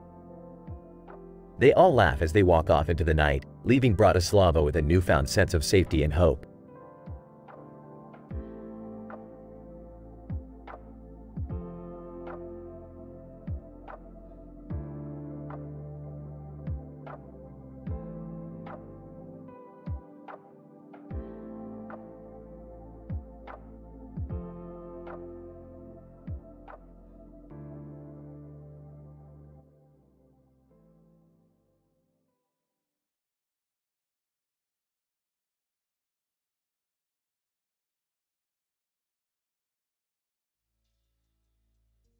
Rick, Morty, Jerry, and Beth are exploring an alien planet when they come across a strange alien with a big beard wearing a black shirt. What the hell is this guy? I don't know, Rick. Should we talk to him? Maybe we should just leave him alone. He looks dangerous. Jerry, just because someone has a beard doesn't mean they're dangerous. The alien suddenly starts singing and rapping, surprising everyone. Alien, Post Malone. Hey, what's up guys? I'm Post Malone. You want to hear my new song? What the hell is a Post Malone? Post Malone. I'm a famous musician back on Earth. You guys haven't heard of me? No, we've been too busy trying not to die. Post Malone. Well, I'm here to film my new music video on this planet. You guys can be in it if you want. That sounds like fun. Let's do it. As they film the music video, they encounter a group of hostile aliens who try to sabotage the shoot. Amidst the chaos, Jerry accidentally knocks over Post Malone's guitar and breaks it. Post Malone, what the hell, man? That guitar was one of a kind. I'm so sorry. I'll pay for it. Hey, I've got an idea. How about we use my portal gun to go back in time and prevent Jerry from breaking the guitar? But won't that create some kind of paradox? Who cares? It's Post Malone we're talking about here. After successfully preventing the incident from happening, they return to the present and finish filming the music video. Post Malone. Hey, you guys really saved my ass back there. I owe you one. Just remember us when you're famous on Earth. As they leave the planet, they can hear Post Malone's new song playing on the radio. Hey, that's the song we were in. Who knew we'd become famous musicians? I don't know about you guys, but I'm sticking to science adventures from now on. Yeah, let's leave the music to the professionals. The group chuckles as they fly off into space, leaving the yellow planet behind.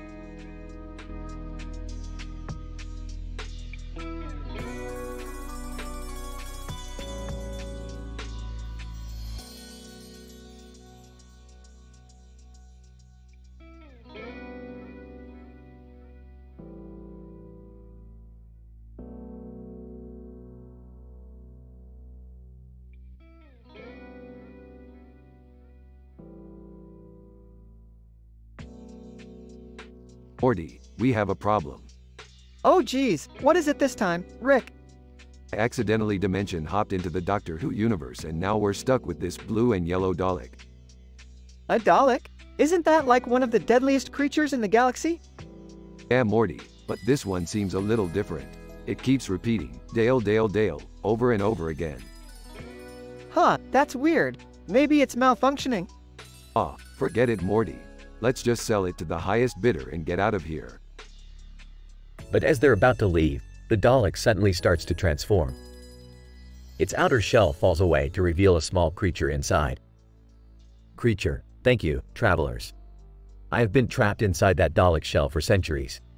Oh great, now we have an alien to deal with.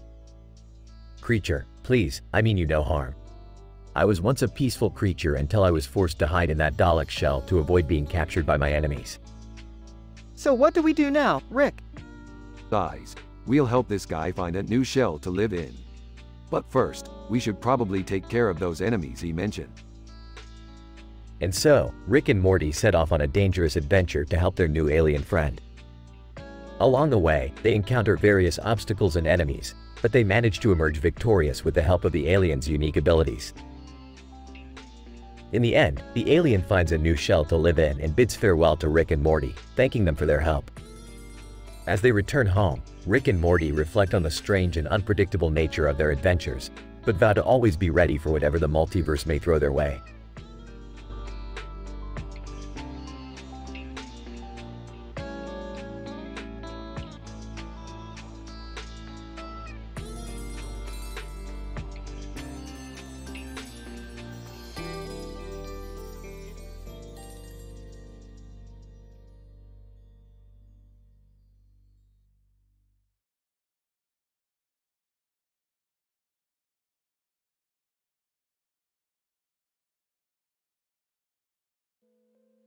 Morty, we've landed in the middle of a jambalaya festival.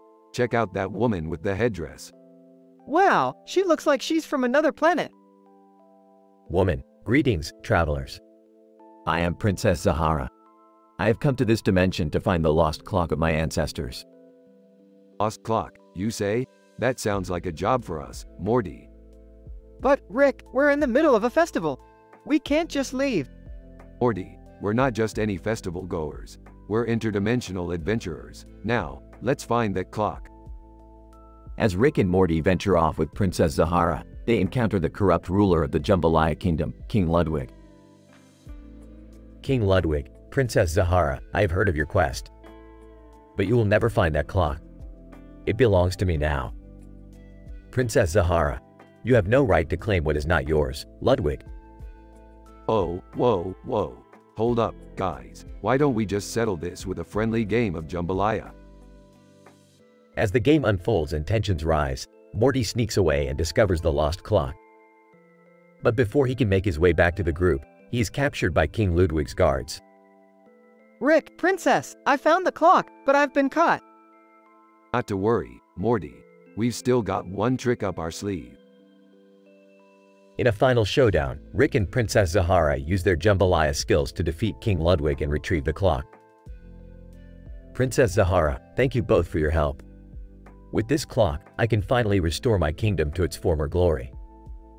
No problem, Your Highness. Just another day in the life of Rick and Morty.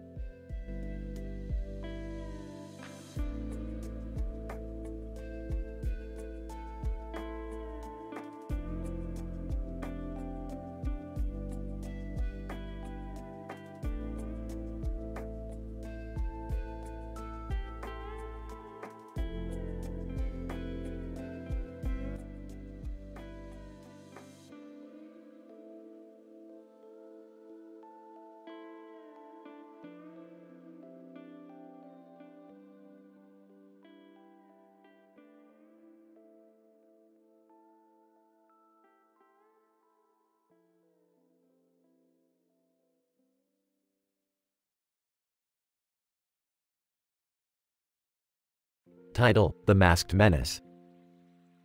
Rick and Morty stumble upon a strange planet filled with bizarre creatures and masked individuals. As they explore, they come across a mysterious figure with piercing blue eyes and a regal purple and gold mask. What is this guy's deal? He looks like he's trying way too hard. Maybe he's a secret superhero or something. Like Batman, but fancier. The masked figure approaches them, speaking in a deep and ominous voice. Masked figure, greetings, travelers. I am known as Gumbo, the protector of this realm. Who are you and what brings you to my domain? We're just passing through, man. Just trying to get to the nearest spaceport. Gumbo eyes them skeptically, his blue eyes gleaming behind the mask. Gumbo, very well. But be warned, there are dangerous forces at work on this planet. The masked marauder and his minions seek to overthrow me and seize control. Oh, sounds intense. I'm not too worried. We can handle anything this planet throws at us. Right, Morty? Morty nods bravely, but Rick can sense his unease as they continue their journey. As they venture further into the planet, they begin to see signs of the masked marauder's influence. Looks like Gumbo wasn't just blowing smoke. We've got trouble up ahead. What are we gonna do? We can't just let this bad guy take over. Relax, Morty. I've got a plan. We just need to find the marauder's lair and take him out. As they make their way towards the masked marauder's stronghold, they encounter various minions and obstacles. But Rick's quick thinking and Morty's determination finally lead them to the villain's doorstep. Masked marauder. Welcome, welcome, my dear visitors. I've been expecting you. Don't give us that crap. We know what you're up to, and we're not gonna let you get away with it.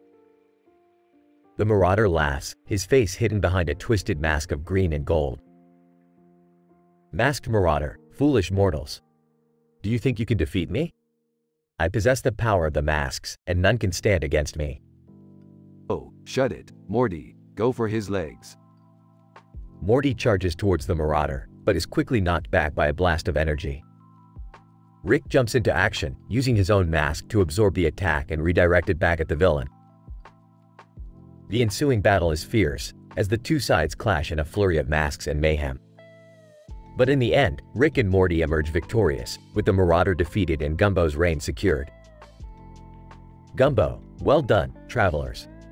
You have proven yourselves to be true heroes. Thanks, Gumbo. We couldn't have done it without you. Yeah. Can we go now? I don't know about you, but I could use a drink. As they prepare to depart, Rick turns to Morty with a smirk. Hey, you ever think about wearing a mask, Morty? Kinda makes you feel invincible. Morty rolls his eyes, but can't help but smile. Nah, I think I'll stick to my regular face. It's served me pretty well so far. The two step aboard their ship, ready for their next adventure. But as they rocket away from the planet, Rick can't help but wonder what other strange worlds and masks might be waiting out there, just waiting to be discovered.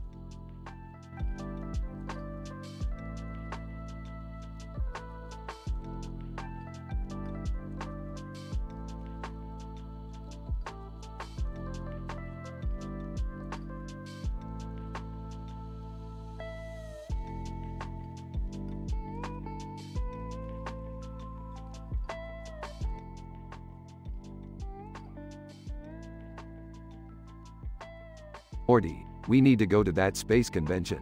I heard they have some incredible inventions. Alright, Rick, but do we really need to bring Jerry? Unfortunately, he's been whining about how he never gets to go on adventures with us. As they arrive at the convention, they see a woman with a blue outfit holding a green light-up wand. Wow, she's so cool. I wish I had a wand like that. The woman approaches them and offers to sell them a wand for a high price. I'm a head out. That's way too expensive for me. But as they walk away, Jerry can't resist the temptation and steals the wand. Suddenly, the woman transforms into a powerful sorceress and demands the wand back. Jerry, why did you have to do that? Now we're all in trouble. Well, we might as well put these wands to use. Let's fight this sorceress. As they battle the sorceress, they use their wands to create all sorts of chaotic spells and jokes. Hey Morty, do you think if we say, I'm a head out 3 times we'll be transported back to Earth? I don't think that's how it works, Rick. In the end, they defeat the sorceress and return the stolen wand. But not without some hilarious mishaps along the way. I learned my lesson. From now on, I'll just stick to watching TV. You do that, Jerry. You do that.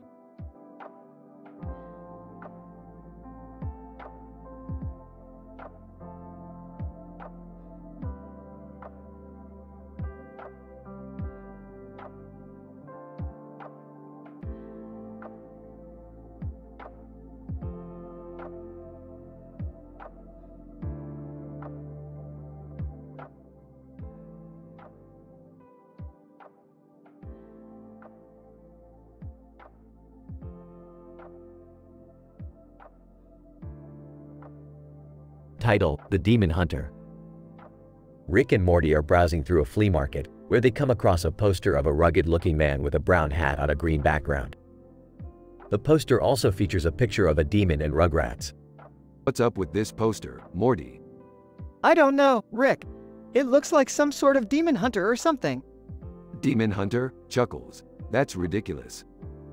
Suddenly, the man on the poster comes to life and jumps out at Rick and Morty. Man, you dare to mock the great demon hunter? I'll show you what I'm made of. Rick, what's going on? Is this some kind of prank? I don't know, Morty, but this guy looks serious. The demon hunter then proceeds to pull out his sword and engage in a fierce battle with the demon on the poster. Impressed. Okay, I have to admit, this guy is pretty cool. Yeah, but what's he doing here in a flea market? As the battle rages on, Rick and Morty discover that the man on the poster is actually a powerful sorcerer who got trapped inside it by his arch-nemesis. Man, help me defeat the demon, and I'll reward you with riches beyond your wildest dreams. Smirks. Well, when you put it that way. The trio finally defeats the demon and the spell is broken, freeing the sorcerer from his prison. Sorcerer, thank you for helping me, my friends. As promised, I shall reward you. So, about those riches. Sorcerer, oh, that was just a figure of speech. But I can give you a souvenir from our adventure. The sorcerer hands Rick and Morty a small vial of demon blood. Whoa, cool. What are we gonna do with it? Winks. Oh, I have a few ideas. As they leave the flea market, Rick and Morty learn that even the most unlikely characters can be heroes in their own right. And sometimes, all you need is a little bit of magic to make your dreams come true.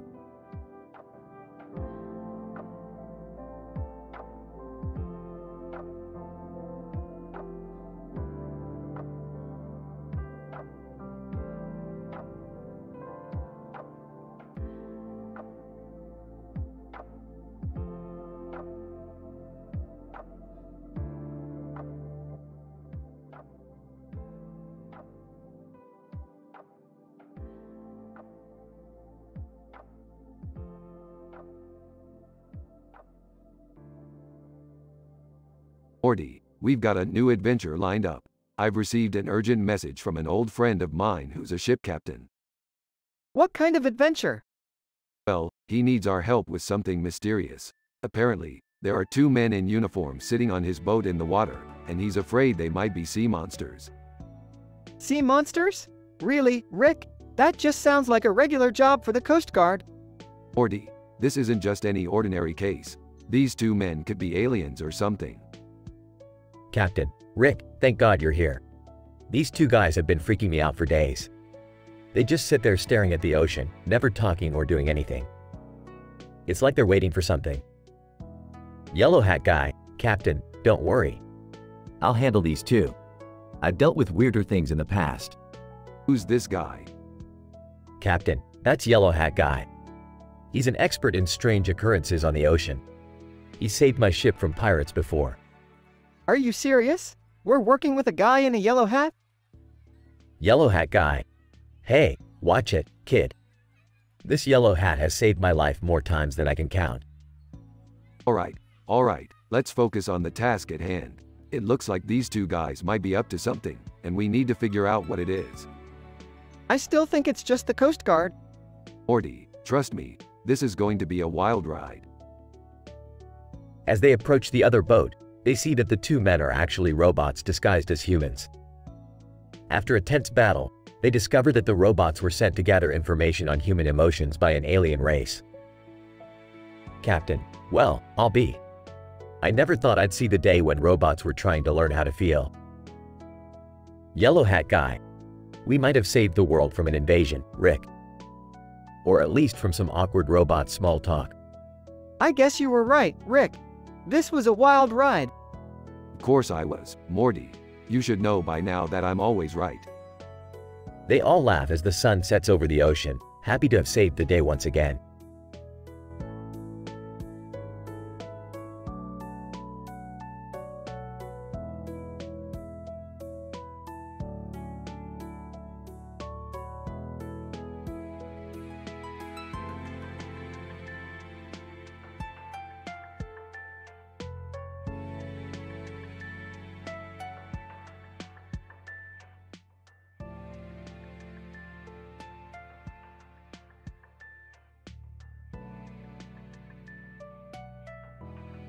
Morty, we've got a new adventure. We need to rescue the grumpiest creature in the universe. Who's that, Rick? It's the grumpy cat in the middle of a dark forest. According to legend, whoever makes the cat happy can fulfill any wish. Alright, let's go find that cat. As they enter the forest, they see the grumpy cat with a scowl on its face. Alright, Morty, make the cat happy. Morty tries to pet the cat, but it hissed and runs away. I think this cat is impossible to please. Nothing is impossible, Morty. We just need to find out what makes the cat happy. As they continue their search, they stumbled across an abandoned toy store. Hey, Rick, look at all these toys. Maybe we can find something here to make the cat happy. Rick finds a toy mouse and hands it to the grumpy cat. Here, kitty, kitty, kitty. The grumpy cat looks at the toy mouse and starts to play with it. Hey, Rick, look. We made the cat happy. Now that the cat is happy, we can fulfill any wish we want. Morty closes his eyes and makes a wish. Suddenly, the world around them starts to change.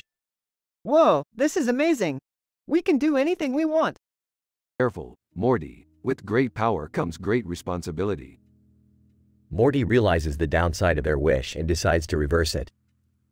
You're right, Rick. We shouldn't mess with the universe like this. They return the toy mouse to the grumpy cat and leave the forest, knowing that they made the right decision in the end. Well, Morty, it looks like we learned a valuable lesson today. Yeah, we did. Sometimes the simplest things can bring the most happiness. Fade to black as the grumpy cat continues to play with the toy mouse.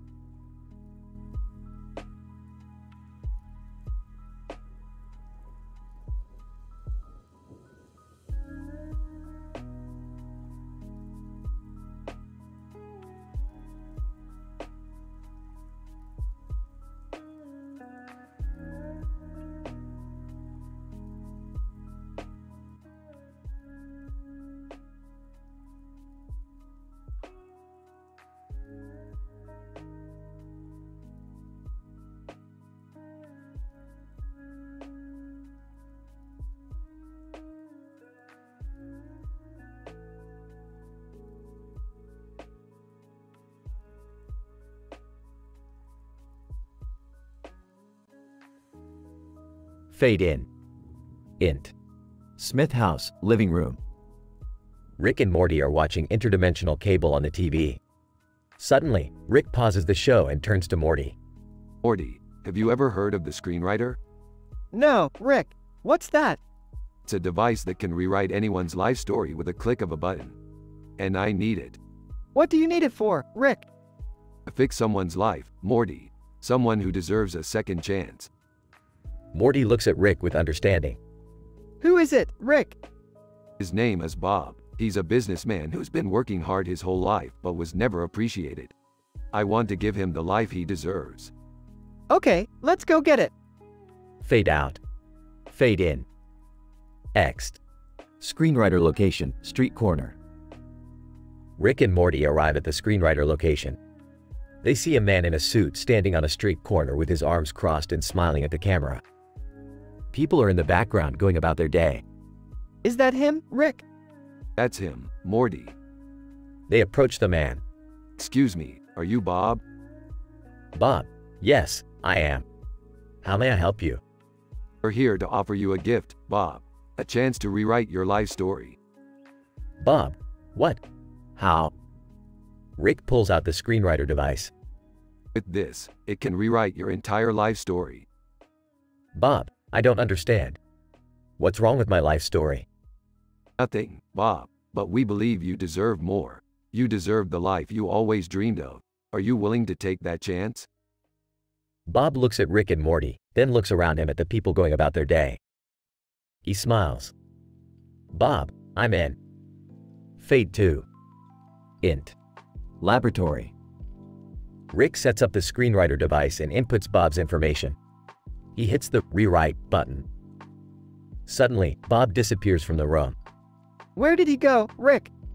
He's living his new life now, Morty. Let's watch. Fade 2. Int. Bob's new office. Bob is sitting at his desk, smiling. A female coworker enters. Female coworker. Bob, I just wanted to say that I appreciate all the hard work you've been doing. You deserve that promotion. Bob, thank you.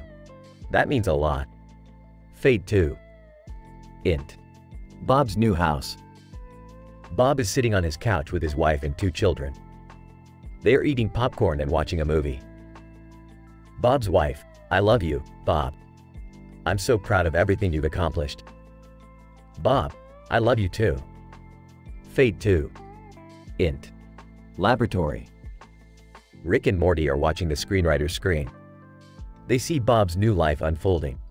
Well, Morty, another life changed for the better. We're not so bad after all. Yeah, I guess you're right, Rick.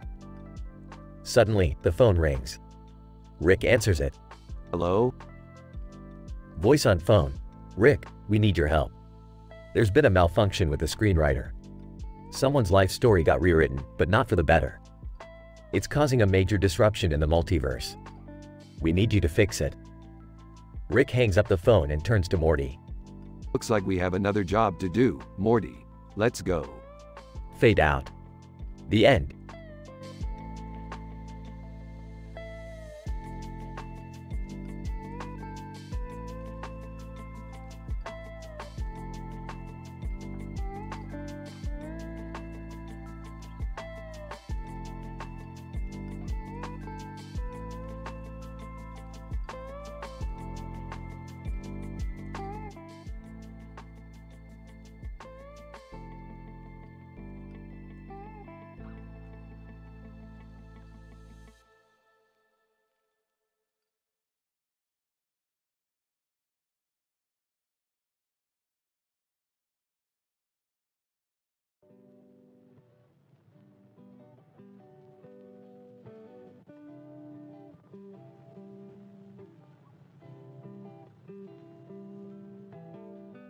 Title: The Neon Bowler. Opening shot of a man with a beard and glasses standing in a room illuminated by neon lights. He's holding a bowling ball and staring at the camera as if waiting for something to happen. Rick: well, what are we waiting for, Morty? Let's get our bowl on. Morty: Rick. Are you sure this is a good idea? You've had a lot to drink. Rick: I'm always sure, Morty. Besides, I'm the neon bowler. I never miss. Cut to a scene of Rick clumsily throwing the ball down the alley, knocking over some pins but also stumbling and falling over. Name: Ha! Strike 1, Rick. Rick, shut up, I meant to do that. As Rick continues to bowl, Morty notices something odd about the neon lights. Morty: hey Rick, do you notice anything weird about these lights? Rick: what, you mean besides their neonness? Morty: no, look closer. They seem to be changing colors and patterns. Rick dismisses Morty's observation as drunken nonsense, but as the game progresses, the lights become more erratic and intense, almost hypnotic. Name: watch out Rick, you're gonna hit the gutter. Rick: not if I can help it. Rick steps forward and throws the ball, but instead of rolling down the alley, it shoots up into the air and disappears into the neon light display. Morty: Rick, what the hell was that? Rick: it's that damn portal gun. I must have accidentally set it to neon mode. The lights begin to pulse and swirl, creating a vortex that sucks Rick and Morty inside. Name: wow, that's wild. I've never seen anything like it. As the duo hurtles through time and space, they realize they're not alone. Name: whoa, did you guys see that? There was a weird creature flying by. Morty: yeah, and I just saw a giant frog wearing a top hat. Rick: just keep your eyes peeled, Morty. We don't know what kind of weird shit we're gonna run into here. The trio eventually lands on a strange planet filled with neon landscapes and bizarre creatures. Name: oh my god, this is amazing. I've never seen anything like it. Rick: yeah. Don't get too excited yet. We don't know if this place is dangerous. Before they can explore any further, they're confronted by a group of neon-colored aliens who demand to know why they've come to their planet. Morty: sorry guys. We didn't mean to intrude. We were just bowling. The aliens are skeptical but eventually let them go, much to Rick's relief. Rick, okay, that was a little too close. Let's get the hell out of here before they change their minds. As they make their way back to the portal, they notice a strange glow coming from inside one of the neon buildings. Name, hey, what's that over there? Morty, it looks like some kind of power source. Rick, could be useful. Let's grab it and go. As they approach the building, they're ambushed by a group of alien guards, armed with glowing weapons. Alien guard, you have trespassed on our planet and now you must pay the price. Rick and Morty engage in a ferocious battle with the guards, using nothing but their wits and neon bowling skills to fend them off. Rick, yeah, take that you neon assholes. After defeating the guards, they grab the power source and make a mad dash back to the portal. Morty, we made it. We're back. Name, wow, that was insane. I can't believe we just did that. Rick, that's just another day in the life of the neon bowler. Now let's go home and get some rest. As they step back through the portal and return to their normal lives, the trio reflects on their neon adventure, wondering what other weird and wild things the universe has in store for them. End scene with Rick, Morty, and the man with the beard and glasses indulging in a round of drunken neon bowling.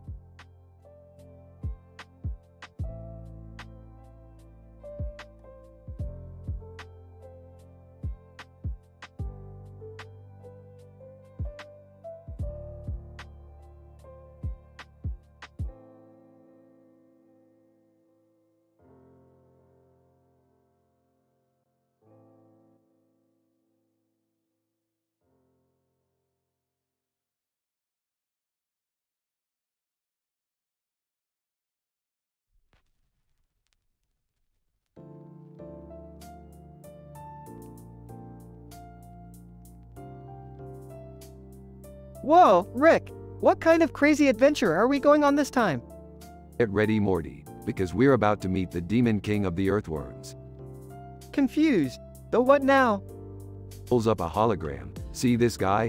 He's got a helmet with a dragon on it and a real dragon on his arm. He's got a cigarette in one hand and the power to control all the earthworms in the world. Still confused. So, what's the point of meeting him?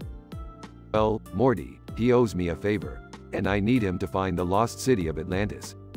Sarcastically, oh sure, because that doesn't sound impossible at all. Smirks. Anything's possible in the multiverse, Morty. Now hold on tight. They arrive at the Demon King's lair, where he greets them in a booming voice. Demon King, Rick Sanchez.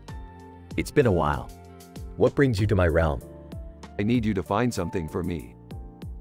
Demon King raises an eyebrow, and what might that be?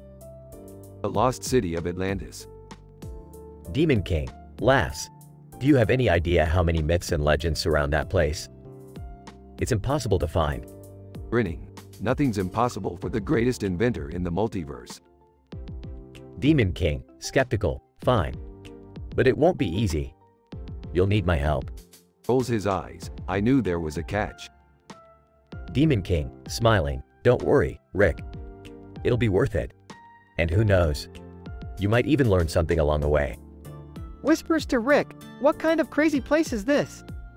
Whispers back. Just go with it, Morty. It's all part of the adventure.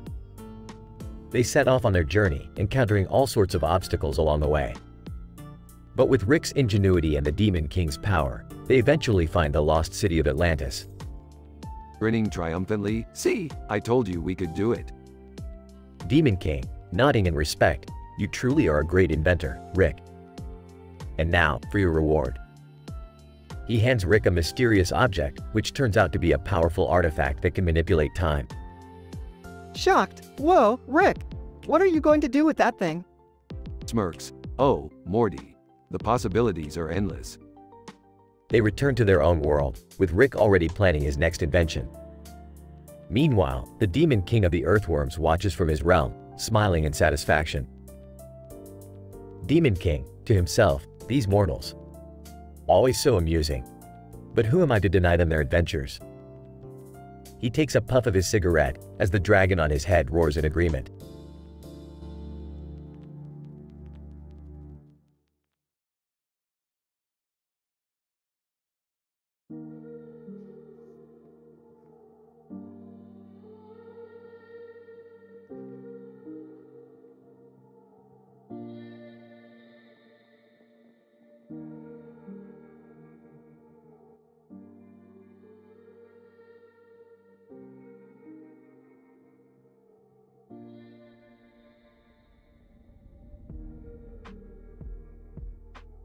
Rick, Morty, and Summer found themselves in a strange dimension where the sky was purple and there was a woman with a green hat and flowers in her hand, and a star above her head. What is this place? It looks like a bad LSD trip. Rick, I don't think we're in Kansas anymore. Guys, look at that woman over there. She looks like she wants to talk to us. As they approached the woman, she introduced herself as Starflower and explained that she had been waiting for them to arrive. Starflower, you three are the only ones who can save our dimension from destruction. You must find the Crystal of Souls and bring it back to me. Crystal of Souls? Sounds like a shitty D&D quest. Rick, this is serious. We have to help them. I'm with Morty. We have to do something. As they ventured through the strange dimension, they encountered some familiar faces, including Squanchy, who was now the king of a cat-like species. Squanchy. Oh, hey, guys. What brings you to my humble kingdom? We're on a quest to find the Crystal of Souls. Squanchy. Oh, I know where that is, but it won't be easy to get. You'll have to face the three-headed dragon. Three-headed dragon? Can we catch a break for once? Let's do this. The trio fought their way through various obstacles and eventually defeated the three-headed dragon, retrieving the Crystal of Souls. Starflower, you have done it. You have saved our dimension. Yeah, can we go home now? As they returned to their own dimension, Rick couldn't help but wonder if there were more dimensions out there that needed saving. You know what, Morty? Let's start our own interdimensional hero business. We could make bank. I don't know, Rick. It sounds dangerous. Count me in. I could use some extra cash. The three laughed as they set off for their next interdimensional adventure.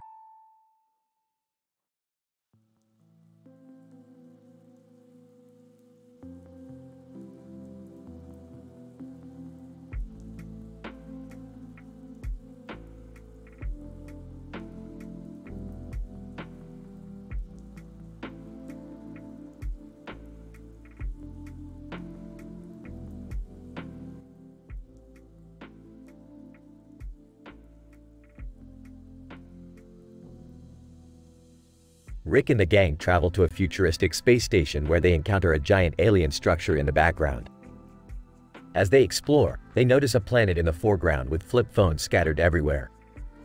Whoa, what's up with all these flip phones? Looks like we landed on the planet of the flip phones, Morty. Bet these things are worth a pretty penny on the black market. Rick, we didn't come here to steal flip phones. We came to explore. Yeah, Rick. Can't we just enjoy the scenery for once? Fine. But keep your eyes peeled for any valuable technology. As they continue on their journey, they stumble upon a group of aliens who are desperately searching for their lost leader. Alien leader, please, you must help us find our leader. He's the only one who can save our planet from destruction. What kind of destruction? Alien leader, the flip phones. They're taking over our planet, and our leader has the solution to stop them. Well, you didn't have to say anything else. Lead the way. They embark on a dangerous mission to find the missing leader, battling through hordes of flip phones along the way. Just when they thought it was all over, they come face to face with the true mastermind behind the flip phone invasion. Oh no, it's the alien structure we saw earlier. What does it want with a bunch of flip phones? Looks like it's using them to power its own systems. Classic villain move. In a dramatic showdown, Rick and the gang must fight to save the planet from destruction and defeat the alien structure once and for all. With a few jokes and several close calls, they emerge triumphant and help the aliens reclaim their home. Phew, that was intense. But at least we saved the day. And we made some alien friends along the way. Yeah, whatever. Who's up for some interdimensional pancakes?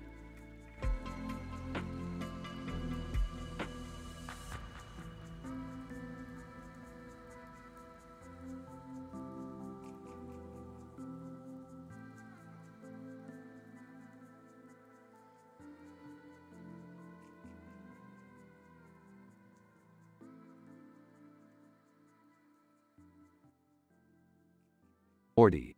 Why is Summer making so much damn money off this OnlyFans thing? I don't know, Rick. Maybe people just like her cosplay photos. I don't see what the big deal is. Let her make her money. But isn't that dangerous? All those creeps online. Relax, Dad. I can handle myself. Plus, I got this sword as protection. Enter woman in costume holding sword. Woman. Hello, I couldn't help but notice your cosplay photos. I need help fighting an evil sorcerer in another dimension. Are you up for a challenge? Well, this just got interesting. I don't know if we should get involved. Come on, Morty, let's live a little. I'm in. Let's go kick some sorcerer butt. They travel to the other dimension and battle the sorcerer, using Summer's sword to defeat him. I have to admit, that was pretty badass. Thanks, Dad. I guess I don't need OnlyFans anymore when I can just be a sword-wielding hero. Hey, don't get ahead of yourself. That OnlyFans money can still come in handy. Everyone laughs as they warp back home.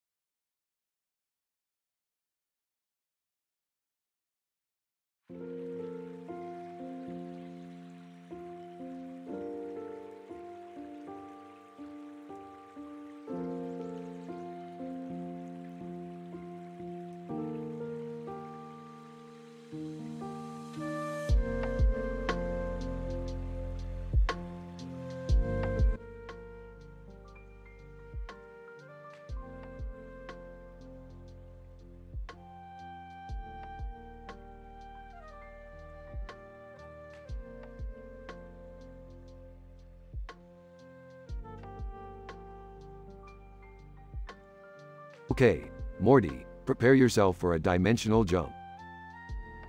How many times do I have to tell you, Rick, I'm not ready for this kind of stuff?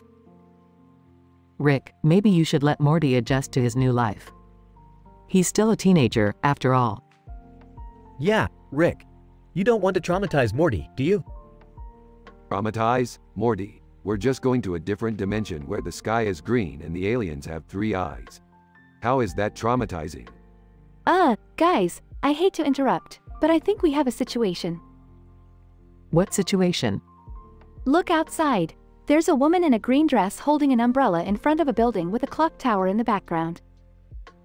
So, that's Jennifer Aniston's house. We're in Hollywood. Oh, man, I always wanted to be a movie star.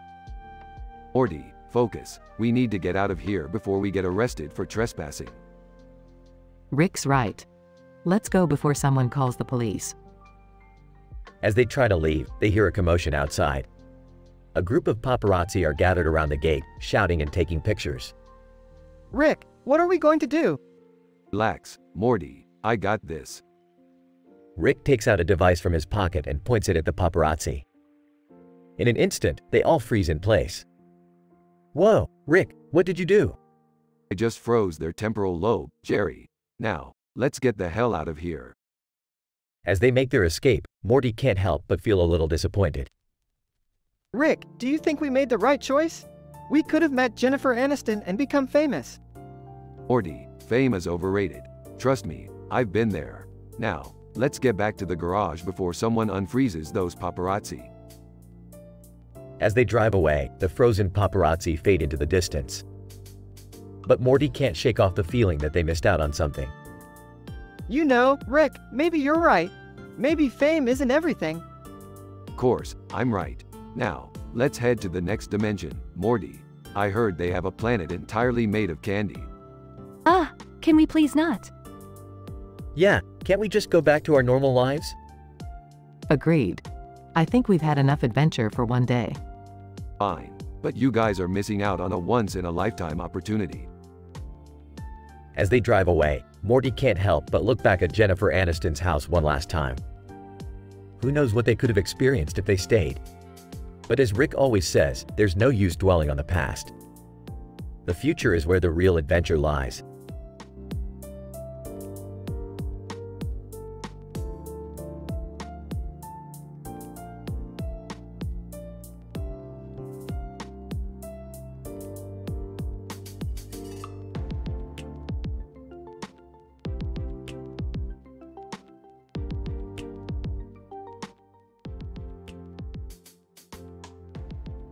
Morty, Jerry, Beth, I have something important to tell you.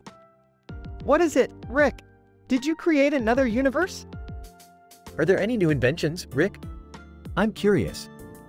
Come on, Rick, don't keep us waiting. Well, I heard that Kramer and Newman opened a deli. So, what's the big deal? They made the ultimate sandwich that has the power to teleport you to different dimensions. Whoa, that's amazing. I've got to try that sandwich. Wait, Rick, are you saying we can teleport to different dimensions just by eating a sandwich? Yes, Beth, that's exactly what I'm saying. They all rush to the deli and order the sandwich. This sandwich is delicious. Whoa, I feel like I'm traveling through different dimensions. This is incredible, Rick. How did Kramer and Newman manage to create this? Well, the joke's on them. I actually created the recipe and gave it to them. Suddenly, they all feel nauseous and start throwing up. Oh, my God, what's happening? Turns out, the sandwich was a complete disaster, and the teleportation effect was just a side effect of the bad ingredients. I'm never eating a sandwich again. This is why I always cook at home. Well, that was a waste of time. At least we got a good laugh out of it. They all laugh and agree to stick to Rick's homemade food from now on.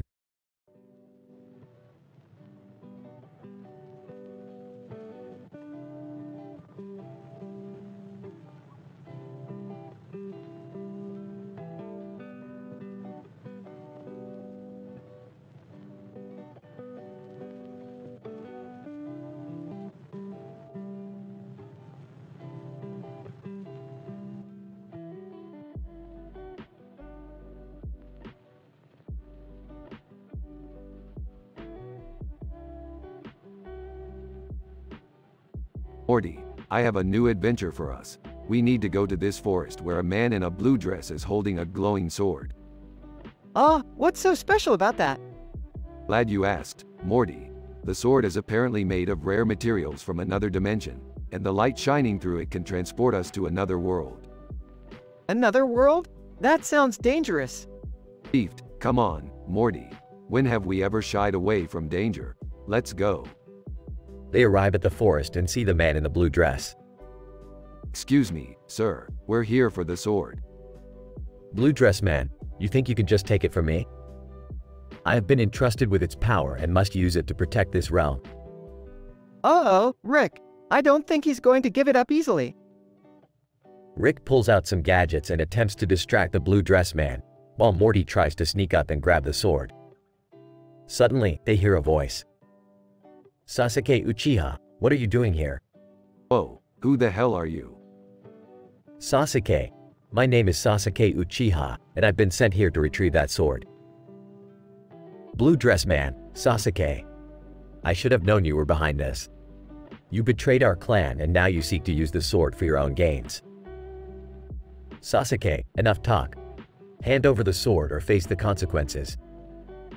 Morty is caught in the middle of this showdown, and he decides to make a run for it with the sword. I'll just take this and be on my way then. Rick and Sasuke both chase after Morty, creating chaos in the forest. The blue dress man watches from afar, saddened by the destruction of his home.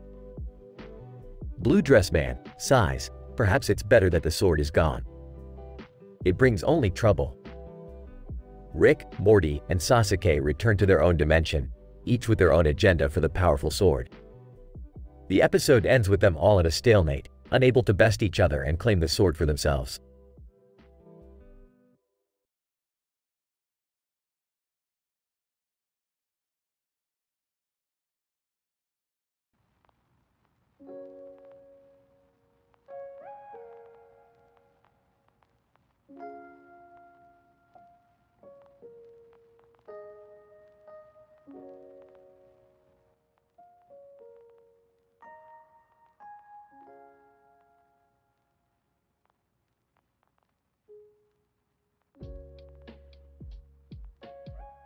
Morty, we're heading to the World Cup finals. The World Cup? Wow, that sounds exciting. Yeah, but we're not going to watch the game. We're going to steal a picture with Neymar Jr. Why Neymar Jr.? He's the biggest soccer superstar in the world, Morty. This picture will be worth millions. Okay, but how are we going to get close to him? I've got an invisibility cloak, Morty. We'll sneak into the stadium and get that picture. As they make their way to the stadium, Rick and Morty overhear a conversation between some fans. Fan 1. Did you hear about Neymar Jr.'s injury? He might not be able to play. Fan 2. What? That's terrible news. Looks like we have a problem, Morty. Neymar might not show up for the picture. That's okay, we can still enjoy the game.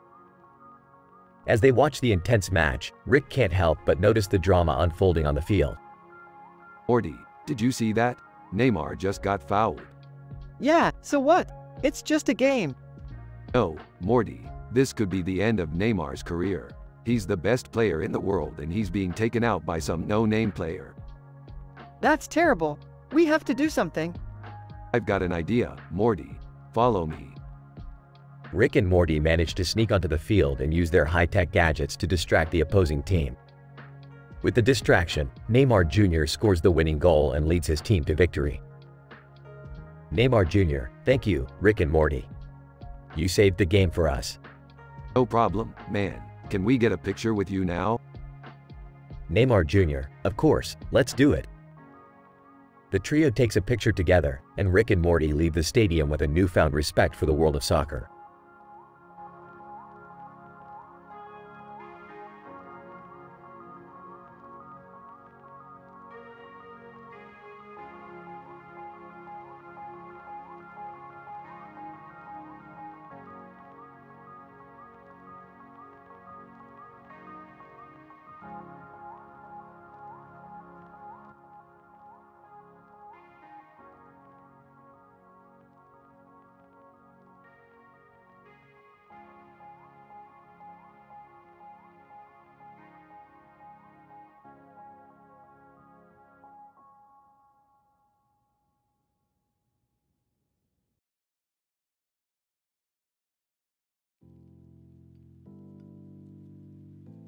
Hey Morty, check out this cover for a book. A woman holding a knife and a skull in the background with a glowing orange eye. Geez, Rick, that looks pretty intense.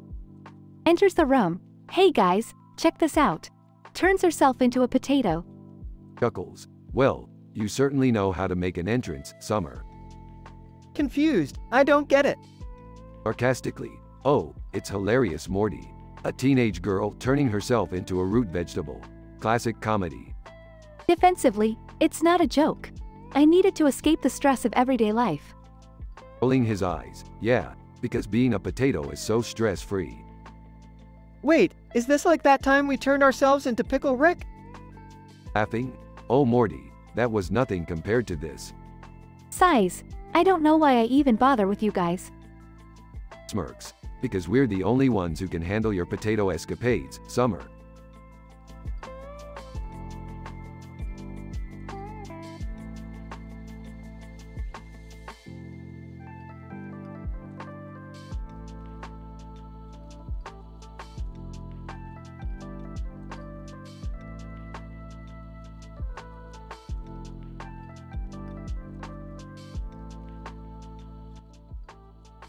Morty, it seems like your mother is turning into a vegetable.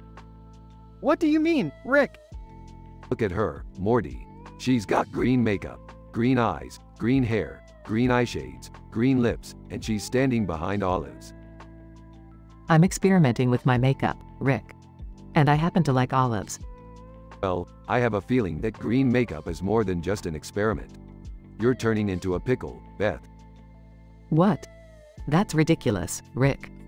Wait, isn't that something like what happened to you on that pickle planet? Yes, Morty, and if your mother doesn't snap out of this soon, she could end up like me. I don't want to turn into a pickle, Rick. What can I do? You need to stop experimenting with crazy makeup and focus on being yourself. And Morty, keep an eye on her, will ya? Sure thing, Rick. I'll make sure she doesn't turn into a pickle. Thanks, Morty. And Rick, can you help me wash off all this green stuff? Of course, Beth. But first, let's go on an adventure to a planet with no olives. They all teleport away as the camera pans over the image of the woman with green makeup and olives in the background.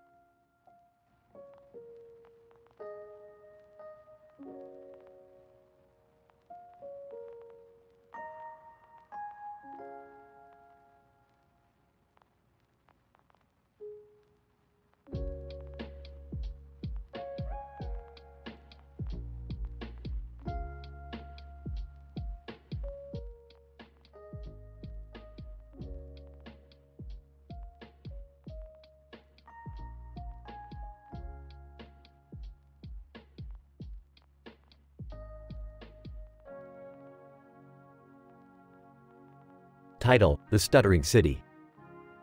Opening scene. Rick and Morty are flying in the spacecraft and spot the futuristic city with lots of windows and lights on the ceiling. Rick, look at that city. It looks futuristic. Sarcastically. Wow, Morty, you don't say. I thought it looked medieval. Ignoring Rick's comment, we should check it out. They land in the city and start exploring. Excitedly, whoa, look at those lights. It's like a disco ball. Impressed. Yeah, like we haven't seen that before. Suddenly, they hear a strange noise and see a group of robots approaching them. Robot 1, halt, you are not allowed to be here. Nervously, what's going on, Rick? Calmly.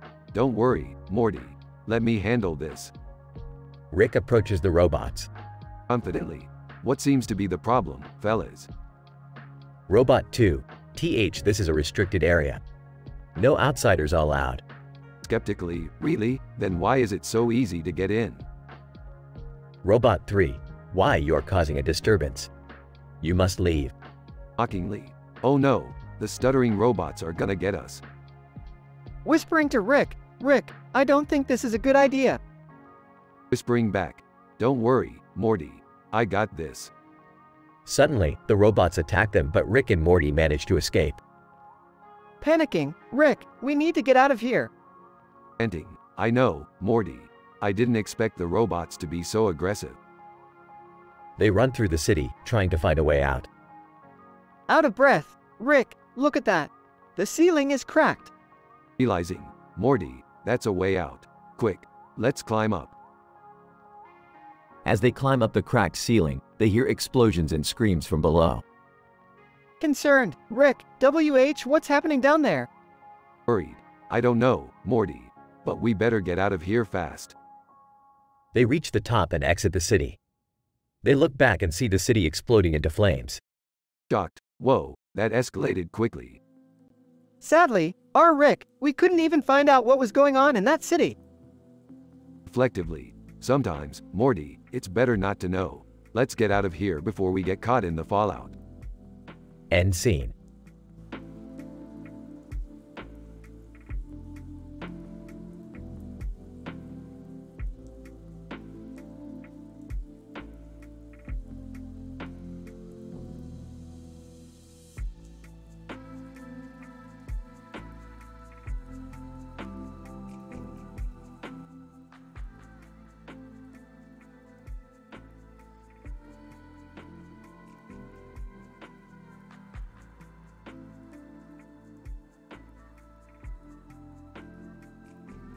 Hey Morty, we've got a problem. Summer wants to go to ACC convention and meet her favorite characters. What's the PP problem with that? Well, Morty, this C convention is in the middle of the city, and it's packed with people. Why, yeah, and the poster S said there'll be C cosplayers everywhere. I've heard stories, Morty. Stories about crazy C cosplayers that take their R roles too far. Like what, Rick? Well, Morty, I heard about a C cosplayer that thought he was a superhero and J jumped off a B building. T, that's insane. B, but we can't just not go because of that. Yeah, Summer, we can't let fear C control our lives. Guess you're right, Rick. W will go, but we'll be C careful. A and will D dress up too, so we fit in. Hell yeah, I've always wanted to be a C cosplayer. All D dress up as a S space adventurer. I'll be a S scientist, like why you, Rick? A and I'll D dress up as AM monster. This is G gonna be great. And now, let's get R ready to see cosplay. They exit the garage dressed in their costumes. External speaker. Attention Morty, Rick, and Summer. This is the city's chief of police. We have received reports from the public that a monster, a superhero, and a scientist have been seen roaming the city. We kindly ask you to immediately remove your costumes and return to your homes. Whispering. They're on to us. Whispering. What do we do? Whispering.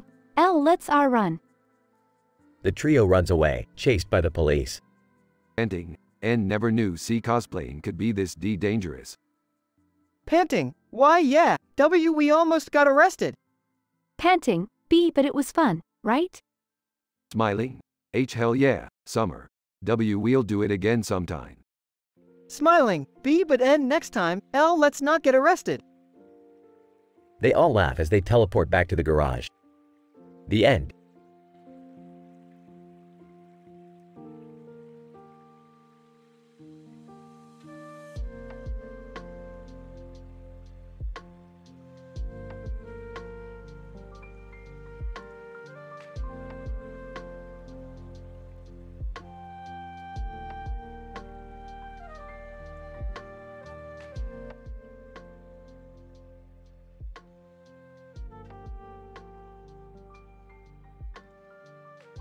Alright, Morty, buckle up. Today we're going on a little adventure. Geez, Rick, can't we just have a normal day for once? Nope, we're going to meet a guy on a street corner. He's got something we need. What could possibly be so important? Green man with sunglasses and a backpack. That's it? That's our mission? You might want to hold onto your butt, Jerry. This guy is anything but ordinary. Is he dangerous? No, Morty, he's just Shrek in the Matrix. You mean like a computer program? Yeah, something like that. Let's just say he's not easy to track down. I don't know about this. It all sounds a bit shady. Of course it's shady, Jerry. We're dealing with a green man in a green room with a green light. I don't think I like this very much. Too late, Morty. We're already here. They reach the street corner and find the green man waiting for them. Green man, you the guys looking for something special? That's us. What do you have for us? Green man, the question is, what are you willing to give up for it? What do you want? Green man, oh, nothing too crazy. Just your souls. Or what? Don't worry, Jerry. It's just a figure of speech. I don't like the sound of this. Green man, take it or leave it. They all agree to the deal and the green man hands over a small, glowing orb. Green man, pleasure doing business with you. You're all welcome to come back and visit anytime. I don't think we'll be doing that. They leave the street corner and head back to the portal. So what was in the orb? Wouldn't you like to know? Let's just say it's a little something I've been working on. I don't know if I can handle any more adventures like this one. You better get used to it, Morty. We're just getting started.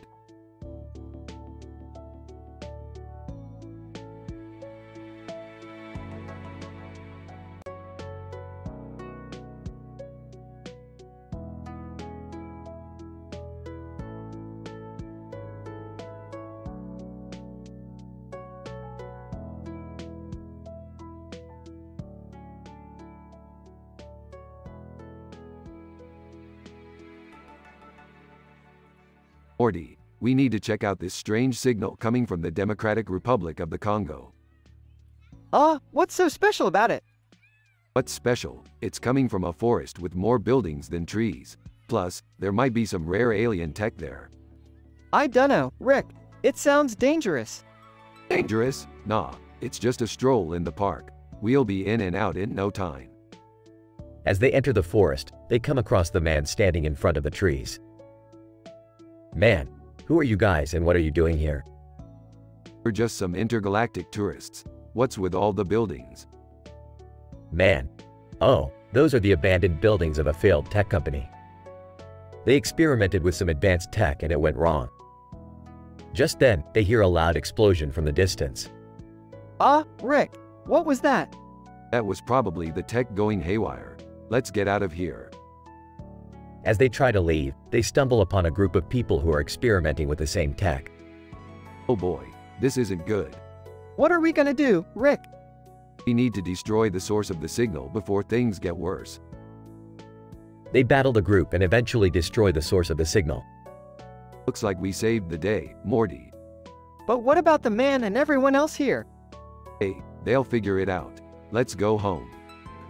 As they leave, they see the man staring at the remains of the tech. Man, I hope they're happy now. Hey Rick, do you think they'll ever learn? Ah, Morty, people never learn.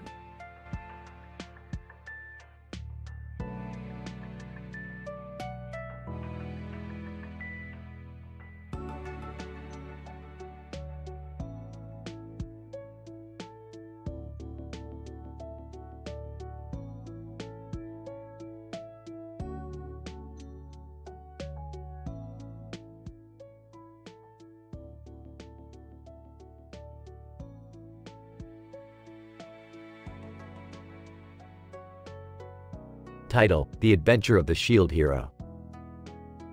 The episode starts with Rick introducing the family to a new technological invention that can transport them into any anime world they want. Jerry, Beth, and Morty are excited, but Rick seems bored with the idea. Suddenly, Rick's portal gun malfunctions, and they get sucked into an anime world. They land in front of a group of anime characters standing in front of a blue sky with stars and clouds in the background. Morty recognizes the anime as The Rising of the Shield Hero and geeks out. Jerry scoffs at the cartoon world, but Beth is intrigued. The anime characters greet them and explain that they are heroes from different worlds who were summoned to save this world. Rick, being Rick, decides to mess around with the world and introduce some new technology. He gives the shield hero a high-tech shield that can shoot lasers and rockets. Morty warns Rick that he shouldn't mess with the balance of the world, but Rick doesn't listen. The shield hero soon realizes that the new shield is too powerful, and he becomes feared and hated by the people he's protecting. He wants to destroy the shield, but Rick makes it indestructible.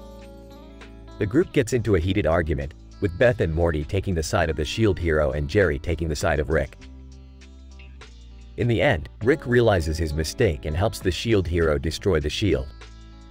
They all apologize to the anime characters, and Rick promises not to mess with their world anymore. The anime characters forgive them and send them back to their world. As they step back into their world, Morty can't stop talking about the adventure they just had. Jerry is relieved to be back home, and Beth is intrigued by the possibility of exploring more anime worlds. Rick just grumbles and mutters under his breath about how unimpressive the anime world was. Jerry, I don't understand how you guys can get so worked up over cartoons. Beth, did you see how they summoned the heroes? It was like magic. Imagine what else we can discover in different anime worlds. Morty, I can't believe we were in the same world as the shield hero. He's like a legend. Rick, peeved, power fantasies for children.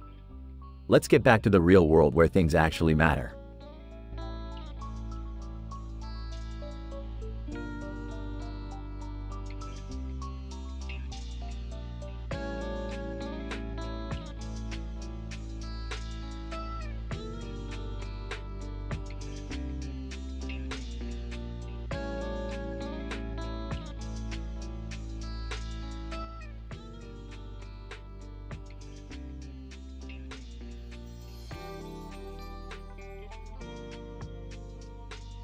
Morty, I need you to focus.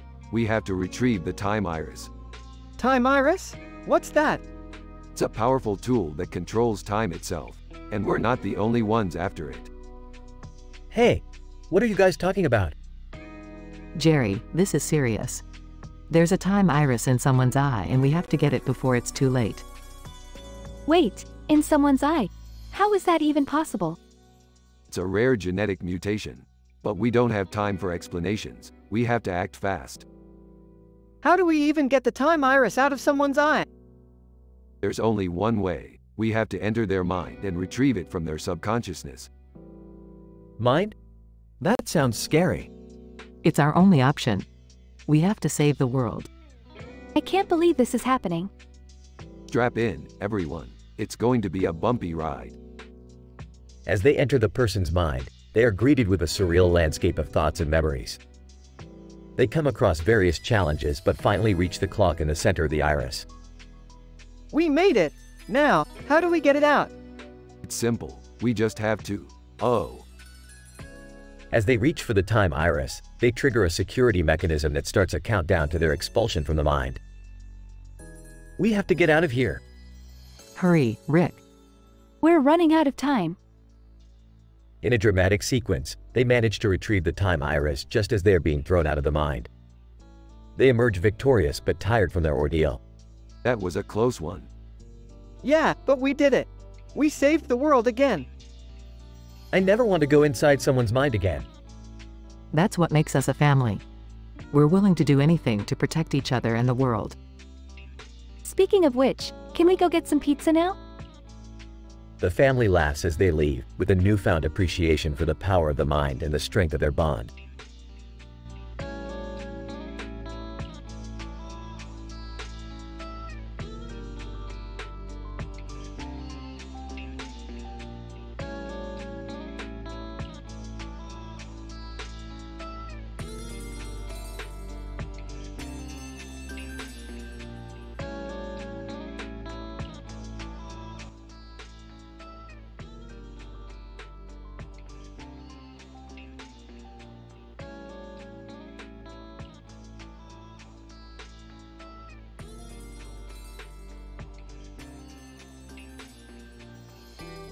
Hey, Morty, we're going to AEG City. It's a city known for its neon lights and techno parties. Wow, sounds cool, Rick. Can I come too? I could use a break from Beth's constant nagging. Hey, I heard that, Jerry. And no, you're not going. You need to fix the garage door. I want to come too. I heard AEG City has the best Jujutsu Kaisen merchandise. Alright, everyone, buckle up. We're going to experience a night of partying and jujutsu. As they arrived in AEG City, they were immediately immersed in a sea of neon lights and pounding music. Wow, this place is crazy, Rick. And look at all the Jujutsu Kaisen stuff. Rick, can we buy some stuff? Sure, kid, knock yourself out. Just don't lose your head over merchandising. Beth and Jerry decided to explore the city on their own, leaving Rick, Morty, and Summer to party. But things took a dark turn when Morty accidentally drank a potion he found on a street vendor's cart. Oh man, I feel weird. Morty, what the hell did you drink? I don't know, man. It was just some potion. As Morty began to hallucinate, Rick and Summer had to navigate through the techno jungle to find a way to counteract the potion's effects. Summer, we need to find the antidote. Morty's life depends on it. I got this, Rick. I'm a fan of Jujutsu Kaisen. I know all about potions and curses. After a wild chase through the city, Summer was able to find the antidote and save Morty. Thanks, Summer. I thought I was a goner. Don't mention it, Morty. I did it for the Jujutsu Kaisen fandom. As they returned to the spaceship, Jerry and Beth were waiting for them. So, how was the party? It was crazy, Jerry. We almost lost Morty to a hallucinogenic potion. Oh my god, Morty, are you okay? I'm fine, Mom. Thanks to Summer. Yeah, I know my Jujutsu Kaisen stuff. And with that, their adventure in AEG City came to a close, leaving them with memories they would cherish forever.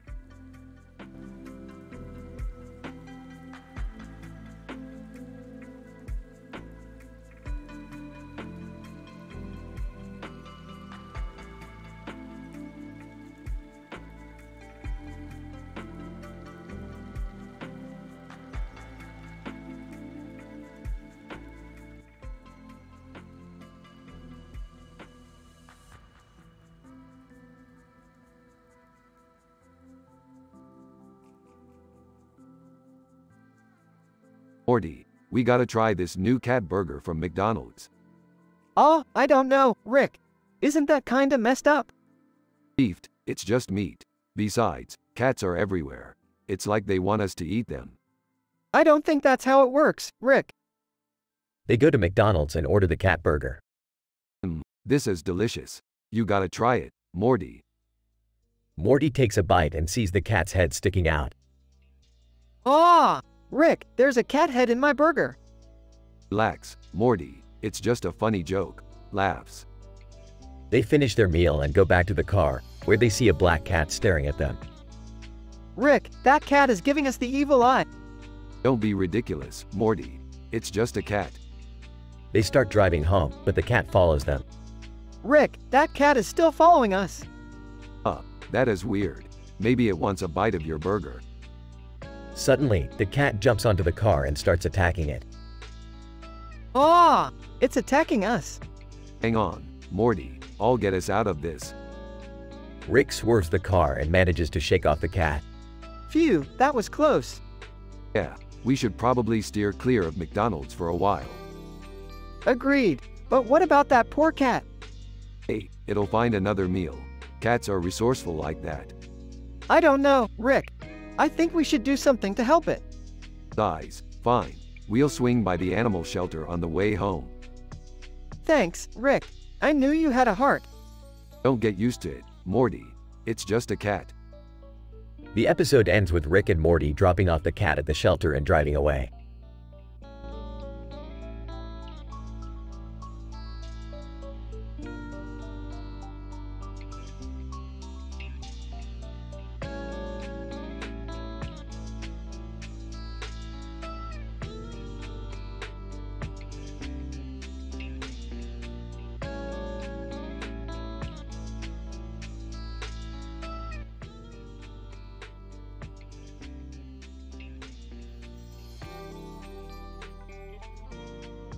We have to go to that McDonald's, Morty.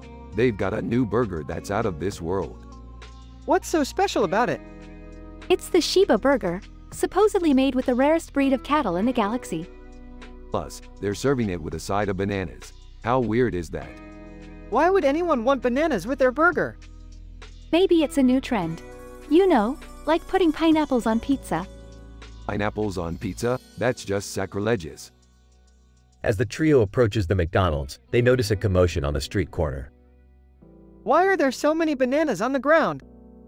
Look, there's a sign that says, "Free bananas with every Sheba burger purchase." That's ridiculous. Why would anyone want bananas with their burger? Just then, they hear a scream from inside the McDonald's. What was that? They rush inside to find a chaotic scene. Customers are slipping on banana peels, the staff is in a frenzy, and there's a mob of Sheba burger crazed customers fighting over the limited supply. This is insane. We have to get out of here. No way. We're going to find out what's going on here.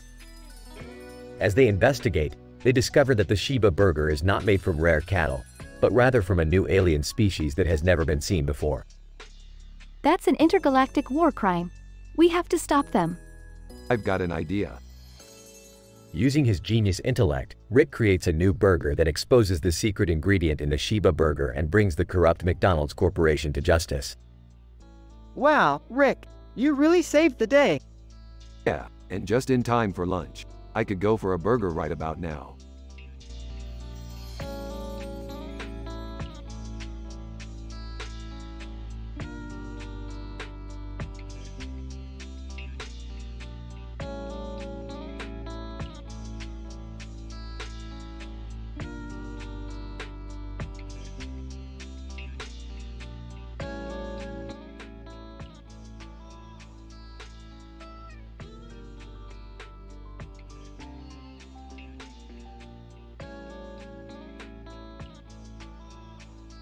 Morty, Summer, we need to go on a mission.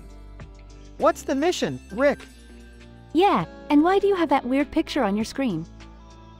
This picture is key to our mission. It's of Nose, the interdimensional thief who stole the golden headpiece from the Intergalactic Museum. And why do we care about some stupid headpiece? Yeah, we have more important things to worry about. This headpiece is worth millions of intergalactic dollars, Morty. We can't let it fall into the wrong hands. Okay, but how are we going to find Nose? And how are we going to catch her? We'll use my latest invention, the intergalactic nose detector. It can track her scent across dimensions. Ew, that's gross. But effective. Let's do this. They travel through different dimensions, following Nose's scent. Eventually, they find her in a world full of gold and jewels. Nose. Well, if it isn't Rick and his little buddies. Give back the golden headpiece and we won't hurt you. Nose, sorry, but I have bigger plans for this. With the power of the headpiece and my green eyes, I can control any dimension I want. That's not going to happen. Nose uses her powers to create a giant monster made of gold and jewels. Oh boy, we're in trouble now. Not if I have anything to say about it. Rick pulls out a device and presses a button. Suddenly, the monster starts to shrink and turn into a tiny goldfish. Nose, no, my monster. Sorry, Nose, but you're no match for my miniaturizer. Nose tries to escape, but Rick freezes her in place and takes the headpiece back. That was cool, Rick. You saved the day again. Yeah, and we learned an important lesson. Never mess with Rick and his gadgets. That's right, Summer, and always remember, there's no problem that can't be solved with science and a little bit of luck. The trio high-fives and walks back to their spaceship, ready for their next adventure.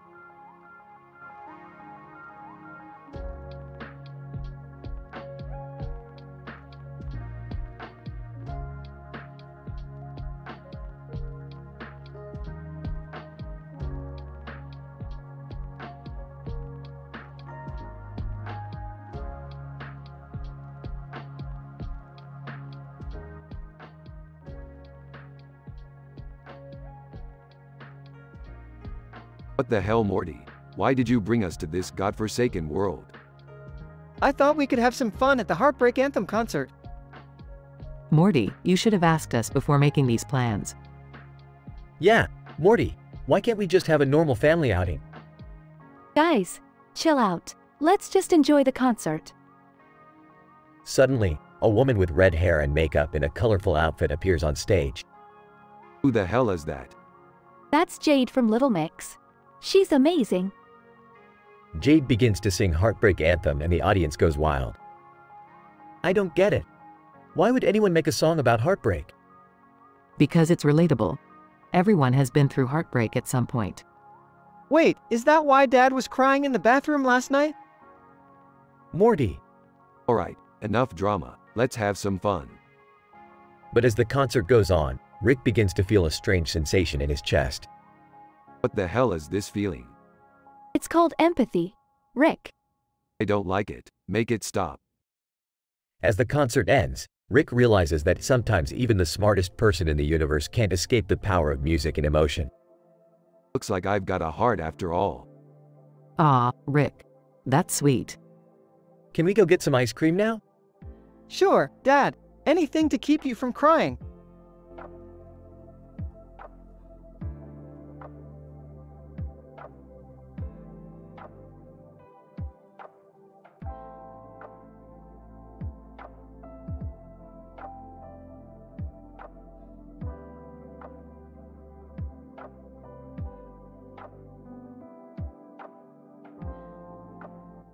So, what do you have planned for today, Rick?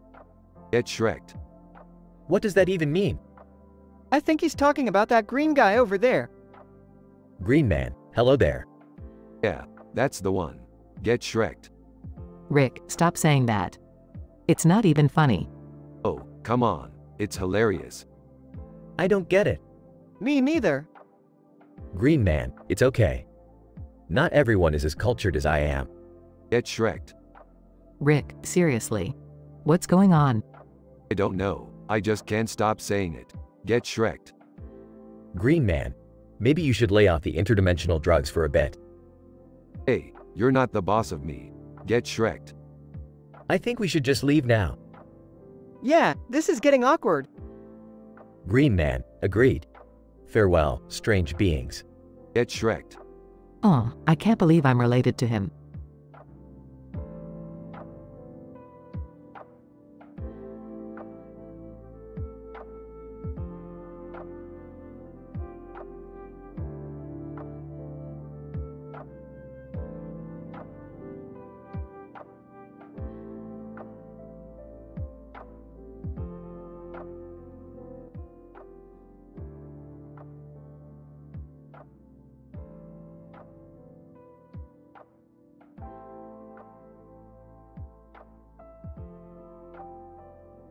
Title, Get Shrek'd.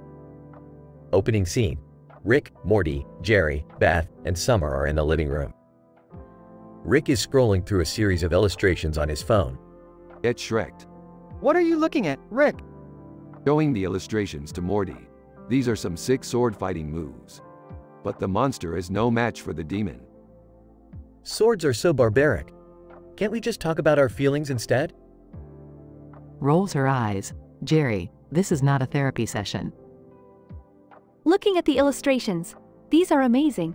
Can we go watch a sword fight? Get Shrek'd, Summer, we're not going to some medieval carnival. Scene 2. Rick and the family arrive at a medieval carnival where they witness a sword fight. Suddenly, the demon from the illustrations appears and challenges Rick to a duel. Demon, I challenge you to a sword fight. Get Shrek'd. Rick, be careful. Rick, don't do this. Think of the children. Whispers to Summer. I don't think he's listening. Summer. Scene 3. The sword fight begins, and Rick pulls out a giant onion instead of a sword. Demon, what is that? A vegetable? Brandishing the onion. This is no ordinary onion. It's a Shrek onion. The demon swings his sword, but Rick uses the onion to deflect the blows. Demon, how dare you make fun of the mighty demon? Get Shrek'd. Scene 4. The onions start to develop magical powers, and Rick uses it to defeat the demon. Swinging the onion. Take that, demon. Demon, defeated. You have bested me. Get Shrek'd. Overjoyed, Rick, that was amazing. Proudly, I never doubted you for a second. In awe, that onion is way cooler than any sword. To Summer, I think we have a lot to learn from Rick. Closing scene. Rick and the family leave the carnival, and Morty turns to him. Rick, why did you keep saying, get Shrek'd? Smirks. It's a great way to end a conversation, Morty. The family laughs, and they all high-five each other. The end.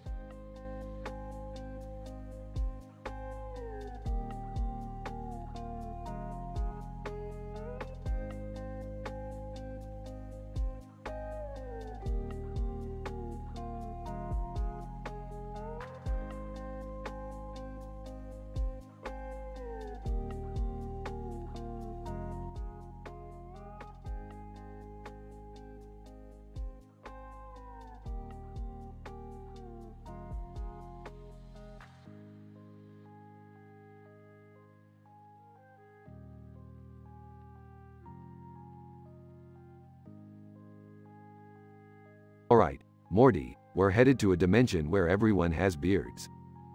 Why does that matter, Rick? Because in this dimension, having a beard is a sign of power and intelligence. Scoffs. Well, that's just ridiculous. Jerry, don't be rude. Let's just see what this dimension has to offer. Groans, can we at least pick up some snacks first? As they enter the new dimension, they see a man standing in the middle of the street with an impressive beard and leather jacket. Man, I am Beard Man, ruler of this dimension. Who are you? I am Rick Sanchez, global genius, and this is my family. Beard Man laughs, a genius without a beard. That's a good one. Hey, I have a little bit of facial hair. Beard Man smirks. That's cute, kid. But you're not the one calling the shots here.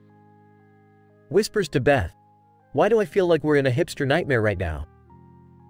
Whispers back, just play nice, Jerry. Mutters to herself, this is so boring. As the group goes on a tour of the dimension, they discover that Beard Man has a sinister plan to take over other dimensions with his supposed intelligence and power. A beard man, you're not a genius, you're just a narcissistic douchebag with a beard. Beard Man, enraged, how dare you insult me? The group has to use their wits and creativity to stop Beard Man's plot, with Summer surprisingly coming up with a clever idea to save the day. Grinning, who said being a girl with no beard can't be smart? In the end, Rick once again proves himself to be the hero, but not without some witty banter with the family. Smugly, looks like my brilliance saved the day again. Sarcastically, yeah, because we all know a beard is the only way to be smart. Grumbling, can we just go home now? Chuckles, oh, Jerry. Don't be such a sore loser. Cheerfully, I don't know about you guys, but I feel like we really grew as a family on this adventure. Rolls his eyes. Don't push it, Summer.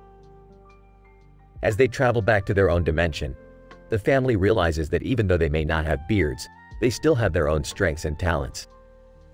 And for Rick, that's being a genius with or without facial hair.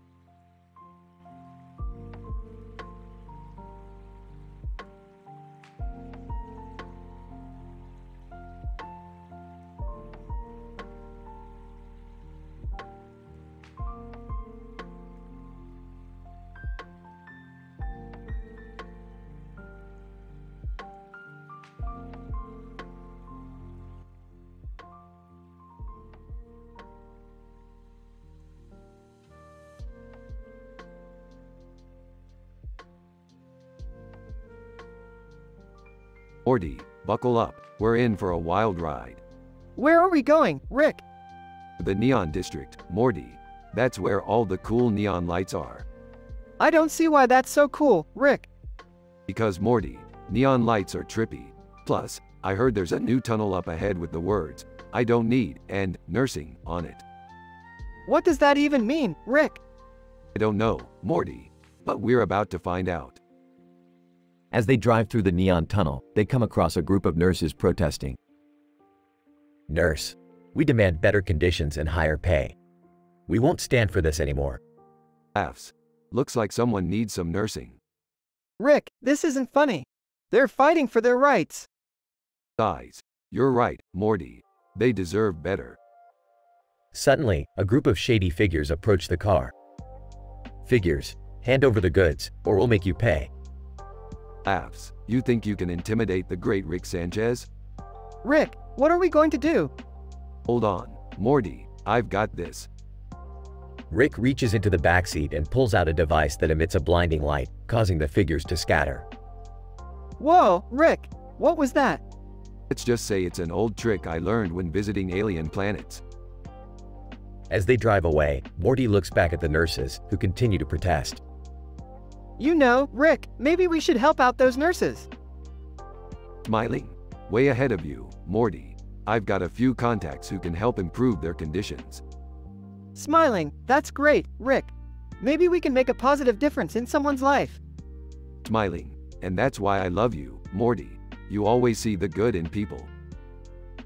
As they drive off into the night, Morty reflects on the journey they just had and the impact they could make on the world if they worked together.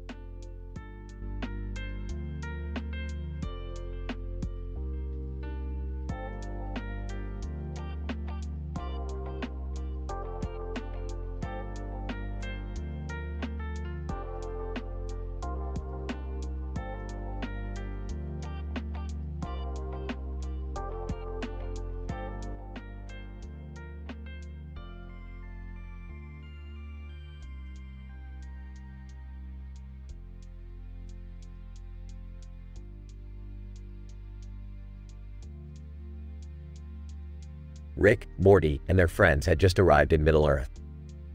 They were walking down a road when they stumbled upon a man who caught Rick's attention. Oh, Morty, check out this guy. White hair, black jacket, green tie. He looks like a dad at a funeral. Rick, that's not nice. The man turned to them and introduced himself as Gandalf the White. Gandalf, greetings, travelers. I am Gandalf, and I must attend to an urgent matter in Rohan. Well, that's just great. We're stuck in the middle of a fantasy world, and we have to deal with this old wizard's problems? Rick, that's not fair. Gandalf seems really important here. Fine, Morty, let's help the old man out. But no magic or sword fighting for me. I'm retired, remember? As they continued on their journey, they encountered a blonde elf with a bow and arrow. Legolas, greetings, travelers. I am Legolas, son of Thranduil. What is your purpose in these lands? Just passing through, elf boy. What's your deal? Legolas, I am a member of the Fellowship of the Ring, tasked with destroying the One Ring and saving Middle-earth from destruction. Dang, we stumbled into a pretty intense situation, Rick. Yeah, Morty, I just hope this doesn't turn into some Lord of the Rings type adventure. Those movies were way too long.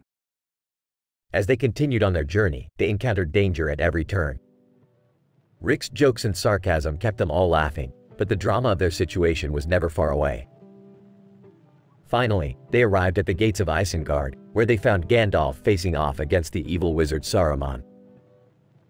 Gandalf, stand back, friends. This battle is for me to fight alone. Well, that's just great. We come all this way, and we can't even join in the fight? Rick, this is serious. Let's just watch and support Gandalf. As the battle raged on, it seemed as though all was lost. But Gandalf summoned his power and defeated Saruman once and for all. Gandalf, we have won this battle, but the war rages on. Thank you for your help, travelers. May we meet again under better circumstances. Whatever, Gandalf, let's just get out of here before something else crazy happens. As they left Middle-earth behind, Rick and Morty couldn't help but laugh at the absurdity of their adventure. But deep down, they knew that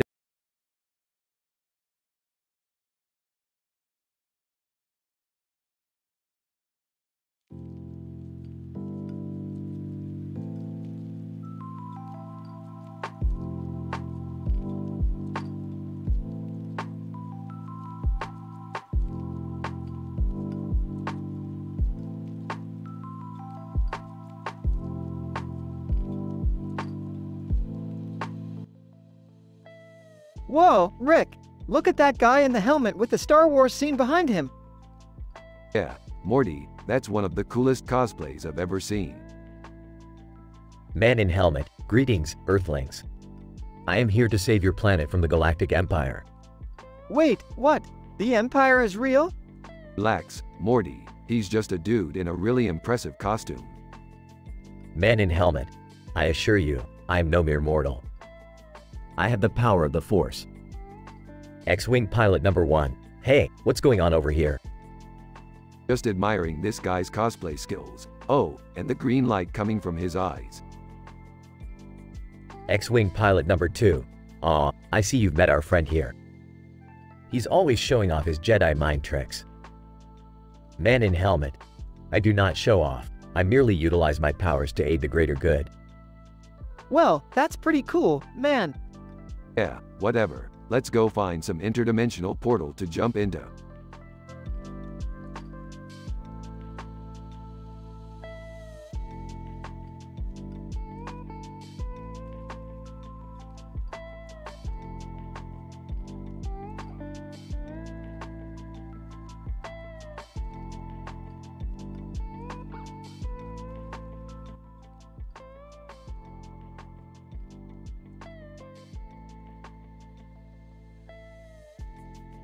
Morty, I found a new dimension where monkeys ruled the world. Monkeys, Rick? You mean like the ones in the zoo? No, Morty, these are cartoon monkeys. They're intelligent, advanced, and they've created a whole new world of skateboarding. Skateboarding monkeys, Rick? I don't think I'm ready for this. Come on, Morty, this is gonna be fun. We're gonna go skateboarding with them and see what kind of crazy stunts they can pull off. Alright, but I'm not sure about this. Look, Morty, there's Diddy Kong. He's the best skateboarder in this dimension. Diddy Kong. Hey there, Rick and Morty. Ready to hit the track? You bet we are. Let's see what you got. As they skate down the track, they see the city in the background, full of monkeys going about their daily lives. This is insane, Rick. How did you even find this dimension? I just had a hunch, Morty.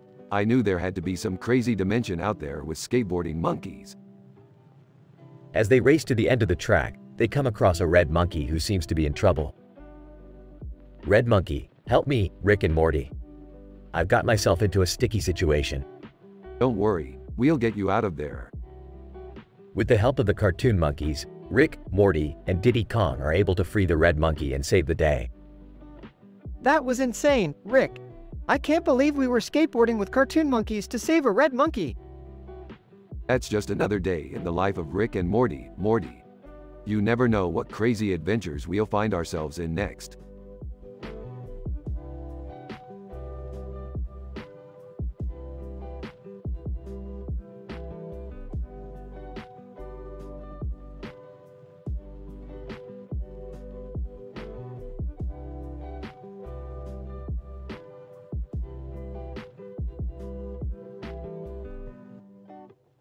Morty, check out this poster. It's a man's face and says, "To tell you're on neon." What's neon? It's a synthetic hallucinogenic drug. My kind of party. That doesn't sound safe, Rick.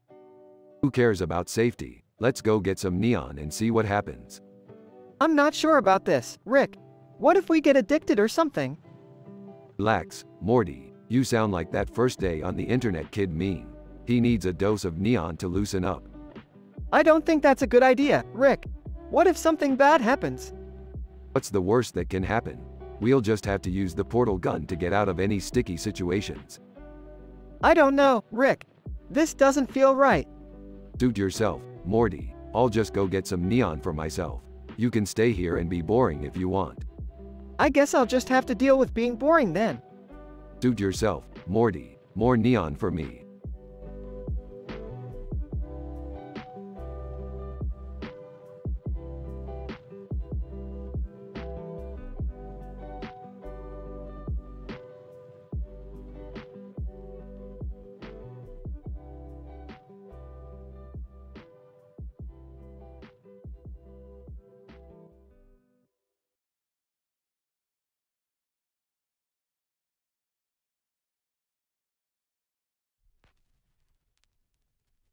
Title, Neon Neon Neon Neon.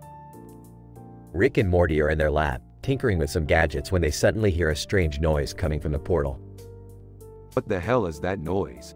Morty,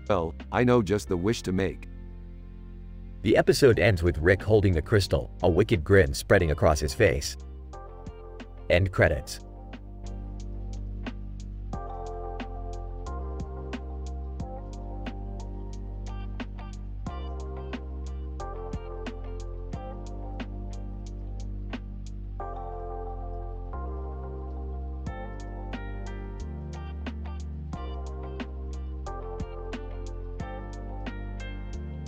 Morty, Jerry, come quick.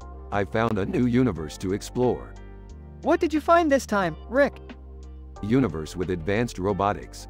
Look at this robot I've brought back with me. Wow, it looks like C-3PO from Star Wars. Robot, greetings, humans. I am RB-4T, a highly advanced AI robot from the planet Zorg. Why is it wearing a helmet though? That's because it's not just any helmet, Morty. It's a specialized helmet that allows RB-4T to access the purple dimension. The purple dimension?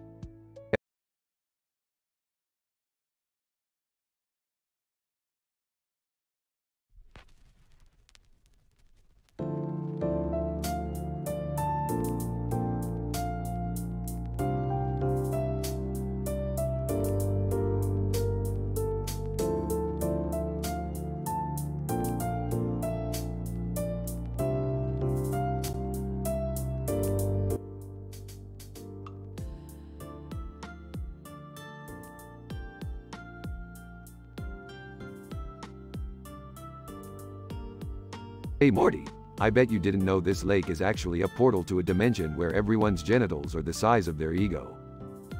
What? Rick, that's messed up. Why would you even think of something like that?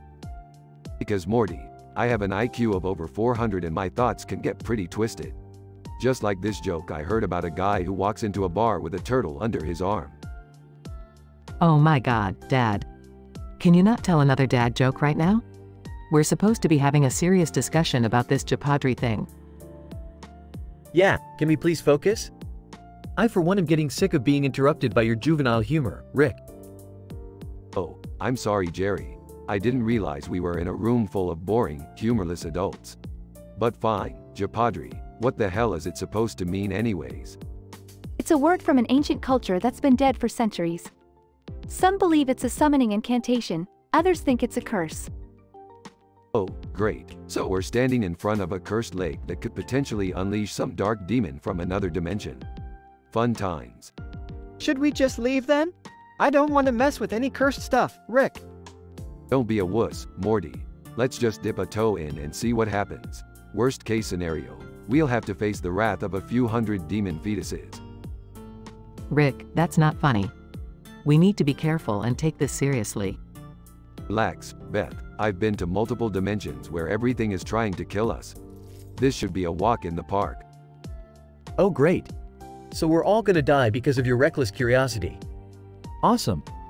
Hey, at least we'll die knowing we went out with a bang. Or a demon fetus. Whichever comes first.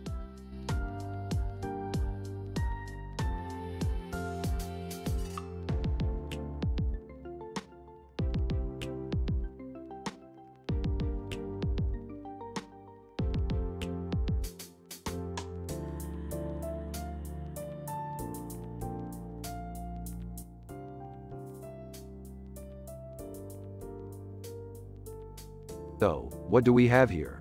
A woman with purple hair and a mask on her face? Rick, I don't think we should mess with her. She looks kind of dangerous. Guys, that's just love, honey. She's a sex worker. Oh, well in that case, let's see what kind of services she offers. Love honey. What can I do for you folks tonight? Well, we're looking to spice things up a bit. Do you have any crazy, twisted, adult-rated ideas for us? Love honey. Have you ever heard of the squanch and spank? Oh God, I don't think I want to know. Oh, I'm with Summer on this one, Rick. Let's just go home. Nonsense. Let's hear her out. Love honey. It's a combination of squanching and spanking. You take turns spanking each other while saying your favorite squanchy quotes. Laughing. That sounds ridiculous. Let's do it. Disgusted. I can't believe I'm related to you too. Nervously, I don't know about this, guys. Love Honey, smiling, great choice. Follow me to the back room. As they follow Love Honey to the back room, the neon lights behind her head flash wildly, and the scene fades to black. Warning: this episode contains adult content and is intended for mature audiences only. Viewer discretion advised.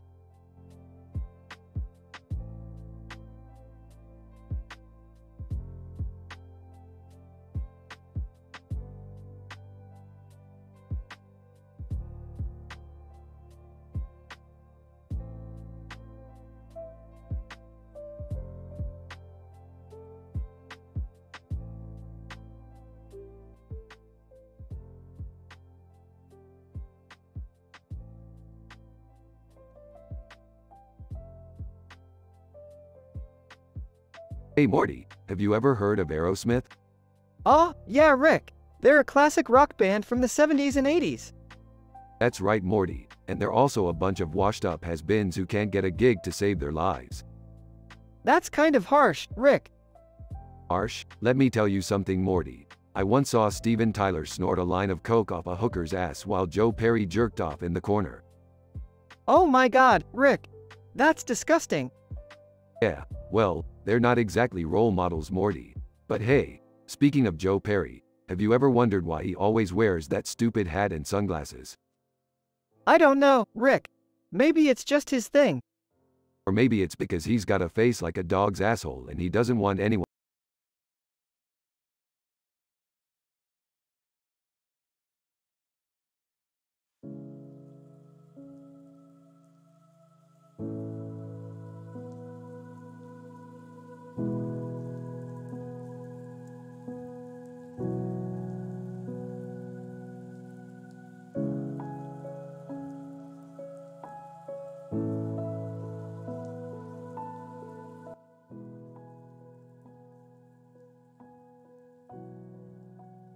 Morty, I just picked up a signal from Alpha Centauri. It seems like they have detected a black hole in the center of their solar system.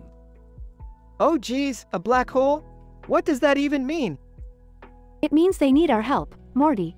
We have to go there and figure out how to save their planet from being sucked up by the black hole. Alright, calm down, Summer. We'll go there. But first, we need to stop at a nearby planet and gather some data to come up with a plan. Moments later, they land on a nearby planet. This planet looks deserted, Rick. Why are we here? Because this planet has the most advanced technology in the universe. What does that have to do with the black hole? We need to create a device that will warp the space-time continuum and create a gravitational force to counteract the black hole's pull. Oh, you can do that, Rick. Of course I can, Morty. I'm a genius. Now let's get to work. After a few hours of tinkering, they all sit in the spaceship feeling confident about their device. Alright, let's go save Alpha Centauri. After landing on Alpha Centauri, they quickly deploy their device and watch as the black hole seems to disappear. Did it work? Hell yeah, it did, Morty. We just saved an entire planet from being sucked into a black hole. I can't believe we did it. That's why they call us the greatest adventurers in the universe. They all high-five as the scene fades out.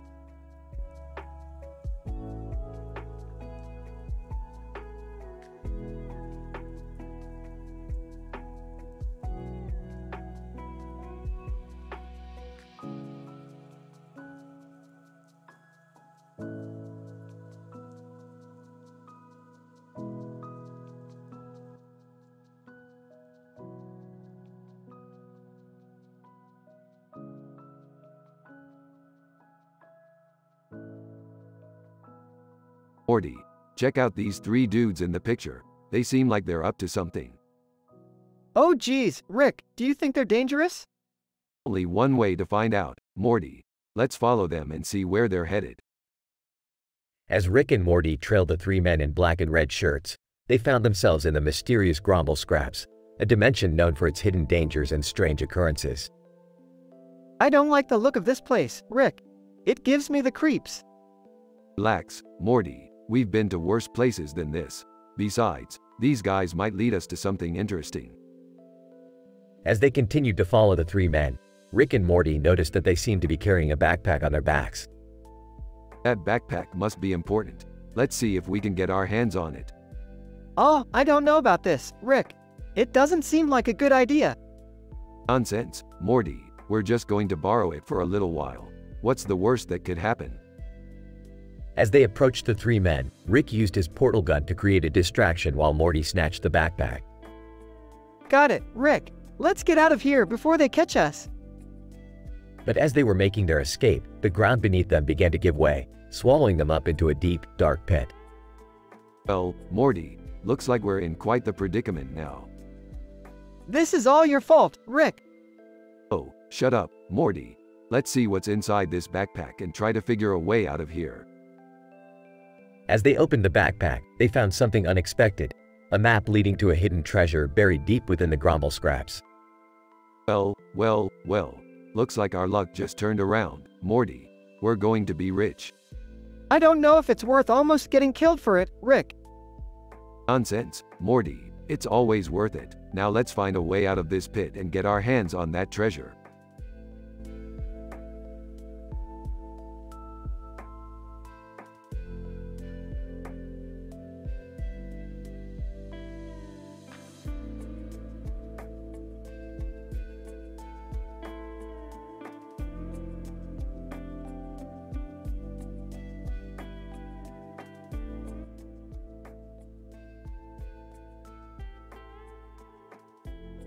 Morty, we've got a job to do. What's the job, Rick? We're going to infiltrate Jersey Mike's subs. What? Why? Because they've got a secret ingredient that I need for my latest invention. What secret ingredient? I don't know, Morty. That's why we're going to find out. At Jersey Mike's subs.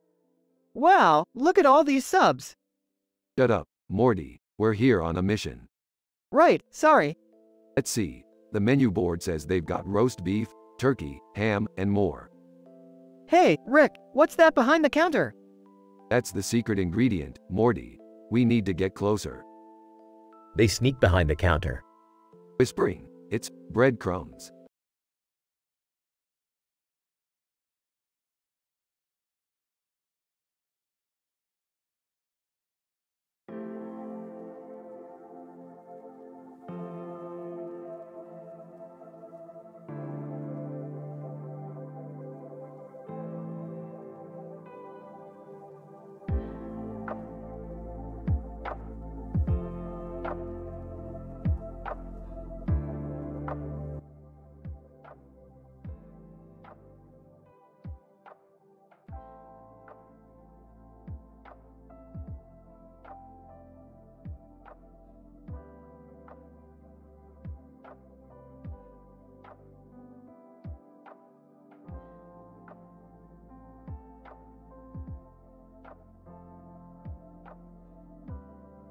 Morty, Jerry, you ever wonder if dragons are real?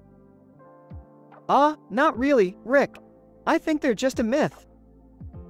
Well, actually, in Vietnamese lore, dragons are symbolized as... Rick interrupts Jerry with a burp. Nobody cares, Jerry. Look at this woman in the green dress. She's holding a lamp and a dragon in her hand. That's some weird sh*T. Rick, she also has a dragon on her arm. Wait, how did she even get those creatures? She's not Vietnamese, right? Who knows, Jerry? She could have bought them off the black market. Or maybe, she's a dragon thief. A dragon thief? Is that even a thing? Of course it's a thing, Morty. And it looks like she's about to rob that liquor store too. What? That's insane. What are we going to do about it? Relax, Jerry. I have a plan. Morty, get the dragon repellent. Dragon repellent? Where are we going to find that? Don't worry about it, Morty. I have a guy. Let's go. As they leave, the woman in the green dress walks past them with her dragon, who roars menacingly. sh*T, Morty. That's one hot tamale. I think I'm in love. Rick, what's wrong with you? She's a criminal. I know, Morty, but there's something about a woman with a dragon that just does it for me. I can't believe I'm hearing this. We need to stop her before she hurts someone. Relax, Jerry. We have the repellent. And what's the worst that could happen? We get burned alive by a dragon? It's all in a day's work, baby. They run towards the liquor store, with the woman in the green dress not too far behind them. With the dragon repellent in hand, they confront her. Hold it right there, dragon thief. We have the repellent, and we're not afraid to use it. Woman in green dress. Huh? You fools can't stop me. Not with this dragon by my side. Rick, what do we do now? I don't know, Morty. I didn't think this through. Well, we can't just let her go. We have to call the police. Woman in green dress. You think the police can stop me? You're all a bunch of fools. Suddenly, the dragon starts breathing fire, causing chaos in the store. Everyone runs out, but Rick, Morty, and Jerry are trapped inside. Morty, grab my hand. Jerry, hold onto my leg. What? Why do I have to hold onto your leg? Because you're the weakest link, Jerry. Now hold on tight. They manage to escape the store just in time, as it explodes from the dragon's fire. The woman in the green dress and her dragon fly away, never to be seen again. Well, that was fun. Who's up for some ice cream? Rick, did we just almost die? I can't believe this is my life now. Relax, Jerry. It's just another day in the multiverse. Now let's get that ice cream. As they walk away, they hear the distant sound of a dragon roaring. Rick looks back and smiles. I'll be back for you, my fiery queen.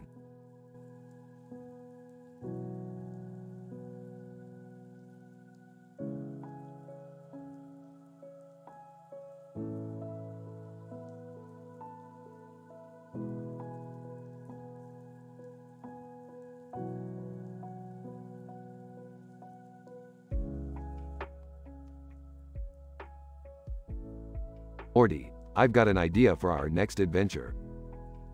Geez, Rick, what is it this time? We're going to track down a mysterious character with blue eyes and a pink mask on his face. Okay, that sounds scary. What's our plan? We need to go to 2 different dimensions. The character is hiding in one with a purple background and another with a blue background. Whoa, this is getting intense. But why are we doing this? Because this character is said to have the power to grant any wish. And you know what I wish for, Morty? What? Unlimited booze, Morty, anytime, anywhere, and this dude can make it happen. Geez, Rick, priorities. But how do we find him? You'll have to ask around in both dimensions. But be careful, Morty. Rumors say this character is cursed. Cursed? What does that mean? It means anyone who tries to take advantage of his power will be punished with a twisted fate. Like turning into a pickle or something. Oh, no. Well, I guess we'll have to be careful then. Don't worry, Morty. We'll be fine, as long as you don't touch anything. Ha ha ha, very funny, Rick. Let's just find this dude already. As Rick and Morty embark on their adventure, they encounter many strange and hilarious characters. But will they find the mysterious blue-eyed character before it's too late?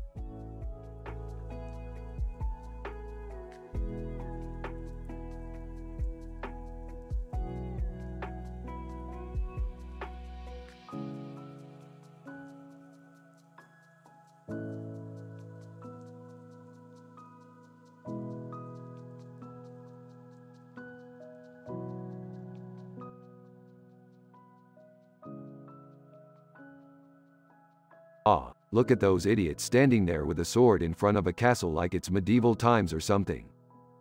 I don't know, Rick. Maybe they're LARPing or something. LARPing? More like lame-ass roleplay. Hey, let's mess with them. Woman, who are you guys? What do you want? Relax, lady. We're just passing through. But I gotta say, that sword is pretty cool. Man, we are the knights of this castle and Harry Potter. Actually, I'm a wizard. And he's just wearing a purple dress. A wizard, and a man in a dress. You guys are a riot. Rick, that's not very nice. Maybe we should just leave them alone. Come on, Morty. Let's have some fun. Hey, wizard, can you do some magic? Harry Potter, of course I can. What do you want me to do? Make that dress disappear. Purple dress man. Hey. That's not. But before he could finish his sentence, Harry Potter waved his wand and the purple dress vanished, leaving him standing there in his boxers. Ah, I can't believe that actually worked. Rick, that's so embarrassing. Maybe we should. But before Morty could finish, the castle door burst open and a group of angry knights charged out, swords drawn. Knight 1. How dare you insult our wizard and our friend? Prepare to. Oh, time to get out of here, Morty. Grab that sword and let's go. And with that, Rick and Morty grabbed the sword and ran off into the sunset, leaving Harry Potter and the knights behind. Harry Potter, I can't believe those guys just. Purple dress man, oh shut up, Harry.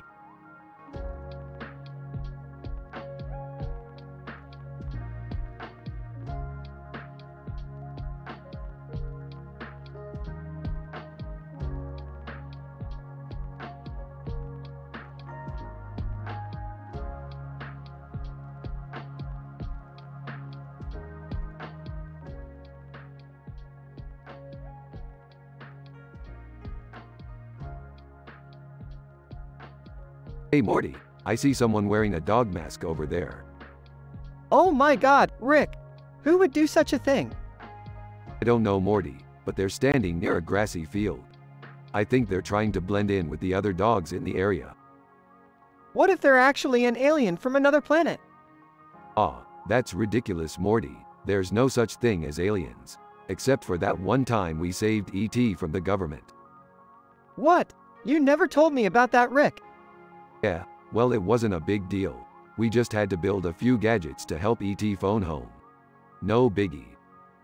Dog mask person, woof. Oh geez, Rick. The dog mask person can talk? Looks like it, Morty. But don't worry, we'll just zap him with our trusty laser gun.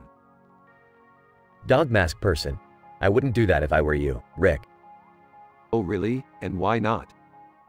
Dog mask person, because I'm not just any dog mask person. I'm actually a shape-shifting alien from a faraway planet. Holy crap, Rick. He's telling the truth. What do we do? Simple, Morty. We blast him with our laser gun and make a run for it. Dog mask person, you humans are so predictable. That's why we shapeshifters always win. Wait, what are you going to do to us? Dog mask person, oh nothing much. Just kill you both and take over the planet. The usual stuff. Ah, good luck with that one, buddy. We've got bigger problems to deal with. What could possibly be worse than this, Rick? Well, for starters, we've got a pretty nasty case of the munchies. Episode ends with Rick and Morty chowing down on some greasy burgers, while the dog mask person looks on in confusion.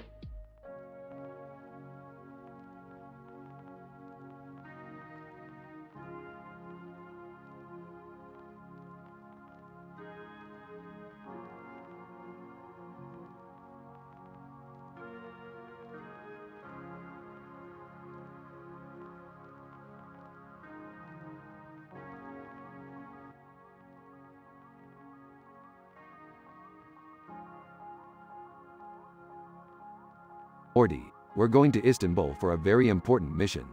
What is it? We need to retrieve the legendary dress of Isabella, which is said to grant immortality to anyone who wears it.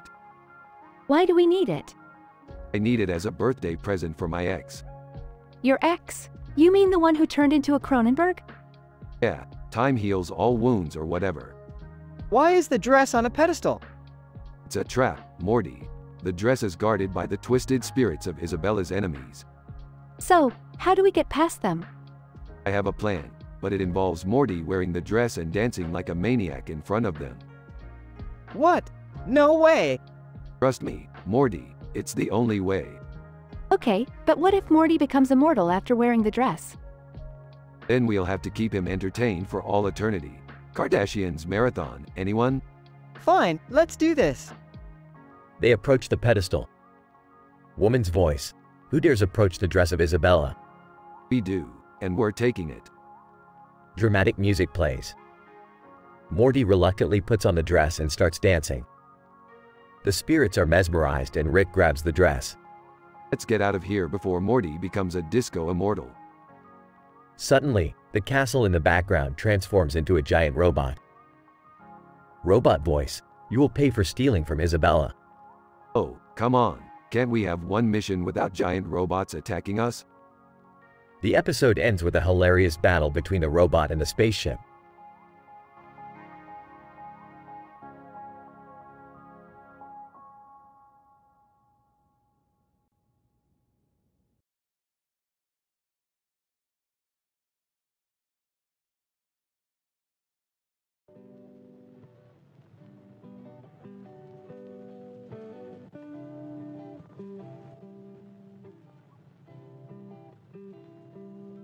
Alright, kids, gather around. We're going to test the limits of our reality with this new interdimensional portal gun I just made. Do we really have to do this, Rick? Last time we almost got eaten by giant space lizards. Yeah, I don't see how this is going to end well for us. I'm down for whatever. Let's just hurry up and get it over with. Fine, but first we need a sacrifice. Dog, wags tail. K9, I volunteer as tribute. Wait, is that a talking dog? And from another show? K9, affirmative.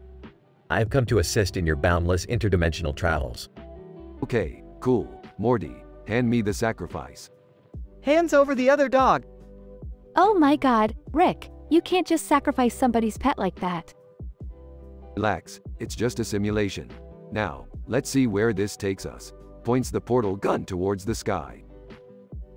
As they all jump through the portal, the twisted reality unfolds. They find themselves in a world where all dogs have taken over the planet, and humans are kept as pets. Oh no! This is like a bad sci-fi movie. I think I'm turning into a dog. Woof. I'm not doing this again, Rick. I'm out. Suit yourself. K-9 and I are going to have some fun with the locals. Woof woof, transforms into a giant dog. The episode ends with a close-up on Jerry's face as he realizes he's stuck in this dimension forever. Oh god, why me?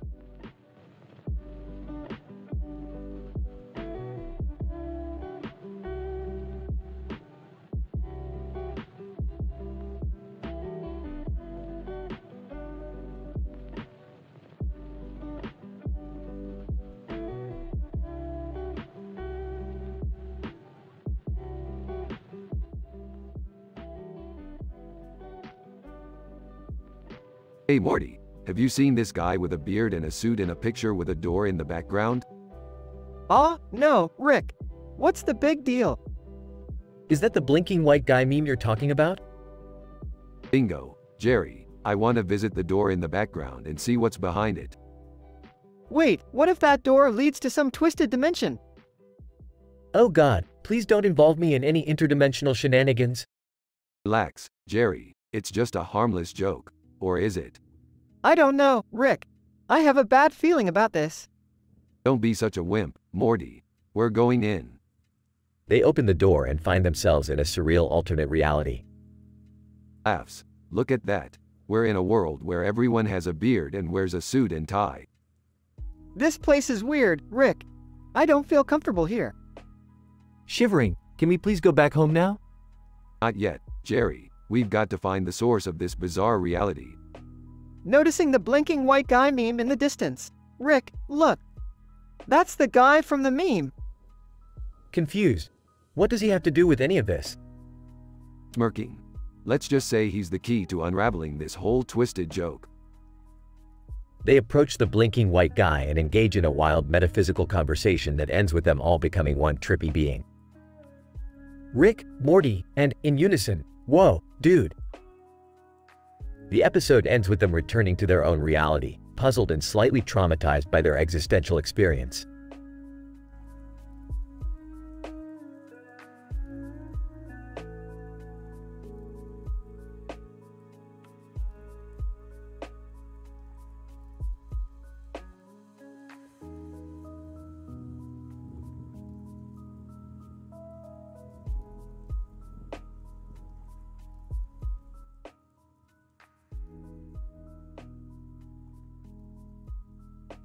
Hey Morty, you see this book cover? Oh, yeah, Rick. It's just a picture of a fish in the ocean. What's so interesting about a book cover? Oh, nothing. Just thinking about how deep-sea diving reminds me of your mother. Ew, gross, Rick. Hey, what's that supposed to mean? Nothing. Just that a man in a diving suit is like a condom for the ocean, protecting him from all the sea creatures. I don't get it, Rick. That's because you're still a virgin, Morty. Shut up, Rick. You're always talking about sex. Can we please focus on the fact that there's a book cover here and we're not even talking about the book? Right. Sorry, I just got distracted thinking about all the weird creatures in the ocean. Yeah, like that one time we went to Atlantis and... Wait, what? When did you guys go to Atlantis? Oh, just a little adventure we had. Nothing to worry about. Oh my god, I can't believe you took my son to Atlantis without my permission. Relax, Beth. We didn't do anything illegal, just some harmless exploration. Yeah, and we saw this giant squid that... Ew, I don't want to hear about any more sea creatures. Can we please talk about something else now? Sure. How about we watch some interdimensional cable? I heard there's a new show about. No, Rick, we're not watching TV. We're going to read this book and have a nice family evening. Yeah, come on, Rick. Let's just enjoy some quality time together. Fine, but if I see any boring-ass sea creatures in this book, I'm outta here.